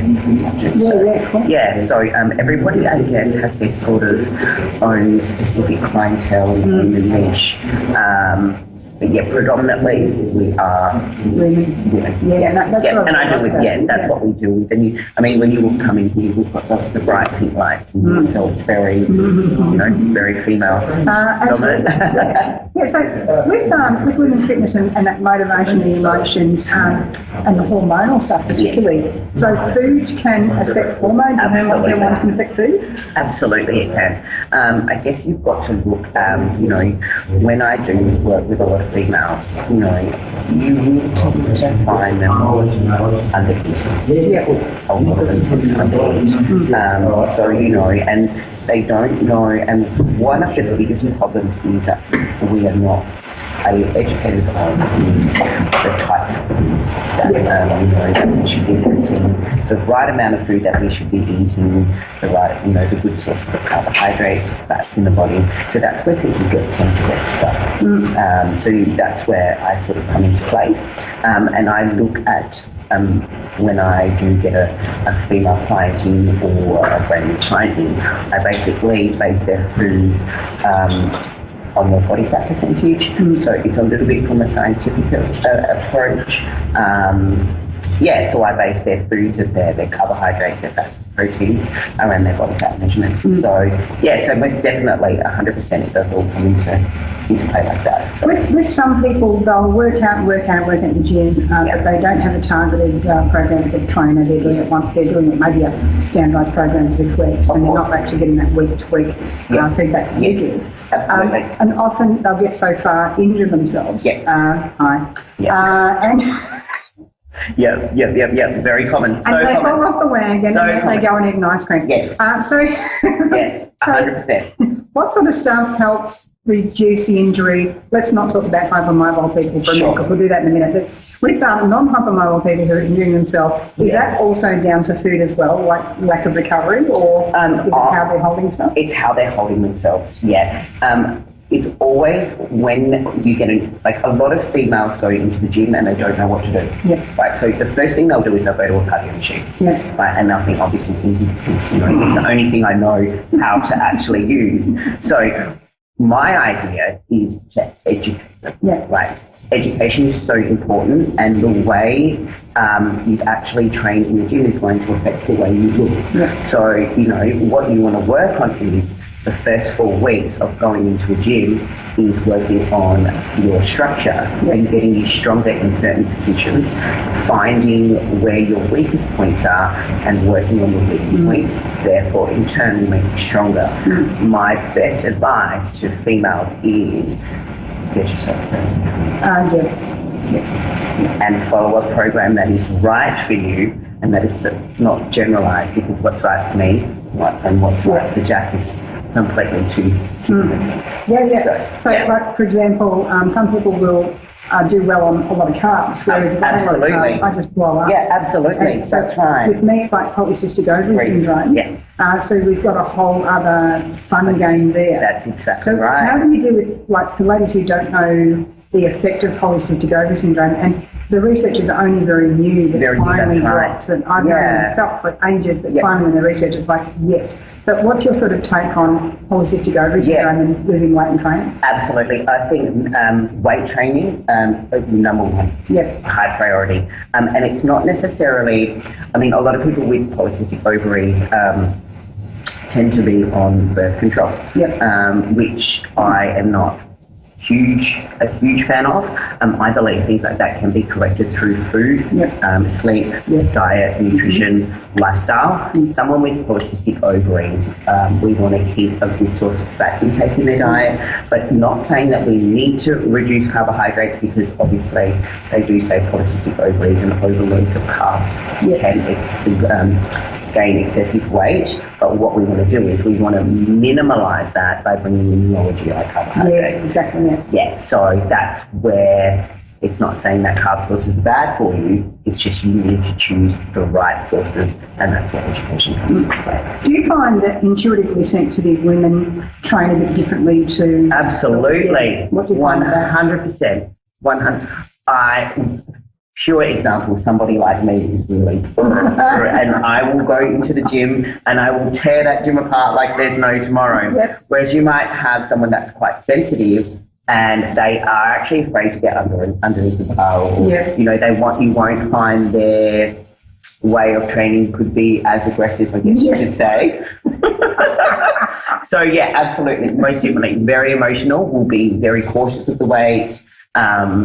We'll just push enough to get that little bit of, you know, a fatigue, whereas you find someone like myself, will push till they can't push no more. Yeah, absolutely. So now we were talking about getting into the hypermobile stuff. Yes. So I'm a wonderful hypermobile person. I should not be allowed to do bicep curls alone. They've actually done bursitis on my shoulder a number of times and had to have like weeks off training just actually from holding it the wrong way. So we might actually do some work with the weights. We can step back. How to hold. Definitely. I'm just going to take this off because then we can see my shoulders. Most definitely. Because my shoulders are dangerous.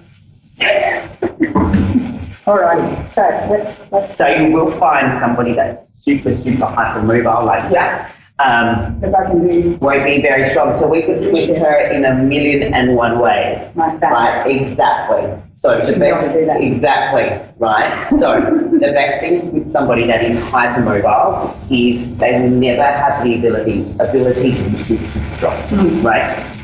So what we want to do is, when it comes to things like doing a bicep curl, what we want to do is we want to make sure that we are actually controlling our weight and coming down with a slow tempo instead of you just completely dropping. Yes, that's right. So we want to start from the top position, and we want to take a three. We want to keep our elbows close by into our hips. From there, we want to ensure that our wrists are nice and tight, so they're quite secure. And what we want to do is we want to come down on a 3-second count. So what I want you to think about, Jeff, is I want you to think about using this muscle from here, and I want you to come down for 3 seconds. 3, 2, keep coming all the way down, pausing at the bottom, and now driving up through the top bit. And 1, and then coming down. 3, keep coming all the way down, keeping the elbows close by the body, and then pulling up. 2, that's it. 3, all the way down, and driving up to the top of the shoulder. 4, that's it. So that's what you want to do. You want to basically, when it comes to things like that, is working on format or beat tempo. Because that's what's going to control and give you full range of movement. And so with things like toning versus building muscle, what's the difference there and how you need to address that? I guess, you know, there's so many different ways and things that people, you know, tend to do, programming and food, and I think all of that comes into play. You know, building a lot of muscle, you are going, I guess you could say, through a strength phase where your reps might sit a little bit lower. So your programming will obviously be different, whereas when you come into obviously toning the body, things are shorter rest breaks, higher reps, 10 to 12 reps, 12 to 15. So rep ranges in exercising will be different. Food may be a little bit different. You're going to get stronger. You have to eat more, obviously. So that's where strength comes into play. And then obviously to tone, we're all females all day. Basically, we always want to be toned, right? So, like I said, higher rep ranges, introducing a little bit of cardio as well. But you will find a female will never be able to build the same amount of muscle as a male. So we don't have that capacity to get in. Although we can be damn strong. We can. I think we could be a lot stronger than males. Yeah, definitely. In a lot of ways. We can get hurt. Yes. And they get a headache from exactly. cold. That's right. So when you're lifting, how much can you lift? Oh God! Wow. Last time I checked a sumo deadlift, it was 145 kilos. So that's just, yes, almost 3 times my body weight. Yeah. So yeah, it took me a long time to get there. Yeah, it took me a long time to get there, but I got there. So with your hypermobile person, they might not be able to be as strong. No, absolutely not. What would you say are their gifts, or what can they do that maybe other people can't do? They don't have any tightness. I would be a lot more. My muscles would be a lot tighter, and I'd have a lot more restriction in movement than obviously yourself. So that's you don't need to be isolated or doing so many stretches because you had already stretched. And stretch. Yeah, exactly. Here goes Jupiter, here goes Mars. It's kind of like that. I actually got told by an ex-cop, he sort of saw me do this stuff, and he goes, "Holy crap, you're one of those people." I said, "What do you mean?" He says, "You're the type of people we can't actually restrain." And I went, "Oh, so that'd be good for martial arts then?" He goes, "Yeah." I'm like, might take it up. There you go, there's a positive for you. Do you find like meditation helps at all with the mindset for your clients, and do you use it yourself? Absolutely, 100%. I think, having a goal and having a focus is so important because we can tend to obviously get lost. So, most definitely meditation. Sometimes I recommend to my clients, because this is so intense, doing something like yoga, meditating before bed, unwinding, putting your phone away, not doing anything that's going to stress the body out or put you in an adrenaline before bed. So that's why I recommend to my clients, don't train at 9 o'clock at night. Like you want to work on unwinding, switching off, your central nervous system and going into a deeper sleep, because sleeping is your number one factor for weight loss. And for that fitness as well. Absolutely, 100%. Absolutely. So when people, like women coming out of very stressful domestic violence situations, for example, that central nervous system can be going pretty hazy. Oh, absolutely, 100%. Do you find that with the exercise that's helping you bring it back in line? Yeah, it does. How do we measure that? Absolutely. You've got to look at things like that more, I guess, from a hormonal perspective too. When it comes to things like domestic violence, and with females, I think something like that is a good release for them, a good fixation and a good focus to focus on something else. It releases endorphins. So you've got to look at so when obviously we exercise, we increase dopamine, which is a happy hormone, and when we go to bed, we want to release serotonin, so we go into a deeper sleep and to relax that. So exercise is going to release all those types of endorphins, and at the same time, it can make you emotional too. It can definitely make you emotional. I've had girls cry halfway through workout, so it can bring on obviously different emotions. But in turn, as they get stronger and as they get better, they learn to deal with those emotions a lot better.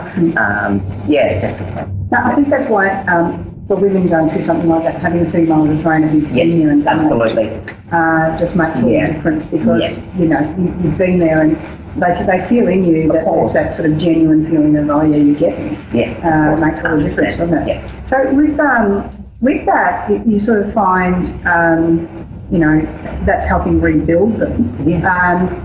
Do you find that with particularly, you know, like the sleep and all that sort of thing that's tying in, and with women saying, oh, but I don't have time for workout, of course. and I don't have the energy for workout. But it's like, well, hang on, if you make the time for yourself, because this is for you, it's not a punishment. Absolutely. It's about what your body can do, finding out what your body can do. That's right.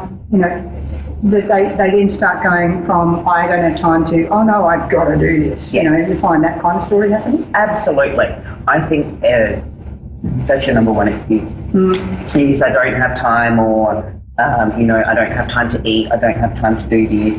That's going to be everybody, regardless. In my opinion, your time and how can I say, the way you structure your day and the way you structure your life says a lot. So if you don't have time for exercise and yourself, then you don't have time for a lot of other things. And you're sacrificing your identity. Absolutely. So it's like, you know, if you need to get up half an hour earlier to go to the gym, you're going to feel better throughout your day. Be more productive. You're going to be more productive. You're going to have a lot more energy than getting an extra. You want to go to bed, or you want to sleep in bed for an extra, 2 or 3 hours. Where it's like, you can do that at night time. Yeah. You can unwind at night. I think the thing is with that, it's like, I don't have time to go to the gym, they'll say, and then you watch them watch TV for 3 hours. Exactly. And you're like, That's right. Hello. Yeah. What's going on there? Yeah, you've got time to watch TV. It's like if you're at work and you're at your desk, if you do get half an hour, go outside for a walk.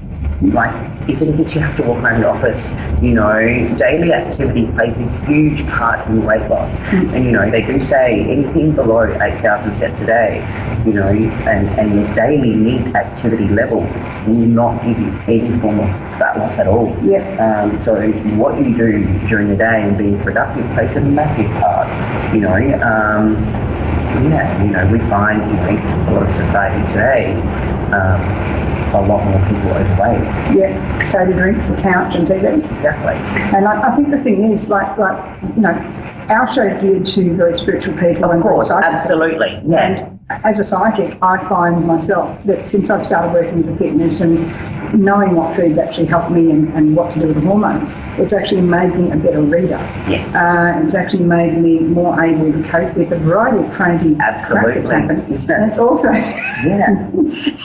and it's also helped me to kind of get along further and be able to actually make choices in my life that are about me now.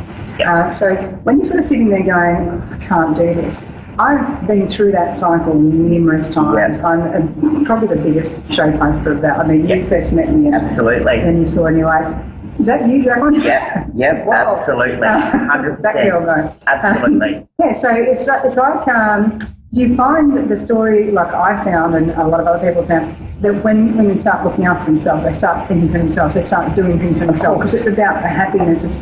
The weight is a thing, but it's about the happiness in the sense of looking after self. But do you find reactions from their family, their loved ones? 100%. Absolutely. I have so many females come to me and they're like, you've changed my life. It's like, in the smallest way, by getting you moving, by educating you, by teaching you how to move, by being more confident. It's all about confidence, and I say to people, how you do with yourself or how you handle yourself in the gym is how you handle yourself outside the gym. And in life. And in life, so absolutely, getting that small bit of, you could say, losing weight, 1 or 2 kilos, that's everybody's the ability to be like, oh, okay, if I've done 1 to 2 kilos, imagine what I could do in 3 weeks' time. And so you have to set with yourself and realistic and smaller goals, because realistic and smaller goals are going to get you to your big goal in the end. And people set goals that are way too far-fetched. They want to be where they are like tomorrow in 12 weeks' time. So it just doesn't work like that, and that's with anything. So I remember sitting there going, well, I'd like to lose at least a third of this weight. However, I'm going to start with a 10 kilo goal. And then I got to 10 kilos in 2 weeks and went, Better get a hurry and get a dietitian. This is a bit dangerous. No, that was a good one. I would have suggested that as well. Yeah, boom. Yeah. Because I suddenly had the key to Enoch, if you know what I mean. And it's like, here we go. Oh, hang on, no, that's a bit scary. So yeah, it is. It's just about getting the right balance with that. Absolutely, 100%. Yes, so you need to. Sometimes when people lose weight and you're looking after yourself, not everyone around you is going to celebrate that. Absolutely not. And the thing is that as you become stronger physically, you become stronger mentally and emotionally to be able to go, all right, well, do I need you in my life? That's right, exactly, absolutely. And that's very common, very, very common. Generally, I see that a lot, and I do see that a lot when I do the competition preparation. A lot of people are like, "Wow, like you look amazing," and that is for obviously competition preparation in a short amount of time. But definitely, the stronger the more changes you get in the body, the more you are able to handle different types of compliments that come towards you. And instead of that's right. And instead of someone complimenting you you're able to just turn away and say, "Oh, thank you for that," and just smile and walk away. I call it thank you for sharing. Thank you for sharing. That's right. I thank you for telling me. Absolutely. I use coded language with that one. We sort of got there, I think, and it's kind of hilarious when we had that discussion. It's really, I think, a fantastic achievement. So you're going off to Los Angeles in April. I am, which I'm looking forward to. Now, you've got sessions here for people, and you're training people. Absolutely, I am. So people are looking at finding a trainer. Yes, I've got myself and two lovely girls. Most definitely, we will look after you. We do run sessions for females in groups of 4 as well. So we do group sessions, one-on-one, train with a girlfriend. So we're very accommodating, we're very open, we're very approachable, we're open to all different people. And it creates a safe place. Absolutely, definitely. That's really nice. Yeah. I'm really looking forward to that. So if people if you've got a website? I do. I have a website. It's www.cdgfit.com.au. Yes, I'll be able to find you there. Absolutely. And you'll be able to find her at the World Bodybuilding Championships as well. Yes. And pro now. So how many of your people that you had become champions? I know. As you can see, I've got a whole board, and that's not even half of them. So these are some of the girls that I've trained for competitions. So I've got 1, 2, I think I've put about 35 to 40 girls on stage. There you go. Yeah, and I have had, I'm going to say 95% place in the top line. Fantastic. Thank you so much for joining us today, Thank you so much. Thank you for having me. We'll catch you next time on Soulstar Radio. In the meantime, we're going to love your media. There's more shows on A1R Psychic Radio and Moonstruck TV the rest of this evening in America and this afternoon in Australia. We'll catch you later. Bye. Bye.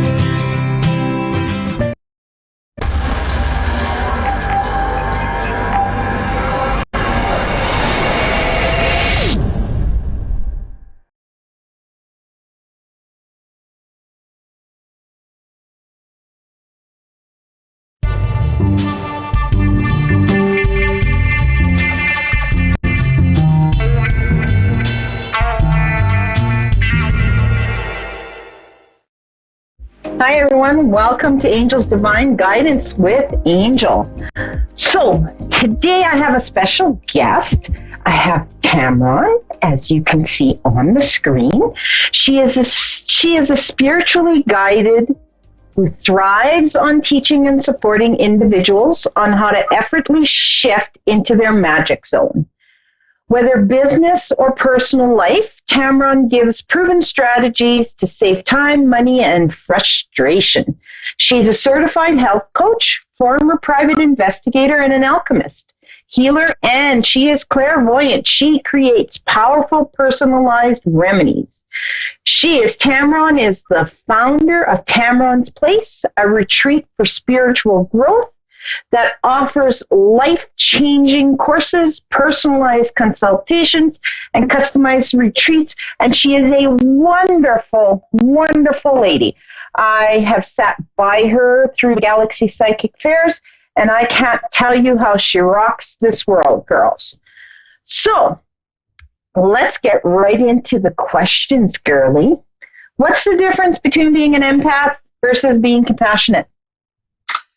Well, thank you, Angel, and thank you for the intro. I would love to share this information with your listeners because I feel that there are so many people out there today that don't realize how sensitive they actually are. So I want to clarify for everybody listening today that an empath is someone who feels the energy of everything, of other people, situations, walking into a room, and they don't understand that it's not necessarily their energy that they're feeling. So a compassionate person is someone who understands that they can feel and sense what's happening for other people, yet it does not affect them. So there's a difference there. So when you can learn how to shield yourself and to understand what somebody else is and what's actually yours, you will have so much less anxiety. And I feel like that is a big epidemic right now in our world. Oh, very much so. Okay, so just for our viewers out there, how can we manage the intensely sensitive energy that's going on right now? Because I know I'm being hit left, right, and center with this retrograde.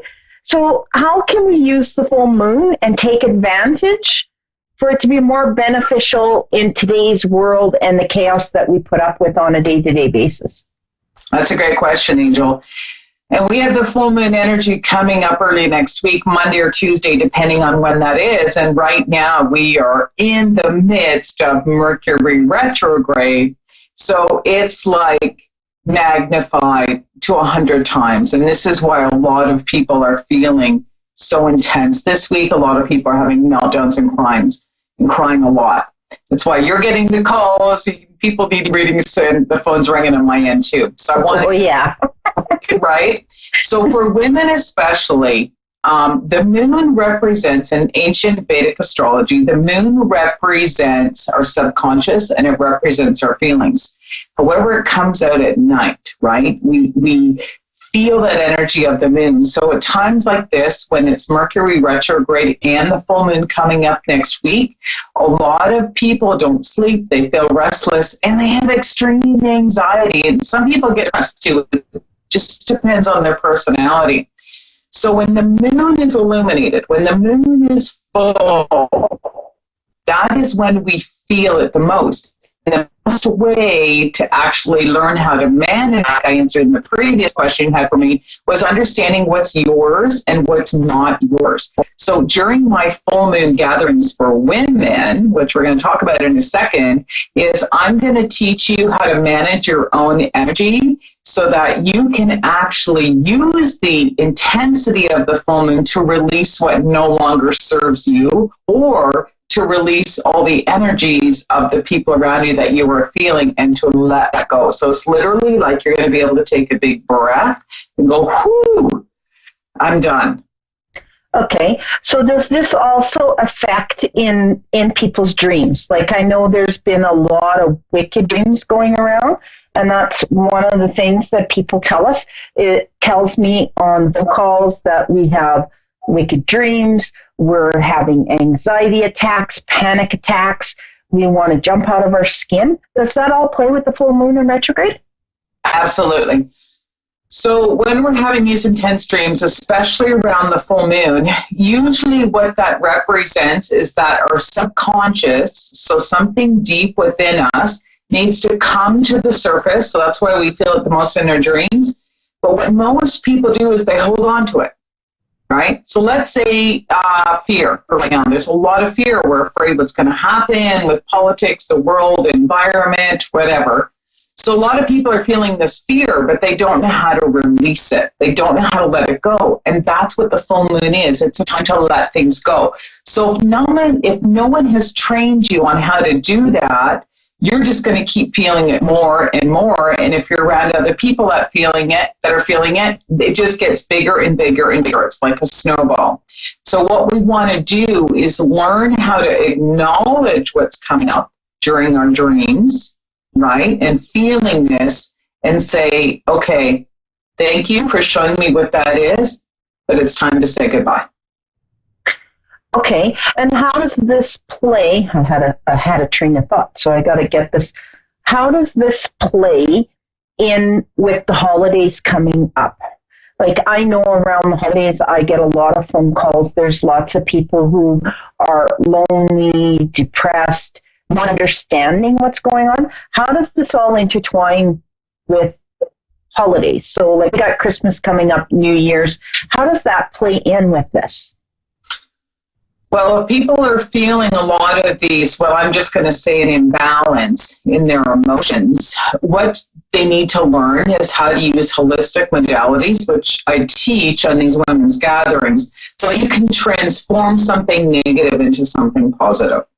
And I like to use holistic modalities, such as learning, and we can use things like NLP, EFT, using high-grade essential oils, Bach flower remedies, meditations, that kind of stuff, because you have to learn how to turn it around. And you don't learn this stuff in school. It's not ABC 1, 2, 3, right? This is the New Age movement. And it's easy to do, but it's not a quick fix. So it's what I call the turtle, like slow and steady wins the race. These are techniques that you can learn, but you got to keep doing them every day. And then once something comes up, when you're feeling something, it's like, okay, I know what I can use. I've been taught how to use it, how to change it or to transform it. Because everything's energy. So when you learn how to change the energy, you can take something negative and turn something positive. So the best example, really quickly, is you can take anger and use something that you've been angry at and to morph it into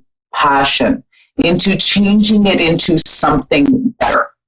Does that make sense? Oh, for me it does. And I know that out there they make sense to some of our viewers, and some of our viewers now have been piqued and have questions. So how can the women who are listening to the show, or anybody who's listening to the show as that matter of fact, this will benefit men as well. They go through the same thing. Yeah. How can they go and join the full moon webinar that you're having on Tuesday, November 12th to learn more about how to use the energy to manifest the miracles in their lives? What we want to do during that full moon webinar is to teach.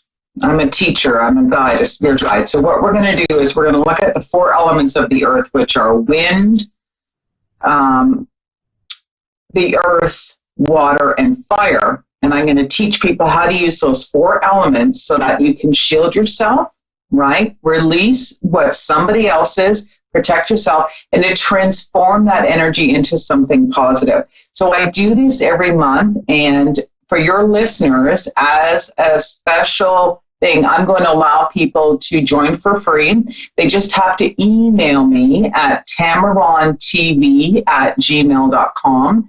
Again, we can post this information later. And they can join on a live Zoom webinar at 8 p.m. Eastern Time. And I will teach them some very simple techniques on how they can manage this energy so that they can release it, feel more grounded, more protected, and be able to move forward. Because a lot of times this is what's holding you back in your life, is a lot of this fear, anxiety, some of these negative energies that really don't serve us, right? So we want to be able to move through that. And that's when the magic happens, when you realize it isn't your stuff.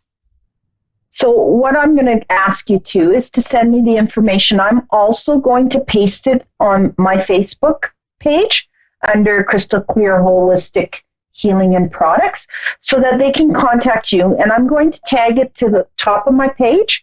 So just send me kind of like your business card so that they can get a hold of you, because I think this would be really interesting for a lot of people to get in contact with you. It's just a gut feeling. Like I say, you rock, girl. You are my sensei. All right. Well, thank you. Yes. Yeah, So do you want to have a little? Do you want to have a little fun?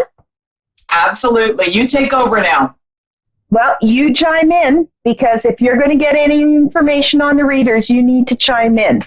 So the first card that I got for today, Angel can never get this on, is the Divine Alchemy. So everybody that's watching the show needs to move beyond the current challenges, which funnily goes into what we were talking about. Focus on what you desire, okay? So we're going to go to our first caller, which is La Maria in Austin. Yeah. Did I say that correct? Yes, Mira. Okay. So your card just happens to be, let's get that straight, the Love and Acceptance card. So that tells me that you are full of love, okay? But you need to start recognizing your worth, and you have to start choosing loving thoughts, which kind of ties in to what Tamron was talking about, okay? So, my girl, do you have any specific questions for us, or you just want general information? Well, I would like to know about my love life. Okay. So let me just get into here, and just chime in when you want, Tamron. If you get something before me, just chime in on here. Okay, girl. So what I'm getting more of is that you have had experiences that have sort of given you a foul taste in your mouth. Does that make sense? Yeah. Yeah. And they're basically telling me that when you're ready for your love life and your love life situation to change, that you're going to be able to move forward. You're kind of stopping it from happening because you haven't dealt with and moved forward from the foul taste, if that makes sense. Yes, it does. Definitely. Okay. So when you decide you're ready for love, he's going to be there. Like, he's waiting. I can see him. It's more, this is on your side, and this is on you working on your own self-love and your own self-worth, which kind of goes in with your card in the acceptance of love, okay? So you kind of need to work on that personally and start realizing that you are this wonderful, beautiful person that has so much to give the world. You've just ran into a bump, and you got to say, okay, like, I mean, everything that's went on, you have to forgive yourself for what you've thought and what you've said on that situation. And you just need to start owning it. Like, you've got to start being proud of who you are and start using your knowledge to move forward in that area. Wow, that is so true. Do you have anything to add, Cameron?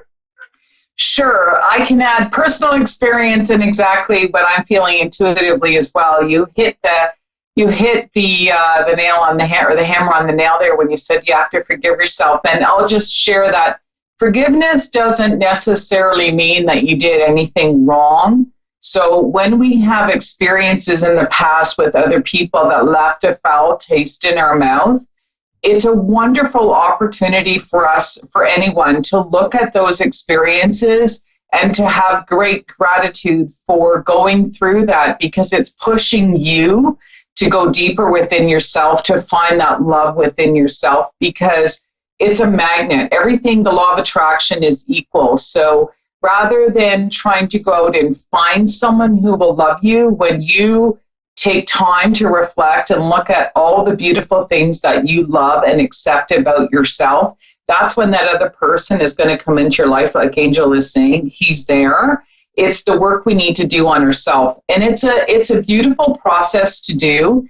And so when you radiate and you feel good about yourself, people will notice that rather than us waiting to be noticed. We need to do the exact opposite, if that makes sense. Yes, it does make sense. Like you hit the nail on the coffin. Because I do have to work on myself, and, start trying new things. It's just that, Yes. Sometimes I don't know who to trust. Trust yourself, my girl. You have to learn to trust yourself before you can trust anybody else. And that's a valuable lesson that I had to learn with going through my first marriage and how I was just knocked down and everything beaten out of me. I had to learn to trust myself. Once I learned to trust myself, it was a lot easier to start trusting other people. Because when things go wrong in our life, we tend to blame ourselves, as Tamron was saying, and it's not necessarily our fault. And that's where we have to learn to start that relationship between ourselves again and understanding who we are and taking our power back and then trusting ourselves to the fullest. And you will get there. Now, they're also telling me that you're wondering about money. Is that correct? Yeah. Well, that's coming, my girl. That's totally coming. Okay? So once you start getting in that, like Cameron was saying, once you start getting your vibration up and starting to match with your goals, everything's just going to fall into place for you. Wow. Do you see me getting married? Well, that's up to you.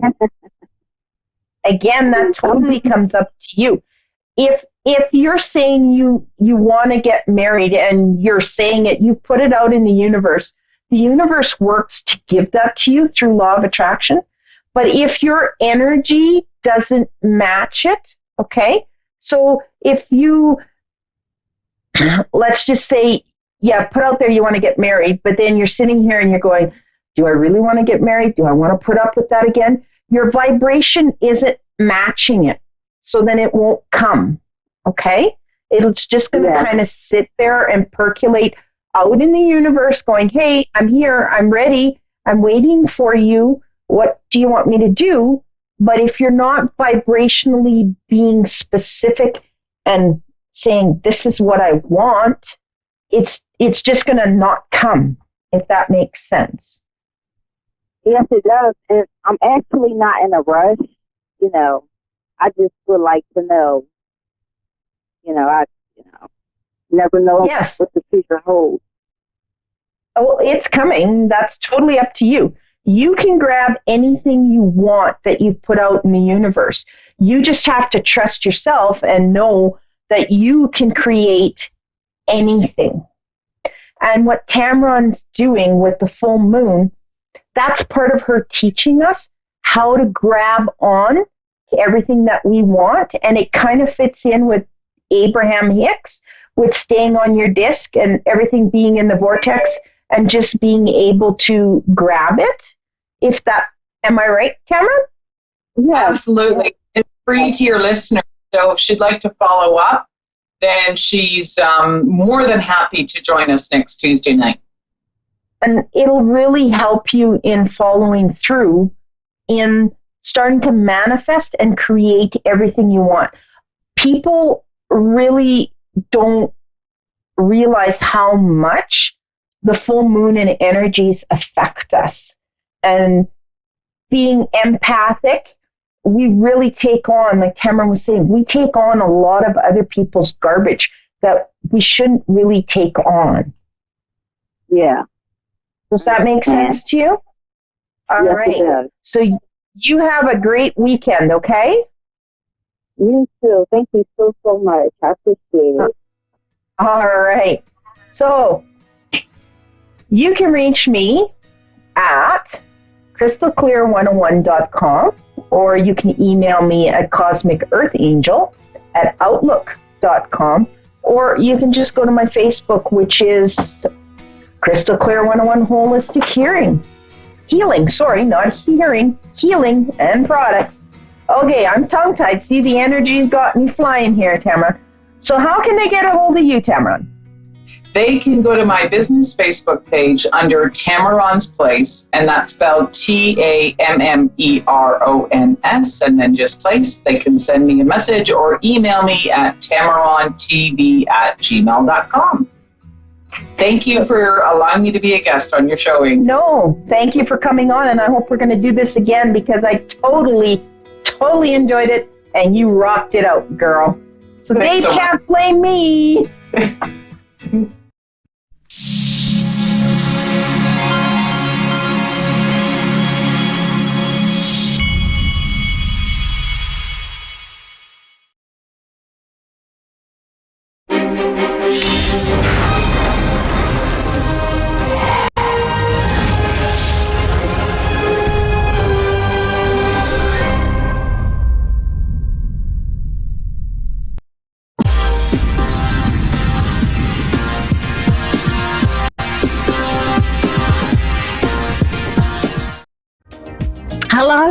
Hello everyone. Wow, what a great introduction. Thank you so much for all of those people out there watching me. You don't know me yet, so I thought I'd use today's program to introduce myself. My name's Yvonne. A lot of people know me as Yvonne Denise, and of course as the Aussie Goddess, which is my business name. I've been reading cards for many years, since I was probably in my late teens to early 20s. I started really picking up the deck and really understanding what my gift was and how I was connected to spirit. As a child, I did see a lot of apparitions, ghosts, spirits, whatever you'd like to call them, but unfortunately I was in a family that thought I was a little crazy, and I ended up at the psychiatrist to have a look at what was wrong with me. So I put my gift down for many years and started following what I would call the logical, sensical part of myself. And then probably about 25 years ago, I started picking up the cards really seriously then and doing readings for other people. Up until then, I'd been doing readings for myself and for my family and for friends who I was close to, but now I operate as a business. So I have my own YouTube channel at The Aussie Goddess. I am on all of the social media platforms such as Twitter, LinkedIn. I'm on Facebook. I have a Facebook page at The Aussie Goddess, and of course my own website at www.theaussiegoddess.com. And I do fairs. I travel. I visit people. I do readings from home. So I have a lot of other things I do as well. I really love what I do. So I thought today would be a great day to do a reading online so that you can experience what I do. I thought that I would do a bit of a reading for you online so you could see how I read. I can read intuitively. I do get the message direct from spirit. I am a medium, but sometimes it's nice to look at the cards just to sort of break the ice and get a bit of an idea of what's going on in the world today. So on my YouTube channel, I do a daily read, a What's Cracking read, which is pretty superb. I have a lot of people who enjoy those readings and miss me when I'm not around, which is a little bit nice for the ego. So let's have a look what's going on in the universe today, and we'll have a little bit of a look inside. Okay, so now I have the Two of Wands coming out first. So it looks as though you've got a bit of a choice on what path to choose. The Two of Wands is a card that comes up when the universe is giving us a different direction to go in. So for many of you today, you're experiencing some sort of choice in your world. Could be choice of partner, could be choice of job, could be a choice of what direction to take. Now, behind that, I have the Ten of Pentacles, which is a beautiful card to get. So the Ten of Pentacles is a card of abundance. So one of these directions here, and it's never the wrong direction. I don't believe in right and wrong. I only believe in experience. So one of these directions here is right for you, and you know which one to pick. So whatever direction you choose to go in, it's going to bring you in abundance. Again, with the Two of Swords. So there is a lot of choice here today on which way to go. So maybe in order to move forward on one path, you have to cut out something else. Okay, so it could be a matter of moving in one direction, which may bring in, a job that has more money, for example. But in order to do that, you may have to leave behind a job that maybe would have meant more to you if you had picked that direction. So it may be a choice of head over heart. It could be a choice of more money over more benefits from the job. Behind that, we have the Hanged Man. So I think the universe here is saying before you make this decision, you make sure that you're looking at things in all different directions. Don't stick with just the direction that's true to you. Open your mind, open your heart, and look at every opportunity, every way you can go here to decide whether that direction is right for you. It's sometimes with the Hanged Man, it's a matter of, looking at things that perhaps you haven't looked at before. So, maybe the distance you have to travel, but looking at all the different options and opportunities here. And for some of you, we do have the Death card behind. So this is talking about letting go of all of the things that have held you back in the past in order to move forward. Now, I know at the moment the universe is working to bring in a lot of changes for us. The universe is, through the Scorpio moon, is allowing us to give up things that no longer serve our greater good. So for you, this might be a matter of moving towards a direction of a career or a life that you've always wanted, and not particularly just sitting in one direction. This is about the Fool. This is about taking a leap of faith. It's about opening your heart to new things. It's about engaging with new people and understanding your own value in the world, understanding how much you mean to the world. So let's have a look closer at what this all means. So we do have the Eight of Cups coming out here. So we're walking away from things that no longer serve us. So this is, maybe people, situations, things that no longer serve the direction you're going in. So it's being able to say, well, what do I really want in my heart? What do I want? What's going to serve me best, rather than just continuing where you are and having a life that isn't so fruitful for you. And then we have the Judgment card. So the Judgment card talks of rebirth, of being able to bring in the opportunities that are right for you, not sort of putting up with things you don't want to have. It's like the birthing of the phoenix. It's really getting out there and being true to who you were meant to be, living in your true self. Five of Pentacles coming out here. So it could be that you've spent a long time serving others. It could be that you've had people around you that really didn't love and respect you for who you were. So maybe you haven't been able to follow your dreams up until now. Maybe you've been a little bit stuck, a little bit down, not understanding why you couldn't move forward. Sometimes with the Five of Pentacles, it means the universe has got you in a bit of a holding space. So it's sort of like that feeling of being able to release and let go of that that's holding you back.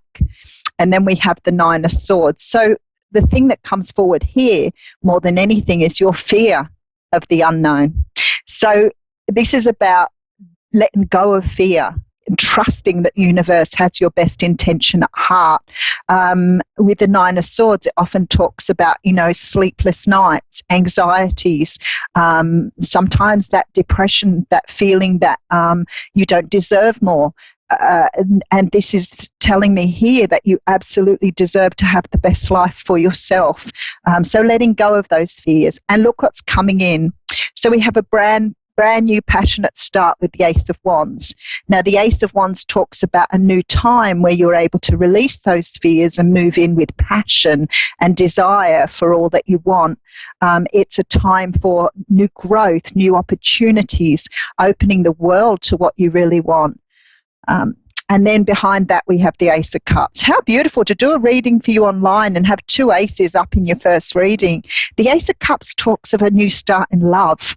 So for some of you, this is loving what you do, loving your passion, loving the work you do, getting on a live television channel and doing what I love doing the best. So this is definitely something you could be that you're considering new love. And in order to move forward, you have to accept that perhaps this love that's being offered to you is right for you. Maybe you've denied yourself that beautiful love for so long.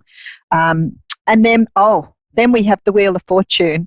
Wow, Spirit is really backing me up on this one today.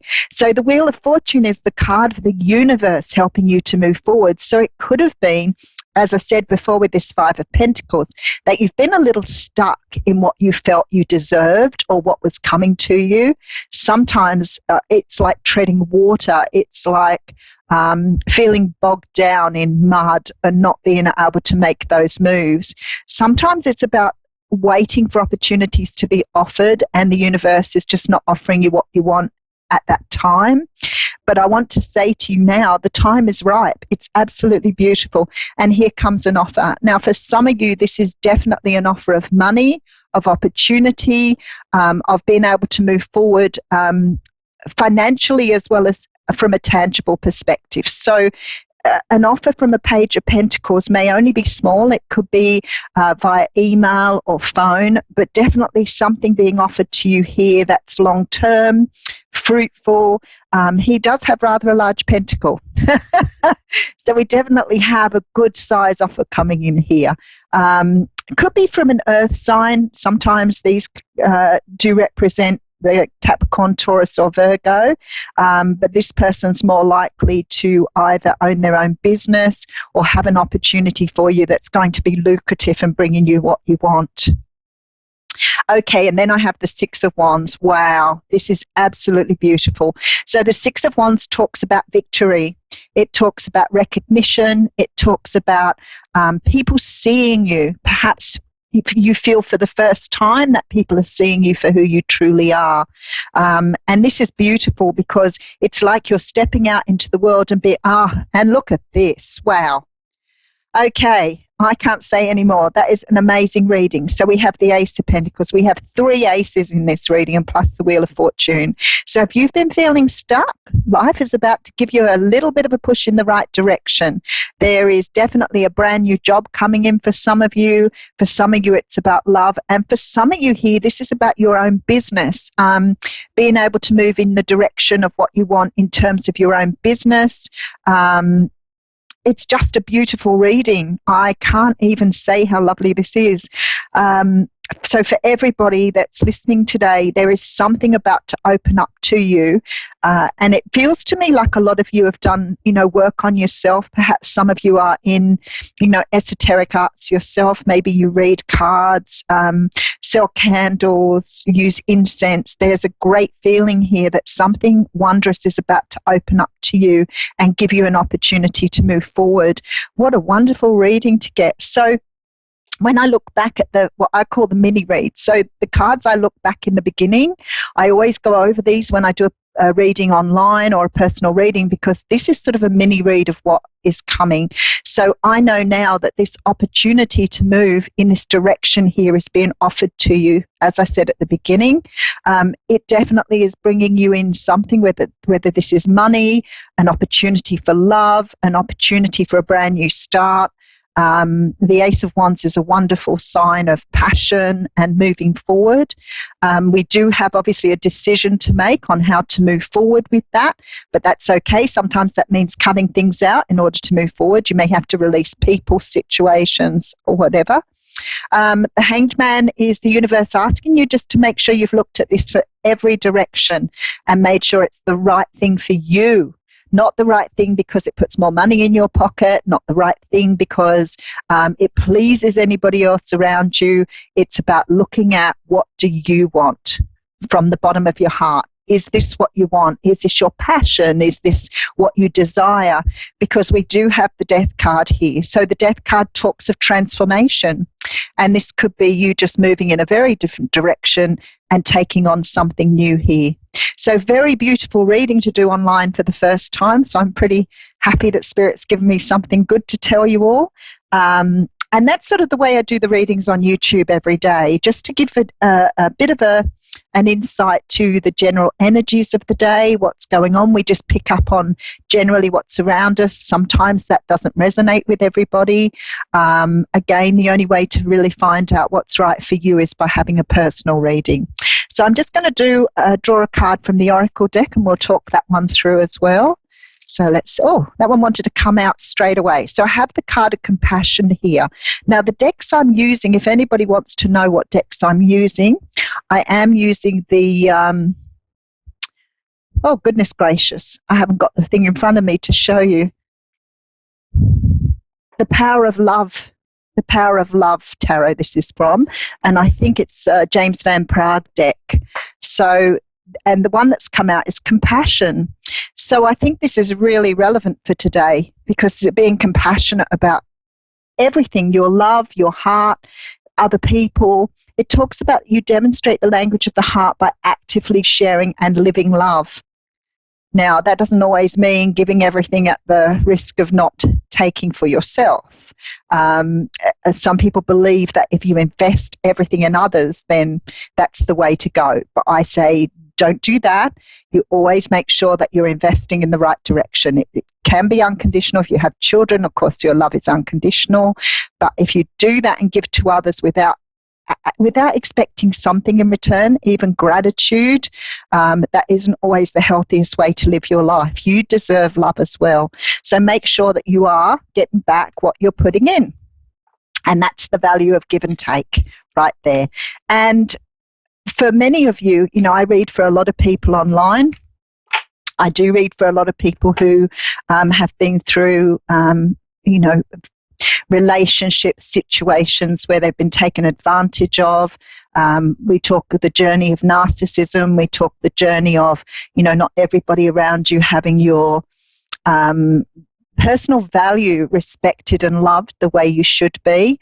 I'm a great advocate for helping people to understand self-love and their own personal journey, because a lot of people are brought into the world working like they should always consider other people, and it's not always about that. It's always about you loving yourself first, so you have your cup full enough to share with others. So I work with a lot of people to help them on their journey. I work through with people in a life coaching respect. I am a qualified certified life coach, so I have that as well. At a personal level, I'm a grandmother of 7 and a great-grandmother of 1. So I have three beautiful children who all have just beautiful children of their own. In my personal life, I've worked in the welfare sector. I've been a light worker for many, many years, on top of doing the spiritual work. And I've been lucky enough to understand the journey of spirituality, working with others to bring them in their best possible lives as well.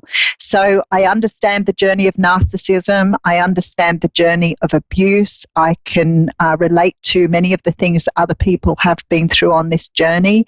And I work with absolute honesty from the bottom of my heart. So I have 4 minutes left to make sure I get across my point. So what I want to do going forward is I would sometimes do readings for other people. I will do readings for the general energies and give you back the general energies of what's in the universe. I will bring you messages from the universe. I get the message direct from Spirit, so sometimes I'll be able to offer you very direct messages from Spirit. Sometimes I'm lucky that the universe may give me personal messages for you. I don't offer free readings. You can check me out at YouTube, The Aussie Goddess, Facebook, The Aussie Goddess. I'm happy for you to join my pages, watch what I do. I'm also happy if you want something in particular to be talked about on the channel for you to give me feedback on what you'd like to hear about. And in future, I will, as I said, try and do a range of things. I want to really explore this channel. It's been a dream of mine to really do the work that I do more fully and more openly with all of you. I love working with people. I have a tremendous passion for humanity and improving the lives of others in whatever way I possibly can. So let's build our community, and let me know if there's a particular thing you want to talk about or you want me to sort of broach on the channel. I have a love of all of the arts, but I'm not knowledgeable in everything, but I'm happy to share with you whatever I have. If you'd like to do even meditations online, I can take you through a meditation. So let me know what you want. If you require readings, I know you can have readings through the channel, so just let me know and I'll let you know how to register your interest through the channel. And we will move forward trying to keep a broad variety of what we do from week to week, and I'm open to almost everything. As much as I can help or as much as I can show you or share with you, I will be more than happy to do that. So please go and have a look at my YouTube channel. Please, by all means, email me if you'd like any more information, if you'd like to offer some feedback, if you think that, a particular subject is relevant and you'd like to hear more about that. And from the next time I'm on, which of course is next Wednesday, I will be taking a live caller for each time I'm on to sort of share with you how that Spirit works through me. And I have 1 minute. It's like I want to say a whole lot here and I don't know where to start. So I want to say much love to you all. I am so happy you've joined me here. I'm sure I have some people who've been great followers from, some of the other mediums I work from. And I will be back with you next Wednesday and sharing with you whatever I can share with you. So if I don't hear from anybody, I will do a reading and I will read for one of you online as well. So please open your heart to love every time like it was the first time, and thank you so much for joining me on my channel today. Much love. Mwah.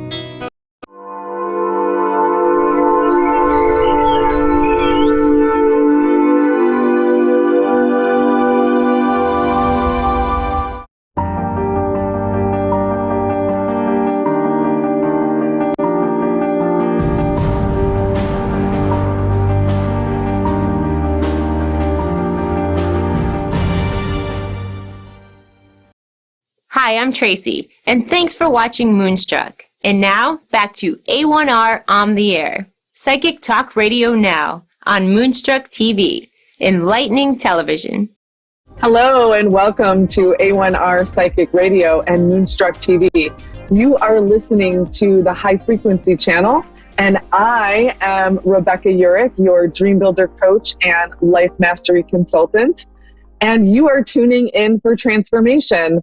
And I am excited to announce that I have partnered up with a financial firm that has a mission to eradicate financial illiteracy. And they want everybody to have more education with money. So one of my biggest struggles as a coach is finding people that are able to pay for coaching. Money is the biggest problem. It's the biggest obstacle for people. So they aren't able to get the help that they need and to live that life that they would love to live because they have financial struggles. And so I am thrilled to be partnering with a firm that has a mission that wants to educate people in finances and in money. And it's really interesting. I'm really excited to be sharing this and to become a financial coach, really, is what's happening. I'm in the middle of training right now, and it is crazy, and everything is changing. My mindset is changing. The information that I'm learning is amazing, and everybody, it is truly information that everybody needs to hear. So the question is, do the rich have more money, or do they have more education? And while some of you might say both might be true, but they have more education. They know what they're doing with their money. They know where to put the money to make the most money, right? So I am loving that I am actually bringing the secrets to why the wealthy continue to get wealthy while the poor continue to get poor. I am bringing to the middle class or whoever wants to learn how to set themselves up so they don't have to worry about retirement, that their heart rate is and anxiety is not going up and down with the market, so that they can rest assured. I actually have a debt stacker where I can tell people exactly the date they will be out of debt and exactly if they, what they put in, how much they will be able to retire on. And it is amazing. It is absolutely beautiful, absolutely amazing. I'm super excited to be a part of this and to really help people where it counts. And the best thing about this are my services. My educational services are at no cost to you. So if you're interested in hearing more, please reach out. You can go to Rebecca Urich at RebeccaUrich.com and go to contact and send me some information and let me know that you're interested in learning more and interested in learning to exit the matrix, the money matrix, and stop having anxiety as you're watching the market go up and down. Or maybe you don't have any money in the market. Maybe you don't even have any money to necessarily put away for retirement. Maybe you're working paycheck to paycheck.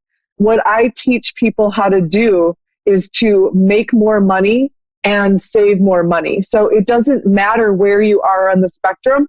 You could also have tons of money in the market or in retirement, and you could still learn more. And like I said, my services are at no cost to you. And I would love to, I feel like this is going to really help people. Like I said, the biggest concern that people have is money. They are worried about, they don't even have any money in case they hit a deer, or it's what we do here in Michigan, right? And to have just even something extra in case something comes up. And so that'll take somebody out if they have to pay $2,500 to have their car fixed, right? So I teach people how to make more money and save more money. And it is super exciting. It is super fun. Again, please feel free to lots of ways to connect with me. You can go to the highfrequencychannel.com, RebeccaUrich.com, contact me through my website. Let me know, hey, I want your services, your financial coaching services. I will happily set up some time with you. We can go over there's a couple different options for you. We can start and get you going. Gosh, I watched one of my clients as she was looking at when she was going to retire and how much she was going to retire with, and how much her boys were going to be covered. And I was like, oh my gosh, like I can't even believe. She was so relieved. I was so relieved. It takes a huge weight off of people's shoulders to have an idea, to know when they're going to retire. And here's the thing, most financial firms charge at least $500 to $2,500 for services that I'll be providing at no charge to you. So I'm happy to begin helping. I'm happy to serve you. I'm happy to share this information.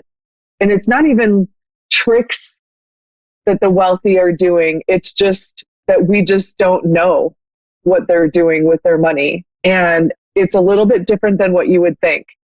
But it's not about the law of attraction. It's not about mindset. It's not about any of that. It is literally factual. It is literally so easy. So please feel free to contact me. Like I said, again, RebeccaUrick.com, highfrequencychannel.com. Contact me through there, or my Facebook page, highfrequencychannel.com. Just message me. I don't care. Let's set up some time to go over and to learn. The first step is to go through the educational process so that you have this fabulous information, right? And then we can go from there. We can do an assessment, which is complimentary. So all of them, I'm excited. And there's more to come because I am just getting started with this. So I'm very excited I feel as though what I'm doing, and I think I said this before, is I'm helping people exit the matrix.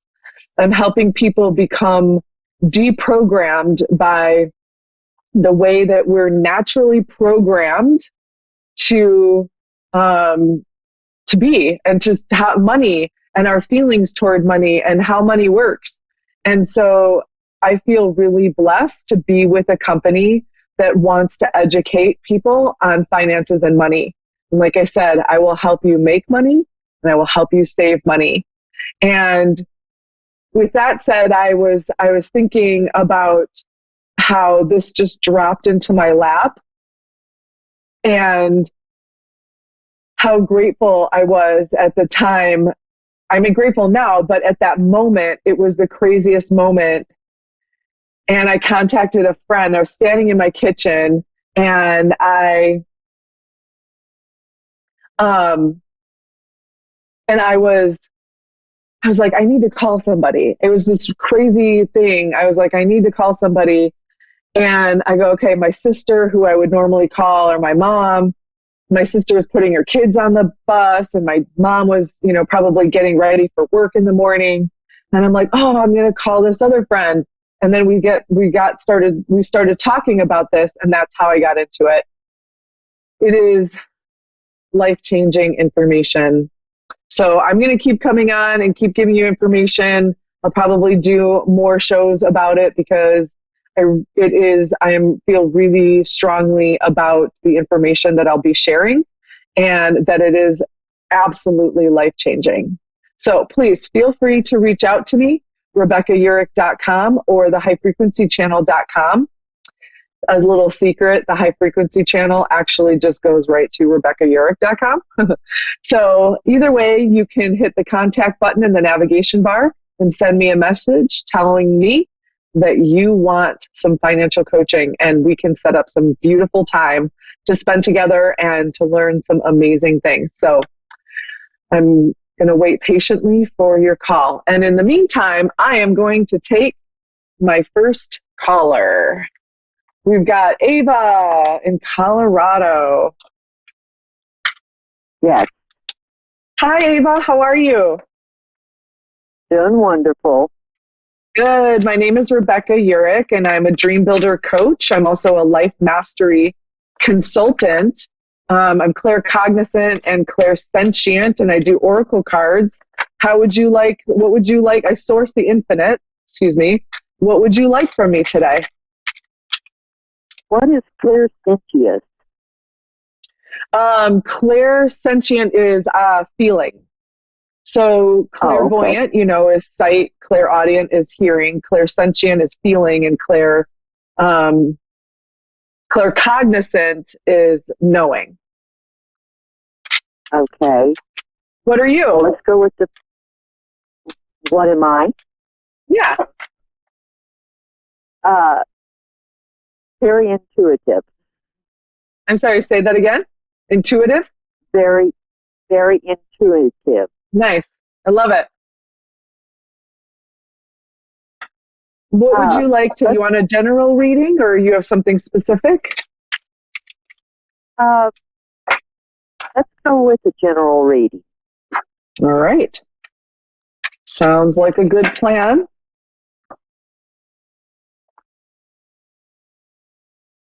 All right, let's see what's going on. All right, so the situation that you're thinking about or that is happening in your life has a lot of different layers and a lot of different dimensionality to it. Is there a specific person that you're thinking of or a specific situation?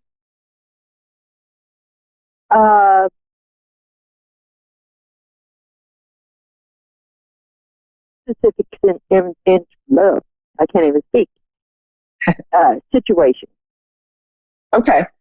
All right. Well, okay. So what I'm getting from that is that, first of all, easy does it. So be really kind to yourself. Be easy on yourself. Do you have a self-care program? Not really. Okay. So what I recommend is that, make sure you do things like even just looking out the window and watching the birds play, or going for a walk in nature, or taking a bath, or doing something to make you feel good. Something in nature. Okay. And to be kind to yourself. Are you a little hard on yourself? Yes, I am. Okay. So we want to start really looking at maybe some of that negative self-talk and making sure that we shift that to something more positive. And so we do that by just noticing what we're noticing. And sometimes I'll just pause in the middle of my day and go, what was I just thinking? Where's my energy going? And then I'll go, okay, all right. And then I'll shift it to something more positive. So our higher self is always looking forward, never back. So a lot of times people think our past makes us who we are now. And there's a certain element to, yes, that is true. But I like to say, most of us are stuck. Most of us are broke. Most of us are, disappointed with our lives in some way, shape, or form. I mean, not in all ways, but so it's time to let go of some of that past stuff and to really move forward into what you would love to do. So by being kind and changing that inner voice, that not necessarily the small, still voice, so the intuition, but your voice that you talk to yourself with, and really make that super strong and powerful and positive. And then it's saying that you've got some fun things happening. What's the situation? Can you tell me?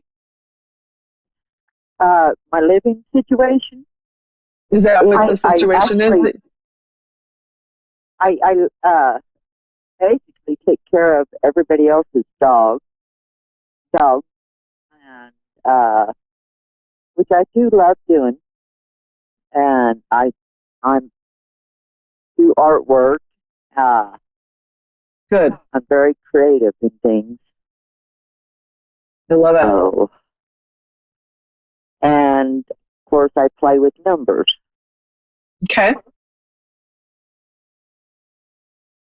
That's fun. Yeah, it is. I love playing with numbers.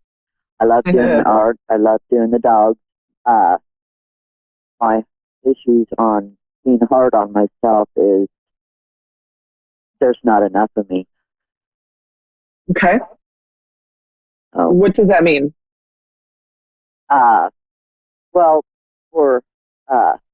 Right now I have 8 dogs. For them to go walking, it's 10 miles a day. So it's a struggle to walk that many. And, and still have my downtime so I recuperate until the next time they walk. And then I have so many projects started that needs to get done before Christmas. So I I kind of just procrastinate, and then I get hard on myself for procrastinating. But and plus, winter's coming up. Winter's a very hard time for me. Okay. So, well, what I'm also getting to is, have you been spending a lot of time at home, and maybe it's time to get out and go out with some friends? actually, I am stuck. The dogs are like a bunch of 2-year-olds that need constant watching. So, okay. The only time I really get out is when I walk them. Can you have friends love over? To walk. Huh? Can you have friends over? I live in a one-room cabin. Oh, fun. And the smallest dog is a dingo, and the biggest dog is a Pyrenees. So wow. They're all in between. And okay. Well, what I'm getting is that it's important for you to also like go get out and get some either invite people over or go do something, even if it's just for a short time, to go and be with people. Have you been invited to any like birthdays or celebrations or anything, or graduations? I guess that would be the time of year for graduation. I get invited for coffee, which is really great. It does. My closest neighbor is a mile away, so it's probably about 15 minutes I spend at her house when I do go over there. But like I said, these dogs are like 2-year-olds. I have to really stay close by them. Sure. I hear you. I'm just thinking that it's important for you to get out and be social. And even if you can meet with, and do you have anybody like-minded, like that is intuitive like you, that you can chat with, even if it's on the phone? It's on Facebook. Okay. And of course, this one here. Right. Okay, cool. I'm just getting that it's really important for you to go out and talk with people, whether it be your neighbor or something. Just, if you get invited to like a birthday party, even if you step out for like an hour or even a half an hour, it's important that you get that connection with people. Okay. Yeah. For whatever reason that will bring you, it'll help you either feel better or inspire you to be more creative. It's just something that is going to help you move toward or move away from things that you don't want or things that are challenging for you. Or maybe there's somebody that you're supposed to meet. That could be it too, is that there's somebody or something will happen because you're going to meet somebody. That makes sense. Yes, that does make sense. Yeah, like even if I don't know if, a lot of people in my neighborhood. Go ahead. I have always had that feeling that there's someone out there that I'm supposed to meet, and it's supposed to be like-minded. Yeah. That's why I'm saying yeah, that's okay. And so I think like maybe something to take into to think about is, how could you set yourself up in order to, be able to leave for more than, a half an hour or more than an hour? Like, is there anything that you could do with the dogs or put them outside or, I don't know what, whatever works for you, of course, because best. But something so that you can get out. Because like you even just confirmed that you've had that feeling and it's really coming up for me. Like, it's like, I think the more you're resisting it, the more it's like coming through for me that's what you really need that. And, and it may not be the first time you get out there. Like it's at some point, like you said, something Something is coming to help you, take you to the next place, next step, next whatever. And it's going to be about getting out. But you're going to want to somehow, take some time to think about how you can like set up the dog so you can get out for a few hours every once in a while, hang out with some friends or whatever, and not worry about the dogs. Yeah. Do you know what I mean? Or have a babysitter, some fun-loving millennial over or something, and have her babysit, while you go out, whatever that might be. Okay. There are some possibilities out there. I just need to check into them.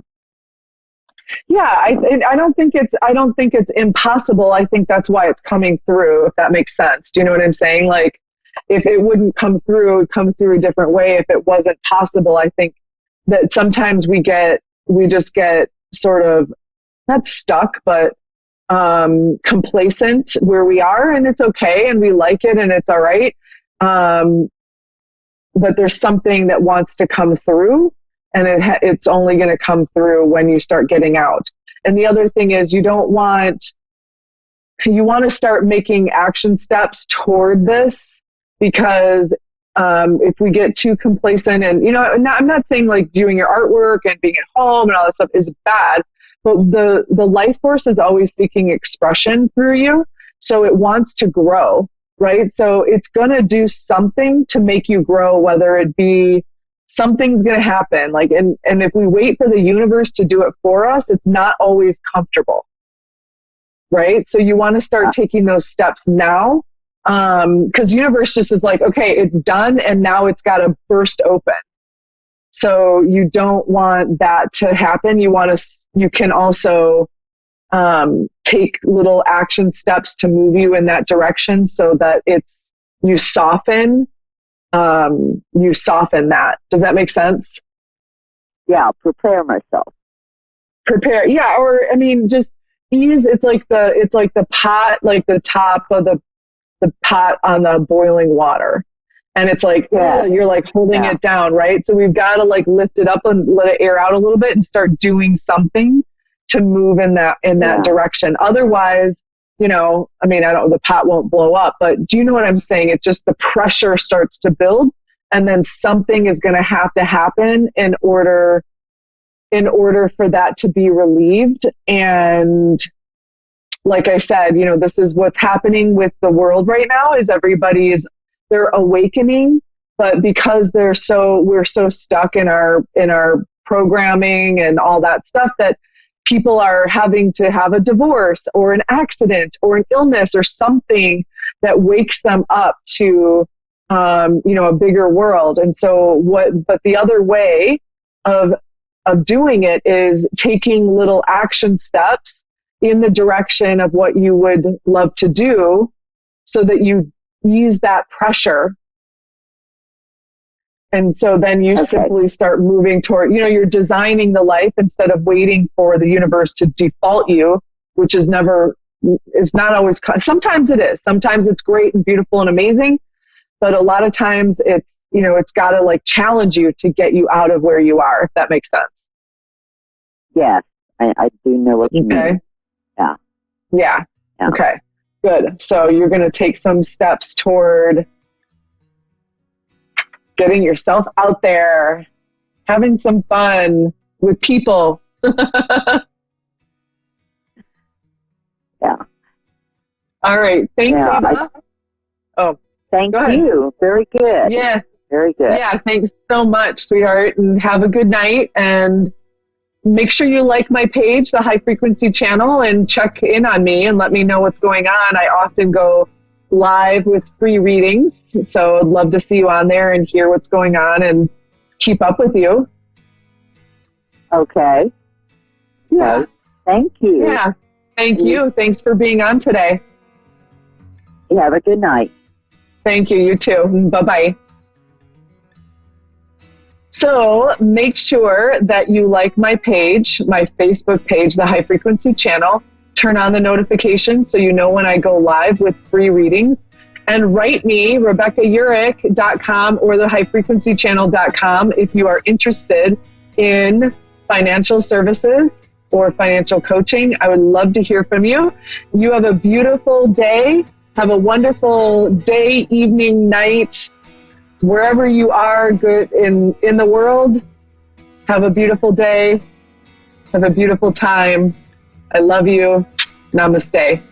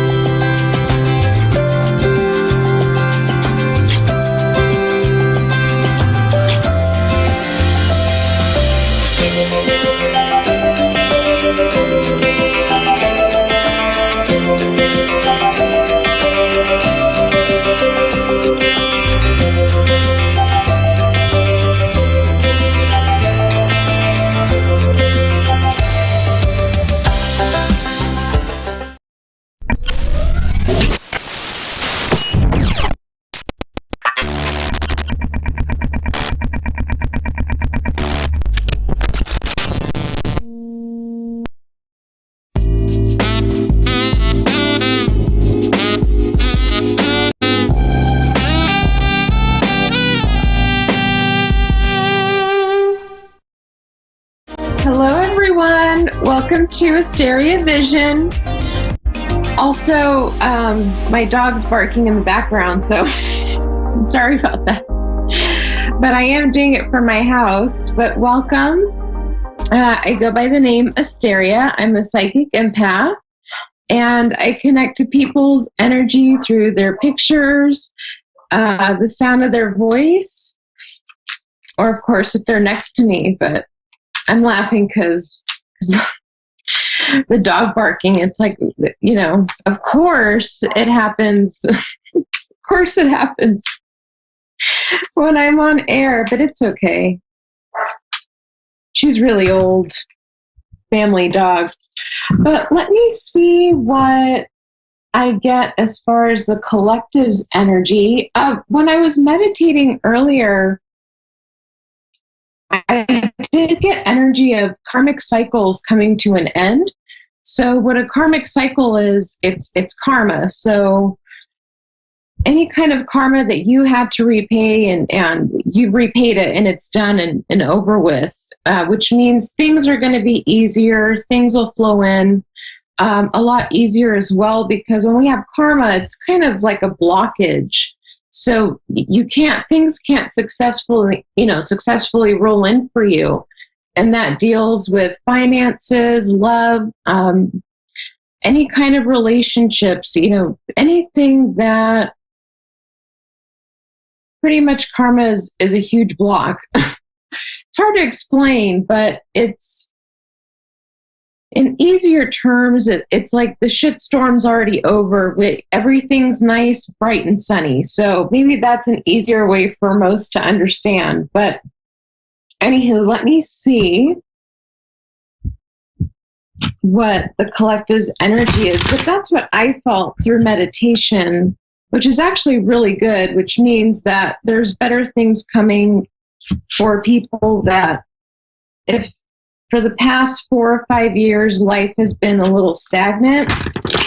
For those people, it's going to change. There's a change coming. I just feel in this moment, especially in Mercury retrograde, we're kind of out of it. And a lot of us don't even connect to our intuition as well around this time as well with Mercury retrograde. So 'cause there's a lot going on. There's a lot people stress about, things don't go through, or it's just more of a tense time. But let me see what the cards give me. I know I've been kind of I'll admit it. My thanks. Dave was saying I look great. That's why I was saying thanks. But I know during this time, even for people that are highly intuitive, I know even for me, it's even more intense. I just feel everything more. And it's hard to distinguish, is this me or the other person? But yeah, so I got the Epiphany card, and then I'll take a call. Albert in Pennsylvania. Yes, how you doing today? Hi, Albert. How are you? I'm perfect. I'm fine. I'm just resting after a long day of work. What's your question for this evening? Well, I just need a little bit of guidance as far as like my paths are blocked, as far as my aura, as far as like I see my future ahead of me, but it's sort of blurry as far as the rest of my life or whatever is left. And then just need a little bit of guidance to see what I need to do as far as like keeping a step forward and instead of stepping back.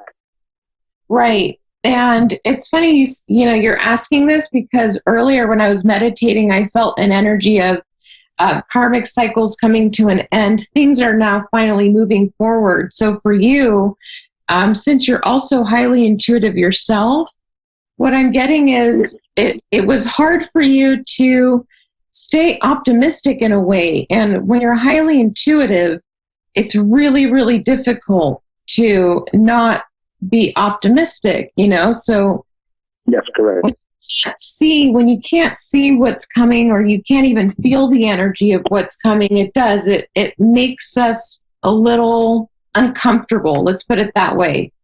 So you're just wanting to know, because what you're feeling is, that's it. It's all done. I've experienced what I probably need to experience. And it's like it's not that you're giving up, but it's almost like you're close to just settling because you're not seeing. Right. So let me see what the cards give me. But I feel where you're coming from. It's very nerve-wracking because you really want to do what you want to do because you're good at it as well as a spiritual being.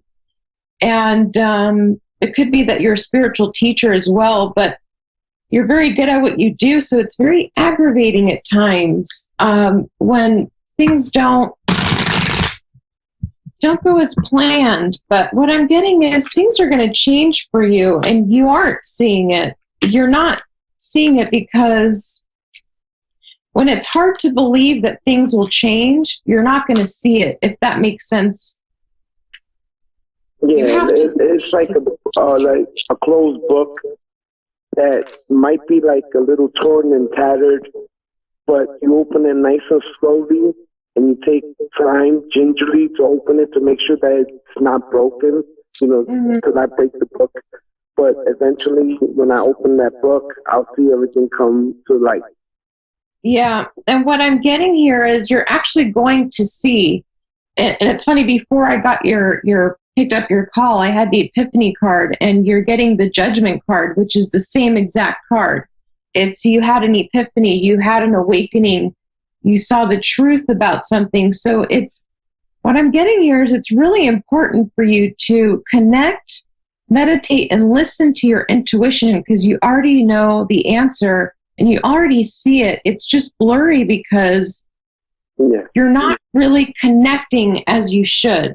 Let me put it that way. Can I be honest with you? What happened was, like, when I was little, my parents, we grew up in the Spanish faith, praying for people and everything like that, and guiding people, and just giving them spiritual awareness as far as self-healing, like when they were sick. And what happened was that I was supposed to inherit that from my dad, and he had passed suddenly. So just the other night, what happened was I dreamt that I saw him in our living room, and I looked toward him, but I heard like a plane going overhead. So I looked out the window and I saw a plane crash. Mm-hmm. So, I mean, I'm just trying to like analyze that as far as like what you said, that plane crash right there was the awakening telling me, don't worry about it, that everything is crashing around you, but it's not going to affect you. Like, you're going to be happy, you're going to go forward. Exactly. That's exactly what I'm feeling as well. Is you feel it's not going to work because it's what you're seeing around you. You're not seeing it allowing you to move forward and move forward with what it is that you really want to do, your passions. And but what I'm getting is, yeah, you're right. You're not being affected. For you to get the Judgment card upright as well, that tells me that you are protected, and the storm will pass because you have gone through a few storms, is what I'm hearing. And each one has enlightened you. Each one has taught you something, a lesson. But that was the karmic cycle that I'm talking about, that you had to go through, which is now coming to an end. So you're going to see, it's a matter of, you have to believe in what you're seeing because it's true. If that's what you're wanting to know, if your visions are true, or what you're feeling is true, it is. You're correct as to what is coming for you. And it's actually positive. I'm feeling that. I see that. It's just, there were things that you feel you had to defend yourself against for a very long time. So now that you no longer really have that or need to do that, it feels different for you, Yes. So that's what I'm getting. So you're going to be fine. Things are going to turn out fine for you. Let me see what else I get through your energy. But as far as that, there's no need to worry about what is coming for you. I think I saw I had another caller, but I didn't catch the name. So I'll just finish with this call. Susan, okay. Ventura, okay.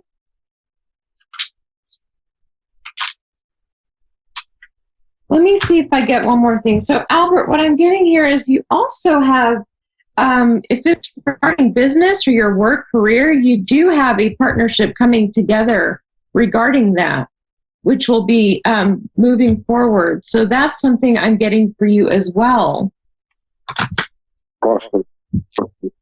So I'm going to leave it at that so I can get Susan, my next caller, but I hope I answered everything for you. And I just want to say that you've been a blessing, and I do appreciate everything like that, because our gifts are spiritual, and a lot of people take advantage of people, but I'm glad that you're the type, and I can see you're a beautiful soul, and I do appreciate everything you're doing for people, and thank you for everything.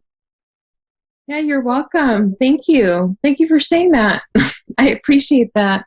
But you're very welcome. Okay, have a wonderful night. Thank you for everything. You too. Thank you. And, well, that was really sweet. Now we have Susan from Ventura. Hi, Susan. Hello. Hi. Hi. You're pretty local to where I am. Oh, where are you at? Yeah, I'm in the Ventura County area, so I'm in your county. Oh, yeah. Oh, that's great. That's awesome. Very good. You'll feel my energy pretty strongly then. Oh, that's good. That's good. What's your question for tonight? Well, I just was seeking maybe a, sort of general reading, but I mean, anything that might come up in career or love. Okay. Which one are you wanting, career or love? Because I only have a certain amount. Let's do career. Career, okay. That was the first one you asked for, so usually that's the one we want when it's the first one. So let me grab that deck. Okay. Yeah. So you're wanting to see if your career will expand as far as money or position? Because probably both. Okay, because what I feel you do is there's a lot of money involved, but the more clientele or clients that you have is best. Mm-hmm. Yes, I am the sales and marketing director. Yeah, I see that. So let me see what I get for you. But you have the right personality as far as being in the occupation that you're in.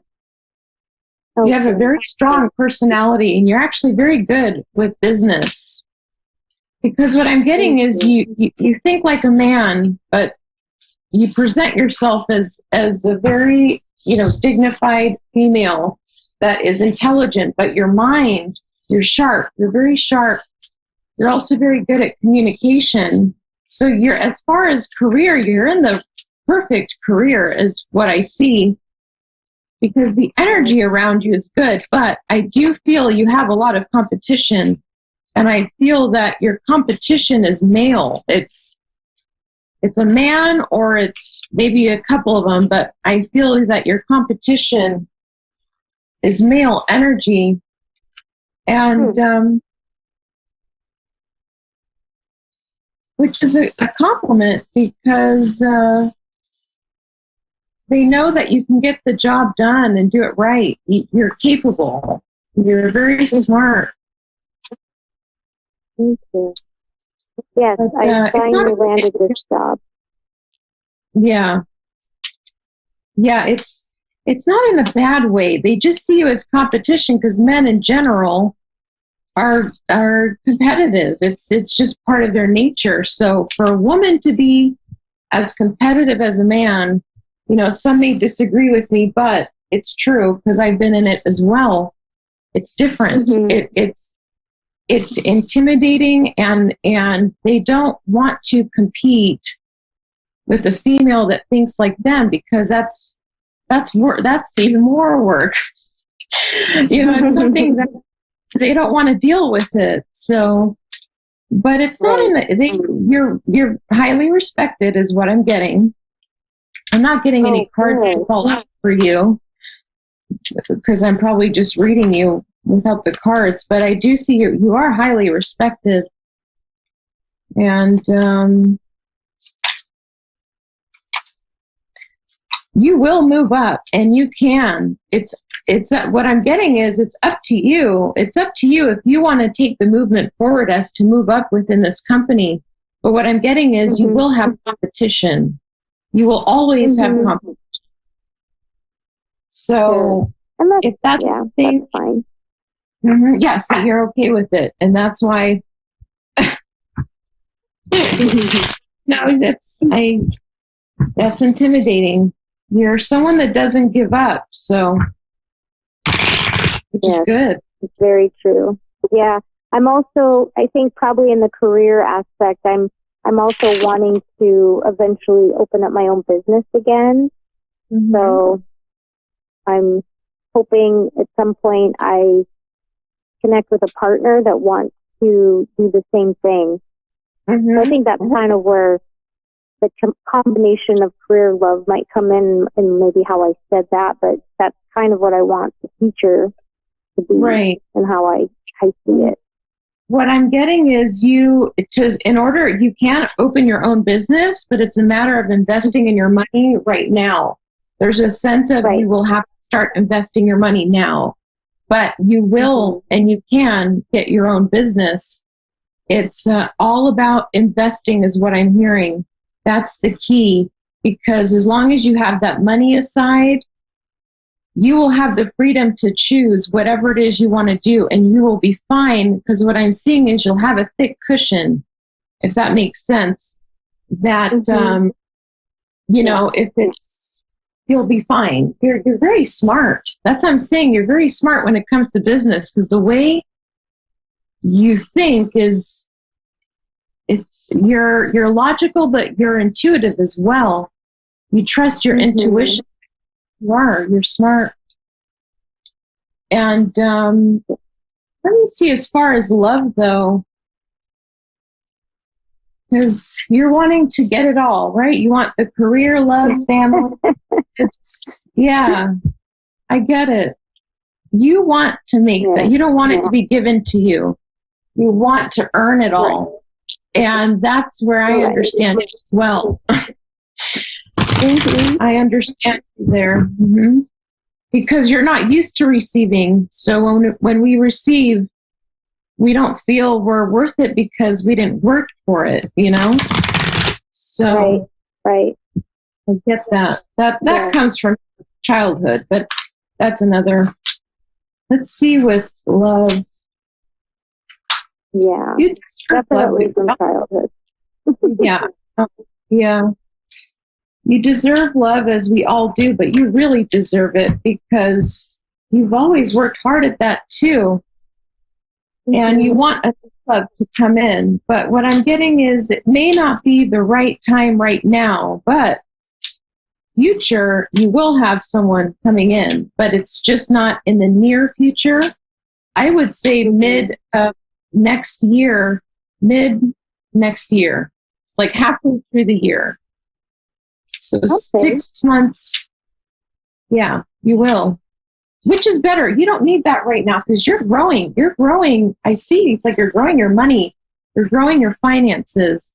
So for you to have a love right now would be fabulous. It's great to be loved, but it's going to have to take up the time that you would put in for your business and your investments. So it's a sense of you have to just make that decision of, and I think you made it when I first asked you, what's your question? Your first answer was business. So that tells you right there, because you answered with that first, that's your key concentration. So love will come. You do have new love coming in. So it's not anyone from your past. It's someone you've never met before, but it's not going to be right now. I'm going to say when we hit January, 6 months from that. Okay. Yeah. So that's something. And it's going to be a very passionate connection as well. That actually, it might start off that way. You actually might, it might be somebody that you're, just kind of dating casually, but it's going to grow into a love, which is good. Good. Yeah. That's great. Very good. All right. Well, thank you so much. Yes. Yeah, you're welcome. So things are looking good for you, but just make sure that your money's right. That's what I'm hearing. So. Yes. It's been all about money this year. So I'm definitely catching up. Things are getting better. And I know things are moving forward in a positive way. So it feels good. I mean, and I feel good. So I know when I'm open, all good things are coming.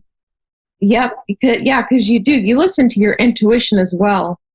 But it's always nice for us to get a little clarification. I do it too. It's always good to have someone clarify so we really know we're right. But I'm excited for you, and maybe someday I'll run into you in Ventura. I actually go to Ventura. I used to often, but I think you calling is a sign for me to go, so I'll have to visit. Yes, we have lots of good things in Ventura happening, so hopefully we'll meet up sometime. Yeah, that'd be great. Have a good night, Susan. Thank you so much. You too. Thanks. Bye. So before the show ends, I just wanted to let everyone know that I will be doing a live on my regular page, Readings by Asteria, and it's going to be at 9 p.m., so within an hour. Or an hour and a half, I should say. So I'll be doing some more readings and answering questions. And I will see everyone next week on Thursday at 7 p.m. on A1R Psychic Radio and Moonstruck TV. And for the East Coast, it's 10 p.m. Now, I wanted to make sure I said I'm on A1R. But sending everyone love and light, and I will see them next week. I still have time, don't I?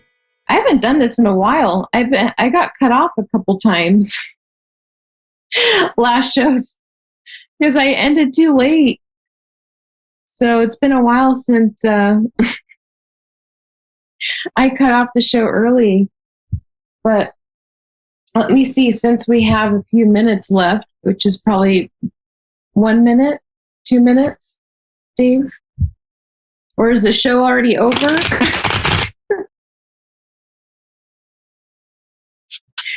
Don't know. 4 minutes. Okay, good. Let's see what message I get in 4 minutes. Let's see. Let's do a collective message. That was nice. I enjoyed my 2 callers tonight. It was nice answering questions a little different. Let's see if I get anything before the show ends. Honestly, all I can think about right now is how hungry I am. Don't ever do readings when you're hungry. It's not very effective. Need that energy. Nothing's coming out. It's that retrograde. I'm just going to pick one myself. Let's see. Go with this one. There's so much to accomplish. Make a very detailed plan. Being watched over by someone kind. So that's a great message, especially for the kind of calls that I got tonight. Things are moving forward, and there is more to be accomplished as well. But this does include finances. Finances are growing here, is what I'm seeing. And also, there's an energy I'm picking up. You're very protected by someone on the other side. Could be friend, family member. But I do see that this person I'm picking up, you're growing. It's a male energy that I'm picking up right now.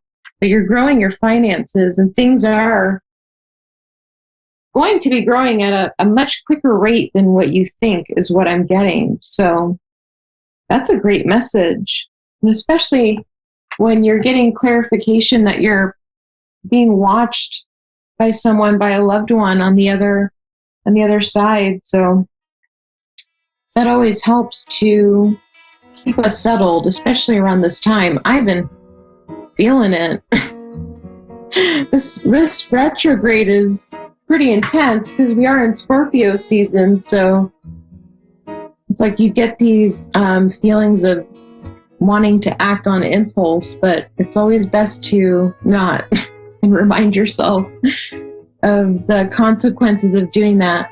90 seconds! Yay! Should I see if I can get another message in 90 seconds?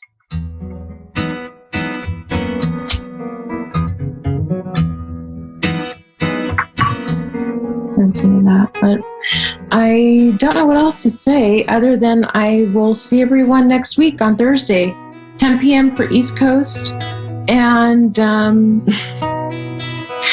7 p.m. for West Coast. I could have answered another call in between this time. It's only 7:27. Let me see if I get one more message. Might as well. Instead of me just staring into the screen awkwardly. This is a good way to end. If a card falls and the message is meant to be delivered. If not, the show ended on a good note with some great readings and callers. Let me see. Sometimes...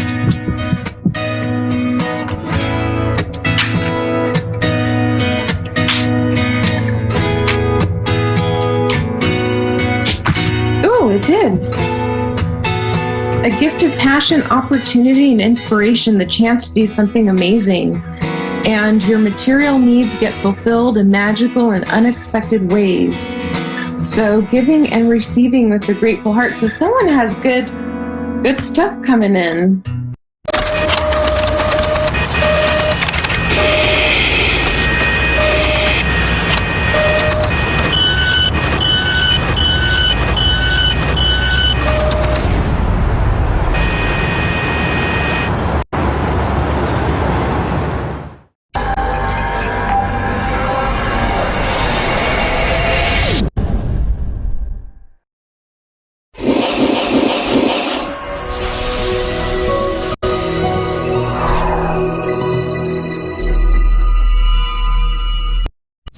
everyone. This is Fiona, Urgent Medium I Am Power, and you are guys listening to A1R Radio Network and Avid Advice Show.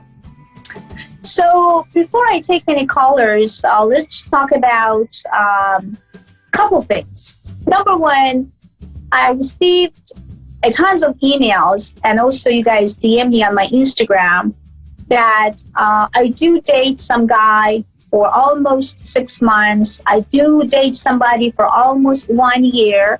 And every time when I'm trying to communicate with him about our future, every time when I'm trying to ask him about where are we, do we have any future together, then he's going to act as, what are you talking about? You know, let's just talk later. You know, I'm kind of tired. And you know what? It's just too early. You know, I have to financially be independent. I do have a plan financially. I can't give you the ring right now, and this and that. So your questions was about, was almost 450 questions, exactly the same.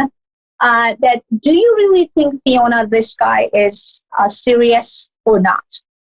Number one, if you and him together, and somehow, almost after 6 months, not even one single time, when you trying to talk about future, he's not reacting to it, or he's still kind of like, well, let's talk later, that is super fishy. That means that this guy just wants to have fun with you and is still looking for another girl to just have fun, or having maybe better greener grasser somewhere else. And also could be that this person really loves you and really wants to be with you, but at the same time, he may have some finance trouble and finance issues, which he really wants to get rid of it. Well, you have to judge by yourself. Number one, if he always answering your phone and texts you, even when he's busy, that means he's real. When he's around you and really want to help you, when you ask him for something and he's there and he kind of like calling you a couple times because you got cold, you had some bad day at your work, and then like you're texting him, he says, oh my God, my boss was this and that, and he kind of like texting you 3-4 times, even when he had a lot to do at his own work, that means that he's real. But if he just calling you when he wants, when he asks for, when he needs you, or when he would love to have or take you to the dinner, or a movie, or how to, you know, take you in bed or whatever, having sex with you, that means that this guy is definitely a user, would love to spend time with you because he feels lonely, and directly when he finds someone better, he will dump you like a hot potato and say, bye-bye, move on. You do not good for each other, and thank you so much. So this is the big warning for each of you.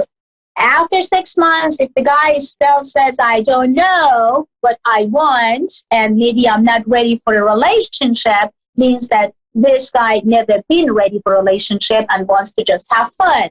So don't dream and don't try to be in some sort of fake connection with your own soul and lie to yourself that everything is going to be all right.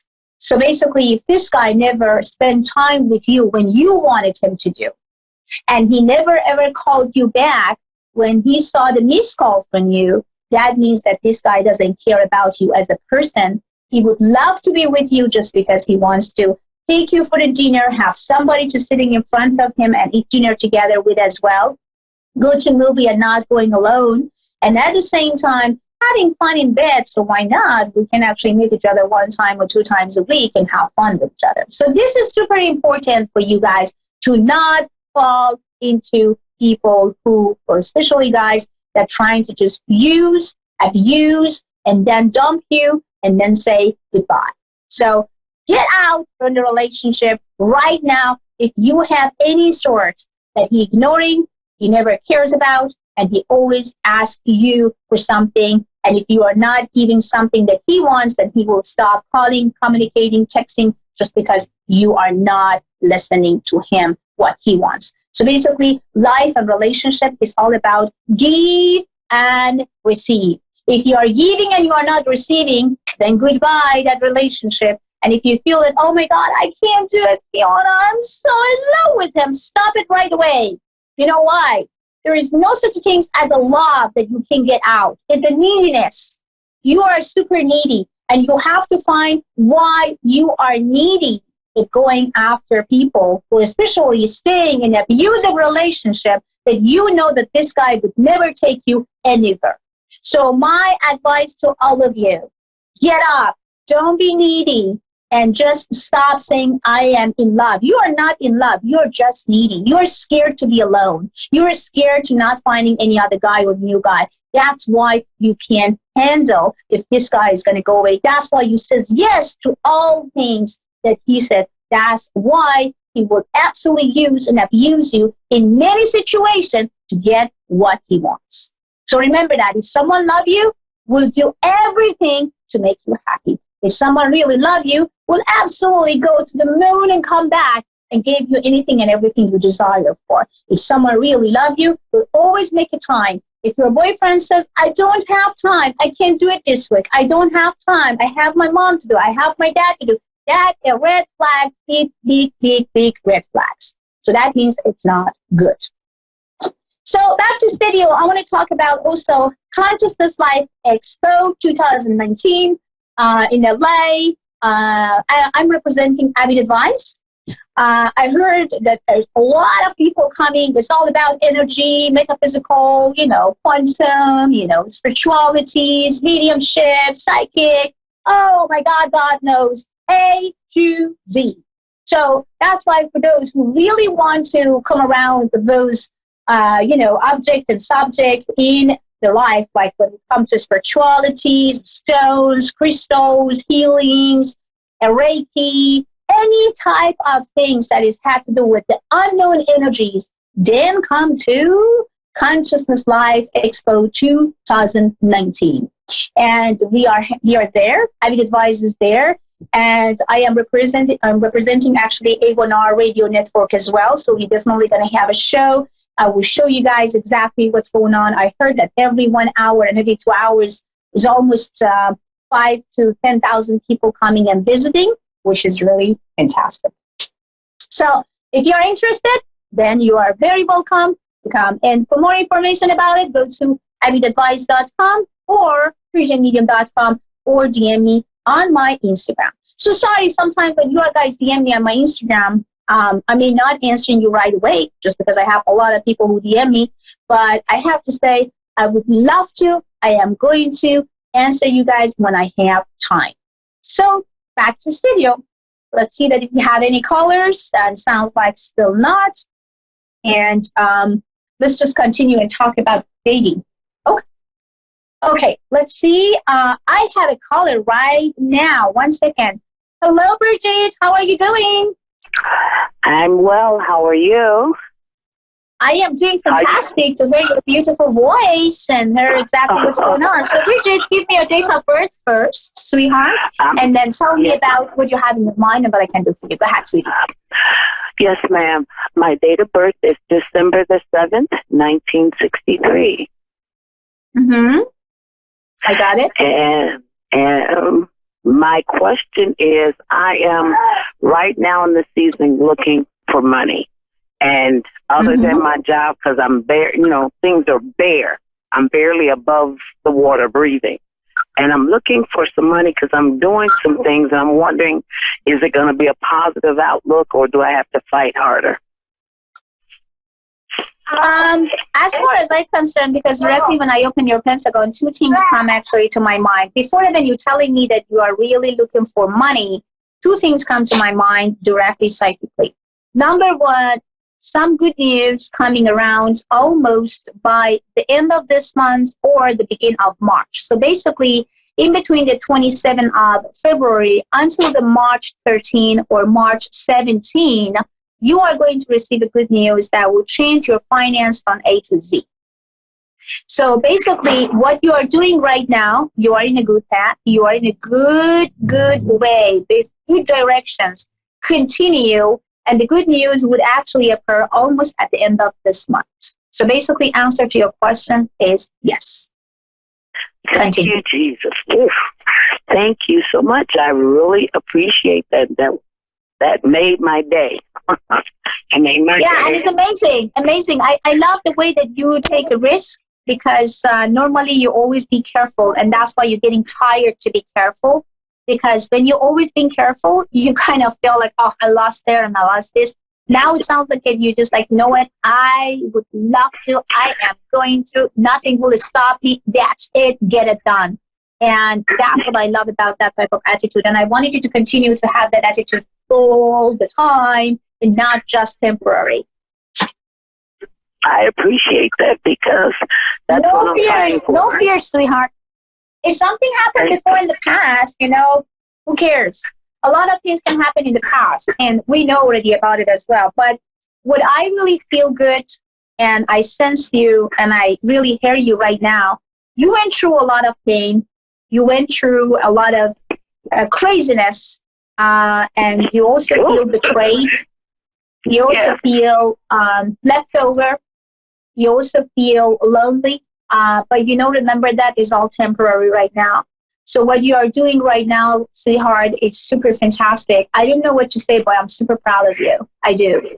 And I think that you are in a good path. You are in a good relationship with yourself, with your own feelings, that I wanted you to continue to be fantastic as you are today. And don't give up.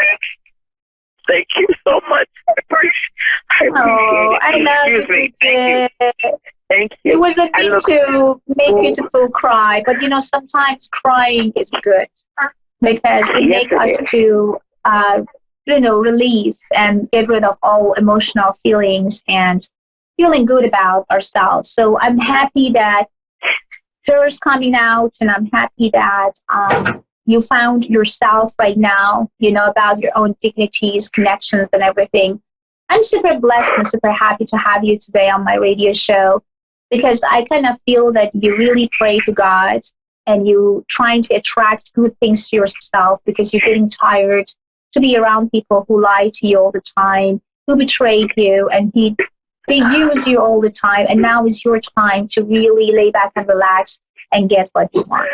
So I'm super happy that you come to my radio show today. And for further information, Bridget, you can actually sign up on Avid Advice if you ever want to talk to me or if you have anything in your mind to share. So you can go to Avid Advice, sign up, and I'm there for you if you have any questions, anything that you would love. So I'm going to be there for you.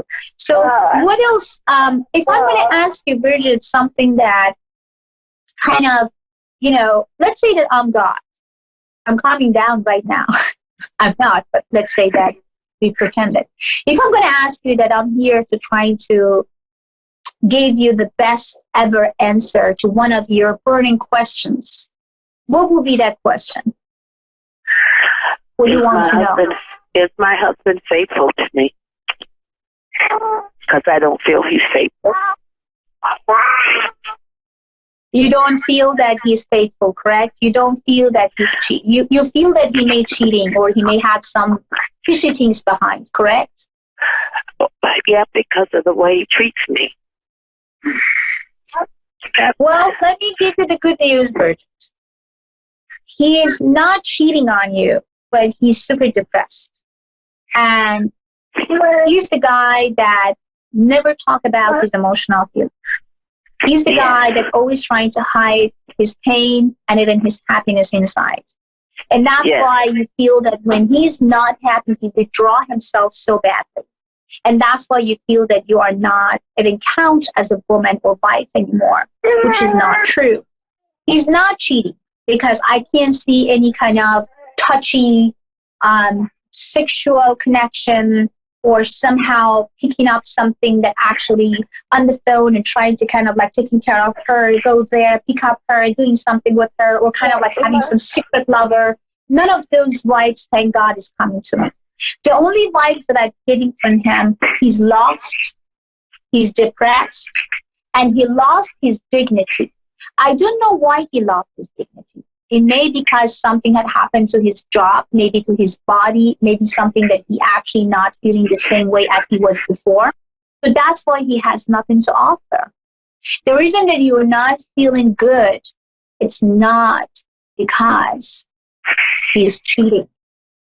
It's because he's lost, he's depressed, and he doesn't know how to get out from the situation, and he's not even talking or communicating with you and asking you questions like, honey, are you all right? Should we just talk to each other about things? And I think the miscommunication between you guys and not opening up towards each other that make all those misunderstandings come behind and behind. But he's not a cheater.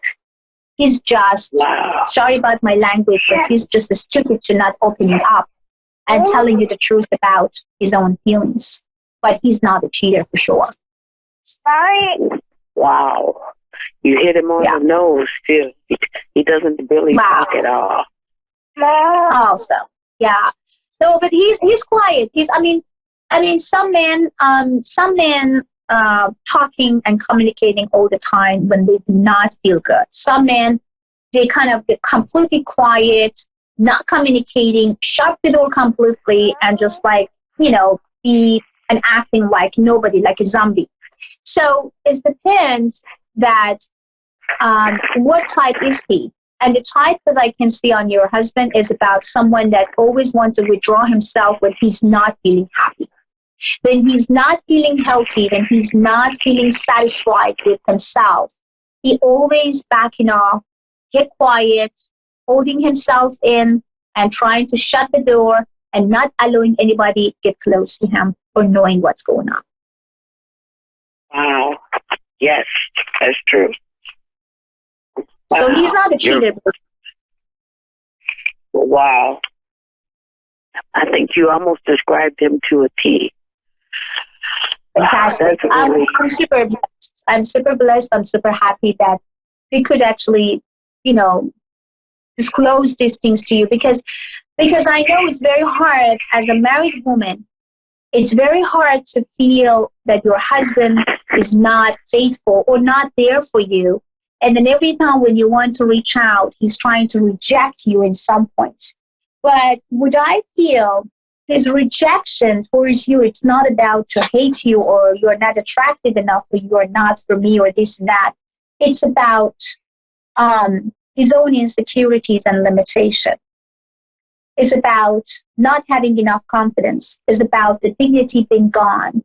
It's about that he's acting like a zombie right now and he's not acting like a human anymore. So that's why you are not knowing the new him right now. It became worse because he just stopped talking to everyone and then now he became more lonely. What I want to suggest to you, babe, number one, remove and shake it and brush it off from your subconscious, from your mind, from your heart that this man is a cheater, which he's not. Number two, I wanted you to slowly, but very shortly, getting closer to him. Don't just jump in tomorrow or today and just like next week and, oh, my love, I feel that you're depressed. You need me. Don't do like that. Just like very slowly and shortly. Try to understand what he has as a problem. Talk to him. Communication is a key to understand why he's quiet. The first week, he may not going to open up to you at all. He's just going to act like, high five is not your business. I'm fine. Don't bother. And the second week could be also the same way that you feel also rejected. But if you really want to save your marriage and save your relationship, continue to the third week. And through the third week, I promise you, he will open up and he will talk to you about his own issues and his own problem. I know, Bridget, your guy is going to really walk and continue to have a relationship which is going to be based on health, wealth, and prosperity. I know that you've both been through a lot of pain and not so many months ago, and that's why everything is kind of fresh, and especially for you, because I know that you are very responsible and being very responsible, stay very responsible, and that's why all I wanted you to do is just stop it. I mean, say no. You have to kind of like teach as well to say no to people, and you should not always, sacrifice yourself just because of others, okay? So make sure that you came first as well. Make sure that you do love yourself first before anybody else. Thank you. Thank you. Very sound wisdom. I truly am grateful and blessed for the information you gave me. No, really, my love. I'm happy. I think that everything happened for some reason. Reason actually you come to our radio show. And I'm so grateful and thankful for A1R because If A1R doesn't exist, you guys couldn't really find me, and I couldn't find you guys to having this beautiful, magical conversation that you could at least understand that all the feeling and thought that you may actually had about your husband was not correct and he's not a cheater. And then also understand about like things that you are really, really put your energies and everything on will go exactly the way as you wish and desire for. And at the same time, you have everything under control. So I'm so blessed and I'm so happy. Thank you so much, A1R, to be you, to bring those beautiful angels to me and letting me to share my gift with them. I am so thankful. I'm so grateful for A1R. I've been with A1R, honey, for so many years.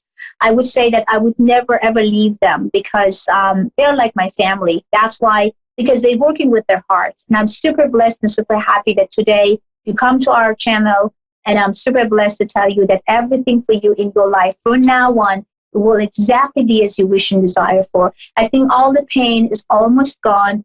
All the dark situation that you've been through maybe about a couple months ago is almost gone. So now the light, the shine, the sun, the energies, the power, the light, and the love is absolutely on your way.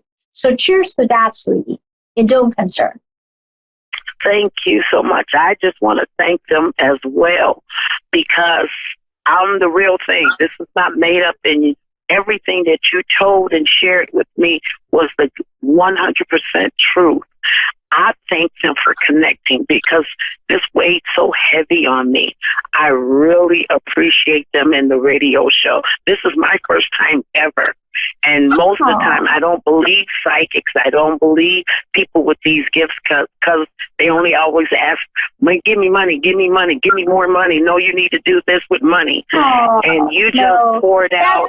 You poured out the truth. I'm happy. I'm happy that you brought up. Before we cut off, I want to tell you, Bridget, please don't listen to people who actually come after you and says, if you are not paying me money, then the curse is going to come after. The negative energy is after. And you're not there. Please don't listen to those things. It's not real. None of things that has a black magic, doing kind of the black magic stuff, if they are not real, it's not real. Negative energies is real. But if you're thinking about it, if you think negatively, the negative energies will come to you. It has nothing to do with black magic. It has nothing to do with all the BS that they're trying to tell people to go after their money and their account. Please don't even pay them. And please don't even listen to them. When I'm actually working with officers, when I'm working with lawyers, insurance companies, when I'm working with individual, actually private investigators to finding missing people, I can really tap into my gift. And I'm so grateful for that thank God that you gave me the gift that I can really sense people and feel and helping people and family to get some foreclosure for their problem. So, yeah, but I wanted you to also be aware, Bridget. People who are out there, I mean, I do respect for each of spiritual people. Is not, don't get me wrong, that they are bad people. No, but there is people who actually looking for money. They do not have any spirituality. They do not have any abilities. If people sending you tons of free minutes and ask you to call me back, or you know what, come here, I see something, and come after you and drag you for money, that means that they are not real. They're just looking for your account. They're just looking for your money.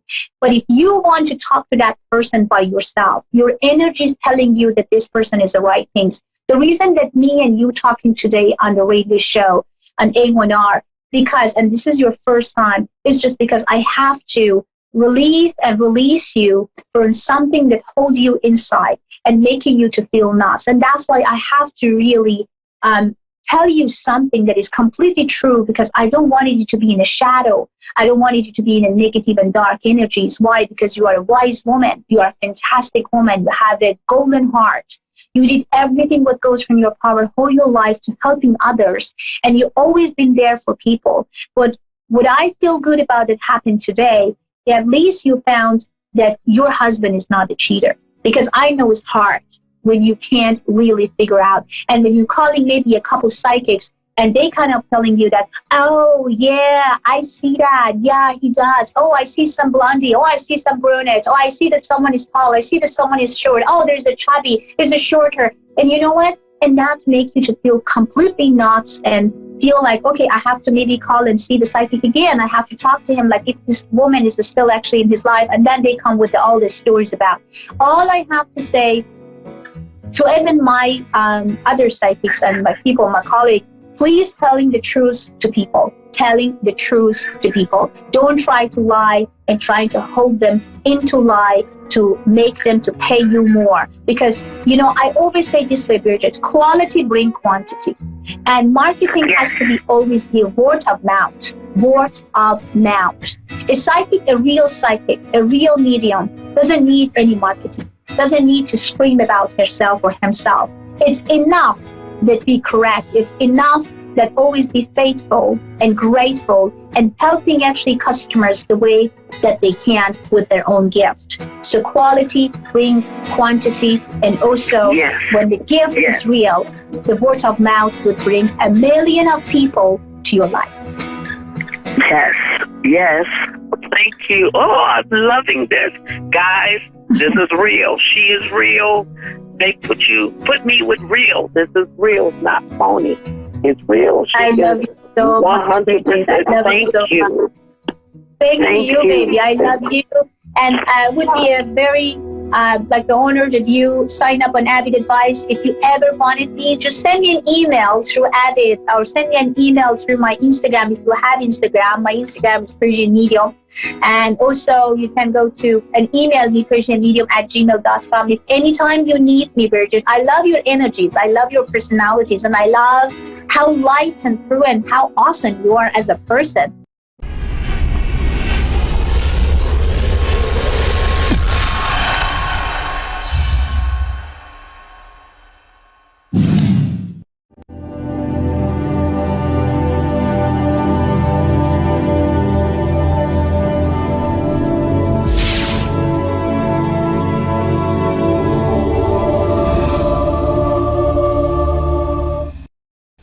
Hi, I'm Faye, and thanks for watching Moonstruck. And now, back to A1R on the air, Psychic Talk Radio, now on Moonstruck TV, enlightening television. Hello and welcome to A1R Psychic Radio and Moonstruck TV. I think we're going to have a wonderful show. We're going to have 2 callers that are going to call in, which are going to be wonderful. And now, I thought what we could talk about today, before we have our callers come in, is what we could talk about today is actually how what the purpose is of our life, and what is the meaning of our life, and do we come to learn our lessons, or do we come to help people? And so this is something that I thought we could sort of cover, which is quite an interesting topic. So the big question is, if you're listening, is why are you here? What have you come to learn? Now, it's quite a complicated subject, and so I'm going to try and make it fairly simple. And it can be made simple. It can be simple and as complicated as you want. But so what I'm trying to say here is that, first of all, we come here because we have a reason. And so whatever that reason is, we will be looking to fulfill that reason. Now, it may be that in a lifetime that we've had, or perhaps the previous lifetime, or the one before that, who knows, but in a lifetime that you've had, you perhaps, let's hypothesize for a moment, and I'm not suggesting that any one of you have done this, but let's say you've done something that hasn't been so good. And it may be that you need to come back to this lifetime to perhaps learn the error of your ways, so that your soul understands and knows what you've done and how you can put things right. Let's say that it may be that you've come to help somebody who's going to have a challenging, difficult life, because we can't do things on our own. The other thing is, let's say that we've come to this lifetime because we need to learn something about sickness, or we need to learn to help people and be healing. And so we may be a doctor or nutritionist or a medicinal, something in medicinal in some way. But whoever we are and whatever we're doing, we're not alone on this earth plane, because in addition to us coming to perhaps help other people and to give to other people, we are also looking to help people. So we're helping people